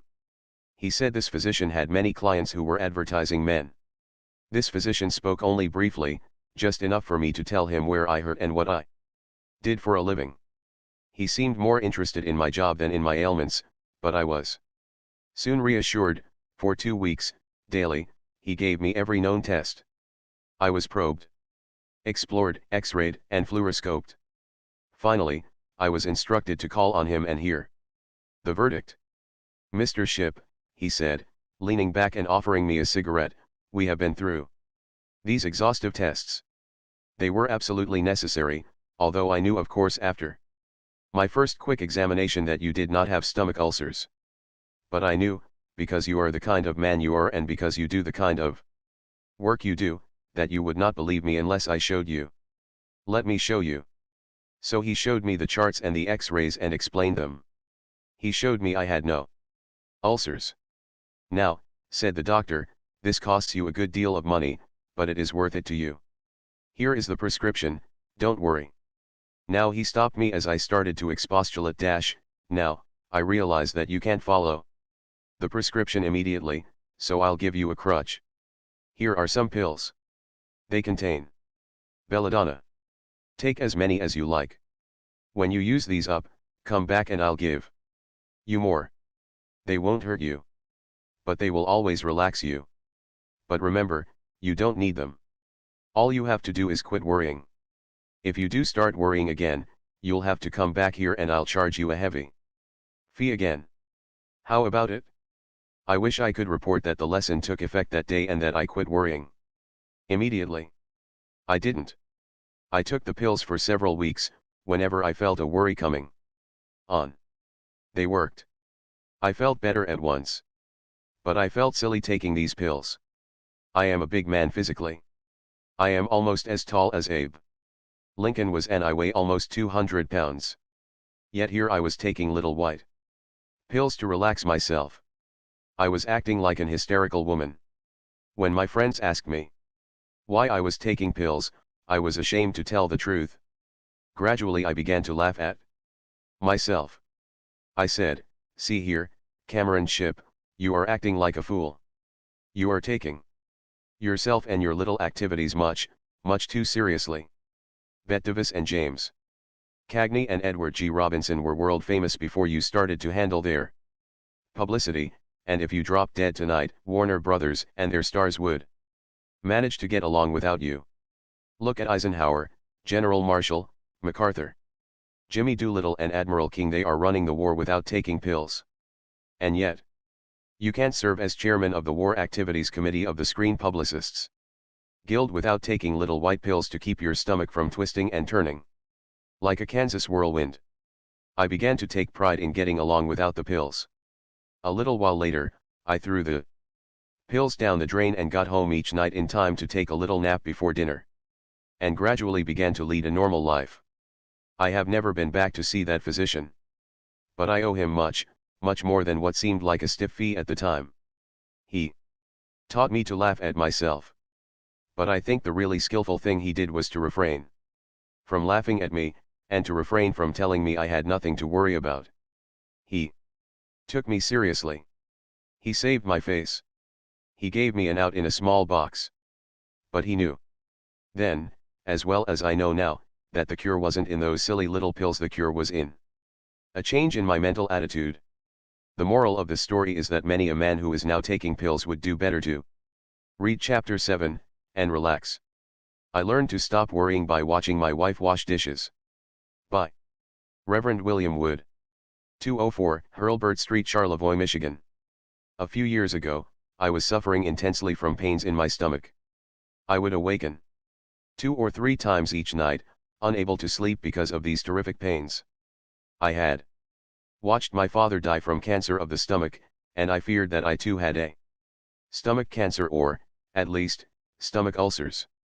So I went to Burns Clinic at Petoskey, Michigan, for an examination. Dr. Lilga, a stomach specialist, examined me with a fluoroscope and took an X-ray of my stomach. He gave me medicine to make me sleep, and assured me that I had no stomach ulcers or cancer.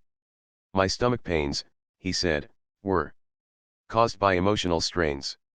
Since I am a minister, one of his first questions was, "Do you have an old crank on your church board?" He told me what I already knew: I was trying to do too much.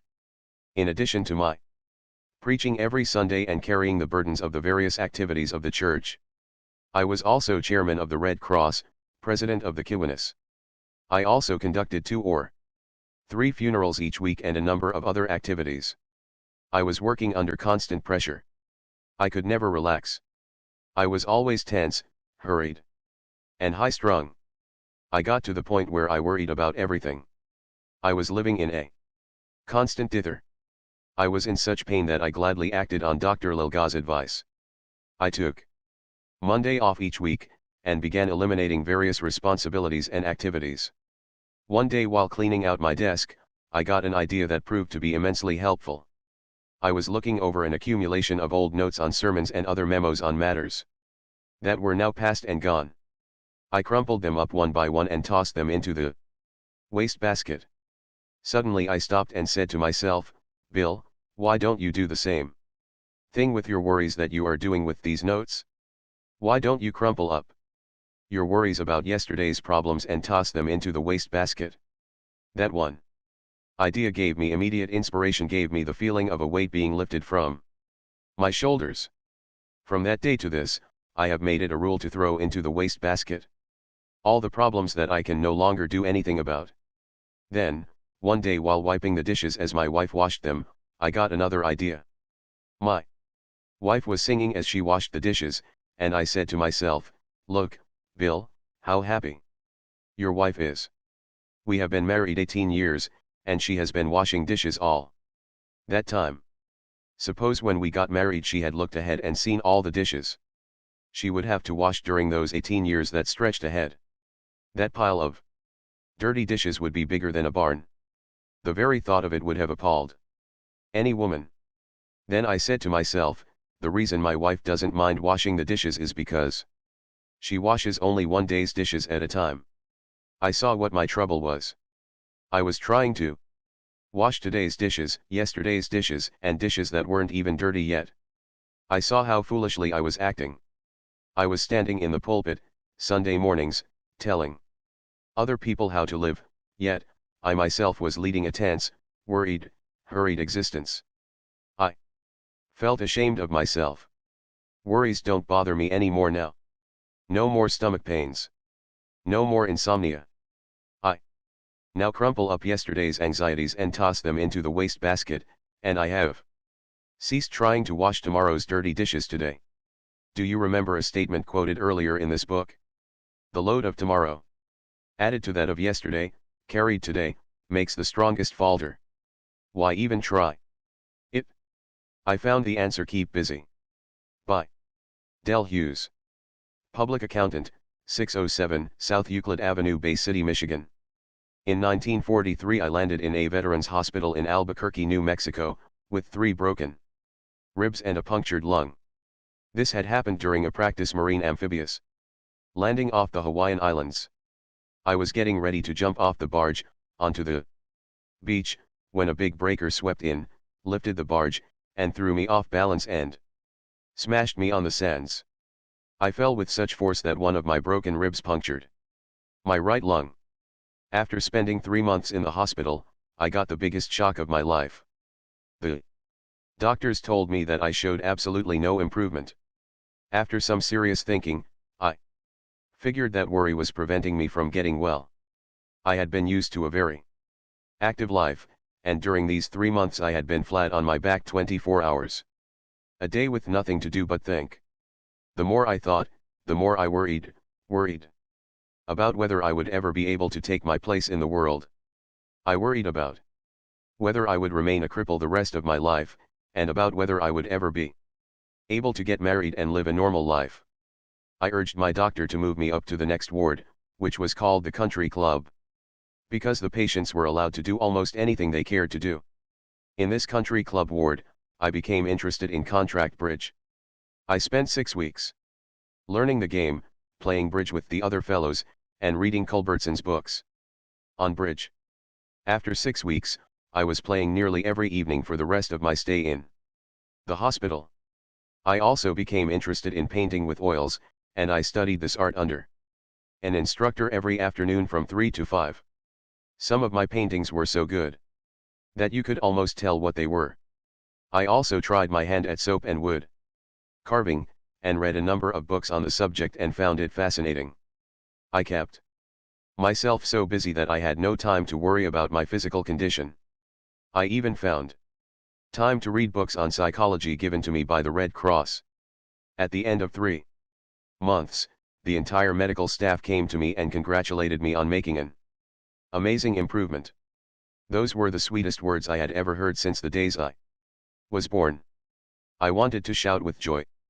The point I am trying to make is this: when I had nothing to do but lie on the flat of my back and worry about my future, I made no improvement whatever. I was poisoning my body with worry. Even the broken ribs couldn't heal. But as soon as I got my mind off myself by playing contract bridge, painting oil pictures, and carving wood, the doctors declared I made an amazing improvement. I am now leading a normal, healthy life, and my lungs are as good as yours. Remember what George Bernard Shaw said? The secret of being miserable is to have the leisure to bother about whether you are happy or not. Keep active, keep busy. Time solves a lot of things. By Louis T. Montant, Jr. Sales and Market Analyst, 114 West 64th Street, New York, New York. Worry caused me to lose 10 years of my life. Those 10 years should have been the most fruitful and richest years of any young man's life, the years from 18 to 28. I realize now that losing those years was no one's fault but my own. I worried about everything: my job, my health, my family, and my feeling of inferiority. I was so frightened that I used to cross the street to avoid meeting people I knew. When I met a friend on the street, I would often pretend not to notice him, because I was afraid of being snubbed. I was so afraid of meeting strangers, so terrified in their presence, that in one space of 2 weeks I lost out on 3 different jobs simply because I didn't have the courage to tell those 3 different prospective employers what I knew I could do. Then one day 8 years ago, I conquered worry in one afternoon and have rarely worried since then. That afternoon I was in the office of a man who had had far more troubles than I had ever faced, yet he was one of the most cheerful men I had ever known. He had made a fortune in 1929, and lost every cent. He had made another fortune in 1933, and lost that, and another fortune in 1937, and lost that, too. He had gone through bankruptcy and had been hounded by enemies and creditors. Troubles that would have broken some men and driven them to suicide rolled off him like water off a duck's back. As I sat in his office that day 8 years ago, I envied him and wished that God had made me like him. As we were talking, he tossed a letter to me that he had received that morning and said, "Read that?" It was an angry letter, raising several embarrassing questions. If I had received such a letter, it would have sent me into a tailspin. I said, "Bill, how are you going to answer it?" "Well," Bill said, "I'll tell you a little secret. Next time you've really got something to worry about, take a pencil and a piece of paper, and sit down and write out in detail just what's worrying you. Then put that piece of paper in the lower right-hand drawer of your desk. Wait a couple of weeks, and then look at it. If what you wrote down still worries you when you read it, put that piece of paper back in your lower right-hand drawer. Let it sit there for another 2 weeks. It will be safe there. Nothing will happen to it. But in the meantime, a lot may happen to the problem that is worrying you. I have found that, if only I have patience, the worry that is trying to harass me will often collapse like a pricked balloon." That bit of advice made a great impression on me. I have been using Bill's advice for years now, and, as a result, I rarely worry about anything. Time solves a lot of things. Time may also solve what you are worrying about today. I was warned not to try to speak or to move even a finger. By Joseph L. Ryan. Supervisor, Foreign Division, Royal Typewriter Company 51, Judson Place, Rockville Center, Long Island, New York. Several years ago I was a witness in a lawsuit that caused me a great deal of mental strain and worry. After the case was over, and I was returning home in the train, I had a sudden and violent physical collapse. Heart trouble. I found it almost impossible to breathe. When I got home, the doctor gave me an injection. I wasn't in bed. I hadn't been able to get any farther than the living room settee. When I regained consciousness, I saw that the parish priest was already there to give me final absolution. I saw the stunned grief on the faces of my family. I knew my number was up. Later, I found out that the doctor had prepared my wife for the fact that I would probably be dead in less than 30 minutes. My heart was so weak I was warned not to try to speak or to move even a finger. I had never been a saint, but I had learned one thing: not to argue with God. So I closed my eyes and said, "Thy will be done. If it has to come now, thy will be done." As soon as I gave in to that thought, I seemed to relax all over. My terror disappeared. And I asked myself quickly what was the worst that could happen now. Well, the worst seemed to be a possible return of the spasms, with excruciating pains. Then all would be over. I would go to meet my Maker and soon be at peace. I lay on that settee and waited for an hour, but the pains didn't return. Finally, I began to ask myself what I would do with my life if I didn't die now. I determined that I would exert every effort to regain my health. I would stop abusing myself with tension and worry and rebuild my strength. That was 4 years ago. I have rebuilt my strength to such a degree that even my doctor is amazed at the improvement my cardiograms show. I no longer worry. I have a new zest for life. But I can honestly say that if I hadn't faced the worst, my imminent death, and then tried to improve upon it, I don't believe I would be here today.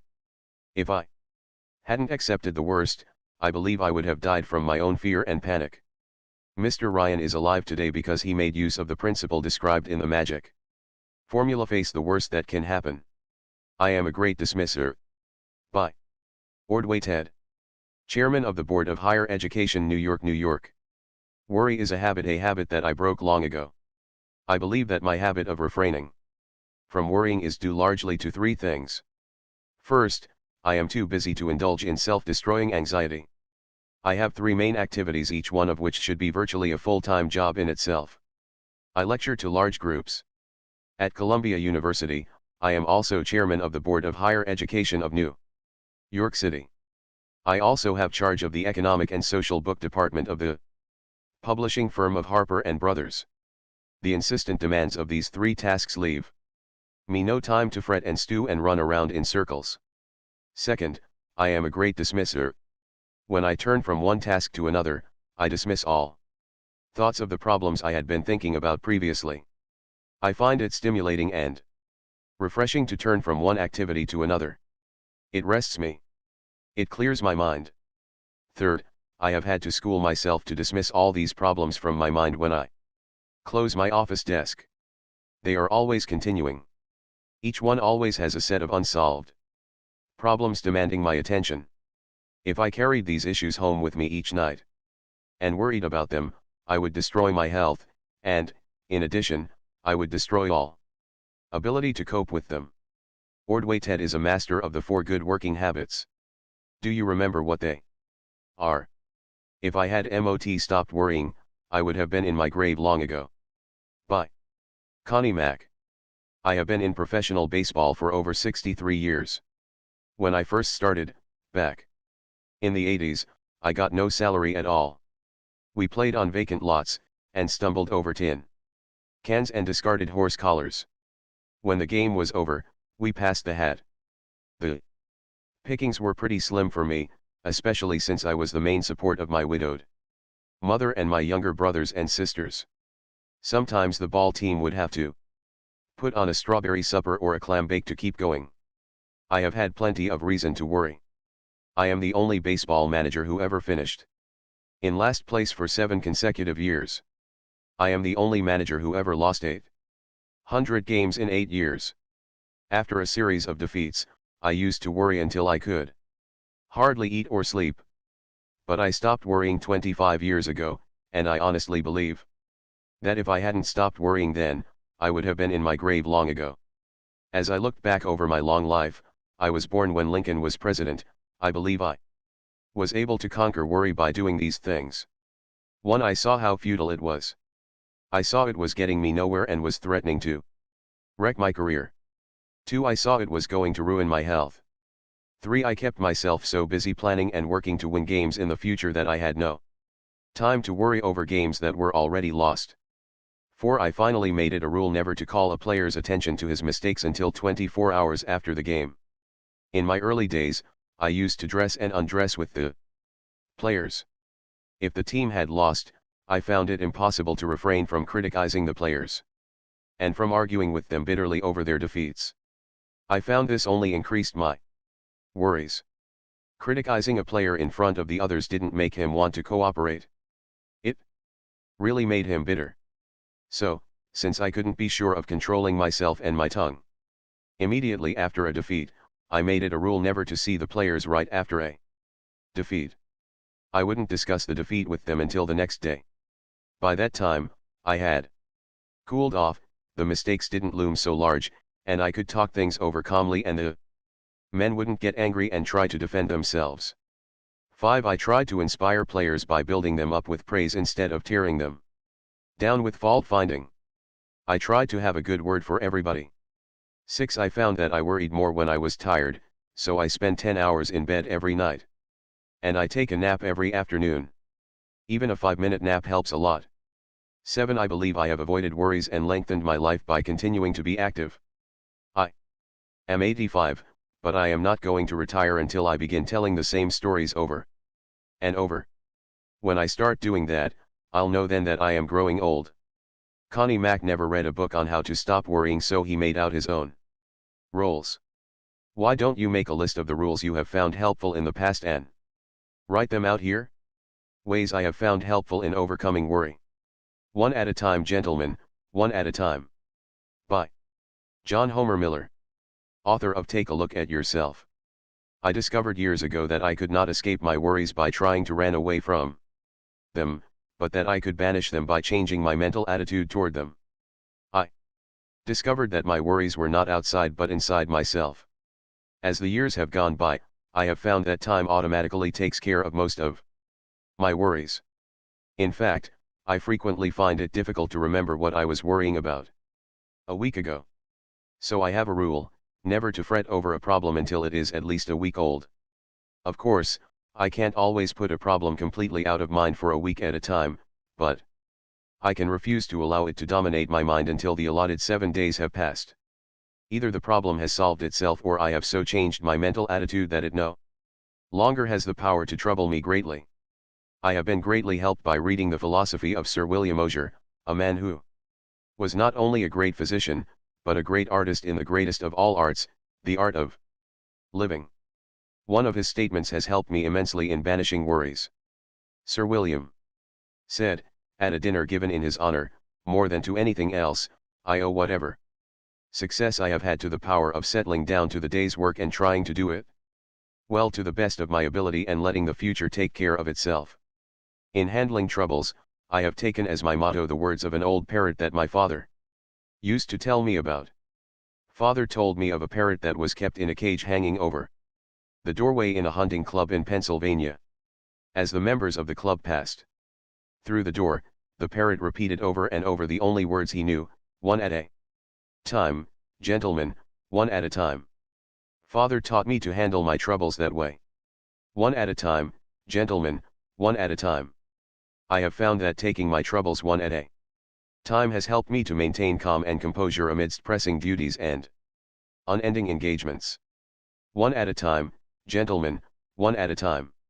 Here again, we have one of the basic principles in conquering worry: live in daytight compartments. Why don't you turn back and read that chapter again? I now look for the green light. By Joseph M. Cotter. 1534, Fargo Avenue, Chicago, Illinois. From the time I was a small boy, throughout the early stages of young manhood, and during my adult life, I was a professional worrier. My worries were many and varied. Some were real, most of them were imaginary. Upon rare occasions I would find myself without anything to worry about, then I would worry for fear I might be overlooking something. Then, 2 years ago, I started out on a new way of living. This required making a self-analysis of my faults and a very few virtues, a searching and fearless moral inventory of myself. This brought out clearly what was causing all this worry. The fact was that I could not live for today alone. I was fretful of yesterday's mistakes and fearful of the future. I was told over and over that today was the tomorrow I had worried about yesterday. But it wouldn't work on me. I was advised to live on a 24-hour program. I was told that today was the only day over which I had any control and that I should make the most of my opportunities each day. I was told that if I did that, I would be so busy I would have no time to worry about any other day, past or future. That advice was logical, but somehow I found it hard to put these darned ideas to work for me. Then, like a shot from out of the dark, I found the answer, and where do you suppose I found it? On a Northwestern Railroad platform at 7 p.m. on May 31, 1945. It was an important hour for me. That is why I remember it so clearly. We were taking some friends to the train. They were leaving on the City of Los Angeles, a streamliner, to return from a vacation. War was still on, crowds were heavy that year. Instead of boarding the train with my wife, I wandered down the tracks towards the front of the train. I stood looking at the big shiny engine for a minute. Presently I looked down the track and saw a huge semaphore. An amber light was showing. Immediately, this light turned to a bright green. At that moment, the engineer started clanging a bell. I heard the familiar "all aboard," and, in a matter of seconds, that huge streamliner began to move out of that station on its 2,300-mile trip. My mind started spinning. Something was trying to make sense to me. I was experiencing a miracle. Suddenly it dawned on me. The engineer had given me the answer I had been seeking. He was starting out on that long journey with only one green light to go by. If I had been in his place, I would want to see all the green lights for the entire journey. Impossible, of course, yet that was exactly what I was trying to do with my life, sitting in the station, going no place, because I was trying too hard to see what was ahead for me. My thoughts kept coming. That engineer didn't worry about trouble that he might encounter miles ahead. There probably would be some delays, some slowdowns, but Wasn't that why they had signal systems? Amber lights reduce speed and take it easy. Red lights real danger up ahead stop. That was what made train travel safe. A good signal system. I asked myself why I didn't have a good signal system for my life. My answer was I did have one. God had given it to me. He controls it, so it has to be foolproof. I started looking for a green light. Where could I find it? Well, if God created the green lights, why not ask Him? I did just that. And now by praying each morning, I get my green light for that day. I also occasionally get amber lights that slow me down. Sometimes I get red lights that stop me before I crack up. No more worrying for me since that day 2 years ago when I made this discovery. During those 2 years, over 700 green lights have shone for me. And the trip through life is so much easier without the worry of what color the next light will be. No matter what color it may be, I will know what to do. How John D. Rockefeller lived on borrowed time for 45 years. John D. Rockefeller, Sr., had accumulated his first million at the age of 33. At the age of 43, he had built up the largest monopoly the world has ever seen, the Great Standard Oil Company. But where was he at 53? Worry had got him at 53. Worry and high-tension living had already wrecked his health. At 53, he looked like a mummy, says John K. Winkler, one of his biographers. At 53, Rockefeller was attacked by mystifying digestive maladies that swept away his hair, even the eyelashes and all but a faint wisp of eyebrow. So serious was his condition, says Winkler, that at one time John D. was compelled to exist on human milk.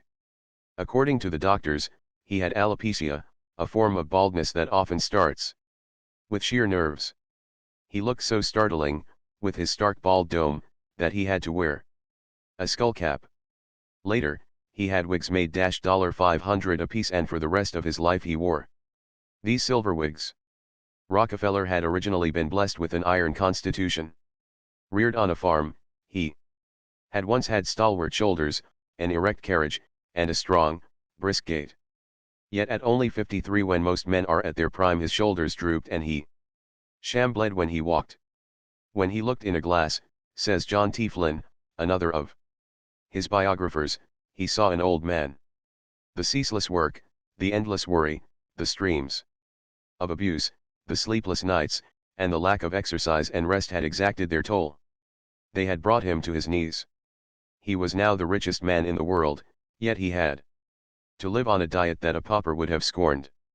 His income at the time was $1 million a week, but $2 a week would probably have paid for all the food he could eat. Acidulated milk and a few biscuits were all the doctors would allow him. His skin had lost its color, it looked like old parchment drawn tight across his bones. And nothing but medical care, the best money could buy, kept him from dying at the age of 53. How did it happen? Worry, shock, high pressure and high tension living. He drove himself literally to the edge of the grave. Even at the age of 23, Rockefeller was already pursuing his goal with such grim determination that, according to those who knew him, nothing lightened his countenance save news of a good bargain. When he made a big profit, he would do a little war dance, throw his hat on the floor and break into a jig. But if he lost money, he was ill. He once shipped $40,000 worth of grain by way of the Great Lakes. No insurance. It cost too much, $150. That night a vicious storm raged over Lake Erie. Rockefeller was so worried about losing his cargo that when his partner, George Gardner, reached the office in the morning, he found John D. Rockefeller there, pacing the floor. "Hurry," he quavered. "Let's see if we can take out insurance now, if it isn't too late." Gardner rushed uptown and got the insurance, but when he returned to the office, he found John D. in an even worse state of nerves. A telegram had arrived in the meantime, the cargo had landed, safe from the storm. He was sicker than ever now, because they had wasted the $150. In fact, he was so sick about it that he had to go home and take to his bed. Think of it.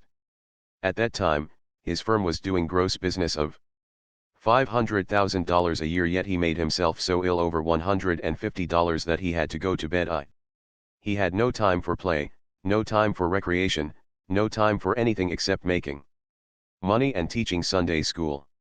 When his partner, George Gardner, purchased a second-hand yacht, with 3 other men, for $2,000, John D. was aghast, refused to go out in it.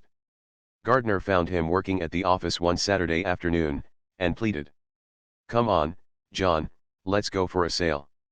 It will do you good. Forget about business. Have a little fun." Rockefeller glared. "George Gardner," he warned, "you are the most extravagant man I ever knew. You are injuring your credit at the banks and my credit, too. First thing you know, you'll be wrecking our business. No, I won't go on your yacht. I don't ever want to see it." And he stayed plugging in the office all Saturday afternoon. The same lack of humor, the same lack of perspective, characterized John D. all through his business career. Years later he said, "I never placed my head upon the pillow at night without reminding myself that my success might be only temporary." With millions at his command, he never put his head upon his pillow without worrying about losing his fortune. No wonder worry wrecked his health. He had no time for play or recreation, never went to the theater, never played cards, never went to a party. As Mark Hanna said, the man was mad about money. Sane in every other respect, but mad about money. Rockefeller had once confessed to a neighbor in Cleveland, Ohio, that he wanted to be loved, yet he was so cold and suspicious that few people even liked him. Morgan once balked at having to do business with him at all. "I don't like the man," he snorted. "I don't want to have any dealings with him." Rockefeller's own brother hated him so much that he removed his children's bodies from the family plot. "No one of my blood," he said, "will ever rest in land controlled by John D." Rockefeller's employees and associates lived in holy fear of him, and here is the ironic part, he was afraid of them, afraid they would talk outside the office and give secrets away. He had so little faith in human nature that once, when he signed a 10-year contract with an independent refiner, he made the man promise not to tell anyone, not even his wife. "Shut your mouth and ran your business," that was his motto. Then at the very peak of his prosperity, with gold flowing into his coffers like hot yellow lava pouring down the sides of Vesuvius, his private world collapsed.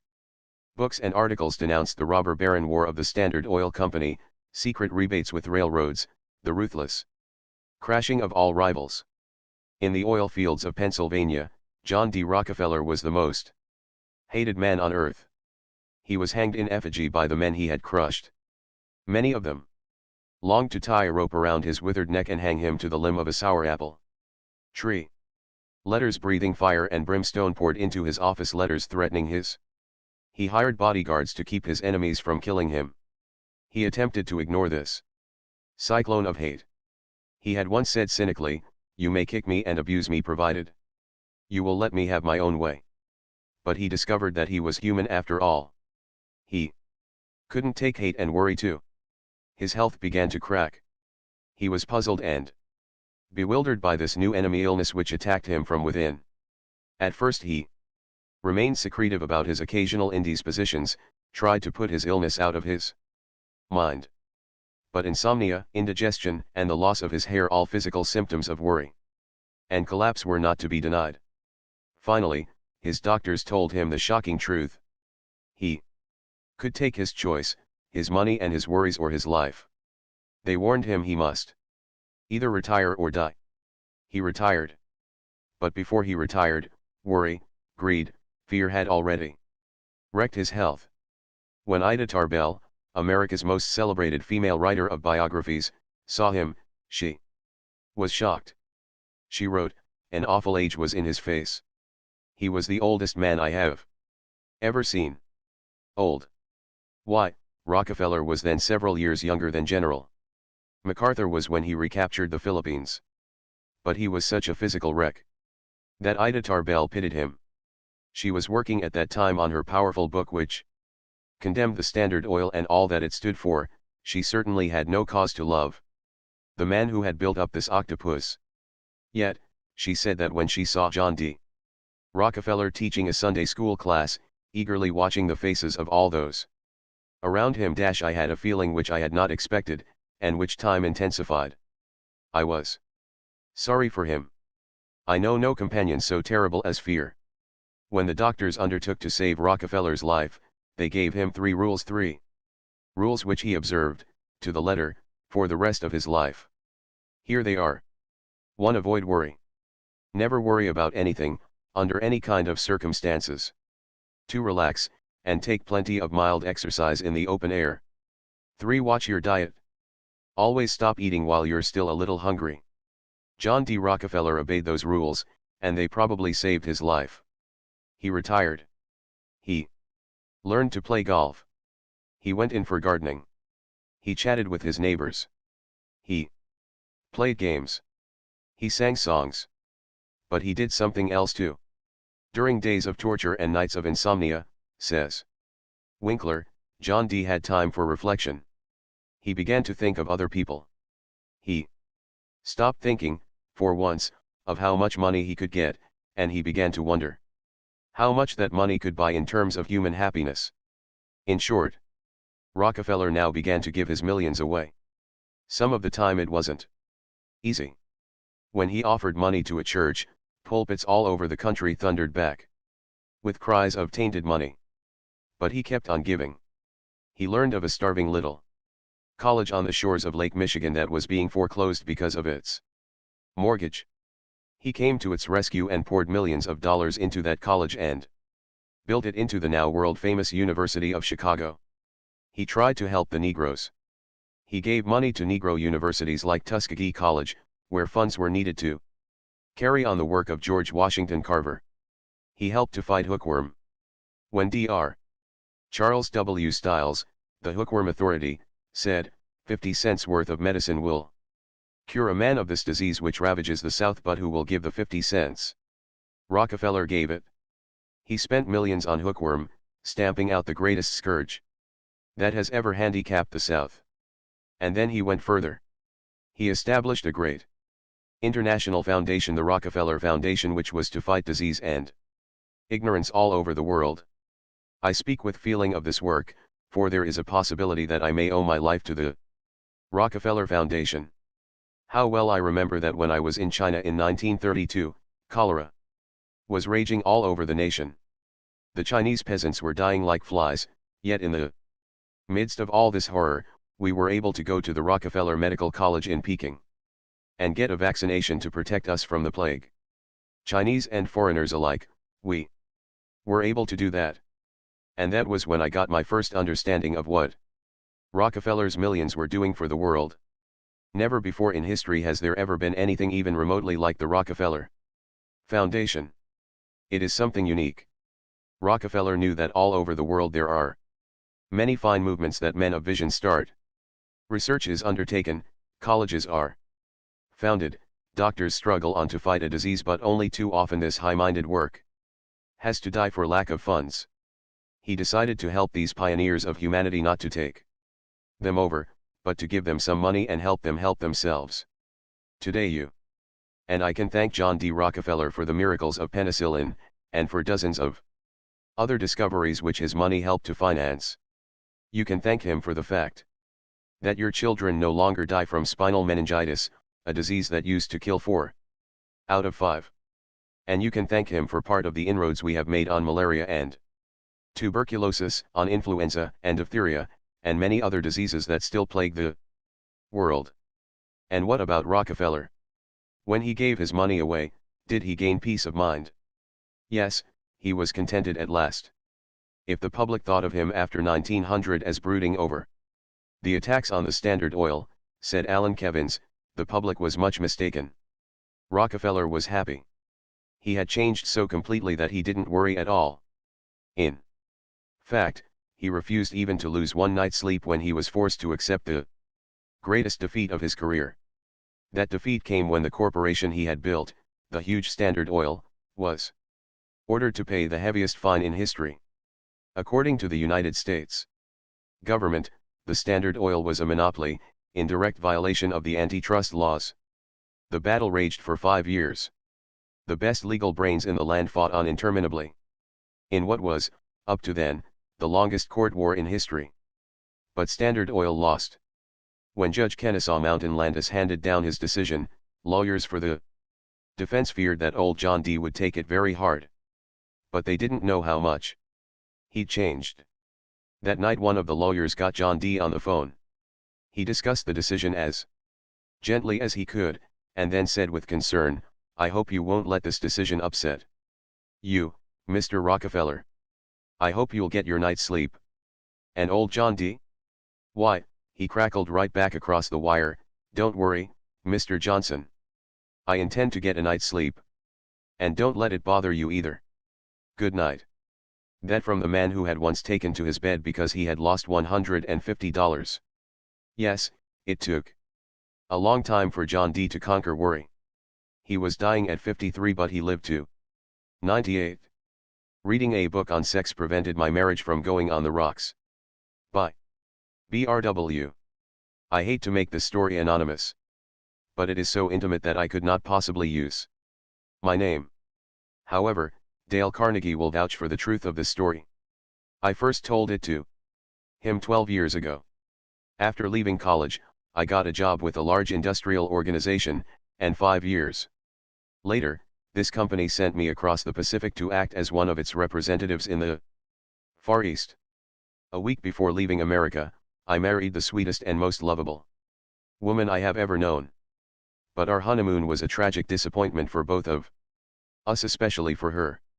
By the time we reached Hawaii she was so disappointed, so heartbroken, that she would have returned to the States, had she not been ashamed to face her old friends and admit failure in what can be and should be life's most thrilling adventure.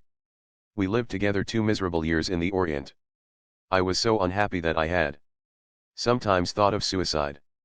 Then one day I chanced upon a book that changed everything. I have always been a lover of books, and one night while visiting some American friends in the Far East, I was glancing over their well-stocked library when I suddenly saw a book entitled Ideal Marriage, by Dr. Van de Velde. The title sounded like a preachy, goody-goody document. But, out of idle curiosity, I opened it. I saw that it dealt almost entirely with the sexual side of marriage and dealt with it frankly and without any touch of vulgarity. If anyone had told me that I ought to read a book on sex, I would have been insulted. Read one? I felt I could write one. But my own marriage was such a bust that I condescended to look this book over, anyway. So I got up the courage to ask my host if I could borrow it. I can truthfully say that reading that book turned out to be one of the important events of my life. My wife also read it.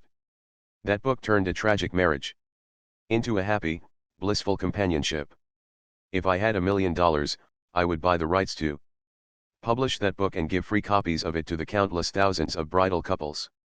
I once read that Dr. John B. Watson, the distinguished psychologist, said, "Sex is admittedly the most important subject in life.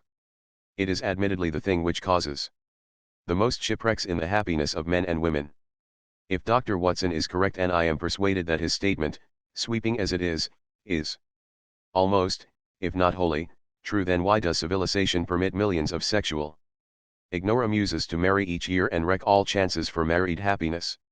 If we want to know what is wrong with marriage, we ought to read a book entitled What is Wrong with Marriage? By Dr. G.V. Hamilton and Kenneth McGowan. Dr. Hamilton spent 4 years investigating what is wrong with marriage before writing that book, and he says, it would take a very reckless psychiatrist to say that most married friction doesn't find its sources in sexual maladjustment. At any rate, the frictions which arise from other difficulties would be ignored in many, many cases if the sexual relation itself were satisfactory. I know that statement is true. I know from tragic experience. The book that saved my marriage from shipwreck, Dr. Van de Velde's Ideal Marriage, can be found in most large public libraries, or bought at any bookshop. If you want to give a little gift to some bride and groom, don't give them a carving set. Give them a copy of Ideal Marriage. That book will do more to increase their happiness than all the carving sets in the world. Note by Dale Carnegie, if you find Ideal Marriage too expensive, here is another book I can recommend, A Marriage Manual, by Drs. Hannah and Abraham Stone. I was committing slow suicide because I didn't know how to relax. By Paul Sampson. Direct mail advertising, 12,815 Sycamore, Wyandotte, Michigan. Up to 6 months ago, I was rushing through life in high gear. I was always tense, never relaxed. I arrived home from work every night worried and exhausted from nervous fatigue. Why? Because no one ever said to me, Paul, you are killing yourself. Why don't you slow down? Why don't you relax? I would get up fast in the morning, eat fast, shave fast, dress fast, and drive to work as if I were afraid the steering wheel would fly out the window if I didn't have a death grip on it. I worked fast, hurried home, and at night I even tried to sleep fast. I was in such a state that I went to see a famous nerve specialist in Detroit. He told me to relax. By the way, he gave me the same principles for relaxation that are advocated in chapter 24 of this book. He told me to think of relaxing all the time, to think about it when I was working, driving, eating, and trying to go to sleep. He told me that I was committing slow suicide because I didn't know how to relax. Ever since then I have practiced relaxation. When I go to bed at night, I don't try to go to sleep until I've consciously relaxed my body and my breathing. And now I wake up in the morning rested, a big improvement, because I used to wake up in the morning tired and tense. I relax now when I eat and when I drive. To be sure, I am alert when driving. But I drive with my mind now instead of my nerves. The most important place I relax is at my work. Several times a day I stop everything and take inventory of myself to see if I am entirely relaxed. When the phone rings now, no longer do I grab it as though someone were trying to beat me to it, and when someone is talking to me, I'm as relaxed as a sleeping baby. The result? Life is much more pleasant and enjoyable, and I'm completely free of nervous fatigue and nervous worry. A real miracle happened to me. By Mrs. John Berger. 3940 Colorado Avenue, Minneapolis, Minnesota. Worry had completely defeated me. My mind was so confused and troubled that I could see no joy in living. My nerves were so strained that I could neither sleep at night nor relax by day. My 3 young children were widely separated, living with relatives. My husband, having recently returned from the armed service, was in another city trying to establish a law practice. I felt all the insecurities and uncertainties of the post-war readjustment period. I was threatening my husband's career, my children's natural endowment of a happy, normal home life, and I was also threatening my own life. My husband could find no housing, and the only solution was to build. Everything depended on my getting well. The more I realized this and the harder I would try, the greater would be my fear of failure. Then I developed a fear of planning for any responsibility. I felt that I could no longer trust myself. I felt I was a complete failure. When all was darkest and there seemed to be no help, my mother did something for me that I shall never forget or cease being grateful for. She shocked me into fighting back. She upbraided me for giving in and for losing control of my nerves and my mind. She challenged me to get up out of bed and fight for all I had. She said I was giving in to the situation, fearing it instead of facing it, running away from life instead of living it. So I did start fighting from that day on. That very weekend I told my parents they could go home, because I was going to take over, and I did what seemed impossible at the time. I was left alone to care for my 2 younger children. I slept well, I began to eat better, and my spirits began to improve. A week later, when they returned to visit me again, they found me singing at my ironing. I had a sense of well-being because I had begun to fight a battle and I was winning. I shall never forget this lesson. If a situation seems insurmountable, face it. Start fighting. Don't give in. From that time on I forced myself to work, and lost myself in my work. Finally I gathered my children together and joined my husband in our new home. I resolved that I would become well enough to give my lovely family a strong, happy mother. I became engrossed with plans for our home, plans for my children, plans for my husband, plans for everything except for me. I became too busy to think of myself. And it was then that the real miracle happened. I grew stronger and could wake up with the joy of well-being, the joy of planning for the new day ahead, the joy of living. And although days of depression did creep in occasionally after that, especially when I was tired, I would tell myself not to think or try to reason with myself on those days, and gradually they became fewer and finally disappeared. Now, a year later, I have a very happy, successful husband, a beautiful home that I can work in 16 hours a day, and 3 healthy, happy children, and for myself, peace of mind. Setbacks, asterisk. By Ferenc Molnar. Noted Hungarian playwright. Work is the best narcotic. Exactly 50 years ago my father gave me the words I have lived by ever since. He was a physician. I had just started to study law at the Budapest University. I failed one examination. I thought I could not survive the shame, so I sought escape in the consolation of failure's closest friend, alcohol, always at hand, apricot brandy to be exact. My father called on me unexpectedly. Like a good doctor, he discovered both the trouble and the bottle, in a second. I confessed why I had to escape reality. The dear old man then and there improvised a prescription. He explained to me that there can be no real escape in alcohol or sleeping pills or in any drug. For any sorrow, there is only one medicine, better and more reliable than all the drugs in the world: work. How right my father was. Getting used to work might be hard. Sooner or later you succeed. It has, of course, the quality of all the narcotics. It becomes habit forming. And once the habit is formed, sooner or later, it becomes impossible to break oneself of it. I have never been able to break myself of the habit for 50 years. I was so worried I didn't eat a bite of solid food for 18 days. By Catherine Holcomb Farmer. Sheriff's Office, Mobile, Alabama. 3 months ago, I was so worried that I didn't sleep for 4 days and nights, and I did not eat a bite of solid food for 18 days. Even the smell of food made me violently sick. I cannot find words to describe the mental anguish I endured. I wonder whether hell has any worse tortures than what I went through. I felt as if I would go insane or die. I knew that I couldn't possibly continue living as I was. The turning point of my life was the day I was given an advance copy of this book. During the last 3 months, I have practically lived with this book, studying every page, desperately trying to find a new way of life.